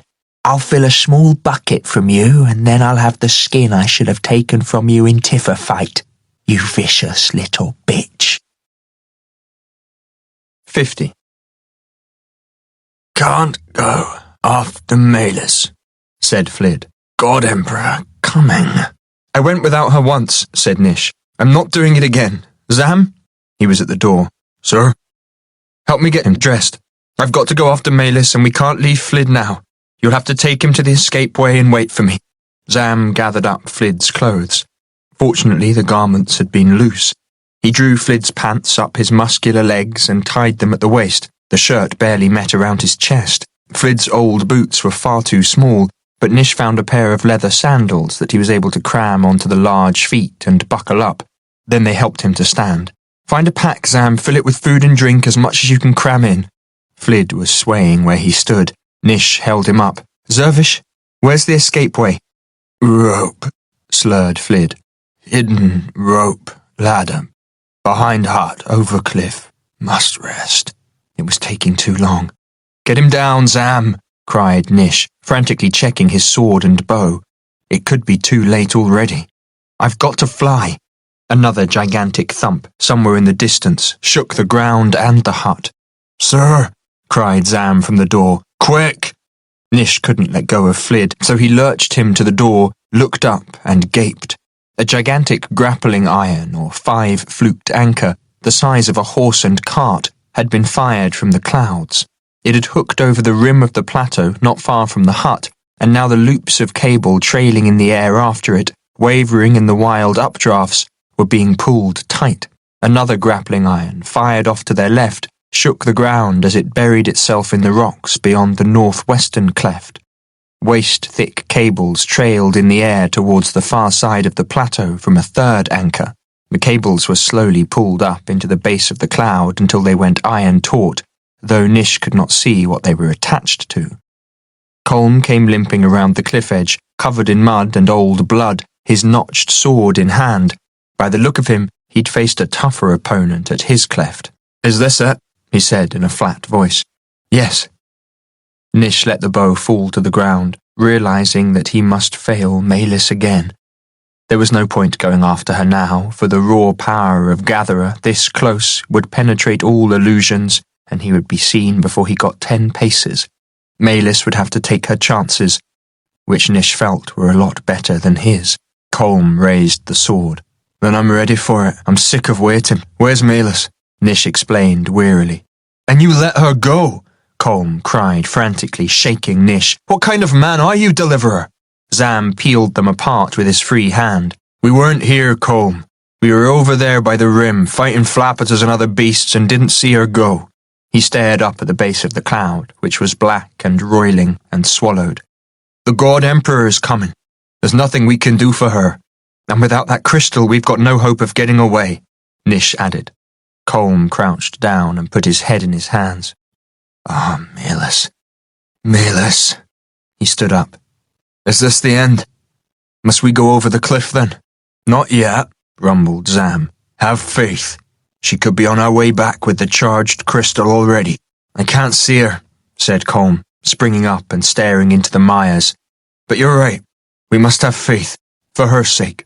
The base of the cloud stirred, then something oval, flat and glassy sent it whirling out of the way. It looked like the base of a platter, hundreds of spans long and many spans thick. The ropes slackened momentarily but tightened again. The base jerked down another half span, then another. Slender white columns ran up from its ends, sides and middle into the clouds as if it were suspended from something. Now, on the glass base, there appeared the most astonishing building Nish had ever seen. Indeed, he wasn't sure that it was a building. A series of arching shells, dazzlingly white, rose from blood-red foundations built upon the glass. But the shells were not held up by beams, columns, or any other structure. They simply soared a good 50 spans into the sky, supported by each other. And now, as the structure or craft jerked lower, he saw that the white columns were topped by tiers of long, arching wings like horizontal sails fixed to each other by struts and taut wires. The lowest tier consisted of 4 such wings. Above the gaps between them stood a tier of 3, above that 2, and highest of all 1, so the wings formed an open roof. "It's a sky palace," said Zam in wonder. As good a name as any, Nish thought. The white palace slowly descended, shuddering in the wind but held against it by the tension of the cables. The gale whistled shrilly through them. "How can such a weighty craft move through the air?" said Colm. "It defies the very principles of flight," said Nish, who had studied such matters in the days when air floaters had first been invented, and all natural laws. Intentionally so, I'd say. It's a demonstration. It's meant to show the world that with the power of gatherer and reaper, Father can transcend all natural laws, that he truly is a god. He felt a touch of awe that his own father, who had not been a great mancer, could have achieved such mastery of the art. "Then we'd better hope Flid's escape plan works." Colm turned to frown at him. "I assume this is Flid." "I am Zervish Flid," said the renewed Flid, as if trying to convince himself. Without warning, blasts of white fire speared down towards each of the 4 clefts in the plateau. Shouts echoed up from the main cleft nearest the hut. Nish and Colm exchanged glances. "He's cleared the barriers," said Nish. "His army will be here in minutes. We'd better get going." The Sky Palace was now held rock steady in the howling gale, hanging just a few spans above the mires. A white railing swung aside, and a set of silvery stairs extended out and down to one of the paths. A pair of white, armour-clad soldiers appeared, the God Emperor's Imperial Guard in their field uniforms. They marched down the steps to inspect the land below. The guard on the right gestured with a gloved hand towards the hut. The great windlasses spun, the cables creaked, and the Sky Palace began to creep in their direction. The first soldiers appeared from the main cleft, followed by a handful from the southwestern one, which Nish had fired.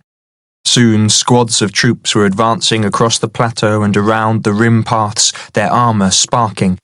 Even if Malus had charged the crystal, she'd never get through to them now. "Come on," Nish said hoarsely, dragging Flid behind the hut. They were finished, but he was going to fight to the very end. The others followed close behind. "He said there's a hidden rope ladder." Everyone began to feel among the rocks, save Flid. "Need time." "There is no more time, Zervish," cried Nish. "That's the God Emperor out there, and if you don't do something, we're all doomed."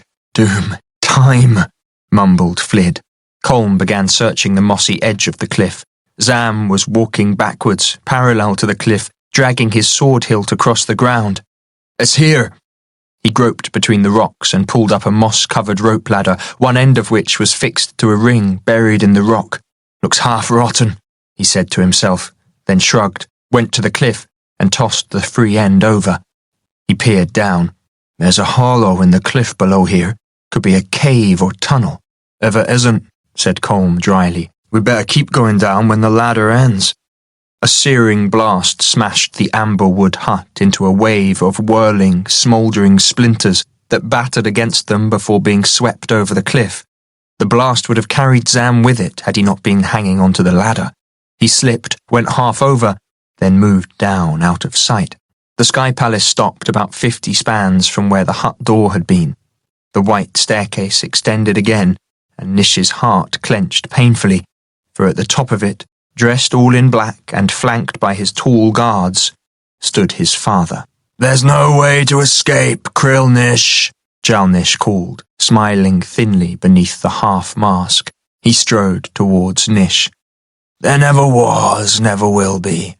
This has all been a game. You can either play it against me and lose every time, or play with me and win.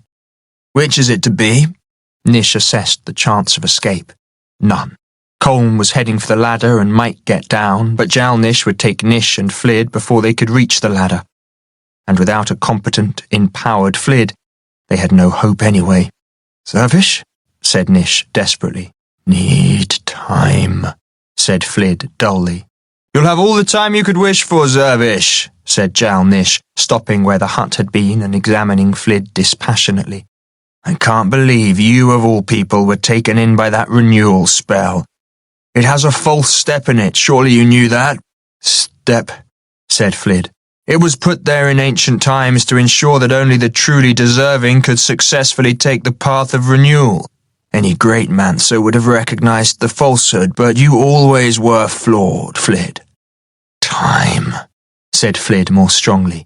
You'll have all the time you can endure. Jal-Nish turned away to face Nish.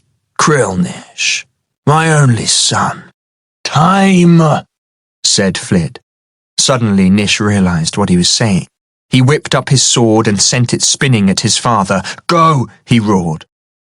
The sword vanished in a flash of fire, forming a shower of molten metal that had Jal-Nish and his soldiers reeling backwards. Nish caught Flid's arm and bolted for the ladder.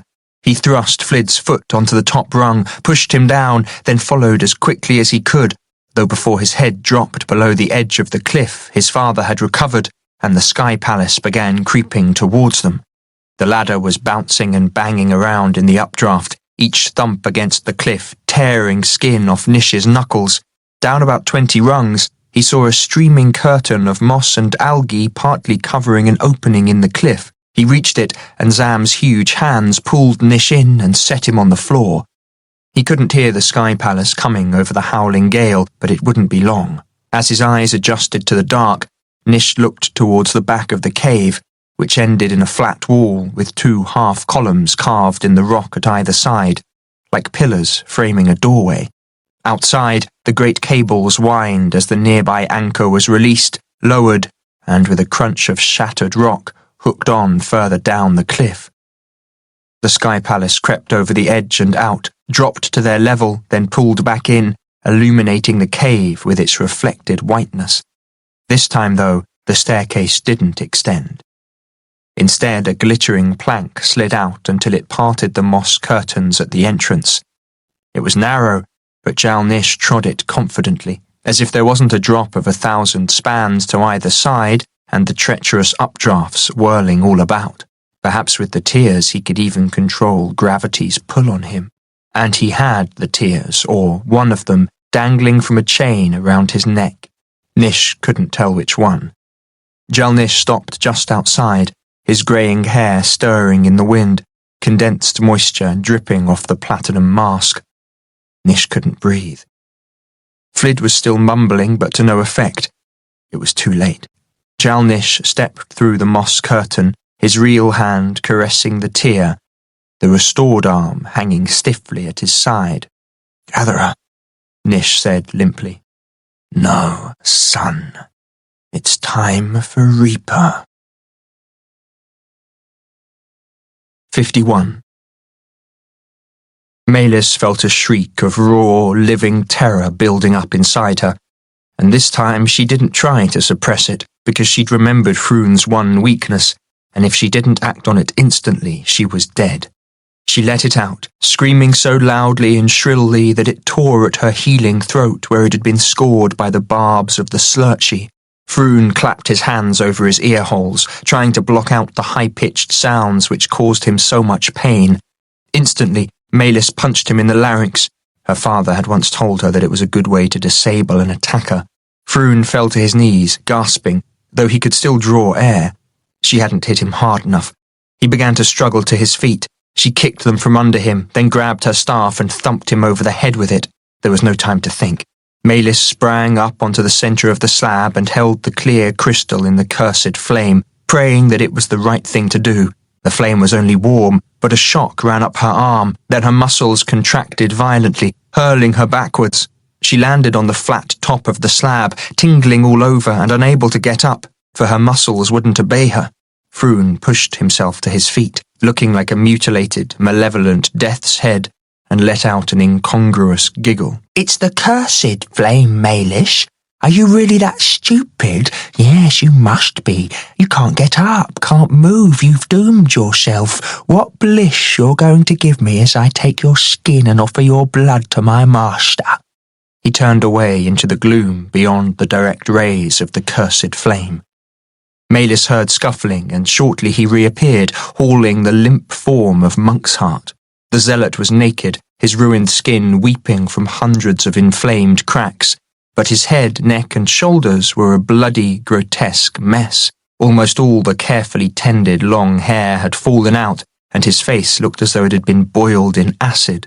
The corrugated bark-like skin there was gone, apart from a few residual tiles standing above raw flesh.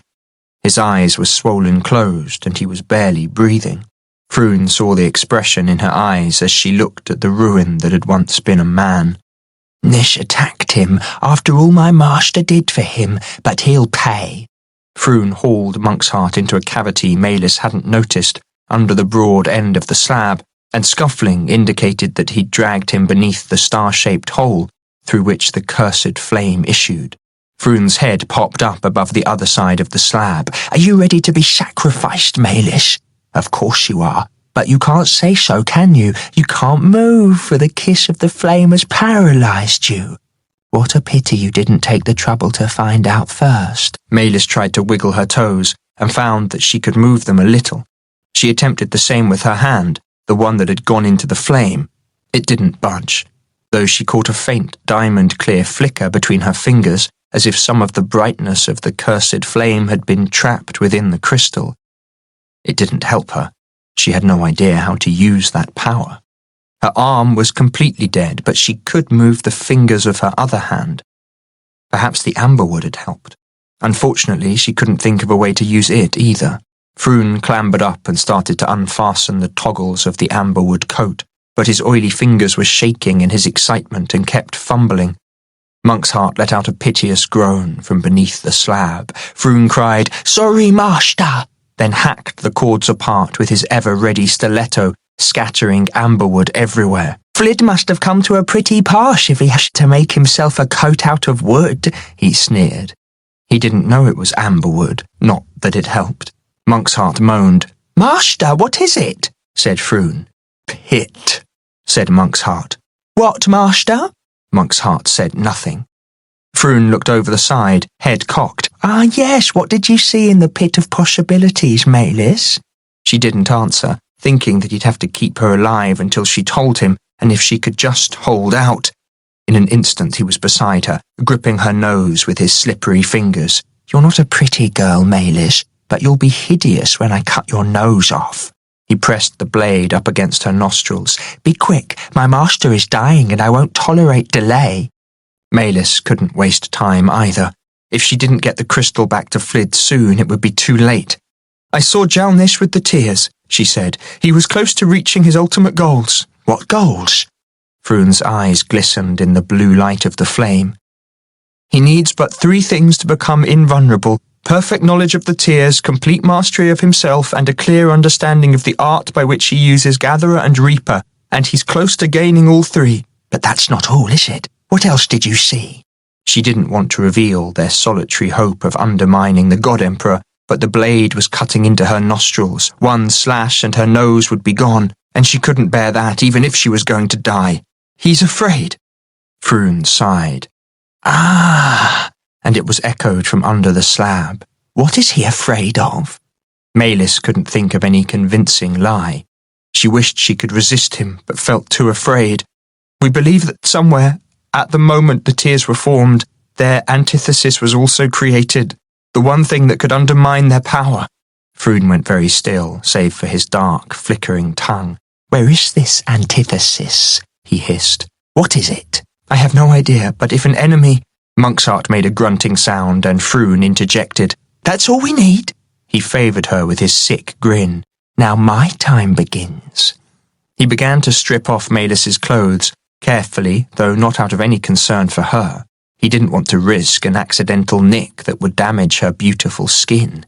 He had her naked in a minute, then began to run his hands all over her, gloating over the fineness of the body glove he was going to make from her. She tried to restrain her disgust, to pretend to roar incoherent terror, and that wasn't hard at all. Let him think that she was helpless and there might be a chance, for she'd had an idea. He eased her into position until her backside was over the star-shaped hole, the cursed flame licking warmly against her buttocks. It tickled but did not burn. But what was it doing to her? She didn't feel any shock this time, so that must have come from holding the crystal in the flame. Your blood runs down through the star hole, said Froon, where it is sanctified and transformed by the cursed flame. Every drop that drips on my master's cruelly burned face will restore him. Monksheart groaned again. Froon flicked the blade against the pad of his thumb several times, frowned, then took out an oiled sharpening stone and began to hone the edge. While he was thus occupied, Malis's groping fingers gathered a piece of amberwood and poked it beneath her buttocks until it fell into the flame. Feeling a surge of heat, she gathered more amberwood and awkwardly did the same with it. She thought it was doing some good because she could move this arm further now, and some life was even coming back to the hand she'd put into the flame. But would it be enough? He didn't need the skin from her face and neck, for Monksheart didn't wear tissue leathers there. Froon could indulge his lust for pain and suffering all he liked before draining her blood for his master. Malis felt cold inside and out, despite the warmth of the chamber. Her feet were freezing, her pulse ticked slowly in her temples, counting the remaining seconds of her life away. She was afraid to move too soon in case she missed her chance, afraid to wait too long in case he did something irrevocable.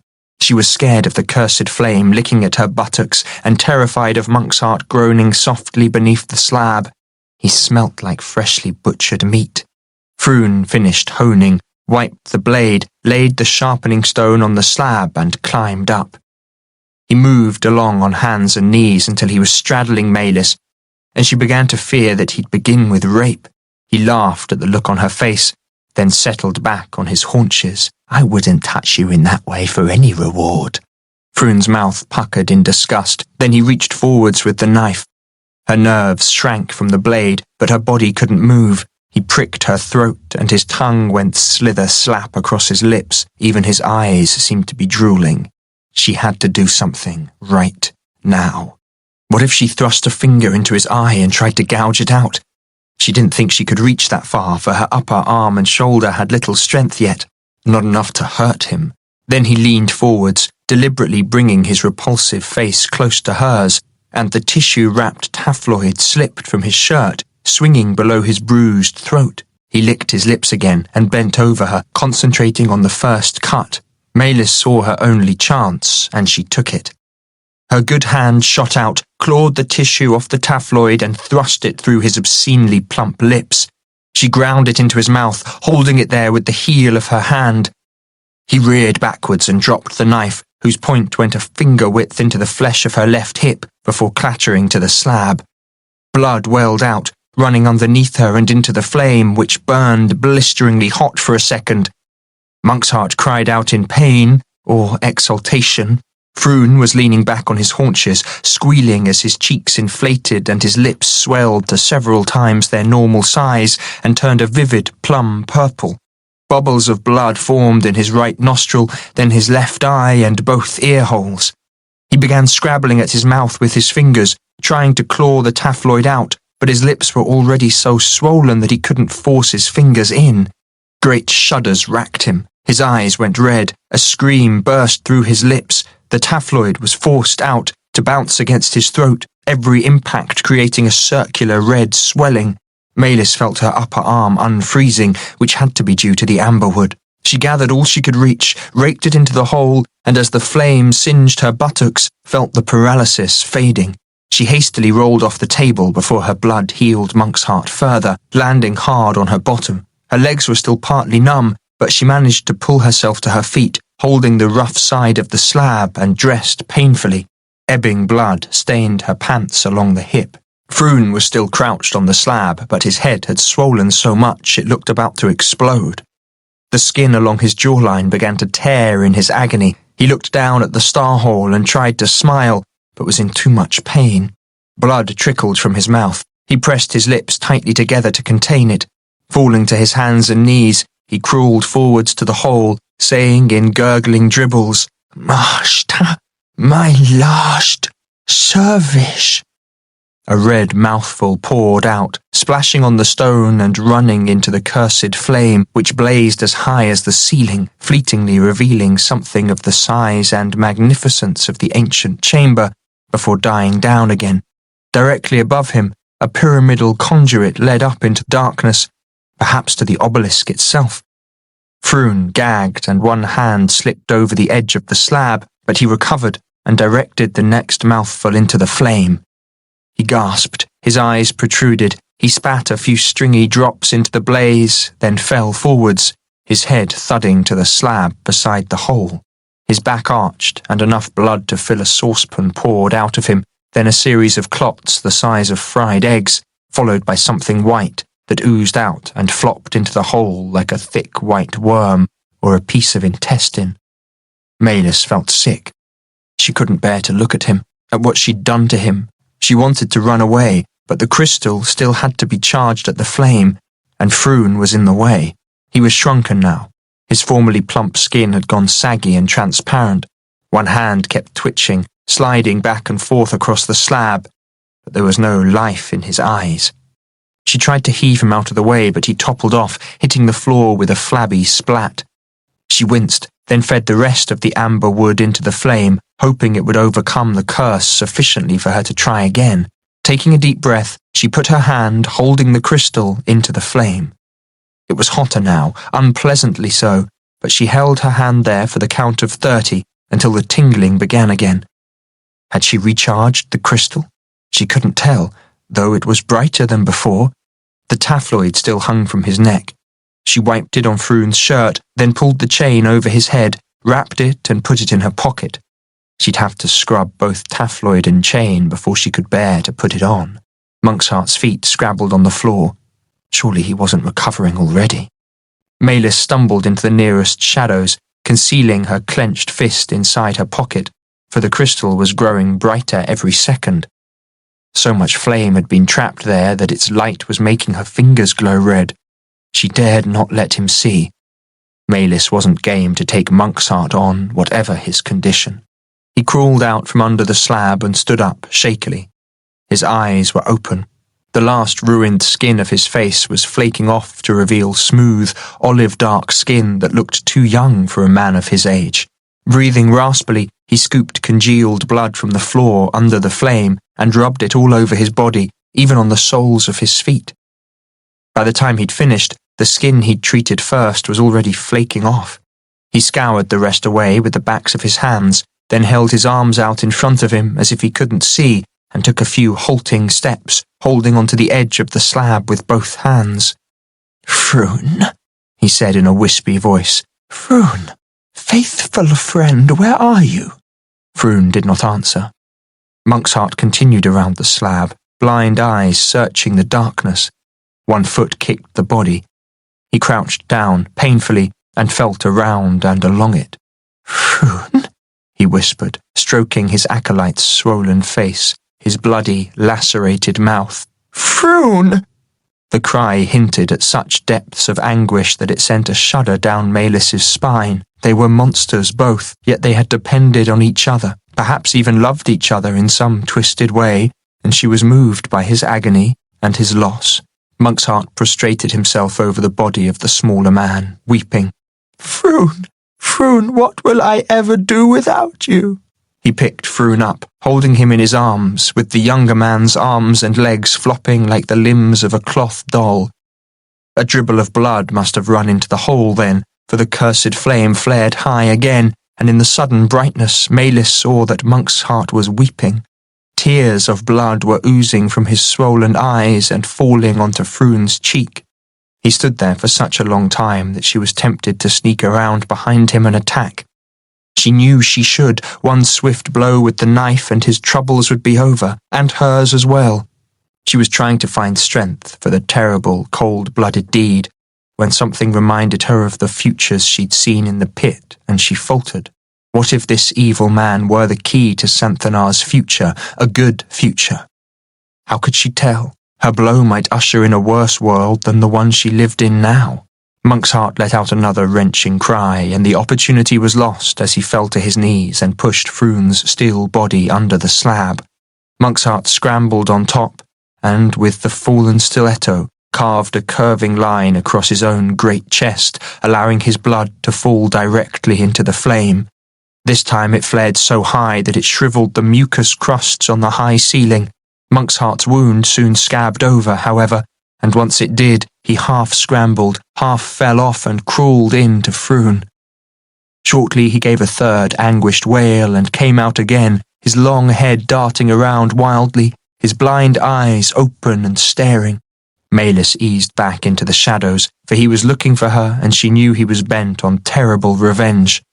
You'll pay for this, Maelys Niflheim, he said in a voice as thick as the curdled blood on the floor. I know black arts that can make a corpse scream in agony, that can torment even a bodiless spirit and cause lifeless bones to chatter in terror. You'll pay and keep on paying 100 years after your agonizing death.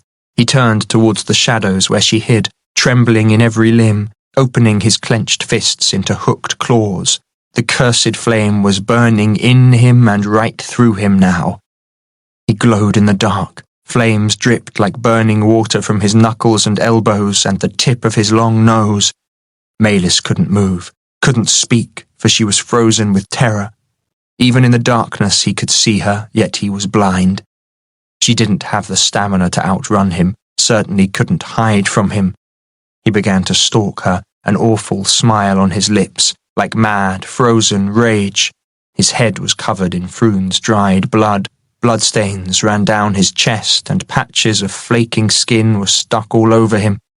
He looked like a weak dead corpse that had been brought back to life, and nothing could stop him. Nothing. He was just a few paces away when there came another colossal thump, like the one Maelys had heard earlier. Monk's Heart stopped, one foot in the air, took another step, then stopped again, head cocked. She made out a whistling sound from high above. Monk's Heart looked blindly into the darkness, head tilted up. He comes! Maelys edged backwards, trying not to make a sound. Her mouth was as dry as the crusts that had fallen from the ceiling.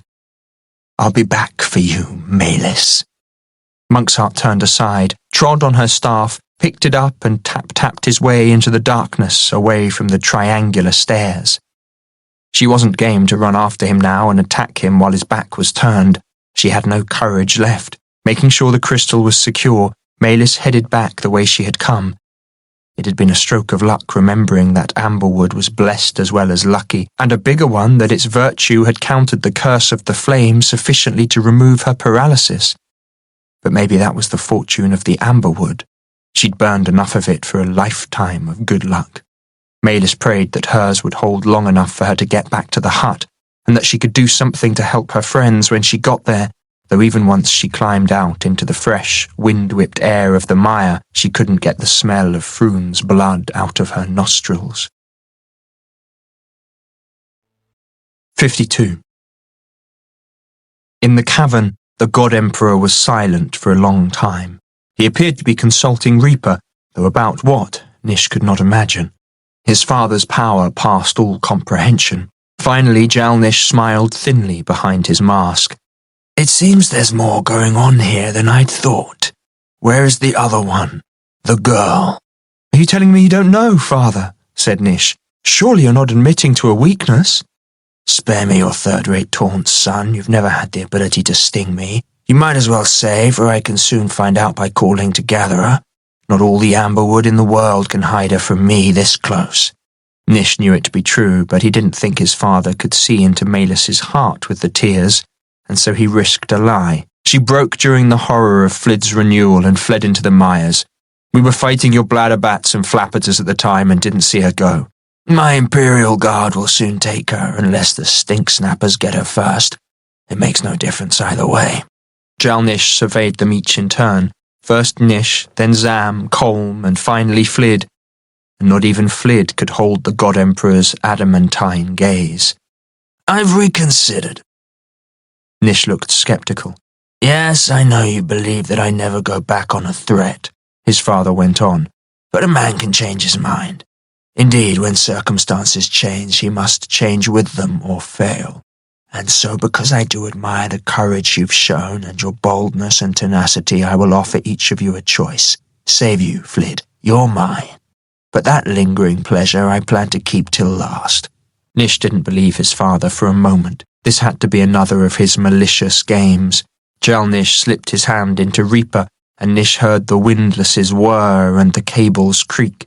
Through the mossy curtain he could see the sky palace moving away until it was just a speck in the distance, connected to the cave only by the greatly lengthened and perilous plank. "For our privacy," said the God Emperor, "Nish, you will be first. You have one last chance, but I'm not going to make a song and dance of it like some villain in a melodrama. I'll put it simply. I want you by my side. You're all I have now. You are all, aren't you? If you've got a child in the belly of this Maidist girl, say the word and I'll recover her from the mires in an instant." Nish considered lying and saying that he had made Melis pregnant to save her. But what if she had escaped? If Jal-Nish discovered that he'd lied, it would condemn her. "I've not touched her in that way, Father." "Really?" said Jal-Nish. "Then what about the hundreds of girls Vivimord plied you with while you were playing at being the deliverer? Surely you've impregnated one or two of them." His father had always belittled Nish's efforts. Perhaps that was why he so craved success, greatness, adulation. But he answered truthfully. "I've had intimate relations with no one since my escape from Mazahaiza." "You astound me. Why ever not? Surely you haven't lost." "I desired every one of them, Father. My lust was like a live animal inside me, gnawing at my vitals, but I would not give in to Monk's heart and let him manipulate me so crudely." Jal-Nish considered that, head to one side. "There's more to you than I'd thought. Very well, I have a proposition for you." "Yes," Nish said hoarsely, feeling his heart making wild, erratic thumps. "What is it this time?" Jal-Nish took a deep breath, didn't speak for a long moment, then said hastily, as if it had taken all his courage, "Come back to me, Nish. Serve me willingly because you care for your father." He held up his hand as Nish opened his mouth to speak. "No, allow me to finish. I've done evil, son. Terrible, terrible evil for a long time. I admit it and I wish to make amends. With you by my side, helping to show me the right path, the path you've largely followed since your salutary flogging at the manufactory, I hope and pray that I can make amends. Well, what do you say?" Of all appeals his father might have made, this was the least expected, and Nish didn't know how to respond. The offer tempted him unbearably because it expressed the line of his own earlier thoughts. For a long time he'd clung to the hope that if he joined his father he could turn him aside from evil. How Nish wanted to. And if he gained power and respect for himself that way, surely that would be a path to greatness he could feel proud of. Nish was about to say yes when his eye fell upon his father's hand, still partly enveloped in Reaper, as he fondled the profane tear with which he had caused so much suffering. No, Nish thought, this is wrong. Father is the very god of liars, and he's lying to me now. Or was he? What if he was sincere? Nish couldn't believe that Jal-Nish was sincere, but anything was possible with his father. How was he to decide? He looked around the cavern, but the faces of his companions were no help. If only Irisis were here, he thought foolishly. She would know in an instant.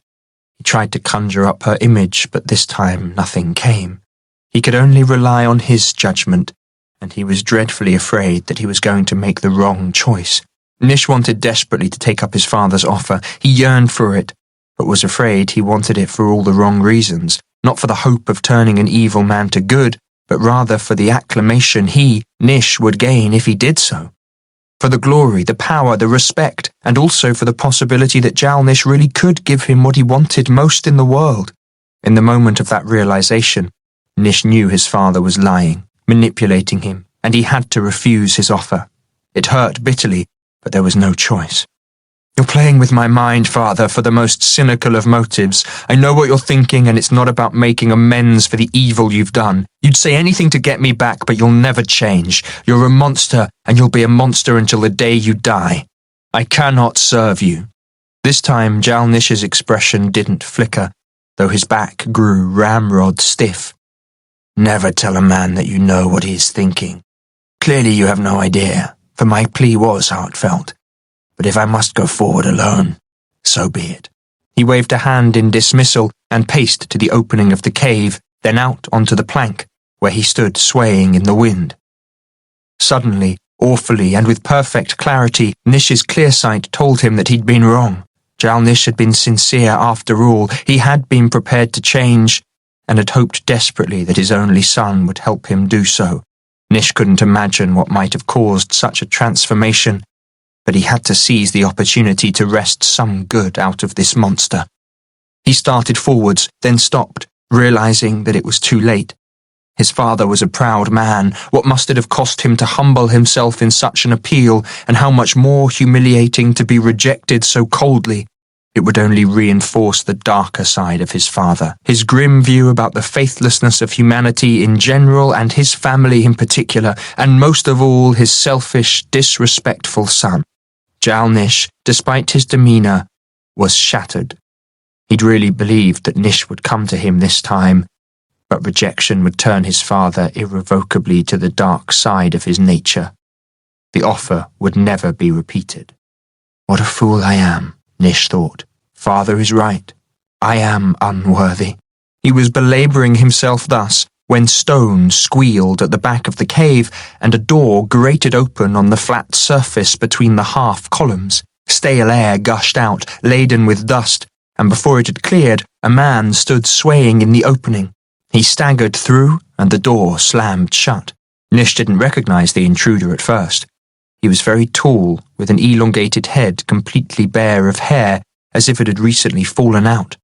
His olive-dark skin was baby smooth but swollen and streaked with stains that might have been dried blood, and his face was flushed as if he were burning up with fever.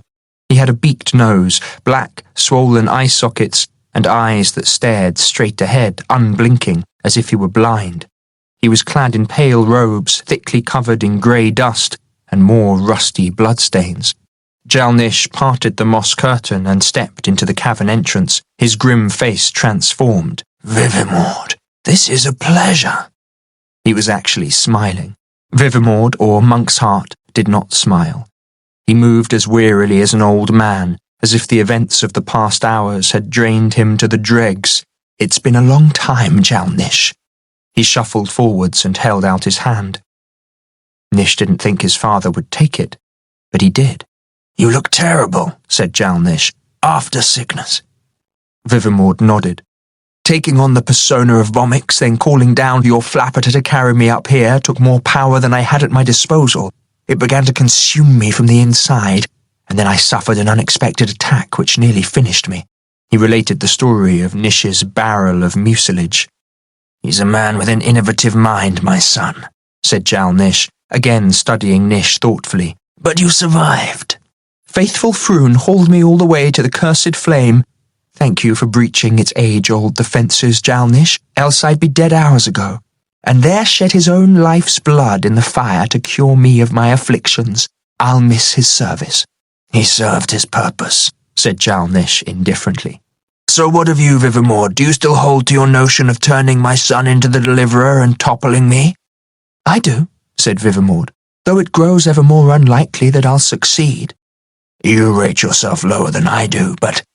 Jal-Nish's cheek spasmed, and he seemed to be going through an inner struggle, As if the rejection of his previous appeal made it impossible to try again, he went on in a rush. I've never had more need of an ally, and you were ever my closest friend. You were more a son to me than that treacherous little worm who cares not a jot for his family. He slashed his stiff arm towards Nish. You're the only man I ever truly trusted, Vivimord, and I need you now.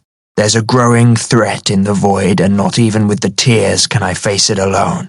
It hurt. Nish could never have imagined that his father's words would cut him so. He went to his knees, holding his head in his hands and cursing his folly. Vivimord looked as though he'd anticipated the appeal. Moreover, that he'd been moved by it. Ah, old friend, would that I could, but you forget I know everything about you. I know all the evil you've done to get where you are today. Shocking evil and dreadful betrayals. Jal-Nish bowed his head. I have, I acknowledge it. I know how much you've gained, or should I say how little, and what it's cost you. Aye, said Jal-Nish, it's cost me every single thing I ever cared about. And yet you can't turn your back on what you've done. I might have done. Jal-Nish glanced at Nish. I tried, but it came to nothing, and I cannot try again. Not for any price, Vivimord said compassionately. Alas not, said Jal-Nish. I thought that would be your answer, and here is mine. But for one thing alone I would come back to you, Jal-Nish, and you know what that thing is. My declaring myself as God Emperor.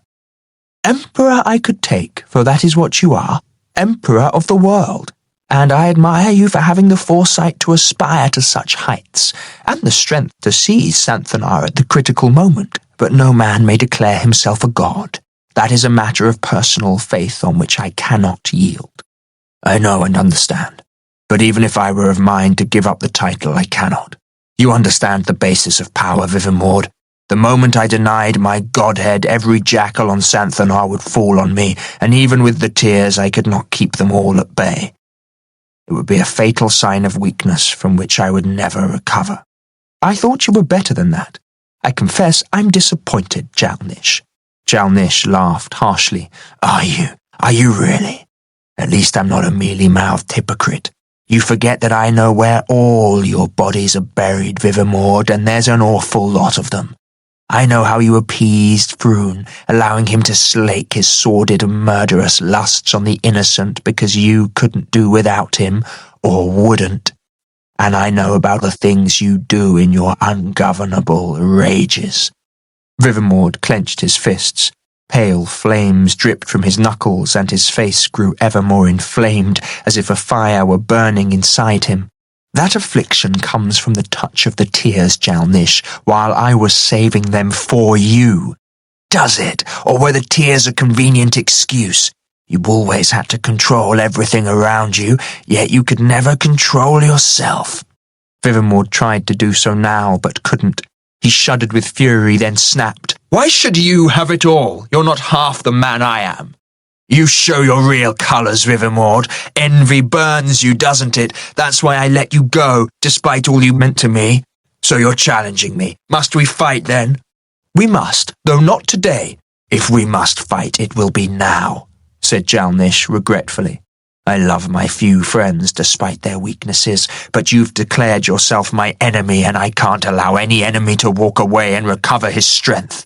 He was reaching for Reaper when Vivimord flung out his hand, blue fire jagging from his fingertips. I may be at death's door, but the cursed flame burns strong in me, thanks to Froon's sacrifice. Let the chaos within Reaper turn against you, false god emperor. Fall! Jal-Nish recoiled as if he'd been burned and fell sideways to the floor of the cave, the tear slipping from around his neck and wobbling across the floor into a bed of moss.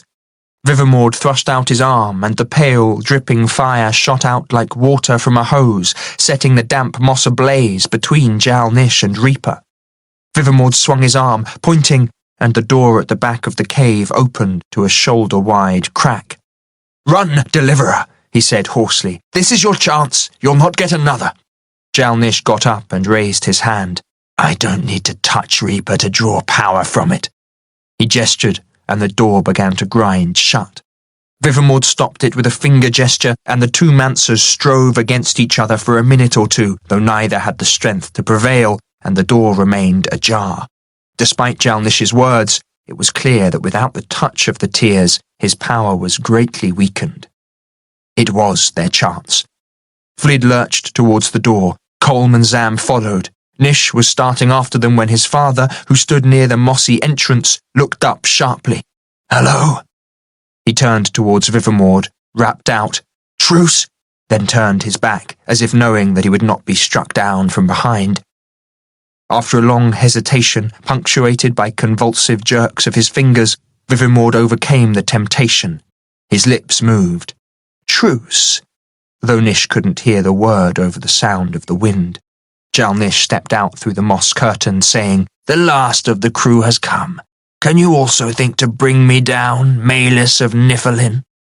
Nish froze, then, ignoring Vivamord's gasped, "Run, you fool!" turned back to the entrance. The burning moss had gone out. Malus was coming down the rope ladder, which was swinging wildly back and forth in the updraft. She let out a cry as it slammed against the wet cliff, cracking her knuckles between the rock and the rope, then clung desperately to the rungs as the wind lifted the ladder almost to the horizontal before slamming it back. She managed to swing around this time and take the impact on shoulder and hip, though she almost lost her grip. She wrapped her arms around and through the rungs and hung on grimly, eyes closed, but Nish knew she wouldn't survive another such impact.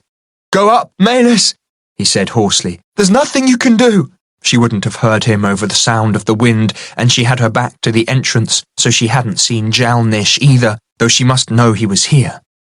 She hung limply on the rope for a moment, took a deep, sobbing breath, then straightened her back and continued down. Malus turned when she was just a rung above the plank, searching for a safe way to get off the ladder and inside, then froze when she saw Jal-Nish standing by the entrance, swaying on the balls of his feet like a sailor on the deck of a ship. He took hold of the ladder, holding it still for her. She moved down stiffly, her feet settled on the plank. "Come in," he said, gesturing with his good hand. "Join your friends." Jal-Nish moved sideways in the entrance to give her room, the curtain of moss sweeping wetly across his shoulders. "Fly, Malus!" cried Nish. Malus looked past him to Zam and Colm, who had gathered inside the curtain and were also urging her to go back. Flid had managed to stumble halfway before falling to his knees. Malus came inside. Nish didn't dare say anything that might give away what she'd gone for. Could she have succeeded after all? She was spattered with dried blood and streaked with dust and green moss stains. Her eyes were as hollow as her cheeks. She looked as if she'd been to the depths of the abyss and back. "What happened to you out?" began Colm. Zam brought his weight down on Colm's toes and he broke off. "Froon caught me and took me to the cursed flame," she shuddered involuntarily. I managed to kill him, but he gave his blood to the flame to save his master's life." Malus glanced at Vivamord, whose blind eyes were on her, then away hastily. "It was a terrible death," she said softly. "I'll never get over it." Vivamord went as rigid as a poker. "Nor I," he rasped.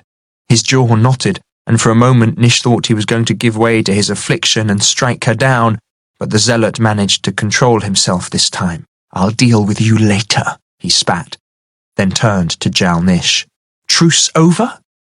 Jal-Nish nodded. He waved his hand, the door between the columns slammed shut and disappeared. "Truce over." The cavern suddenly went dark, save for the faint outline of Jal-Nish near the entrance. Now Vivamord became an outline too, as the green nimbus of before surrounded him. Reaper, lying half-buried in the damp moss, appeared to shimmer as it reflected the zealot's glow. Jal-Nish moved his hand again, and a transparent barrier sealed off Nish, Flid, Colm, and Zam, who had retreated to the rear of the cavern. Another small hemisphere trapped Malus against the side wall. Nish presumed it was to protect them. A struggle ensued, full of long tense silences as the two mancers manoeuvred for position in the gloom, then sudden, violent flashes which lit up the cave as they used unknown powers on each other. Vivamord kept moving so as to keep himself between Jal-Nish and Reaper, though the zealot maintained his distance from the deadly tear. After what it had done to him long ago, Nish understood why he kept away. Without the direct power of Reaper at Jal-Nish's disposal, he and Vivamord seemed evenly matched. The zealot with the cursed flame burning within him might have had the edge in power had he been well enough to use it, but he moved ever more stiffly and often stumbled. His ordeals had greatly weakened him. As the battle raged on, Nish noticed that Flid was probing the stone wall where the door had opened, then running his hands over the transparent barrier. Flid shook his head. "You can't open it, sir?" "Not without power." "Do you think Malis?" Flid gave a violent shake of the head, and Nish broke off. His father might still overhear. Malis, about 10 paces away in her bubble, was also fingering its clear, curved wall. Not finding any weakness, she stood with her nose pressed to the barrier, watching the combatants. A blast of blue fire from Vivamord was accompanied by a roar that made the wall oscillate like a soap bubble. She jumped backwards, then came forwards again, staring out. Both Mancers were staggering now. Jal-Nish was bent over, gasping for breath. Vivamord stood upright, keeping his back to Reaper, but could barely move. It looked as if his joints were freezing up. Malis turned away from them, putting her hand down her front as if to scratch herself, but lifted something over her head. Nish couldn't see what she held, but she thrust her hand out, pushing it hard into the barrier, and to his amazement it tore open. She forced through, her face a mask of terrified resolve. As Nish stared at Malis, she took 3 steps to Jal-Nish, who stood side onto her, and before he had realized the danger, she whacked her open hand against his bare neck. Jal-Nish convulsed, and a coruscating red and black aura, a reversal or corruption of his own, flickered into existence around him, dazzlingly bright, then abruptly pulled back in. He smashed Malis out of the way with his stiff arm and reeled off, holding his face in his hands and crying out in agony. She touched him with her taphloid. Vivamord's head whipped from side to side, as if the senses which replaced his sight hadn't told him what had happened, then threw out his arm to destroy the presumptuous God-Emperor. Nish caught his breath. Despite everything, this wasn't how his father should fall. And was Vivamord any better? Malis, lying on the floor of the cavern where she'd fallen, drew her arm back and tossed her taphloid at Vivamord. It whirled through the air on its chain and struck him on the right cheek. The green nimbus flared, then shrank to nothing. A patch of skin the size of an egg blistered and bulged out like a black mole. Letting out a thin scream, Vivamord fell down, right on Reaper. He convulsed until he bent double and shot to his feet again, his robes smouldering across his chest and belly, the cloth falling away there to reveal his skin bubbling like crackling on a roast pig. Nish, scenting the hope of escape after all, forced at the barrier, but it didn't give. "Malis!" he screamed, gesturing at her to break it with the taphloid. She didn't see him. She was watching the 2 Mancers, mouth open. Vivamord was on his knees by the wall, his face screwed up in agony. Jal-Nish was lurching in circles, the deadly aura flickering in and out, though Nish noticed that every wobbling circle took him closer to the tears. Vivamord hit him with blue fire again, knocking Jal-Nish backwards into the wall. He slumped to the floor, but managed to raise his hand for one final burst of power, which hurled Vivamord backwards through the mossy curtain. He landed on the springy plank, bounced high, struck again, and, deliberately, rolled over the edge. The transparent barrier faded to nothing. Nish ran to the entrance, getting there just before his father. It didn't seem like Vivamord to commit suicide, and he hadn't. He was whirling his hands in front of his face as he fell, evidently performing summoning mancery, then flung them out as a flock of Jal-Nish's bladderbats materialized below him. He caught one by the legs, swinging around in a falling spiral as it inflated to several times its former size, then slowly drifted down out of sight. Jal-Nish lurched out after him and stood on the plank, his arms hanging limply, panting. He stared after his former friend, then beckoned, and the distant sky palace began to grind back towards the cave on its contracting plank. Jal-Nish turned towards Reaper, but his corrupted aura flared brilliantly. He gasped and doubled over, shaking his head as if to clear it. Malis got up, slowly and painfully, retrieved her taphloid from the floor and hung it around her neck. Had she succeeded in recharging the crystal after all? Nish felt a surge of impossible hope. But if they had any chance at all, they had to strike now while his father was still weak and while the inverted aura prevented him from taking up Reaper again. Even now, Jal-Nish was far from powerless. He, Nish, had to create a diversion so she could get the crystal to Flid unseen. His mind raced. What could he do? He had no weapon, nor any way to attack his father. No plea would make any difference now.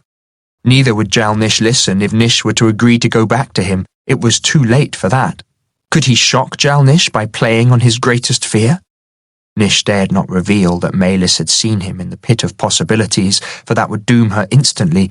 But, "I know what you're most afraid of, father," he said. It didn't come out as well as he'd thought. It sounded like something one child would say to another in the schoolyard. Flid made a grunting sound in his throat, as if trying to cut Nish off, but Nish ignored him.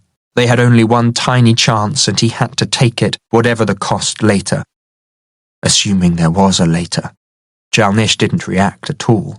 "Another of your silly games, Krill-Nish." Flid made another urgent grunt. Nish had to say it now or he'd never be able to. "It's the antithesis to the tears," he burst out. "The one thing that can unmake them and take all your power with it. We're going to find it and tear you down, father." Jal-Nish jerked so violently that the platinum mask slipped sideways, revealing his ruined mouth and scarred chin.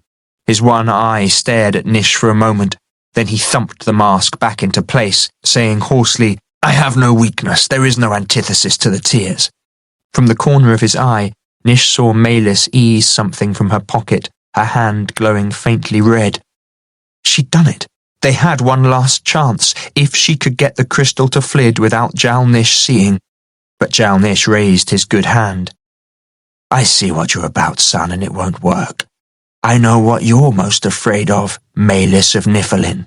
Maylis's clenched hand, which had been creeping out towards Flid's, froze. The red glow pulsed in her fist as if synchronized to her heartbeat. "Afraid of?" she croaked. Jal-Nish made a pass in the air and a floating ball of mist appeared between them just above head height. "Look into the mist," he said. "Don't look," said Flid. "Whatever he shows you, it'll be a lie." She looked, and so did Nish. The mist cleared to a globe of darkness within which the faintest shadows moved. A dull yellow light grew in the center, revealing a horribly familiar cell, Nish's dungeon cell in Mazahaiza, or another exactly like it. It contained 4 people, 3 middle-aged women slumped against one wall, and someone much smaller clinging desperately to the bars. "Mother!" Maylis cried in anguish. "Phyllis!" It was the beautiful blonde-haired little girl who had rescued Nish from Mazahaiza, but she looked gaunt. Her hair was lifeless, and her eyes were staring vacantly through the bars. The women didn't move. "It's a lie," Flid repeated. "All a lie, Maylis." "No," said Maylis. "He has them, I know it." "Give up the crystal, Maylis," said Jal-Nish, "and I promise you'll see your family again." "Because I'll be in that cell with them." "You're a clever, brave girl who has given your all for my son, worthless though he is. I recognize your courage. Hand me the crystal and I'll allow you your freedom and your families. I'll even rebuild Niflheim Manor and restore it to you." Why doesn't father strike her down and take the crystal? Nish wondered. Was he enjoying the game, or was he too weak now, too afraid that Flid would get the crystal first and crush him with its flame-fed power? "But if you don't," Jal-Nish went on, "your family will feel the longest and most terrible excruciations my torturers can devise, and your little sister will suffer equally with them." Maylis closed her eyes, swaying on her feet. Nish knew what she was going through, for he'd endured the agony of his father's bitter choices many times. "Don't give in to him," he said softly, though who was he to say it? In her place. Maylis looked up at Phyllis, whose mouth was gaping as she stared through the bars, then turned away from Flid. "I can't do it, Zervish," she said. "I'm so sorry." Flid groaned and reached out a hand. Maylis took a step towards Jal-Nish, staring into his eye. She opened her hand, and the crystal, lying on her palm, lit up the cavern with diamond-clear beams of flame-fed light. Nish felt a shiver pass down his spine at the raw power it held. The moment was drawn out. Time hardly seemed to be passing at all. His father was staring at it too. Nish saw him swallow. It threatened him in his weakened state. Flid had fallen to his knees again. Zam and Colm were at the rear of the cavern, by the closed door, too far away to help. This was Nish's own moment of choice. No one could do anything. It was up to him. His father wasn't even looking at him. Dare he try? It would mean sacrificing Melis's family and destroying her faith in him forever, but surely if it was their only chance to overthrow his father, he had to take it. Melis took another step forwards, and another. Yes, he would take it. He must, whatever the consequences. Nish sprang at her, tore the crystal from her hand, and in one movement tossed it to Flid, praying that his old friend had the wit to catch it. Flid fumbled the crystal, but caught it on the second attempt. He stood upright, crying out in exultation, then clenched the crystal in his fist and raised it high. Jal-Nish hadn't moved. He was as stiff as a plank, and his thick hair was standing up on his head. He was afraid of his old enemy, and it did Nish's heart good to see it. Flid strained for a moment or two. His face went red, and the muscles of his square jaw stood out. But the closed door behind him did not budge. He groaned, and his hand fell to his side. Jal-Nish let his breath out, then laughed mockingly. The corrupted red and black aura which had so weakened him was gone. He wasn't afraid now. He'd won, and everyone knew it. "What's the matter?" said Nish desperately, turning to Jal-Nish. "What have you done to the flame crystal?" "Show me," said Jal-Nish, walking across and picking Reaper up out of its bed of moss. Flid held out his hand.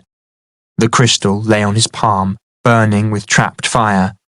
Jal-Nish hung Reaper about his neck and caressed the shimmering quicksilver tear.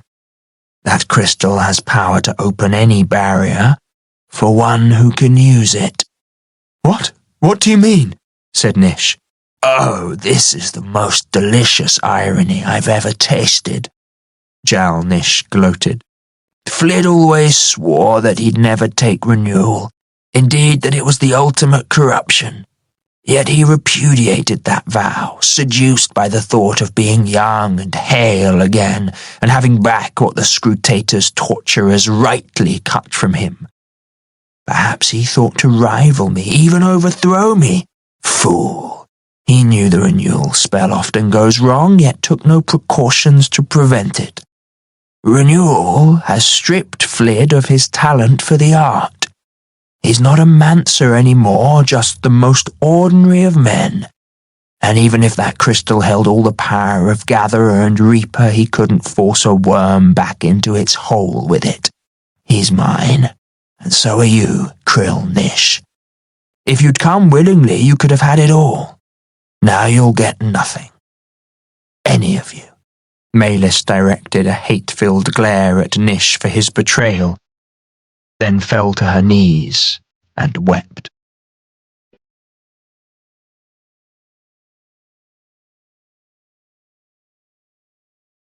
Belinda hopes you enjoyed the reading of Fate of the Fallen, Book 1 in the Song of the Tears trilogy, written by Ian Irvine and read by Jack Hawkins. Our audiobooks are becoming increasingly popular among travelers, families, and people who are on the go. If you really enjoyed this audiobook, please introduce your friends and family to the experience. We're sure they'll love you for it. If you want to hear more about our fabulous range of titles, please visit us online at belinda.com. Thanks for listening, and remember to always take a Belinda audiobook with you.